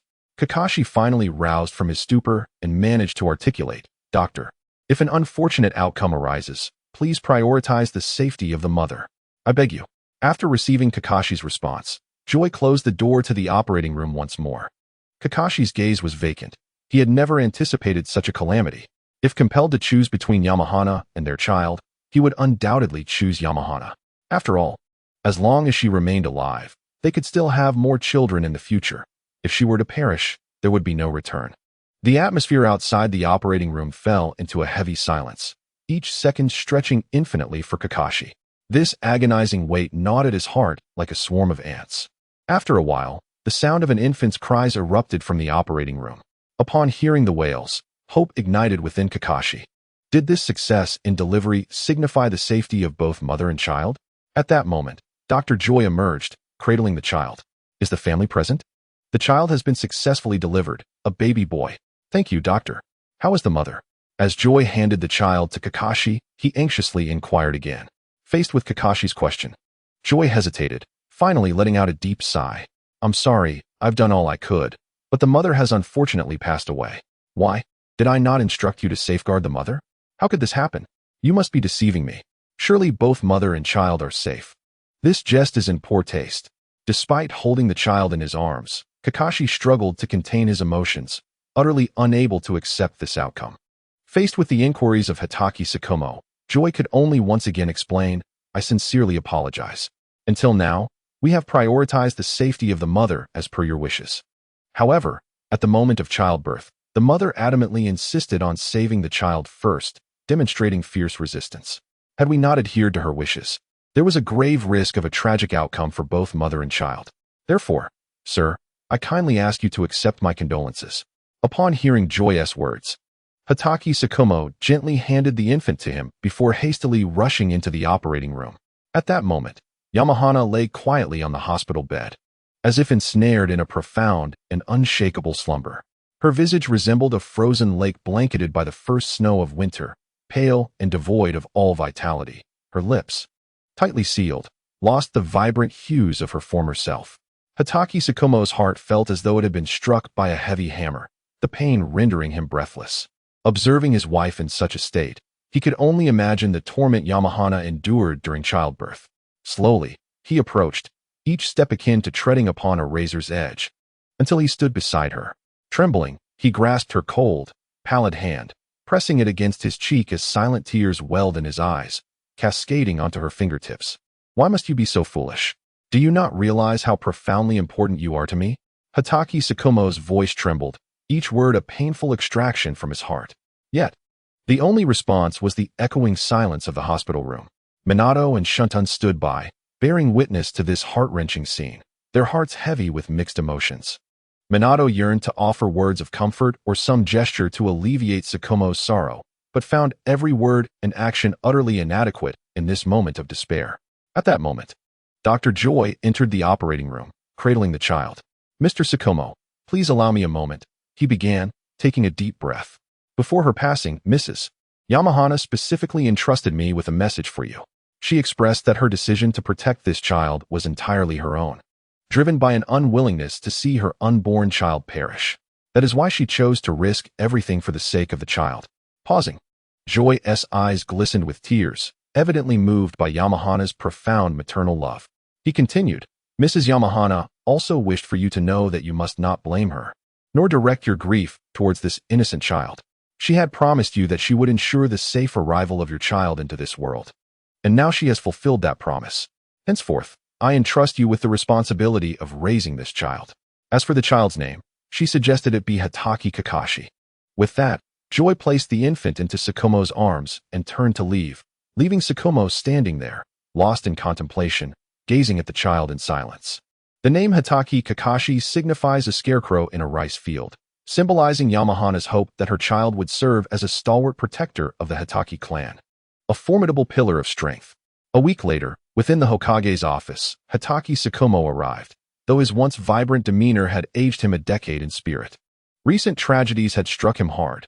First, the loss of his sister, followed by the untimely death of his wife. The dual blows had shattered his emotional defenses. At not yet 30, the corners of his eyes bore the marks of sorrow, and his unkempt beard added to the air of despondency that surrounded him, a stark contrast to the spirited leader he once was. Sarutobi Hiruzen observed Tsukumo's state with concern. Tsukumo, I urge you to take care of yourself. The Hitaki clan relies on you now. You must not falter. Moreover, The Umbu cannot function without you. During your absence, the others have greatly missed your leadership.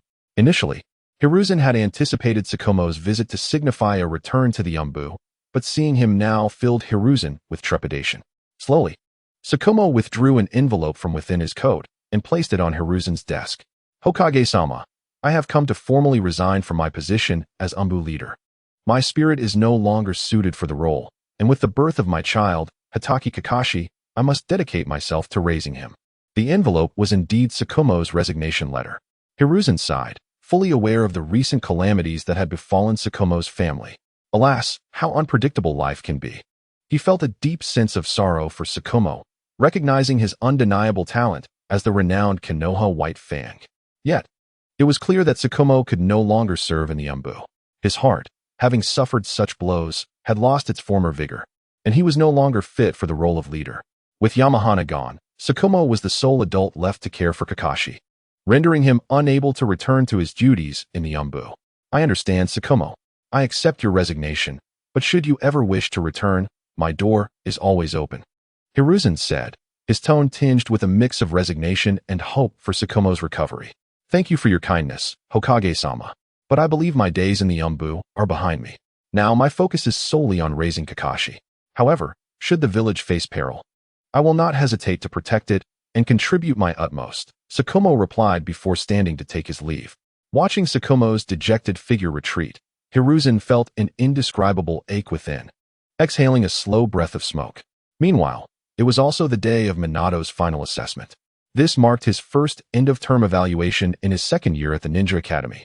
Yet Minato found himself in a unique position. Having completed all assessment tasks with resounding success, he secured the top rank.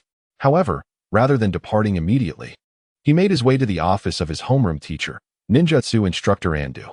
In the past 2 months, Minato had successfully developed and mastered the Rasengan. His strength had outgrown the confines of the academy. With his current capabilities, there was little left for him to learn at the academy, and what he required now was extensive practical training.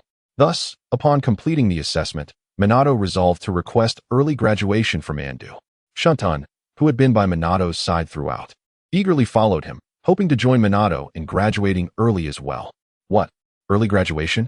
This is sheer nonsense. Andu's voice erupted in the room. You can only graduate from the academy by passing the Genin examination to become a true ninja, and after graduation, you must join a ninja team to undertake perilous missions. You are merely 7 years old. This is far too dangerous for you. I absolutely refuse to permit it. In the face of Andu's reprimands, Minato merely smiled, accepting the concerns with humility, for he understood that Andu's words were rooted in genuine care. Wise counsel often falls on deaf ears. When Minato noticed that Teacher Tan Yi's emotions had calmed, he spoke again. Teacher Tan Yi, I recognize your good intentions. However, a fledgling eagle cannot soar through the skies without first weathering storms. As you have seen, my current achievements at the Ninja Academy leave little room for further learning. I hope you will grant my request. Upon hearing Minato's words, Tan Yi found himself in a state of conflict. He knew Minato spoke the truth. Last year, Minato's performance was already sufficient for graduation. This year, he had excelled even further, achieving remarkable scores across all subjects. Tan Yi understood that Minato's perfect scores were not merely a reflection of his capabilities, but rather a testament to the limitations of the examination itself. At this moment, Minato stood far ahead of his peers. Whether it was a stroke of luck or misfortune for Tan Yi to encounter such a prodigious student was uncertain. On one hand, Minato's intelligence and swift comprehension brought Tan Yi great joy.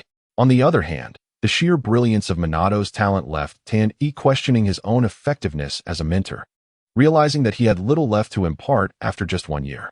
After much contemplation, Tan Yi exhaled deeply. Minato, I understand your situation, but I still hope you will remain at the academy for a few more years to solidify your foundation. Teacher Tan Yi, you know I am not one to act with blind arrogance. My request for early graduation comes after considerable thought. I believe I have outgrown my time at the academy. Minato replied firmly, aware that Tan Yi was preparing to persuade him further. Seeing Minato's earnest expression, Tan Yi recognized his resolve. With a resigned sigh, he said, very well.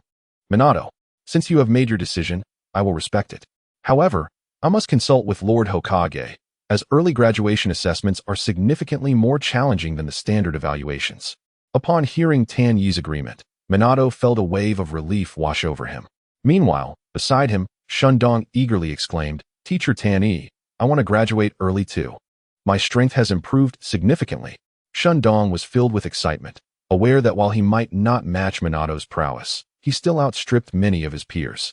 Under the guidance of his father, Shikaku, Shundong had also advanced beyond his contemporaries, making further growth at the academy difficult. If Minato could graduate early, why shouldn't he? Finally, he would be free from the burdensome studies of calculus, will of fire, and battle strategies. However, the situation unfolded differently than Shundong had anticipated. Upon hearing his request, Tan Yi erupted with anger, sternly rejecting Shundong's plea. "Shundong, what nonsense are you speaking? You have not met the standards for early graduation." Faced with Tan Yi's refusal, Shundong retorted, "Teacher Tan Yi, surely you underestimate me. My practical skills are flawless. Why is it that Minato can graduate early while I cannot?" With a scoff, Tan Yi replied, "Minato's written exam scores are perfect. The lower ninja assessment evaluates not just practical skills, but also written performance. You have yet to pass a written exam. What makes you think you deserve the same opportunity as Minato? I have told you to take your studies seriously. Now you see the consequences of your inattention, don't you?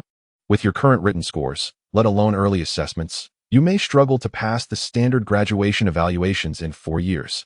Shundong fell silent, feeling dejected. While confident in his practical abilities, the prospect of taking written exams filled him with dread. He had never passed a single one throughout his time at the academy. Observing Shundong's despondency, Minato couldn't help but smile ruefully. He had always urged Shundong to prioritize his written exams, but alas, his friend was stubborn. Now, he was facing the repercussions of his choices. "Thank you for your understanding, Teacher Tan Yi. Shundong and I will take our leave now," Minato said, ready to depart with Shundong. After their exit, Tan Yi made his way to the Hokage Tower to inform Sarutobi Hiruzen of Minato's situation. Has Minato truly reached the level required to graduate from the academy? Sarutobi inquired as he glanced at Minato's early graduation application. Indeed, Lord Hokage, Minato's scores, both practical and written, meet the graduation assessment criteria. I find myself unable to offer him further instruction, Tan Yi replied candidly. While Sarutobi was not fully aware of Minato's capabilities, he could infer from the recent attacks on the Nara clan that Minato had surpassed the graduation threshold. Learning from Tan Yi that Minato's written scores were consistently perfect confirmed that there was little reason for him to remain at the academy. "I see. Please inform Minato to prepare for the early graduation assessment in 3 days. If he passes, he may graduate early. If he fails, he will remain at the academy for the regular graduation evaluations," Sarutobi instructed. "Yes, Lord Hokage." After receiving Sarutobi's approval, Tan Yi hurried to find Minato and relay the details of the assessment. Chapter 74. The assessment. Once Tan Yi departed, Sarutobi fell into contemplation. Though he had agreed to Minato's early graduation, he now faced the dilemma of selecting an appropriate examiner and team leader for Minato post-graduation. Given that Minato was originally Jiraiya's disciple, Jiraiya would be the ideal candidate. However, with Jiraiya currently absent from the village, Sarutobi found himself in a predicament. It would be wasteful to assign a mere jonin to lead Minato, whose talents deserved a more competent guide. Furthermore, with the peace that had settled over the past 2 years, newly formed ninja squads had seen little action, making it challenging to find a suitable team for Minato to join. It seemed a new, powerful ninja would need to be recruited to establish a squad for Minato. Had there not been a recent tragedy in the Hitaki household, Shikaku would have been a perfect fit as Minato's leader, especially given their close relationship. However, with Shikaku now occupied with raising his newborn son, Kakashi, he lacked the time and energy to oversee a new squad. Sighing heavily, Sarutobi took a moment to light a cigarette. Just as he exhaled a plume of smoke, a knock sounded at the door of his office. "May I enter, sensei?" As the door swung open, Orochimaru's slender figure stepped inside. Sarutobi's eyes lit up at the sight of his favored disciple. Just as he had been pondering the ideal candidate for Minato's team leader, here was Orochimaru, presenting himself as a solution. Orochimaru was not only Sarutobi's most treasured student due to his exceptional talent, but also for his remarkable ability to embody the scholarly prowess of the ninja world. Orochimaru, much like Sarutobi Hiruzen, harbors a profound passion for the study and mastery of numerous ninjutsu techniques, positioning him as the true heir to Hiruzen's extensive skills. Meanwhile, Jiraiya and Tsunade embody the ideals and beliefs of Sarutobi Hiruzen. With Jiraiya absent, it seems quite reasonable for Orochimaru to temporarily assume the role of a mentor to Minato. Orochimaru, your timing is impeccable. Observing the excited gleam in Hiruzen's eyes, Orochimaru felt an unsettling chill. Something about it felt strange. Sensei, I came here to discuss something important. He began, but was abruptly interrupted by Hiruzen, who insisted, wait. I have a crucial task for you to undertake first. We can discuss everything else later. Hiruzen firmly assigned Minato's mentorship role to Orochimaru. 3 days later, the day of the accelerated graduation assessment arrived. In the preceding days, Minato's classmates expressed their reluctance upon learning of his early graduation. After all, Minato, the gentle and kind class leader, often aided his peers with their difficulties and occasionally treated them to delicious lunches, making it hard for them to imagine school life without him. Naturally, the students felt a sense of loss, but showered Minato with heartfelt blessings. The only exceptions were Kushina Uzumaki and Akiyuki Uchiha. Upon hearing of Minato's impending graduation, Kushina immediately declared her desire to graduate alongside him. However, as the host of the Nine Tails, her identity required strict confidentiality, and Hiruzen would certainly not permit her to graduate early to undertake perilous missions. Thus, Kushina's priority was to diligently enhance her skills at the Ninja Academy while slowly reconciling with the Nine Tails, ensuring she could ultimately control its power. After being declined, Kushina sulked for 2 days, yet she understood her significance and accepted the reality of Minato's early graduation. Meanwhile, Akiyuki Uchiha, akin to Shunji Hitaki, aspired to graduate simultaneously with Minato. Unfortunately, despite his exceptional combat abilities surpassing those of his peers, he struggled with theoretical exams, leaving him and Shunji to fervently review their coursework in hopes of meeting the requirements for the next semester's assessment. At this moment, Minato arrived at the academy to partake in the upcoming assessment. With the school on break, the entire building felt eerily empty, and Minato could even hear the echo of his footsteps in the corridor. He felt confident about the assessment, devoid of any anxiety as he entered the classroom for the written portion. This segment posed no challenge for him. He swiftly filled out the exam and submitted it before leaving the classroom. The second part of the assessment took place in the training grounds. The written exam consisted solely of material from the textbooks, which Minato had already mastered during his first year. Thus, he completed this initial phase with ease. However, the practical assessment differed significantly from previous evaluations, as Minato was unaware of the specific content of the test. He was merely instructed to proceed to the training grounds where an instructor awaited him. Confident in his abilities, Minato approached the challenge without concern. As he was about to enter the training area, he felt a sudden stir within him. The seed of the demon god had awakened, excitedly directing him towards a certain path. Realizing something was amiss, Minato's previously relaxed demeanor turned tense. Could it be him? A wave of foreboding washed over Minato. Meanwhile, Orochimaru in the training ground wore an expression of exasperation. He had gone to the Hokage's office to request a year's leave to clear his mind.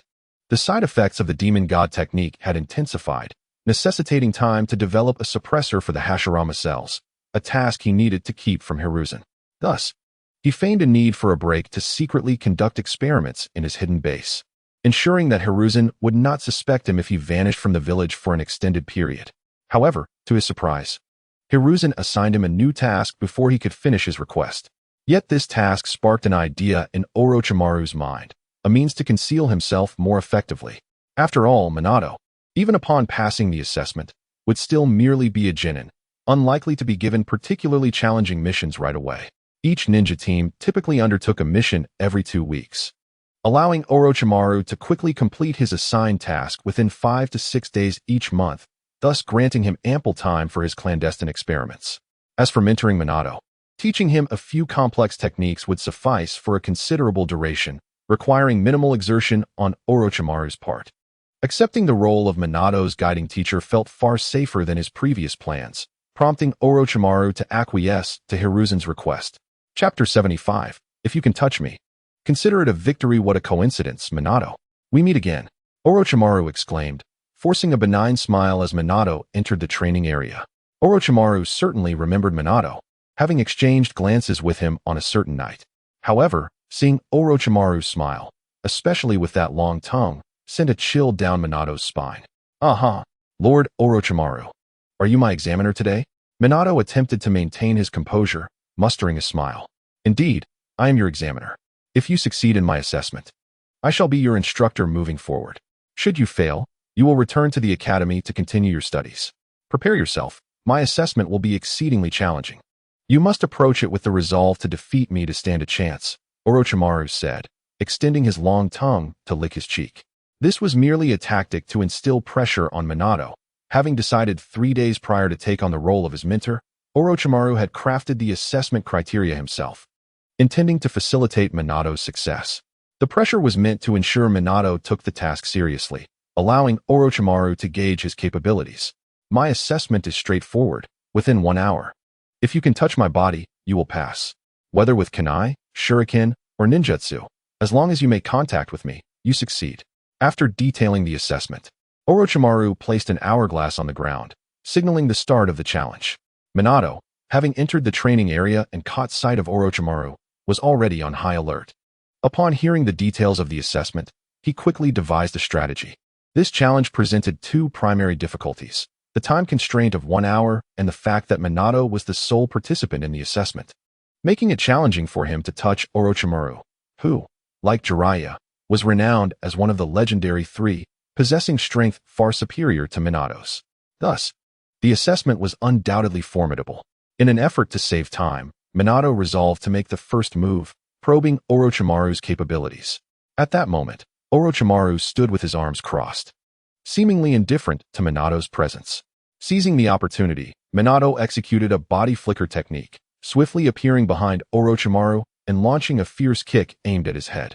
In the fleeting moment just before the Watergate strike could connect with Orochimaru, the latter's figure vanished from sight. Almost immediately, Watergate perceived a derisive voice whispering in his ear, "Heh, your speed is commendable, but it is far from sufficient to touch me." Reacting instinctively, Watergate swiftly launched a punch backward. Yet, as he did so, Orochimaru had already distanced himself with an ethereal speed, rendering Watergate's attack completely futile. Remaining at a distance, Orochimaru, arms crossed, observed Watergate with an air of calm. "Show me all your skills, Watergate, without the intent to kill me. You shall never pass this test." Frustration coursed through Watergate. It seemed he would need to exert his full strength. The first gate, open. As the first gate was activated, Watergate's speed surged once more, his body beginning to flush with a faint crimson hue, emitting wisps of white steam. In an instant, he transformed into a streak of light, dashing toward Orochimaru once again. "Ah, the 8 gates, is it? Quite impressive," Orochimaru mused, finally lowering his crossed arms and adopting a serious demeanor. With the activation of the first gate, Watergate's speed had reached remarkable levels, and coupled with the body flicker technique, Orochimaru was compelled to focus intently on Watergate's onslaught. The 2 figures sped through the training ground, leaving behind ephemeral afterimages of their presence. Despite the continuous collisions of these phantoms, it was evident that it was solely Watergate's unilateral assault, while a now serious Orochimaru deftly evaded every attack. As time languidly passed, the sand in the hourglass dwindled to half, indicating that Watergate's evaluation time had slipped to the final half hour. Meanwhile, due to the relentless offensive, Watergate found himself gasping for breath throughout this extended confrontation. He had yet to graze even the hem of Orochimaru's clothing. "Heh, Watergate, only half the time remains," Orochimaru reminded him coolly from a distance. Frustrated, Watergate realized that striking Orochimaru with taijutsu was futile. With little time left, he had no choice but to resort to ninjutsu. Earth Release, Rock World. Rapidly forming hand seals, Watergate summoned a barrage of rock spikes from the ground, accompanied by 4 earthen walls that encased him, obscuring his movements from Orochimaru's view. Observing the sudden eruption of rock spikes, Orochimaru swiftly retreated, evading the onslaught as he distanced himself beyond the attack's range. Not bad for a ninjutsu, but it appears to have a limited range. "How unfortunate. You almost got me," Orochimaru lamented after successfully dodging Watergate's attack.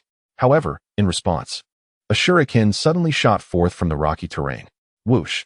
The shuriken sped toward Orochimaru's head like a streak of light, yet at the last moment, he deftly turned his head, narrowly avoiding the projectile. "Phew, that was close. Almost hit me," Orochimaru thought, impressed by the shuriken's well-timed launch, fired precisely as he spoke. Watergate had cleverly concealed his presence with the rocks, making the attack come without warning, but thanks to his years of vigilance, Orochimaru managed to react just in time. The shuriken embedded itself into a tree at the edge of the training ground, deep within the wood. Yet, Watergate's offensive did not relent. In the instant after launching the shuriken, he conjured a shadow clone that, along with his original self, charged toward Orochimaru. Now, two Watergates attempted to encircle Orochimaru, hoping that their numerical advantage would allow them to graze his clothing. However, undeterred by the dual assault, Orochimaru relied on his extensive combat experience to deftly counter this tactic. The three figures danced across the training ground, yet Watergate consistently failed to make contact with Orochimaru's attire. As time continued to elapse, the hourglass now contained but a few grains of sand, with only a minute remaining until the evaluation concluded. At that moment, Orochimaru, perched silently on a tree adjacent to the training ground, observed the battle intently. Indeed, the figure in the training ground was merely a shadow clone of Orochimaru, while his true self remained hidden in the tree, watching the encounter unfold. The clone was merely a trap set by Orochimaru. Even if Watergate managed to touch it, all he would receive in return was a puff of smoke, failing to meet the true requirements of the evaluation. After all, Orochimaru had made it abundantly clear, to pass, one must touch his real body within the allotted time, and shadow clones did not count. Nonetheless, witnessing Watergate's displayed prowess, Orochimaru resolved that even if Watergate did not pass the test, he would still permit him to graduate, taking him under his wing as a mentor. After all, he was Orochimaru, one of the legendary three Sannin. If he were to engage seriously, the number of individuals capable of completing this assessment in the world was exceedingly few, and all of them were undeniably of the Hokage level. It was merely a tinge of regret that Watergate had not discerned that he was only battling a shadow clone. Initially, Orochimaru had been surprised by Watergate's keen vigilance, but it now appeared he had overestimated him. At this moment, Watergate was embroiled in a fervent clash with Orochimaru's shadow clone, yet the clock was ticking down to the final 5 seconds. Even if Watergate managed to strike the shadow clone, he would not complete the assessment, for he lacked the time to locate Orochimaru's true form. 5, 4, 3, 2, 1. As Orochimaru silently counted down Watergate's remaining evaluation time, he recognized that Watergate would not be able to complete the assessment. Thus, Orochimaru contemplated letting up, dissipating the shadow clone on the training ground. This would make Watergate believe that his relentless assault had finally overwhelmed the clone. Moreover, this would provide a valid reason for Orochimaru to allow Watergate to graduate early, although he had not touched the true body. Successfully dispersing the shadow clone was no small feat and would suffice to pass the evaluation. Bang! In the final second, the shadow clone of Orochimaru suddenly transformed into a cloud of smoke.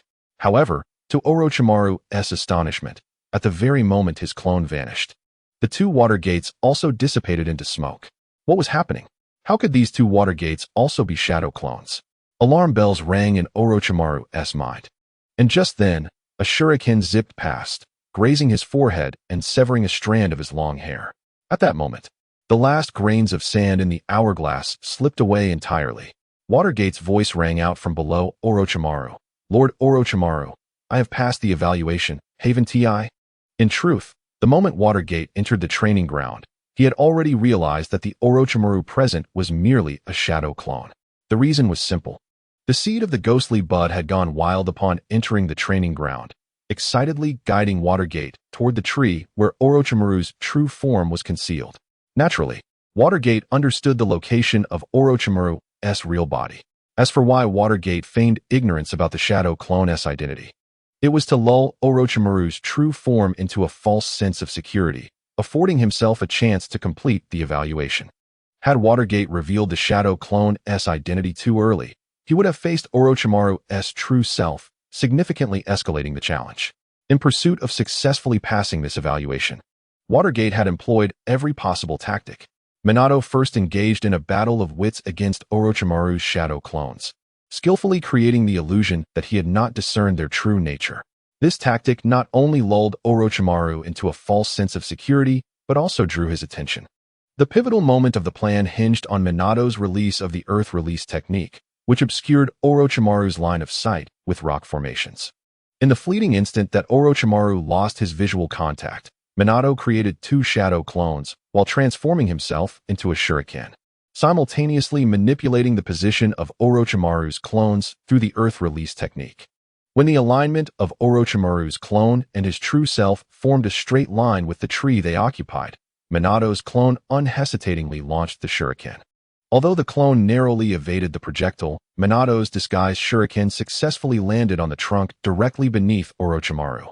At that moment, Orochimaru was preoccupied with observing the training ground and soon noticed the 2 Minatos emerging from the rocky concealment. Coupled with the fact that the shuriken had merely struck the trunk, far from Orochimaru's actual position, he dismissed any suspicions regarding the projectile, attributing it merely to an unexpected event from Minato. Having successfully approached Orochimaru's true form, Minato refrained from launching an immediate attack, aware that a rash move could easily be evaded by Orochimaru's reflexes. Thus, he remained hidden, biding his time for the right opportunity. At last, in the final second of the assessment, Orochimaru let his guard down momentarily, prompting Minato to swiftly unleash the shuriken he held. Given Minato's proximity to Orochimaru and the latter's brief lapse in vigilance, Minato successfully severed a lock of Orochimaru's hair.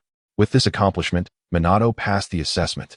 Upon hearing Minato's voice, Orochimaru glanced down at him, suddenly recalling the earlier shuriken. Drawing from years of combat experience, he quickly comprehended Minato's strategy. With a wry smile, Orochimaru leapt down from the tree and said, "Congratulations on passing the assessment. Your battle intellect is truly remarkable, Minato." Acknowledging the surprise of being hit by Minato's ambush, Orochimaru admitted to himself that he had underestimated the 7-year-old child. From this moment forth, you shall officially become a genin of Konoha. Here is your ninja headband. Please accept it. As Orochimaru handed the headband to Minato, the latter received it with utmost care and solemnly tied it around his forehead. In that moment, Minato's heart swelled with excitement, and he exclaimed, "Thank you, Lord Orochimaru."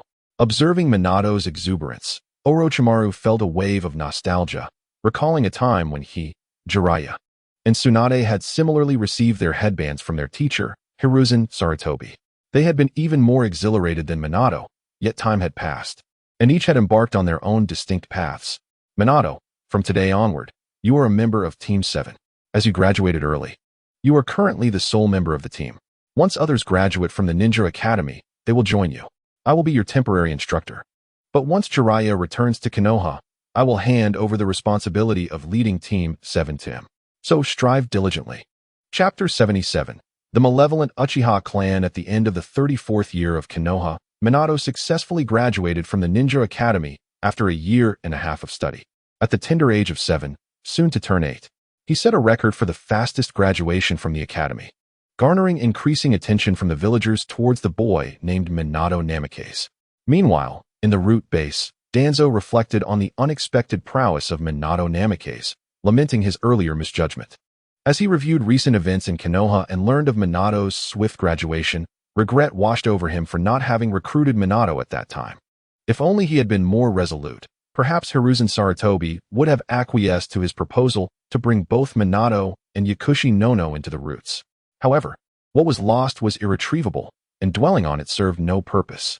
Speaking of Yakushi Nono, Danzo smiled inwardly, impressed by her exceptional skills as a spy. Having swiftly eliminated all competition within a mere year and a half, Nono had now earned the title of the contemporary wandering priestess. Just then, accompanied by soft footsteps, a small yet enigmatic figure entered Danzo's office, cloaked in a voluminous black cape that concealed her from head to toe, resembling a specter in the night. Yet, a glimpse of her light yellow hair escaping from the cloak offered a soft and warm contrast. As one looked upward, a pair of black-framed glasses perched on her delicate nose reflected light, obscuring her eyes and concealing her true thoughts at that moment. This mysterious figure was none other than Yakushi Nono, freshly returned from her rigorous training in the roots. Compared to her time in the orphanage, she appeared relatively unchanged. Perhaps owing to this very quality that allowed her to navigate the treacherous and conspiratorial world with ease, leaving no one able to see through her disguise. "Lord Danzo, you summoned me?" Nono inquired as she approached. "Nono, I am quite pleased with your progress. You have become the youngest spy in the roots. With no one able to penetrate your facade, your appearance serves as your greatest shield. I shall now assign you to leave the roots and gather intelligence in other ninja villages. I have full confidence in your capability to fulfill these tasks, Danzo stated, tapping his fingers against the desk. Understood, Lord Danzo. After more than a year of intense training in the roots, Nono had been marked with the curse of the tongue. Fully aware that the roots served Danzo and not the so-called protection of the Hokage, with Danzo dispatching her as a spy, Nono had no room for refusal and could only comply. After Nono departed, Danzo gestured, and a masked root ninja appeared at his side.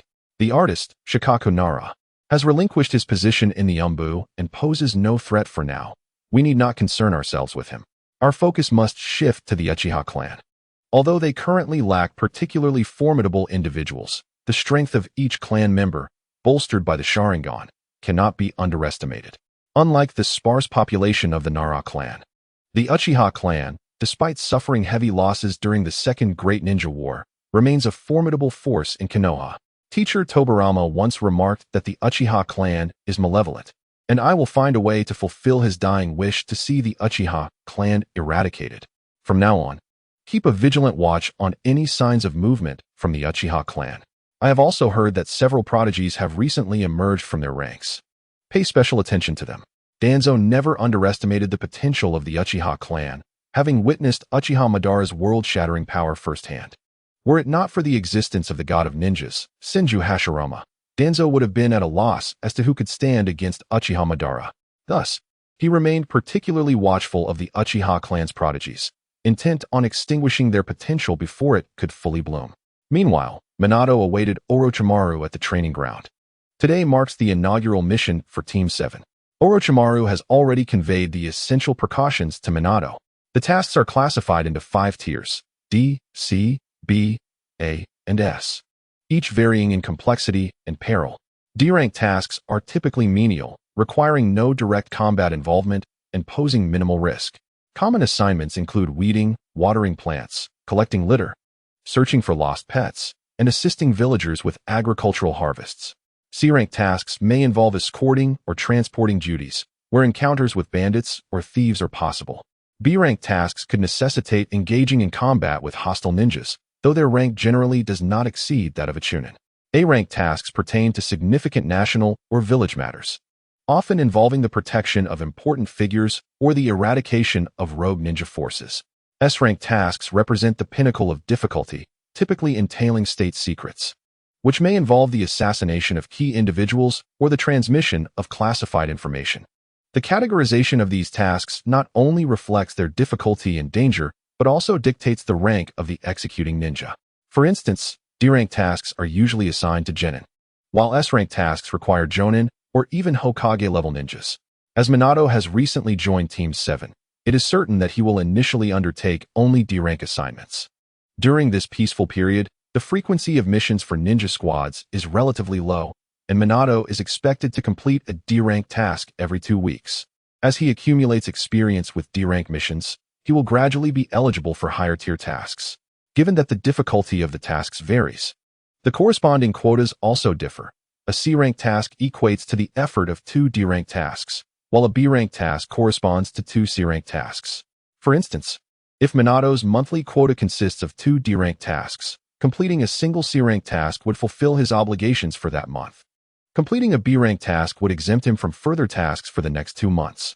The quotas for A-rank and S-rank tasks depend on specific task details, but it is certain that accomplishing an A-rank task would exempt him from tasks for at least 6 months, while an S-rank task would suffice for 2 years.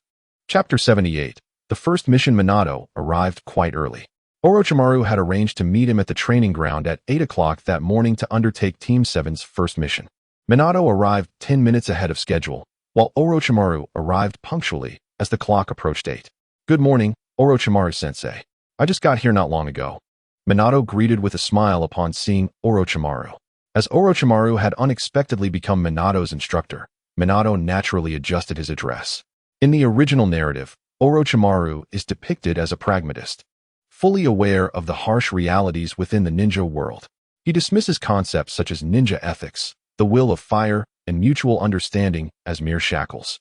To Orochimaru, the pursuit of immortality and omniscience represents the true path. Consequently, he unabashedly disregards traditional morality, conducts human experiments, and even betrays his village, inciting Suna to attack Konoha.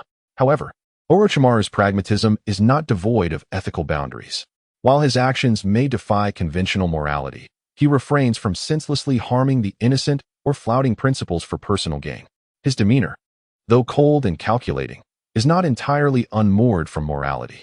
Throughout the narrative, Orochimaru embodies a complex character, willing to employ any means to achieve his ideals while steadfastly adhering to his own principles. Minato harbors mixed feelings towards Orochimaru. He does not dislike him, but struggles to feel any genuine fondness. Presently, Orochimaru has not committed any acts that would harm Minato, thus he respects him accordingly. Orochimaru-sensei, have you had breakfast? I prepared these rice balls just for you. Please have a taste. With that, Minato presented a beautifully crafted box of rice balls to Orochimaru. Orochimaru paused for a moment, taken aback by the gesture. As a busy scientist, his eating habits were notoriously irregular. For him, meals were merely a means of obtaining essential nutrition, devoid of significance. Breakfast? He chuckled, having long since abandoned that routine. Yet, upon seeing the earnest and kind expression in Minato's eyes, he accepted the rice balls. Ah, thank you, Minato.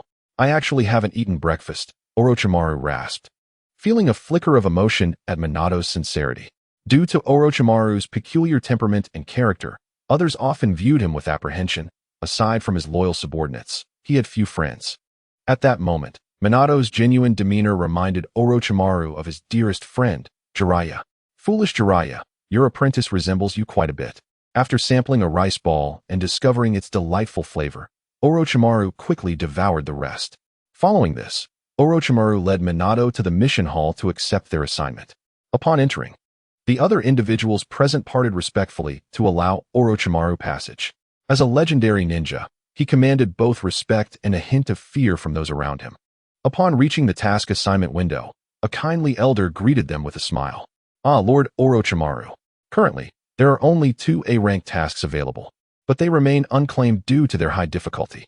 Would you care to choose one?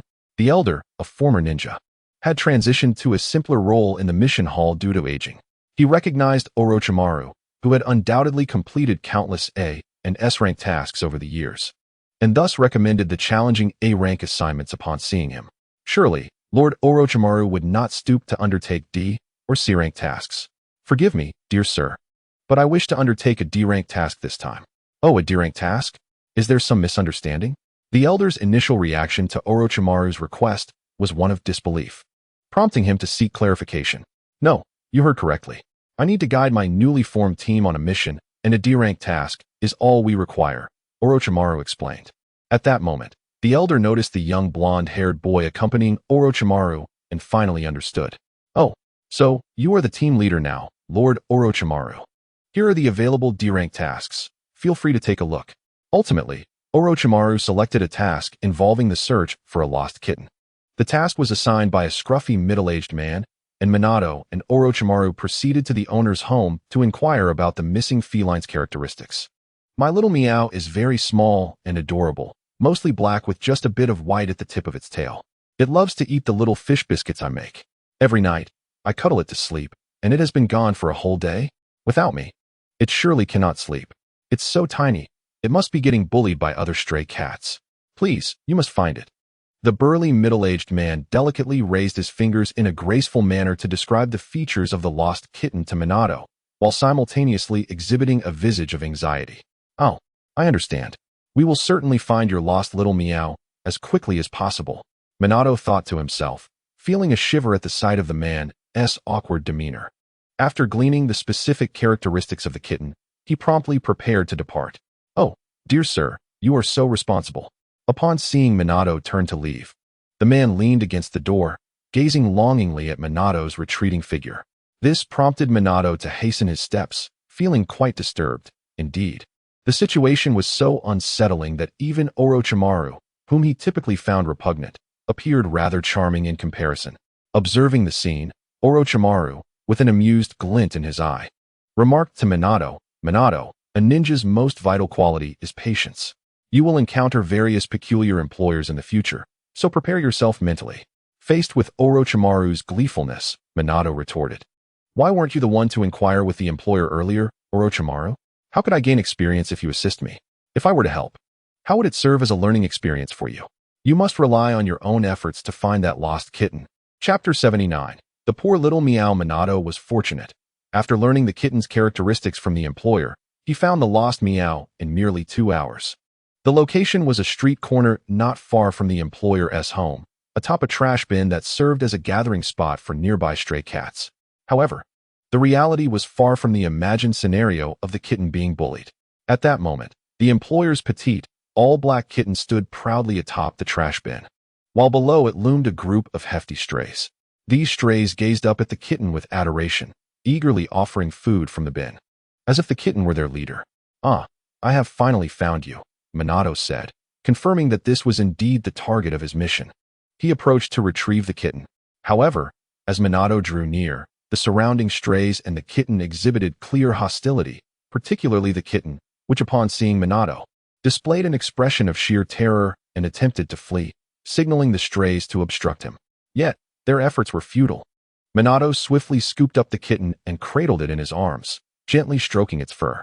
Under Minato's skilled caress, the kitten ceased its resistance and allowed Minato to carry it back to the employer's home. "Don't be afraid, little meow. We are almost home," he reassured. The kitten, lulled into comfort by Minato's strokes, had closed its eyes, but upon hearing the word home, its eyes widened in alarm, as if recalling something dreadful. In an instant, it attempted to escape Minato's embrace, but it was too late. Minato had successfully returned to the employer's house. The burly man, upon seeing the kitten, was immediately enraptured, his eyes sparkling with joy as he embraced the kitten tightly, burying his face in its fur and inhaling deeply. "Ah, little meow, you have finally returned. I missed you dearly." Observing the man's exaggerated display, Minato was convinced that the kitten was not lost, but had rather fled from the man's grasp. Within the man's embrace, the kitten's eyes had lost their sparkle, gazing at Minato with a sense of despair. "Minato, you are truly wicked. My poor meow has endured a tragic existence, facing misfortune at every turn.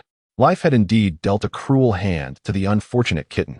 Thus, Minato's first mission was successfully completed. After handing the kitten over to the man, he turned to leave, following Orochimaru to the mission hall to collect his reward. This was the entire process of the mission. The employer submitted the task to the mission hall and provided the commission, from which the hall would take a portion as a fee for posting the task, while the remainder would serve as compensation for the ninja team that completed it.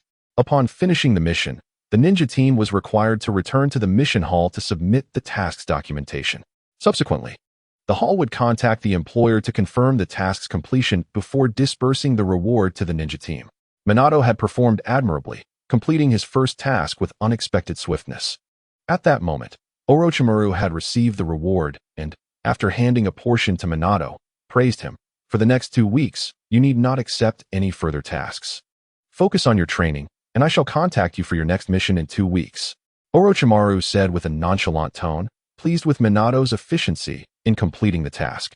Minato, hearing Orochimaru's words, inquired, "Orochimaru-sensei, what about my training during this time? Who will guide me in your absence?" In response, Orochimaru produced a scroll from his robe and handed it to Minato. "This contains my insights on training in ninjutsu, detailing numerous techniques that I deem useful. You need not master them all. Simply familiarize yourself enough to counter them should you encounter them in battle." This was the training material Orochimaru had thoughtfully prepared for Minato after much consideration, for in ninja combat, possessing superior knowledge of one's enemy is paramount. Knowing oneself and one's adversary ensures victory in every encounter.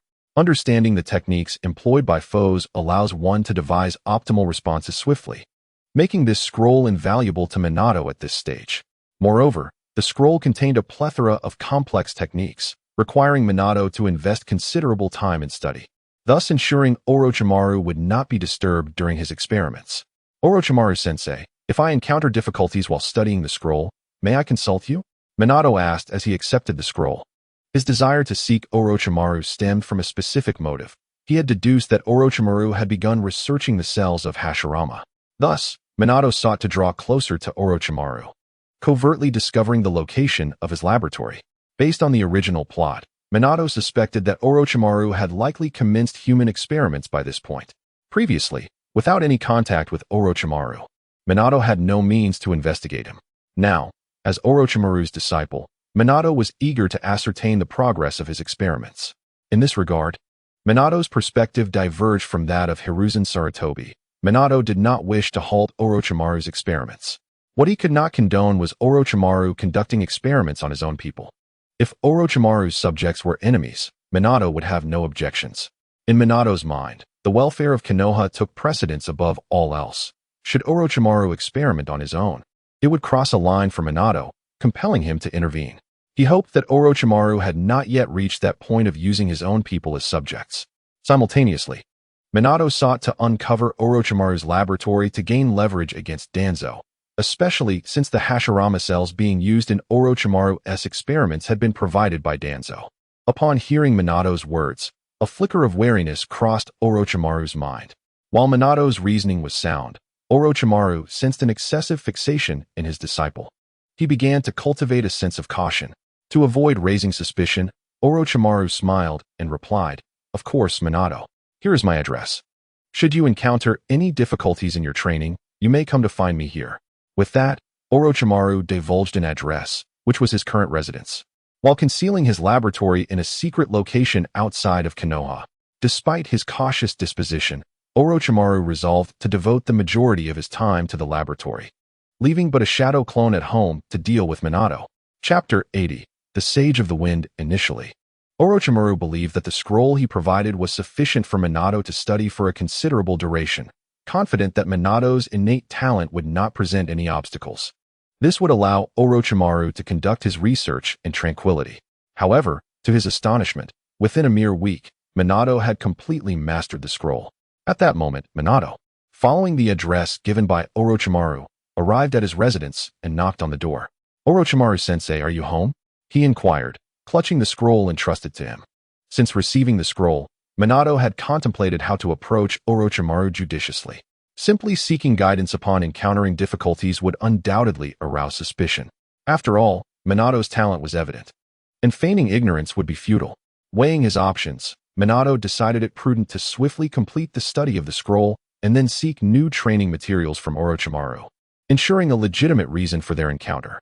However, time was of the essence, as they were scheduled to undertake a ninja mission together in 2 weeks, necessitating Minato's mastery of the scroll within that time frame. The content of the scroll was intricate and, if studied solely by Minato, would require at least a month.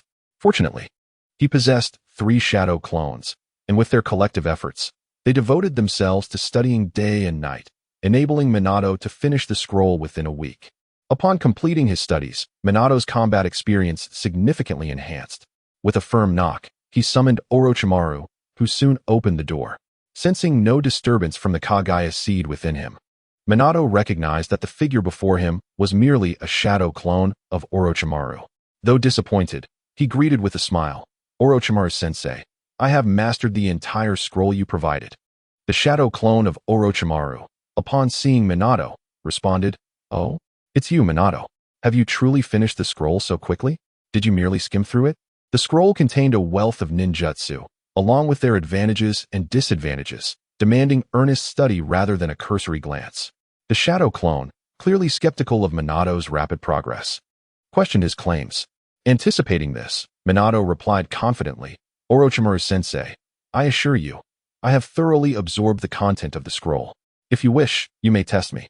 As he spoke, he handed the scroll to the shadow clone. Observing Minato's earnest demeanor, the clone felt a flicker of surprise. If Minato had indeed mastered all the material, his talent was truly formidable, surpassing even that of Orochimaru, who was renowned as a genius in ninjutsu. To be prudent, the shadow clone meticulously quizzed Minato on the scroll's content. To its astonishment, Minato answered each question flawlessly, demonstrating not only knowledge but also the ability to analyze and extrapolate on the concepts within the scroll. This convinced the shadow clone entirely, prompting it to relay Minato's remarkable progress to Orochimaru's main body. At that moment, Orochimaru was engrossed in experiments within his secret laboratory when he received the message from his shadow clone. "How intriguing, Minato Namikaze. I underestimated you," he mused. Just as he contemplated how to manage Minato, the side effects of the Kagaya technique surged, engulfing him in excruciating pain, culminating in a spurt of blood. "Damn it. Why are the side effects so severe? The backlash is intensifying. I must expedite my experiments. Or I fear I won't last until the completion of my research on Hashirama's cells. During this period, the adverse effects of the technique grew increasingly burdensome, leading Orochimaru to question his decision to learn it. Should these side effects continue to escalate, he might not survive long enough to complete his research. Once the pain subsided, he sent a message to his shadow clone at home, while resuming his halted experiments, this time increasing the dosage of the reagents. Time was not on his side. As his condition deteriorated, Orochimaru resolved to hasten his progress. Meanwhile, the Uzumaki clan members submerged in nutrient solution displayed expressions of agony. Very well, Minato. I shall not doubt you any longer. Please wait a moment while I prepare your next training materials. The shadow clone at home received the message from Orochimaru's main body, signaling Minato to hold on briefly. Shortly thereafter, the shadow clone emerged from the room with a new scroll, presenting it to Minato. This is a sealing technique scroll. In future battles, or when you encounter tailed beasts, you will find sealing jutsu invaluable. Although mastering it is challenging, I have faith that you will succeed. This was Orochimaru's calculated decision. While the sealing technique held great significance, its complexity far surpassed that of ordinary ninjutsu. He believed this scroll would keep Minato occupied for a considerable while. Ah, sealing techniques? How clever. But to think you could stump me with this is quite naive, Minato thought, though his face betrayed his excitement. Thank you, Orochimaru-sensei. I shall dedicate myself to mastering it. With that, Minato accepted the scroll and prepared to take his leave. Orochimaru-sensei, I will return to my training now. I will visit again soon. Recognizing that the Orochimaru before him was merely a shadow clone, Minato felt no reason to linger. He turned and departed. Good luck, Minato. The shadow clone called after him, offering encouragement. Internally, it mused, Minato, perhaps you should not exert yourself too much. I am quite busy. While you are young and have ample time to spare, though youthful, am racing against time to conduct my experiments before it is too late. Chapter 81. One can only blame your diligence 3 days later. Minato knocked once more on Orochimaru's door. The shadow clone opened it, perplexed. Ah, it's you, Minato. What brings you here this time? The clone was puzzled. It had only handed Minato the sealing technique scroll 3 days prior, and it was implausible that he could have mastered it in such a short span. Had he encountered difficulties? Seeing that it was once again Orochimaru's shadow clone, Minato felt a pang of disappointment. Orochimaru-sensei, I have completely mastered the sealing techniques within that scroll. Although disheartened, Minato's face beamed with excitement, as if to showcase his diligent efforts to Orochimaru. For him, studying this sealing technique was far simpler than the previous ninjutsu scroll. In the original narrative, Minato's talent for sealing techniques was exceptional. Otherwise, he would not have successfully sealed the Nine Tails during Naruto's birth. In addition, compared to the previous scroll of sealing techniques, this time, it was not just Minato who studied the scroll. Beside Minato was the master of sealing techniques, Kushina. Even the most challenging of the Uzumaki clan's techniques, the adamantine sealing chains, was within her grasp. Therefore, the sealing techniques taught by Orochimaru to Minato were effortlessly mastered. With Kushina's assistance and the support of 3 shadow clones, Minato naturally learned the sealing techniques from the scroll within 3 days. Simultaneously, the scroll provided by Orochimaru contained only 2 sealing techniques. One was the binding array, intended to restrain enemies, and the other was the 4-symbol seal, used for sealing tailed beasts. The binding array was rather simple. In later times, even the ninja schools would teach it, thus nearly everyone would know it. However, at this early stage of the Naruto saga, this sealing technique had yet to gain widespread notoriety. After consulting Kushina, Minato practiced it twice and successfully learned it. The binding array's restraining ability was minimal, requiring multiple users to effectively bind an enemy, rendering it less useful in actual combat. The 4-symbol seal, on the other hand, served as the foundation for many sealing techniques in the Naruto series. It gave rise to the 8-trigram seal, with the 4 symbols seal being a powerful technique in its own right. Thus, Minato devoted most of his 3 days to mastering the 4-symbol seal. Fortunately, as this ninjutsu originated from the Uzumaki clan, Kushina had already learned it. Under Kushina's guidance, Minato finally succeeded in mastering it. The 4-symbol seal was a high-level sealing technique previously imparted to Konoha by Uzumaki Mito, and even Orochimaru had taken a year to learn it. Upon hearing that Minato had completely mastered the sealing techniques, Orochimaru's shadow clone was astonished and exclaimed, "What? You learned the four-symbol seal in just 3 days?" "Indeed, Orochimaru-sensei. Just take a look."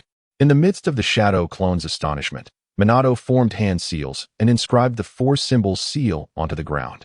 As the shadow clone witnessed Minato successfully draw the four-symbol seal, it was left speechless. This information was promptly relayed to Orochimaru's original body in the laboratory. "What? You learned the four-symbol seal in just 3 days?" Upon receiving the news from his shadow clone, Orochimaru's body was equally taken aback. Soon after, the side effects of the reanimation jutsu struck him, causing a surge of blood to rise in his chest. After spitting out the congealed blood, Orochimaru fell into contemplation. He could not fathom why. Ever since Minato had become his disciple, the backlash from the side effects of the reanimation jutsu had become increasingly frequent. This was unexpected. Could it be that Minato was causing him distress? Originally, Orochimaru had anticipated that Minato would require 6 months to learn the initial ninjutsu scroll, followed by another 6 months for the sealing techniques. Thus, a year would pass, allowing him to complete his research on the Hashirama cell suppressants in peace. However, Minato's learning pace was astonishingly rapid. In merely 10 days, he had mastered all the content Orochimaru had prepared for an entire year. Consequently, Orochimaru was at a loss regarding how to manage Minato. Would he truly have to step in personally to guide Minato's training? Observing his deteriorating health, Orochimaru quickly dismissed that notion. It would be absurd for his original body to teach Minato. If research remained unfinished, he would meet an untimely demise. Truly, fate seems to conspire against exceptional talent. The very individual Orochimaru had once considered a mere cover had now turned into an obstacle. He needed to devise a strategy to divert Minato's attention. Should he suggest that Minato balance his training with relaxation? A young person should not be so serious, constantly practicing without leisure.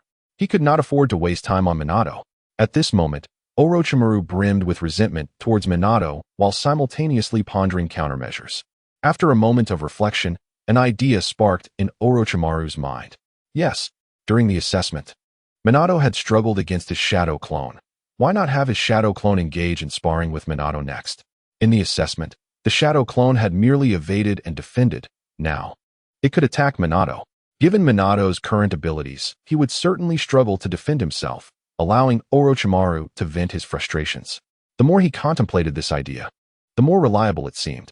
Thus, he communicated the strategy to his shadow clone. "Minato, please do not hold this against me. If you must blame someone, let it be your own diligence." Upon receiving the message, the shadow clone addressed Minato, saying, "Minato, training requires a balance of work and rest. Your prolonged, intense training is not ideal. Perhaps you should take a few days off?" Hearing the words of Orochimaru's shadow clone, Minato could not help but smirk coldly to himself. "Oh, resorting to desperate measures, are we? Now I shall see how your original self will evade me." Though such thoughts crossed his mind, Minato maintained an innocent facade, widening his eyes and declaring, "Orochimaru-sensei, I do not need a break. I feel great. The scrolls have greatly aided my progress, and I wish to continue training under your guidance." After hearing Minato's earnest declaration, Orochimaru's shadow clone internally scoffed. "Humph, you are merely inviting trouble upon yourself." Nevertheless, on the surface, Orochimaru feigned a benevolent demeanor. "Minato, now that you have learned both ninjutsu and sealing techniques, you possess sufficient theoretical knowledge. Next, let us engage in practical combat training." As he spoke, Orochimaru led Minato into his courtyard. Upon entering Orochimaru's home for the first time, Minato curiously surveyed his surroundings. Though the courtyard was modest, it was equipped with all the necessary training apparatus. Observing the shadow clone of Orochimaru currently warming up, Minato inquired, "Orochimaru-sensei, will it be like the previous assessment, where I attack you and you do not counter?" After finishing his warm-up, Orochimaru's shadow clone smiled warmly at Minato. "Of course not. Such a method would provide little assistance for your training. Minato, let us engage in a friendly sparring match." Chapter 82. Half a year upon witnessing the shadow clone's cordial smile, a sense of foreboding suddenly washed over Minato. No sooner had the shadow clone finished speaking than it dashed toward Minato in a swift motion. "Wait, Orochimaru-sensei, I am not ready," Minato shouted as the shadow clone appeared before him in an instant. However, in response, the shadow clone delivered a solid punch to Minato's eye, instantly bruising his left eye. "Do not worry, I will control my strength." With that, the shadow clone landed another punch on Minato's right eye, leaving him with two bruised eyes that made him resemble a raccoon. How unprincipled. Attacking me without warning. After taking two punches, Minato finally reacted, quickly attempting to dodge and engaging in a struggle with the shadow clone of Orochimaru. However, the shadow clone unleashed its full power, drastically different from the earlier assessment, and Minato found himself unable to withstand its onslaught. Orochimaru-sensei, take it easy. Do not worry. I am aware of my limits. Orochimaru-sensei, can I surrender? Is this the extent of your endurance? You must train harder, Minato. Here it comes. This brutal one-sided massacre continued for a full hour. At this point, Minato was left battered and bruised, while the shadow clone of Orochimaru stood by, calmly rubbing its wrist as if it had just completed a rigorous exercise. Seeing the shadow clone's nonchalant demeanor, Minato gritted his teeth in indignation. This was an utter humiliation. Since arriving in this world, it was the first time he had been reduced to such a state. Damn it, Orochimaru must have done this on purpose. Attempting to reach the original Orochimaru was indeed a challenge. It seemed that defeating the shadow clone was the only way to have a chance at encountering Orochimaru's true self. During the previous assessment, Orochimaru's shadow clone merely adopted a defensive stance, allowing Minato to hold his own against it, leading Minato to mistakenly believe he could engage in a contest of strength with Orochimaru's clone. However, the reality revealed that Minato was utterly defenseless against the clone's proactive assaults. Thus, it became evident that Minato had underestimated the situation. To truly confront Orochimaru's true self and locate the laboratory, alternative strategies must be devised, regardless of the methods employed. The foremost task remains to vanquish Orochimaru's shadow clone, lest it continue to be deployed against Minato. Observing Minato's dismal state, Orochimaru's shadow clone remarked coolly, Minato, the essence of training lies in perseverance. Return tomorrow morning, and I shall continue to assist you in identifying your weaknesses in physical techniques. Upon hearing these words, Minato lifted his battered head and stammered, but, Orochimaru-sensei, didn't you previously mention that training requires a balance of effort and rest? Ahem. That applies to ordinary individuals. For a prodigy like you, a bit of pressure is essential. Return home, rest well, and come back tomorrow for more training. No, I mean practice. You just want to beat me.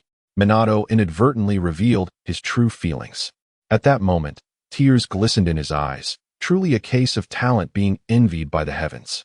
Nevertheless, Orochimaru's shadow clone disregarded the spark of defiance in Minato's gaze and sent him on his way. Let today conclude here. Remember to arrive on time for our training tomorrow.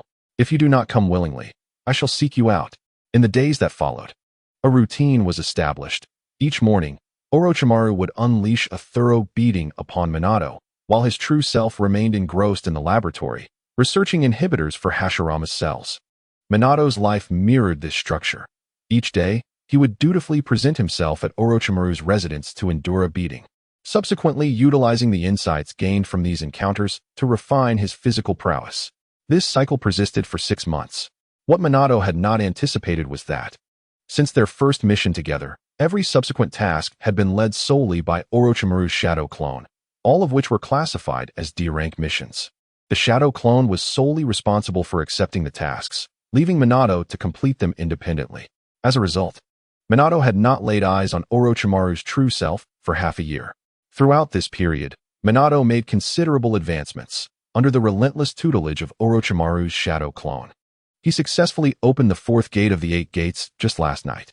From initially being overwhelmed, he gradually learned to evade the clone's strikes, and eventually, he could withstand several exchanges. After 6 months of persistent training, Minato had reached a level where he could engage in a fair contest with Orochimaru's shadow clone. With the opening of the 4th gate, he felt confident in his ability to defeat the clone. In addition to his physical enhancements, Minato, the gentle and amiable junior, had become increasingly well known within Konoha village. This was largely due to his consistent engagement in D-rank missions over the past 6 months, which involved assisting villagers with their everyday challenges. Consequently, he had formed connections with the majority of the village's residents, and his inherently likable nature led to widespread admiration for his humility and warmth. Minato had truly become the radiant son of Konoha. In the summer of the 35th year of Konoha, as the village entered early summer, the oppressive heat had yet to fully settle in. The trees lining the streets resembled a verdant canvas painted by nature's hand, bursting with life and vibrancy, casting a protective canopy over the thoroughfare. "Hello. Here is your lost cat. I found it and am returning it to you," Minato said as he handed a black kitten back to a burly man. This marked yet another occasion in the past 6 months where Minato had assisted this man in locating his feline companion. The kitten, cradled in the man's arms, glared at Minato with a look of utter disdain. Over the months, it had attempted every conceivable means of escape from its owner's grasp, only to be thwarted time and again by Minato's timely interventions. "Oh, thank you so much, Minato-kun. I truly appreciate your help. Without you, I would have been lost." The burly man, now holding the kitten, expressed his heartfelt gratitude. Observing the man's bashful demeanor, Minato felt a wave of discomfort wash over him. Despite their numerous encounters over the past 6 months, he found it difficult to reconcile the man's rugged exterior with his awkwardly bashful behavior. Suppressing his unease, Minato forced a smile and replied, No need for thanks. It's simply what I do. Do keep a closer eye on your cat from now on." Internally, he offered a moment of sympathy for the kitten, who must have longed for freedom from such a peculiar master. Yet, unbeknownst to the kitten, Minato had inadvertently become its unwilling captor, repeatedly returning it to its owner's clutches. Minato felt a sense of helplessness. After all, Orochimaru, in his relentless quest for efficiency, had taken to accepting this particular task repeatedly.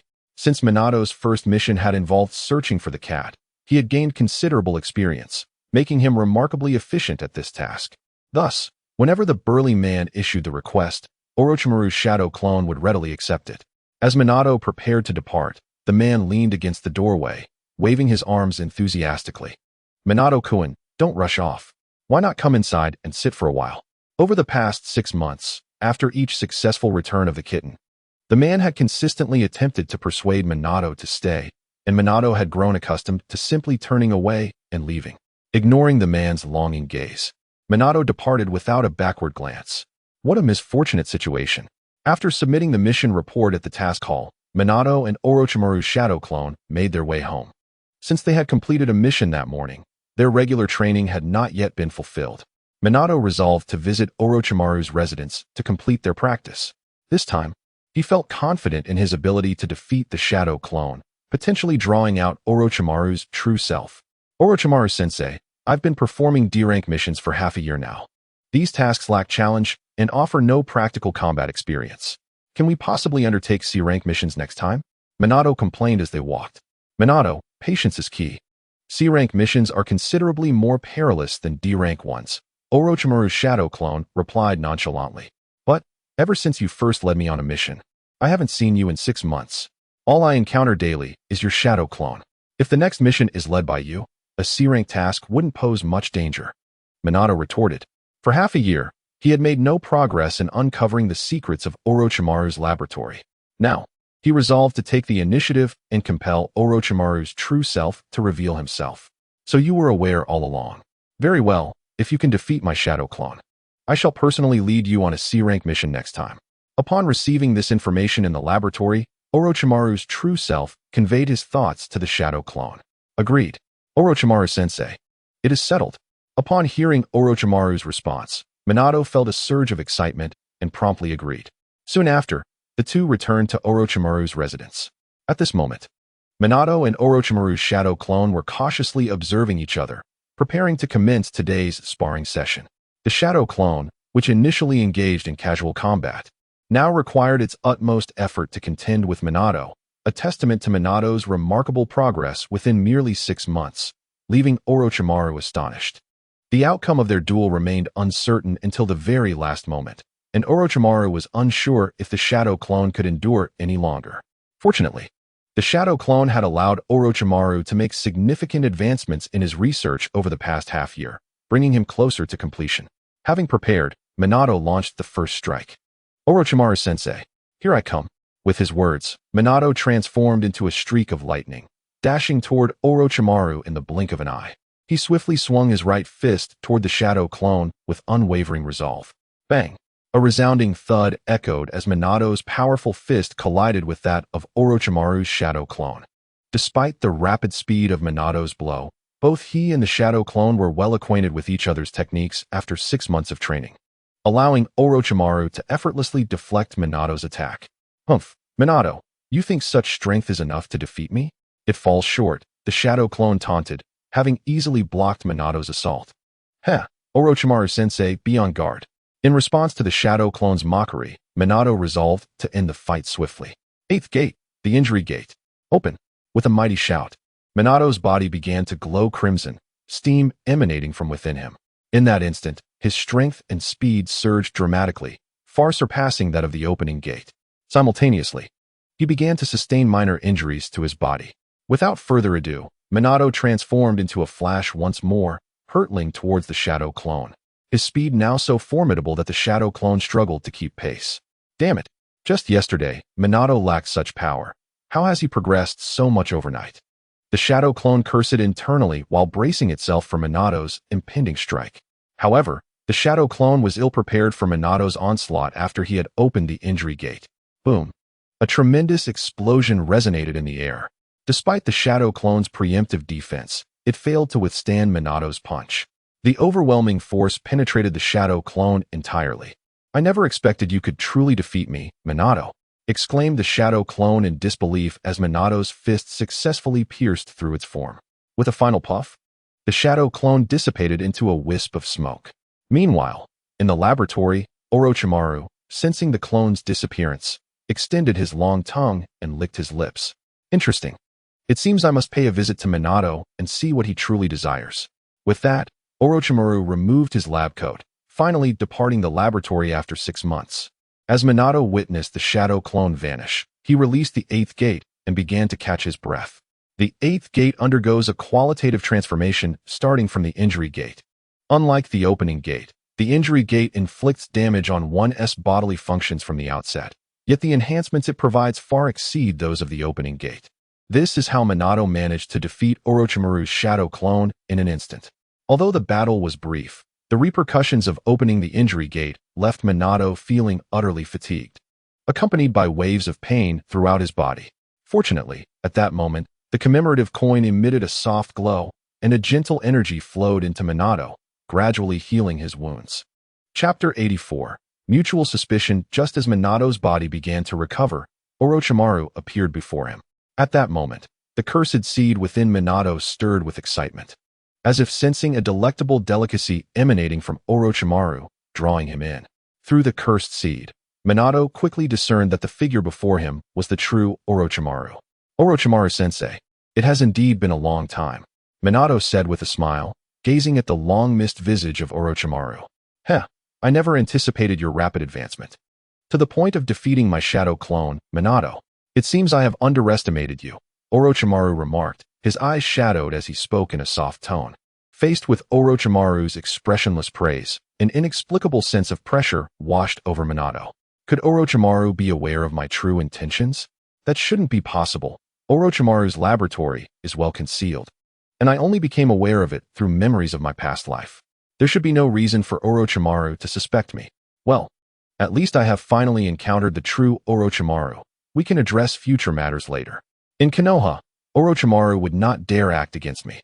Suppressing his thoughts, Minato smiled and replied, Orochimaru-sensei, you flatter me. My progress is largely due to your guidance over the past half-year. Orochimaru's expression remained unchanged in response to Minato's compliment.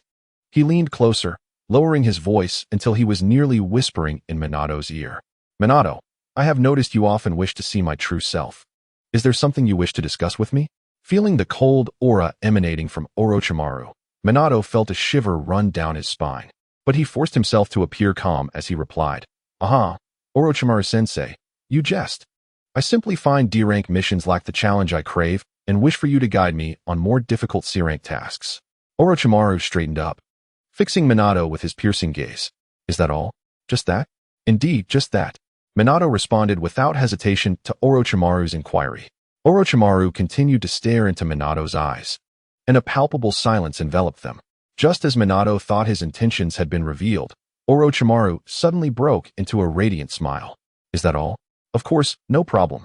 I previously promised you, Minato, that if you could defeat my shadow clone, I would take you on a C-rank mission. Although we just completed a mission today. Given your eagerness, how about I take you on a C-rank task tomorrow? Orochimaru's smile shattered the prior tension, and Minato felt a wave of relief wash over him. That sounds splendid, Orochimaru-sensei. It is a promise. We shall reconvene at the training grounds tomorrow morning. Yes, make sure to rest well. Orochimaru continued to smile warmly at Minato. As Minato turned to leave, Orochimaru's hand suddenly clasped Minato's shoulder. Minato, relax a bit. You seemed rather tense just now. I am quite close with your mentor, Jiraiya, and I do not wish for any rift to form between us. If you have any thoughts, please do share them with me. Orochimaru's initial words were friendly, but the tone shifted sharply at the end, leaving Minato feeling uneasy. All he could do was chuckle nervously and respond, Orochimaru-sensei, you worry too much. What other thoughts could I possibly have? After a busy morning, I shall return to rest. At that moment, beads of cold sweat began to form on Minato's back, but fortunately, his custom uniform absorbed moisture effectively, concealing his distress from view. Calming himself, Minato gently removed the hand that had rested on his shoulder, belonging to Orochimaru, and stepped out of the latter's home. Before departing, Minato kindly closed the door behind him. As Orochimaru watched Minato's figure vanish completely, he extended his long tongue to lick his lips, murmuring to himself, Minato, curiosity can indeed be perilous. Initially, Orochimaru had meticulously prepared a year's worth of training material for Minato, believing that if Minato adhered to his guidance and learned gradually, a year would pass seamlessly, allowing Orochimaru to complete his experiments. However, Minato astonishingly mastered all the content in merely 10 days and persistently sought Orochimaru under the pretext of training. This unexpectedly disrupted Orochimaru's plans, as he now had to divert more attention to manage Minato's relentless inquiries. When Minato returned after mastering the sealing technique scroll, Orochimaru's suspicions about Minato's intentions had already begun to take root in his mind. Being aware of Minato's status as Jiraiya's prized disciple, Orochimaru chose not to delve deeper into his concerns, instead opting to delay Minato with shadow clones. Yet now that Minato had bested the shadow clones, Orochimaru found no further justification to evade him. At this moment, Orochimaru had to temporarily abandon his experiments to confront Minato. Continuing to evade him could lead to Minato uncovering something suspicious, potentially resulting in unforeseen complications. Orochimaru was also puzzled. His laboratory was well concealed, known only to Danzo. Given that Danzo had no opportunity to meet Minato and had no reason to divulge Orochimaru's secrets, Orochimaru was left wondering what Minato's true motives were. Orochimaru's greatest secret was indeed his laboratory, and its confidentiality assured him that Minato could not possibly know anything regarding its existence. Since evasion was no longer an option, he decided to take the initiative. Minato, let me discern your true intentions. Should you uncover knowledge that is best left undisclosed, not even your status as Jiraiya's disciple will save you.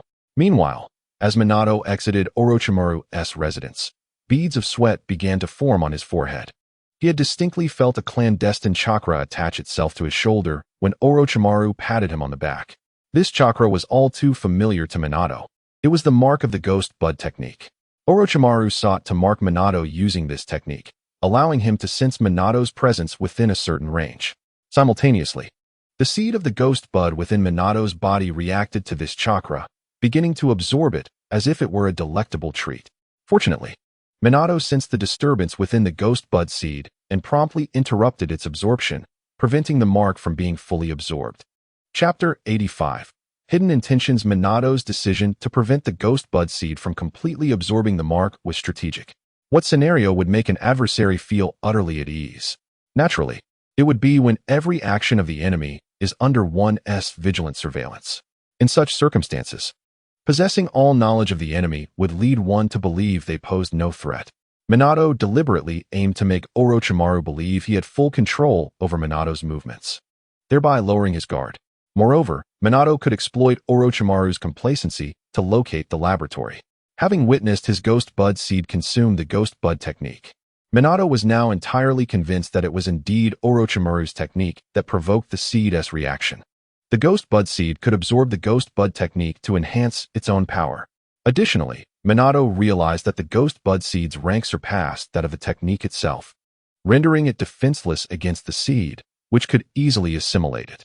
With the Ghost Bud seed as his trump card, Minato felt emboldened to confront Orochimaru. Even if he were fully exposed, he could negotiate terms with Orochimaru, ensuring that he would not be summarily executed.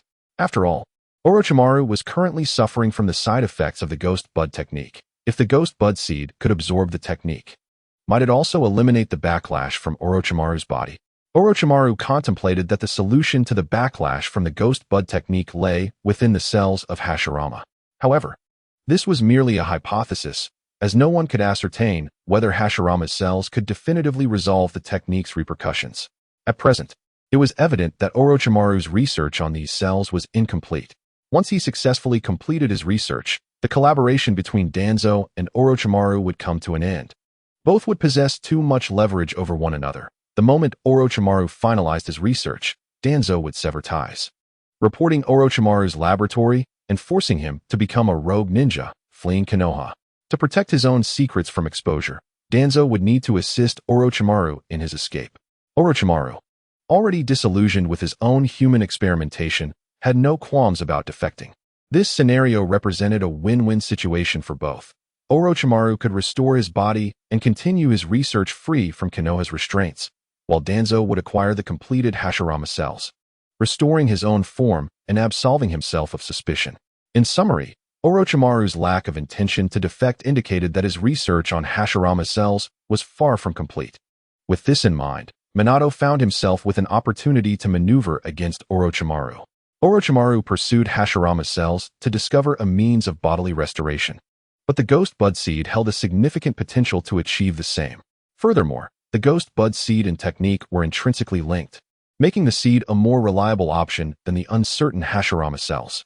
Minato began to envision various scenarios unfolding in his mind, ensuring that he could guarantee his safety, while simultaneously contemplating how to confront Orochimaru.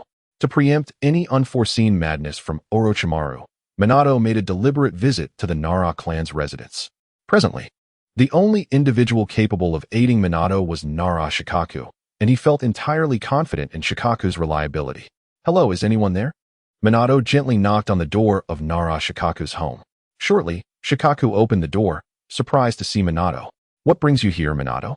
Is something amiss?" Both Minato and Shikaku understood that whenever they sought one another out, it was usually due to significant intelligence. Their exchanges were rare during ordinary times. Minato's visit indicated that he was in need of Shikaku's assistance. Nothing serious. It's just been too long since we last met, and I missed you. Also, I wanted to inform you that I finally get to move on from D-rank missions. I'll be taking on a C-rank mission tomorrow."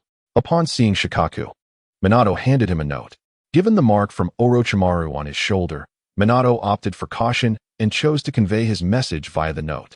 Initially, upon hearing the words of Minato, Riku felt a sense of bewilderment. When had Minato become so sentimental? After receiving the note sent by Minato, Riku realized that Minato was under surveillance. He then responded, "Is that so?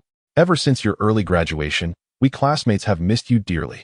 You finally have the time to visit me. Let us head inside and chat at our leisure."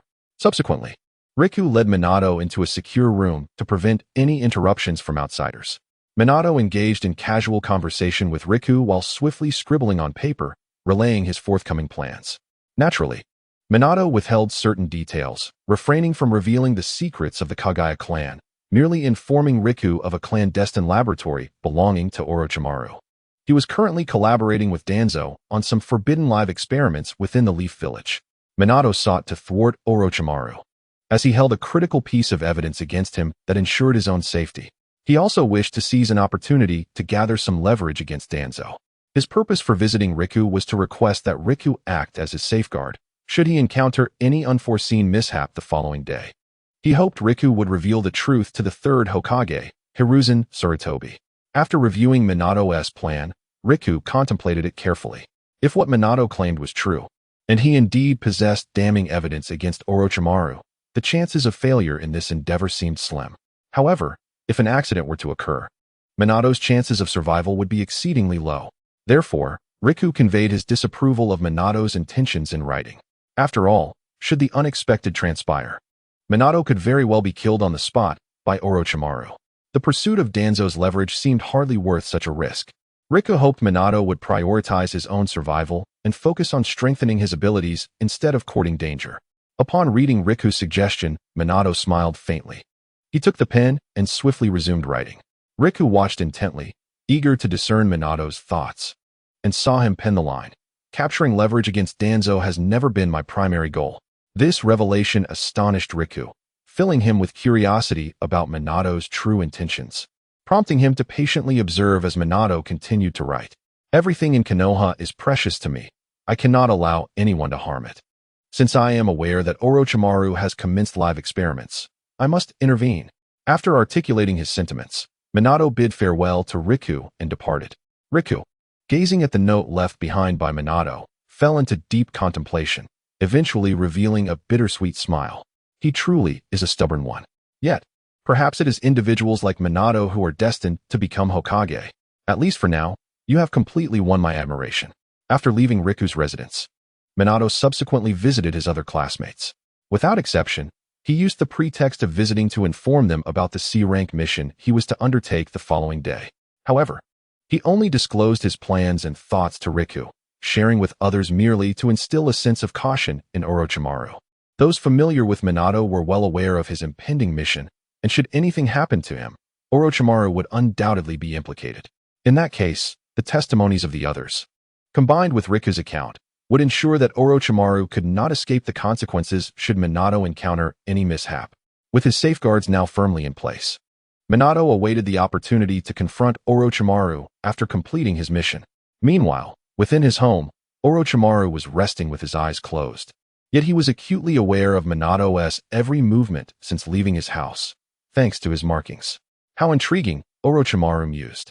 Just as he prepared to lick his lips with his elongated tongue, a sudden spurt of blood erupted from his mouth. Coughing violently, Orochimaru finally recovered from the backlash of the Kagaya clan's technique. Over the past 6 months, his body had reached a state of depletion, and although he had expedited the research process, fully developing the Hashirama cells would require at least 2 more months. Initially, alongside the Hashirama cells, he had prepared the option of using the Edo Tensei technique as a backup. However, given the current circumstances, he had no choice but to place all his bets on the Hashirama cells.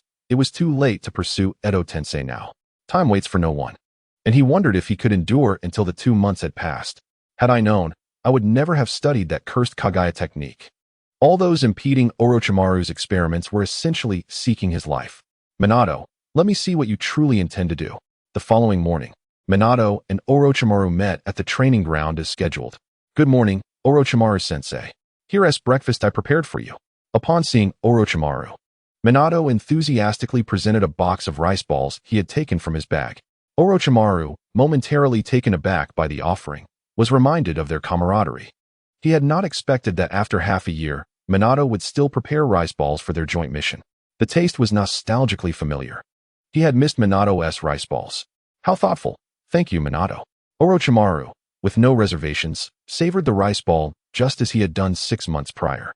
Although their interactions appeared unchanged on the surface, the true sentiments harbored within each heart were known only to them. After finishing breakfast, Orochimaru proceeded to the mission hall to accept their assignment. This time, he honored Minato's wish by accepting a C-rank mission. The task required Minato and Orochimaru to leave the Leaf Village and eliminate a band of bandits residing in the nearby mountains.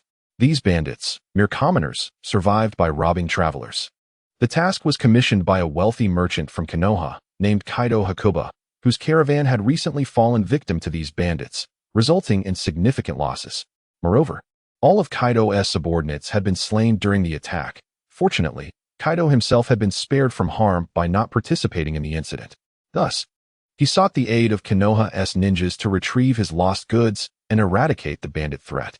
After accepting the mission, Minato and Orochimaru departed for the designated location provided by Kaido.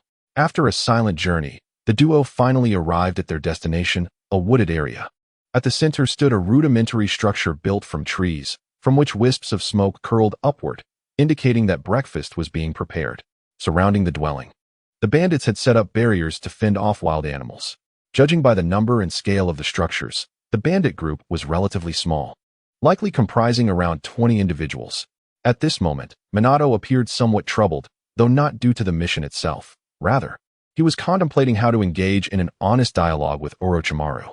With each passing day, more lives were lost to Orochimaru's human experiments, Minato found himself racing against time.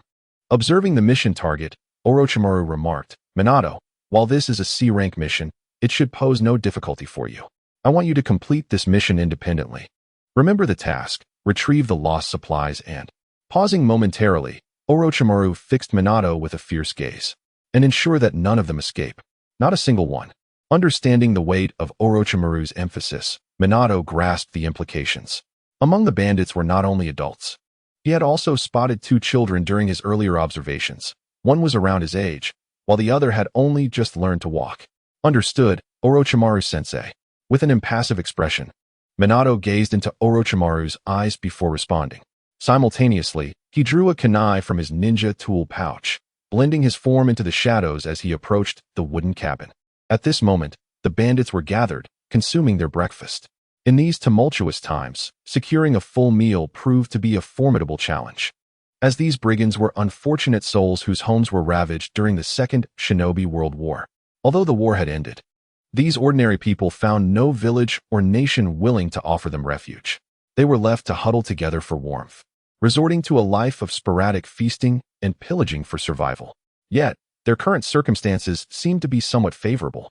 "Boss, thanks to that wealthy merchant from a few days ago, our food supply has been sustained by looting his goods," remarked a scruffy young man, his features sharp and unappealing, as he spoke to a burly figure with a prominent scar on his face. Chapter 87. The Massacre. Evidently, this scarred man was the leader of the bandits. Upon hearing the young man's words, the scarred leader set down his food and replied, "Ah, but we must not squander too much. Who knows when we might encounter such a plump target again. For now, we should find ways to gather more food." He sighed, expressing his anxiety for the future. Sensing the leader's despondency, the scruffy youth quickly offered reassurance. "Boss, do not fret too much. Among the loot, we also acquired a scroll. I've seen ninjas record their jutsu in scrolls before. Perhaps we can learn some ninjutsu ourselves." At this, the scarred leader's demeanor softened, and his gaze unconsciously drifted toward his 2 sons. At his age, becoming a ninja was no longer a possibility, so he hoped his offspring would prove to be more capable. As he watched his youngest son, who had just learned to walk, wobbling toward his brother, a faint smile crossed his lips. Suddenly, a shuriken shot toward the scarred leader. It struck his heart with deadly precision, rendering him incapacitated as he collapsed, blood spilling from his mouth. The scruffy youth, witnessing this, shouted, "Everyone, watch out. We're under attack." But no sooner had he spoken than Minato's ghostly figure appeared behind him. In an instant, the kunai in Minato's hand pierced the young man's heart. How detestable! Is this what it means to be a ninja? He thought in despair as his eyes widened, and he slowly crumpled to the ground, breathless. The remaining bandits, noticing the unfolding chaos, hastily dropped their food and armed themselves, ready to assault Minato. "Do not be afraid. He is but a mere child. Let us charge together." Only a boy of similar age to Minato, seeing the scarred leader fall, rushed forward to check on his father's condition. "Father, are you all right? Please do not scare me." The scarred leader, upon seeing his eldest son approach, mustered all his strength to push him away. "Quickly run. Take your brother and flee as far as you can." Having grasped Minato's prowess from the attack, the leader understood that despite Minato's youth, killing them was as easy as slaughtering chickens. Thus, in his final moments, he urged his children to escape, avoiding futile resistance. After delivering his last words, the scarred leader's head slumped, life extinguished. Meanwhile, Minato found himself encircled by a group of bandits, yet he remained unfazed, wielding his kunai with deliberate calmness. His figure moved through the throng like a harbinger of death. With each swing of his kunai, a life was extinguished. Before long, the ground was soaked with blood and scattered with corpses, transforming the area into a hellish landscape. Observing their comrades falling one by one, the assailing bandits began to feel trepidation, retreating one after another. What madness is this? How can a child possess such power? Why is this happening? Why do ninjas seek to kill us when we lack the strength to resist? This cursed world, why does it continuously drive us, the common folk, into a corner? What wrong have we committed? We merely wish to survive. What sins have we borne? Almighty ninja, I beseech you, spare us. We shall abide by the law henceforth. Under the weight of Minato's overwhelming strength, the remaining bandits surrendered, some even kneeling in supplication, pleading for mercy. However, Minato remained undisturbed, unyielding to their pleas, as he continued his relentless slaughter. To blame? Blame this wretched world. The bandits were not at fault for their struggle for survival. But what of the innocent lives they had plundered and slain? Konoha was the most cherished of Minato's possessions, and these bandits had robbed Konoha's caravan. For reasons of duty and personal conviction alike, he had no justification to spare these brigands. The scarred leader's eldest son, after hearing his father's last words, had already fled this place of turmoil with his brother. Minato took note of their escape. However, he had no intention of letting them go. The boy had witnessed the massacre, and at his age, he understood the gravity of the situation. To spare him would only invite future vengeance upon Konoha. Yet, being still so young, unlike the adult bandits, Minato found it difficult to pull the trigger. He resolved to deal with the present adversaries before pursuing them. A semblance of mercy from Minato. To let them go? Preposterous. Even if Minato were inclined, Orochimaru would never permit it. Ignoring the bandits' pleas for mercy, Minato swiftly dispatched the remainder of the group. Following this, Minato hastened after the fleeing brothers. Damn it! How can he catch up so quickly? The scarred leader's eldest son, clutching his younger brother, felt the panic rise within him as he realized Minato was closing in. Carrying his little brother severely hampered his speed, forcing him to make a heart-wrenching decision. Brother, do not blame me. If I keep holding on to you, we will both perish. I shall avenge you in the future. With that, he heartlessly cast his younger brother to the ground and fled swiftly. This was a desperate act, for he knew that if he stayed to confront Minato, his brother would not escape. Thus, abandoning his sibling was the only path to survival. Minato, witnessing this, allowed a cold smile to surface. The burden on his conscience lightened considerably. To betray one's own flesh and blood at such a tender age did not bode well for the future. Minato quickened his pace, utilizing the body flicker technique to appear before him. The scarred leader's eldest son, shocked to see Minato, his face twisted in fear, instantly knelt and began to beg for mercy. "Oh great ninja, I implore you, spare me. I am but a child, I know nothing." As Minato stepped forward to assist him, the boy's heart raced with joy, believing he might be spared. Just as he was about to express his gratitude for Minato's mercy, Minato's hand transformed into a sharp, chakra-infused blade, piercing through his heart in an instant. "I am sorry, but blame this cursed world. I lift you only to allow your death to possess a semblance of dignity." Chapter 88. The White Horse Falcon. I loathe you. Witnessing the hand of Minato pierce through his own heart, the scarred-faced son fell in astonishment and resentment. After eliminating him, Minato turned to face the child before him. At that moment, the little one had just seen Minato murder his entire family, his face etched with terror. As the demon approached, the child instinctively retreated. In his retreat, he stumbled over a stone and fell hard to the ground, having just learned to walk. "Don't come any closer," the child warned Minato with a trembling voice. Picking up a small rock from the roadside and throwing it at him, Minato did not flinch. He allowed the stone to strike him as he drew nearer, presenting a gentle smile. "Do not fear, it will be over soon." In an instant, a swift flash of a blade severed the child's head. Minato acted with such speed that the child had no time to react, losing his life without a hint of suffering. Now, the task was finally complete. "Minato, well done. I expected you might hesitate, but you did not disappoint me." Orochimaru emerged from the shadows, clapping his hands as he spoke to Minato. Yet Minato remained indifferent to Orochimaru's words. This mission had once again led Minato to question the nature of this world. This was not Minato's first act of killing, but it was undoubtedly the hardest to bear. He had just taken the life of a toddler who had only recently learned to walk, and his conscience was deeply troubled. Although Minato understood that had he spared the child, he would likely perish in the wilderness, either from starvation or being taken by a beast, he still pondered, did the child truly deserve such a fate? Today, at just 8 years old, Minato had effortlessly dispatched a group of adult bandits, a feat unimaginable in his previous life. The possession of chakra granted immense power, yet what of the ordinary individuals devoid of such abilities? In this world, two groups of starkly unequal power existed. The lives of ordinary people were as insignificant as ants in the eyes of chakra-wielding ninjas. The strong, having chakra, would invariably exploit and oppress the weak, believing that their strength entitled them to more. Such oppression would lead the weak to eventually rise in rebellion, raising the question, how could genuine peace exist in such a world? Thus, Minato found himself for the first time contemplating the purpose of chakra and the existence of ninjas. He did not possess an answer. Orochimaru observed Minato's stupor without urging him to move. After all, They had all experienced moments of nausea and sickness in their first kill.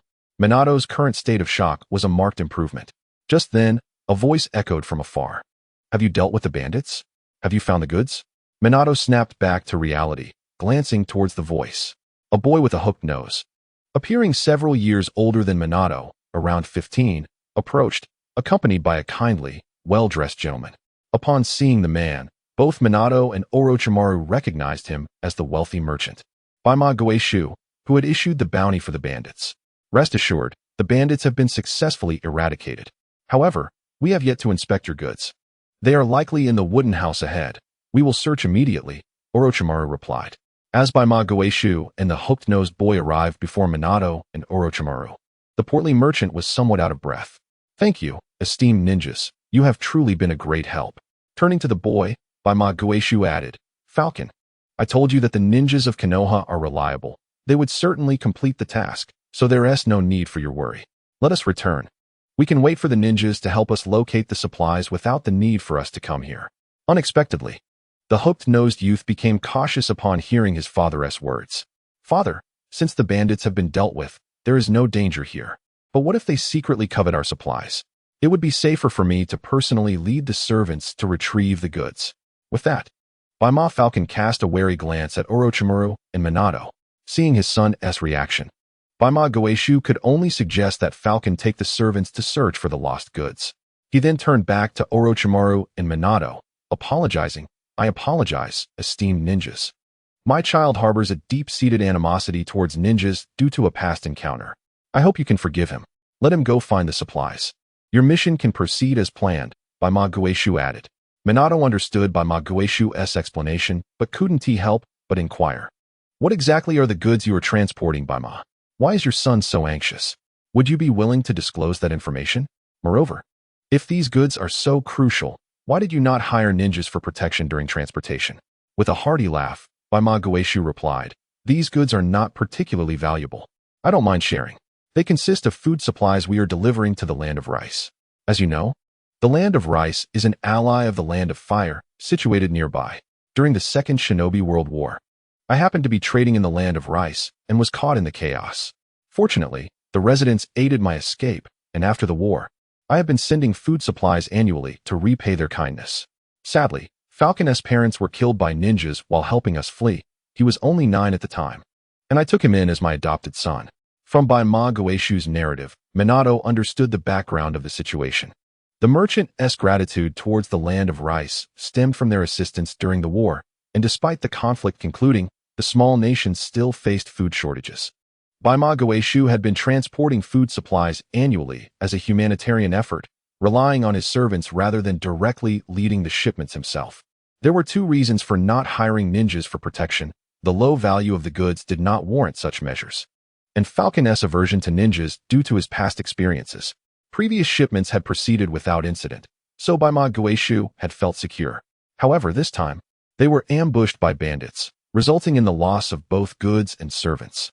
Baima Goeishu's primary motivation for requesting the eradication of the bandits was to avenge his fallen servants. Recovering the goods would be fortunate, but not essential. Chapter 89. The goods are suspicious. What Baima Goeishu did not anticipate was Falcon's sudden agitation upon learning of the request for ninja assistance in dealing with the bandits and retrieving the goods. He immediately insisted on personally searching for the supplies. Baima Goeishu assumed Falcon's reaction stemmed from his distrust of ninjas, leading him to accompany his son and the servants to this location. After learning the details, Minato's curiosity was piqued once more. Previously, he had overheard the bandits mention that one of the goods contained a scroll resembling a ninjutsu. Thus, Watergate once again inquired, Uncle Whitehorse, I previously heard from the bandits that there seems to be a scroll among this batch of goods. Is it of significance to you? Upon hearing Watergate's words, Whitehorse Goeishu wore a perplexed expression. A scroll? I was unaware of such a matter. Observing Whitehorse Goeishu's demeanor, Watergate discerned that he did not appear to be lying. He seemed genuinely uninformed. Consequently, Watergate chuckled, perhaps I misheard. However, a sense of doubt began to stir within Watergate, prompting him to resolve to inspect the goods more thoroughly later. At that moment, Orochimaru, having overheard the exchange between Watergate and Whitehorse Goeishu, approached Watergate and inquired, What is the matter, Watergate? Is there something amiss? Watergate shook his head, signaling that all was well. Yet, in a fleeting moment when White Horse Shu was distracted, Watergate discreetly slipped a note into Orochimaru's hand. It read, "Earlier, I heard from the bandits that there was a scroll among this batch of goods. We should conduct a meticulous examination of the goods shortly." Meanwhile, White Horse Shun had successfully located the missing items and was presently directing his servants to transport them. "You all move these items first. I will search for any goods that may have been left behind." Once all the servants had temporarily departed, White Horse Shun approached a marked box and began rummaging through the pile of grain.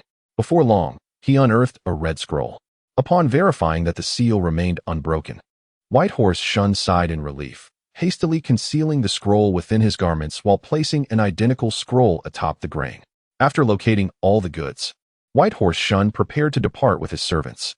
However, just as they were about to leave, Orochimaru stepped forward to inspect the cargo. "I apologize, but due to our mission's requirements, we must examine this batch of goods." Upon hearing Orochimaru's statement, White Horse Shun immediately protested, "What nonsense! We found this batch of goods ourselves. What more do you need to inspect? Are you attempting to steal from us?" Ignoring White Horse Shun's outburst, Orochimaru, accompanied by Watergate, proceeded directly to the cargo. "I'm sorry, but this is necessary for the mission. I hope you can understand." At that moment, White Horse Shu interjected. "White Horse Shun, do not be disrespectful to the esteemed ninja. If the ninja wishes to inspect, let them inspect. It's merely a batch of grain." With White Horse Shu's support, White Horse Shun was left with no choice but to sulkily step aside, allowing Watergate to conduct his examination. Watergate approached and easily found the scroll atop the grain. He then picked it up, unfurling it to inspect its contents. Observing Watergate's scrutiny of the scroll, White Horse Shun couldn't help but smirk disdainfully. The scroll merely detailed the specific county in the land of Rice to which this batch of goods was to be delivered, along with the total quantity and distribution plan. Everything appeared normal. Unconvinced, Watergate meticulously searched through additional boxes of goods, but found nothing amiss. With this, Watergate gestured for Orochimaru to clear the way. "I sincerely apologize. This batch of goods is entirely in order. You may take it now," Orochimaru stated with a hint of regret. "Humph. Do not assume everyone is like you ninjas." White Horse Shun scoffed at Orochimaru's apology. "Esteemed ninja, we shall take our leave now. This is the remuneration for this mission, which I shall hand directly to you." After confirming that the goods were satisfactory, White Horse Shu presented a pouch of coins to Orochimaru, then departed with White Horse Shun and the cargo. Once away, White Horse Shu settled into the carriage to assess the remaining quantity of goods. He discovered that due to the bandits' excesses in recent days, only half of the goods remained, evidently insufficient for continued delivery to the land of Rice. "Alas, it appears I must prepare for another month to replace the lost goods." White Horse Shu sighed. "Father, once the goods are ready, I shall personally lead the caravan to the land of Rice."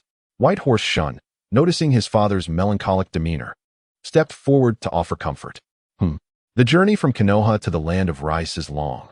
Wouldn't it be too perilous for you to go alone?" White Horse Shu expressed his concerns. "Father, since arriving in Konoha with you 6 years ago, I have not returned to my homeland. Now that the war has ended, I wish to visit." Seeing that White Horse Shu was unconvinced, White Horse Shun gazed into the distance, a hint of sadness in his voice. "Very well. A visit is acceptable. I shall accompany you, as I too wish to see the land of Rice."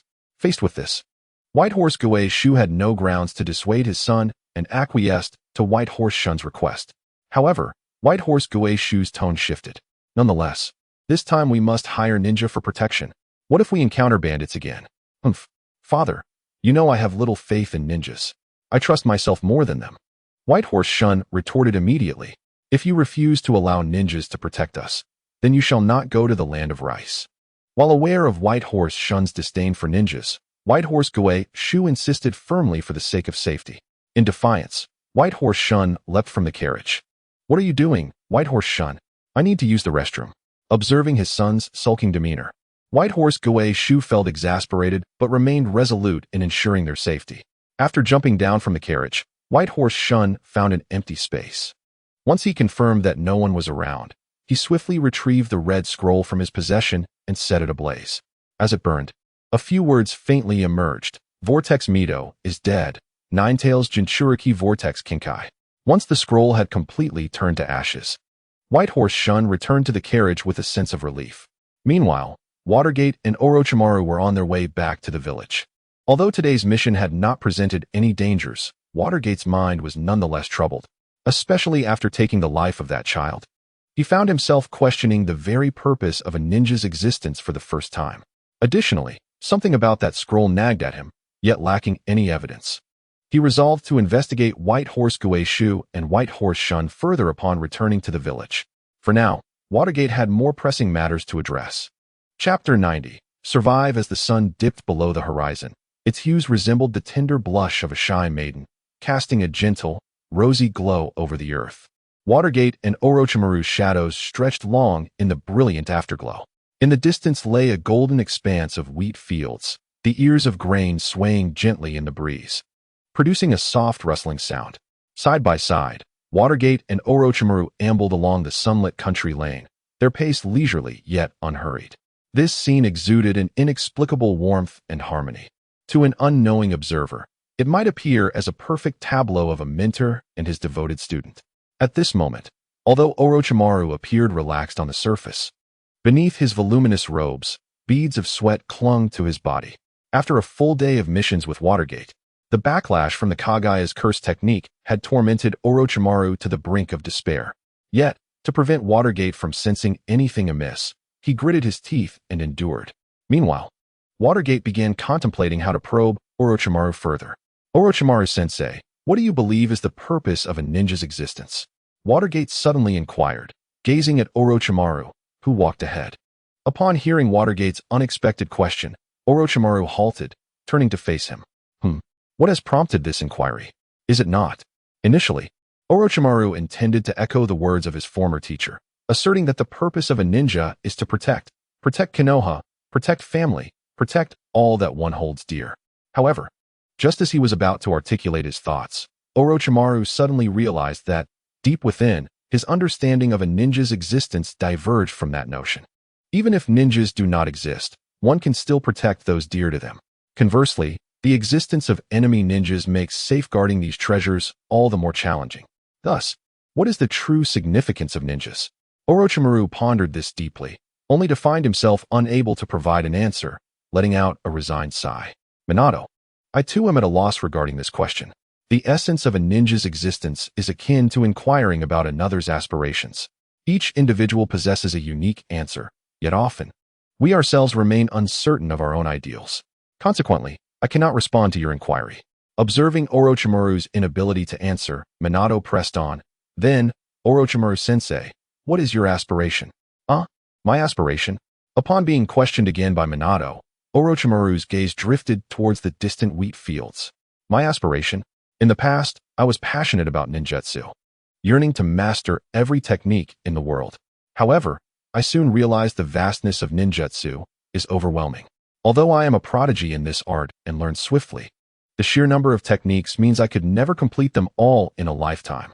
Eventually, I began to contemplate the fragility of human life. In warfare, one can perish in an instant. This led me to seek immortality. Later, after studying the technique of the Otsutsuki, I suffered significant backlash, prompting me to research the cells of Hashirama, hoping to mend my battered body. So what is my aspiration? At this moment, a singular answer crystallized in Orochimaru's mind. Ultimately, my aspiration can be distilled into 3 simple words: to survive. Minato, taken aback by Orochimaru's words, blinked in surprise. What did you say, Orochimaru-sensei? Orochimaru's gaze shifted to Minato, his face flushing. The earlier distraction had caused the backlash from the Otsutsuki technique to surge uncontrollably. I said, my aspiration is to survive, cough cough. Upon finishing his statement, Orochimaru could no longer suppress the backlash, and a stream of blood erupted from his mouth. The moment Orochimaru turned his head, Minato noticed his distress. Seeing Orochimaru cough violently, Minato rushed to support him, gently patting his back in an attempt to ease his suffering. Cough, cough, cough, splutter. After a bout of intense coughing, Orochimaru expelled a clot of blood. As the blood was expelled, his body began to stabilize. He gestured for Minato to cease his support. However, Minato's subsequent words caused Orochimaru's body to tense up immediately. Orochimaru-sensei, having practiced the Otsutsuki technique, your body must be utterly depleted. At this moment, Minato continued to support Orochimaru, locking eyes with him, displaying no hint of fear. Huh, Minato, it seems you are quite knowledgeable, Orochimaru remarked, a fierce aura emanating from him. Despite the backlash from the Otsutsuki technique leaving him in poor condition, should he become serious, killing Minato would be no different from slaughtering a chicken. Ignoring Orochimaru's murderous intent, Minato continued, Orochimaru-sensei, I know not only that you have learned the Otsutsuki technique, but also that you are currently attempting to use Hashirama's cells to restore your body. This is the true reason you have been avoiding me. Given your condition, I suspect you may not have the time to research Hashirama's cells. Orochimaru-sensei, am I correct? After hearing Minato's words, Orochimaru felt a jolt of astonishment. How did Minato come to know this? He had concealed everything so well that even Hiruzen Sarutobi had not suspected a thing. Why did Minato seem to know? Although surprised internally, Orochimaru maintained a facade of nonchalance. Minato, you truly astonish me. But do you not realize that the more you know, the greater the danger you invite upon yourself? As he spoke, Orochimaru seized Minato by the neck, lifting him gently. Ah, here we go again with the familiar neck gripping, Minato thought, somewhat exasperated but offering no resistance. Orochimaru-sensei, I advise you to put me down. Meeting Orochimaru's murderous gaze, Minato showed no signs of fear. Yesterday, I informed everyone I know in the village about our mission together. If anything were to happen to me, you would not escape unscathed. Huh, do you underestimate my capabilities? There are countless ways for me to eliminate you and escape suspicion. Orochimaru replied with a cold laugh. Seeing Orochimaru's disdainful expression, Minato smirked. Even if you can devise 1,000 methods to evade suspicion, you cannot escape the scrutiny of the third Hokage. Once he initiates an investigation, you will have no time left to continue your research on Hashirama's cells. Failure to complete this research means you will face certain death. Unless you kill me now in defect. But if you do that, even with some experimental data in hand, you could not possibly procure the necessary equipment again in a short time. In the end, you would only be waiting for death.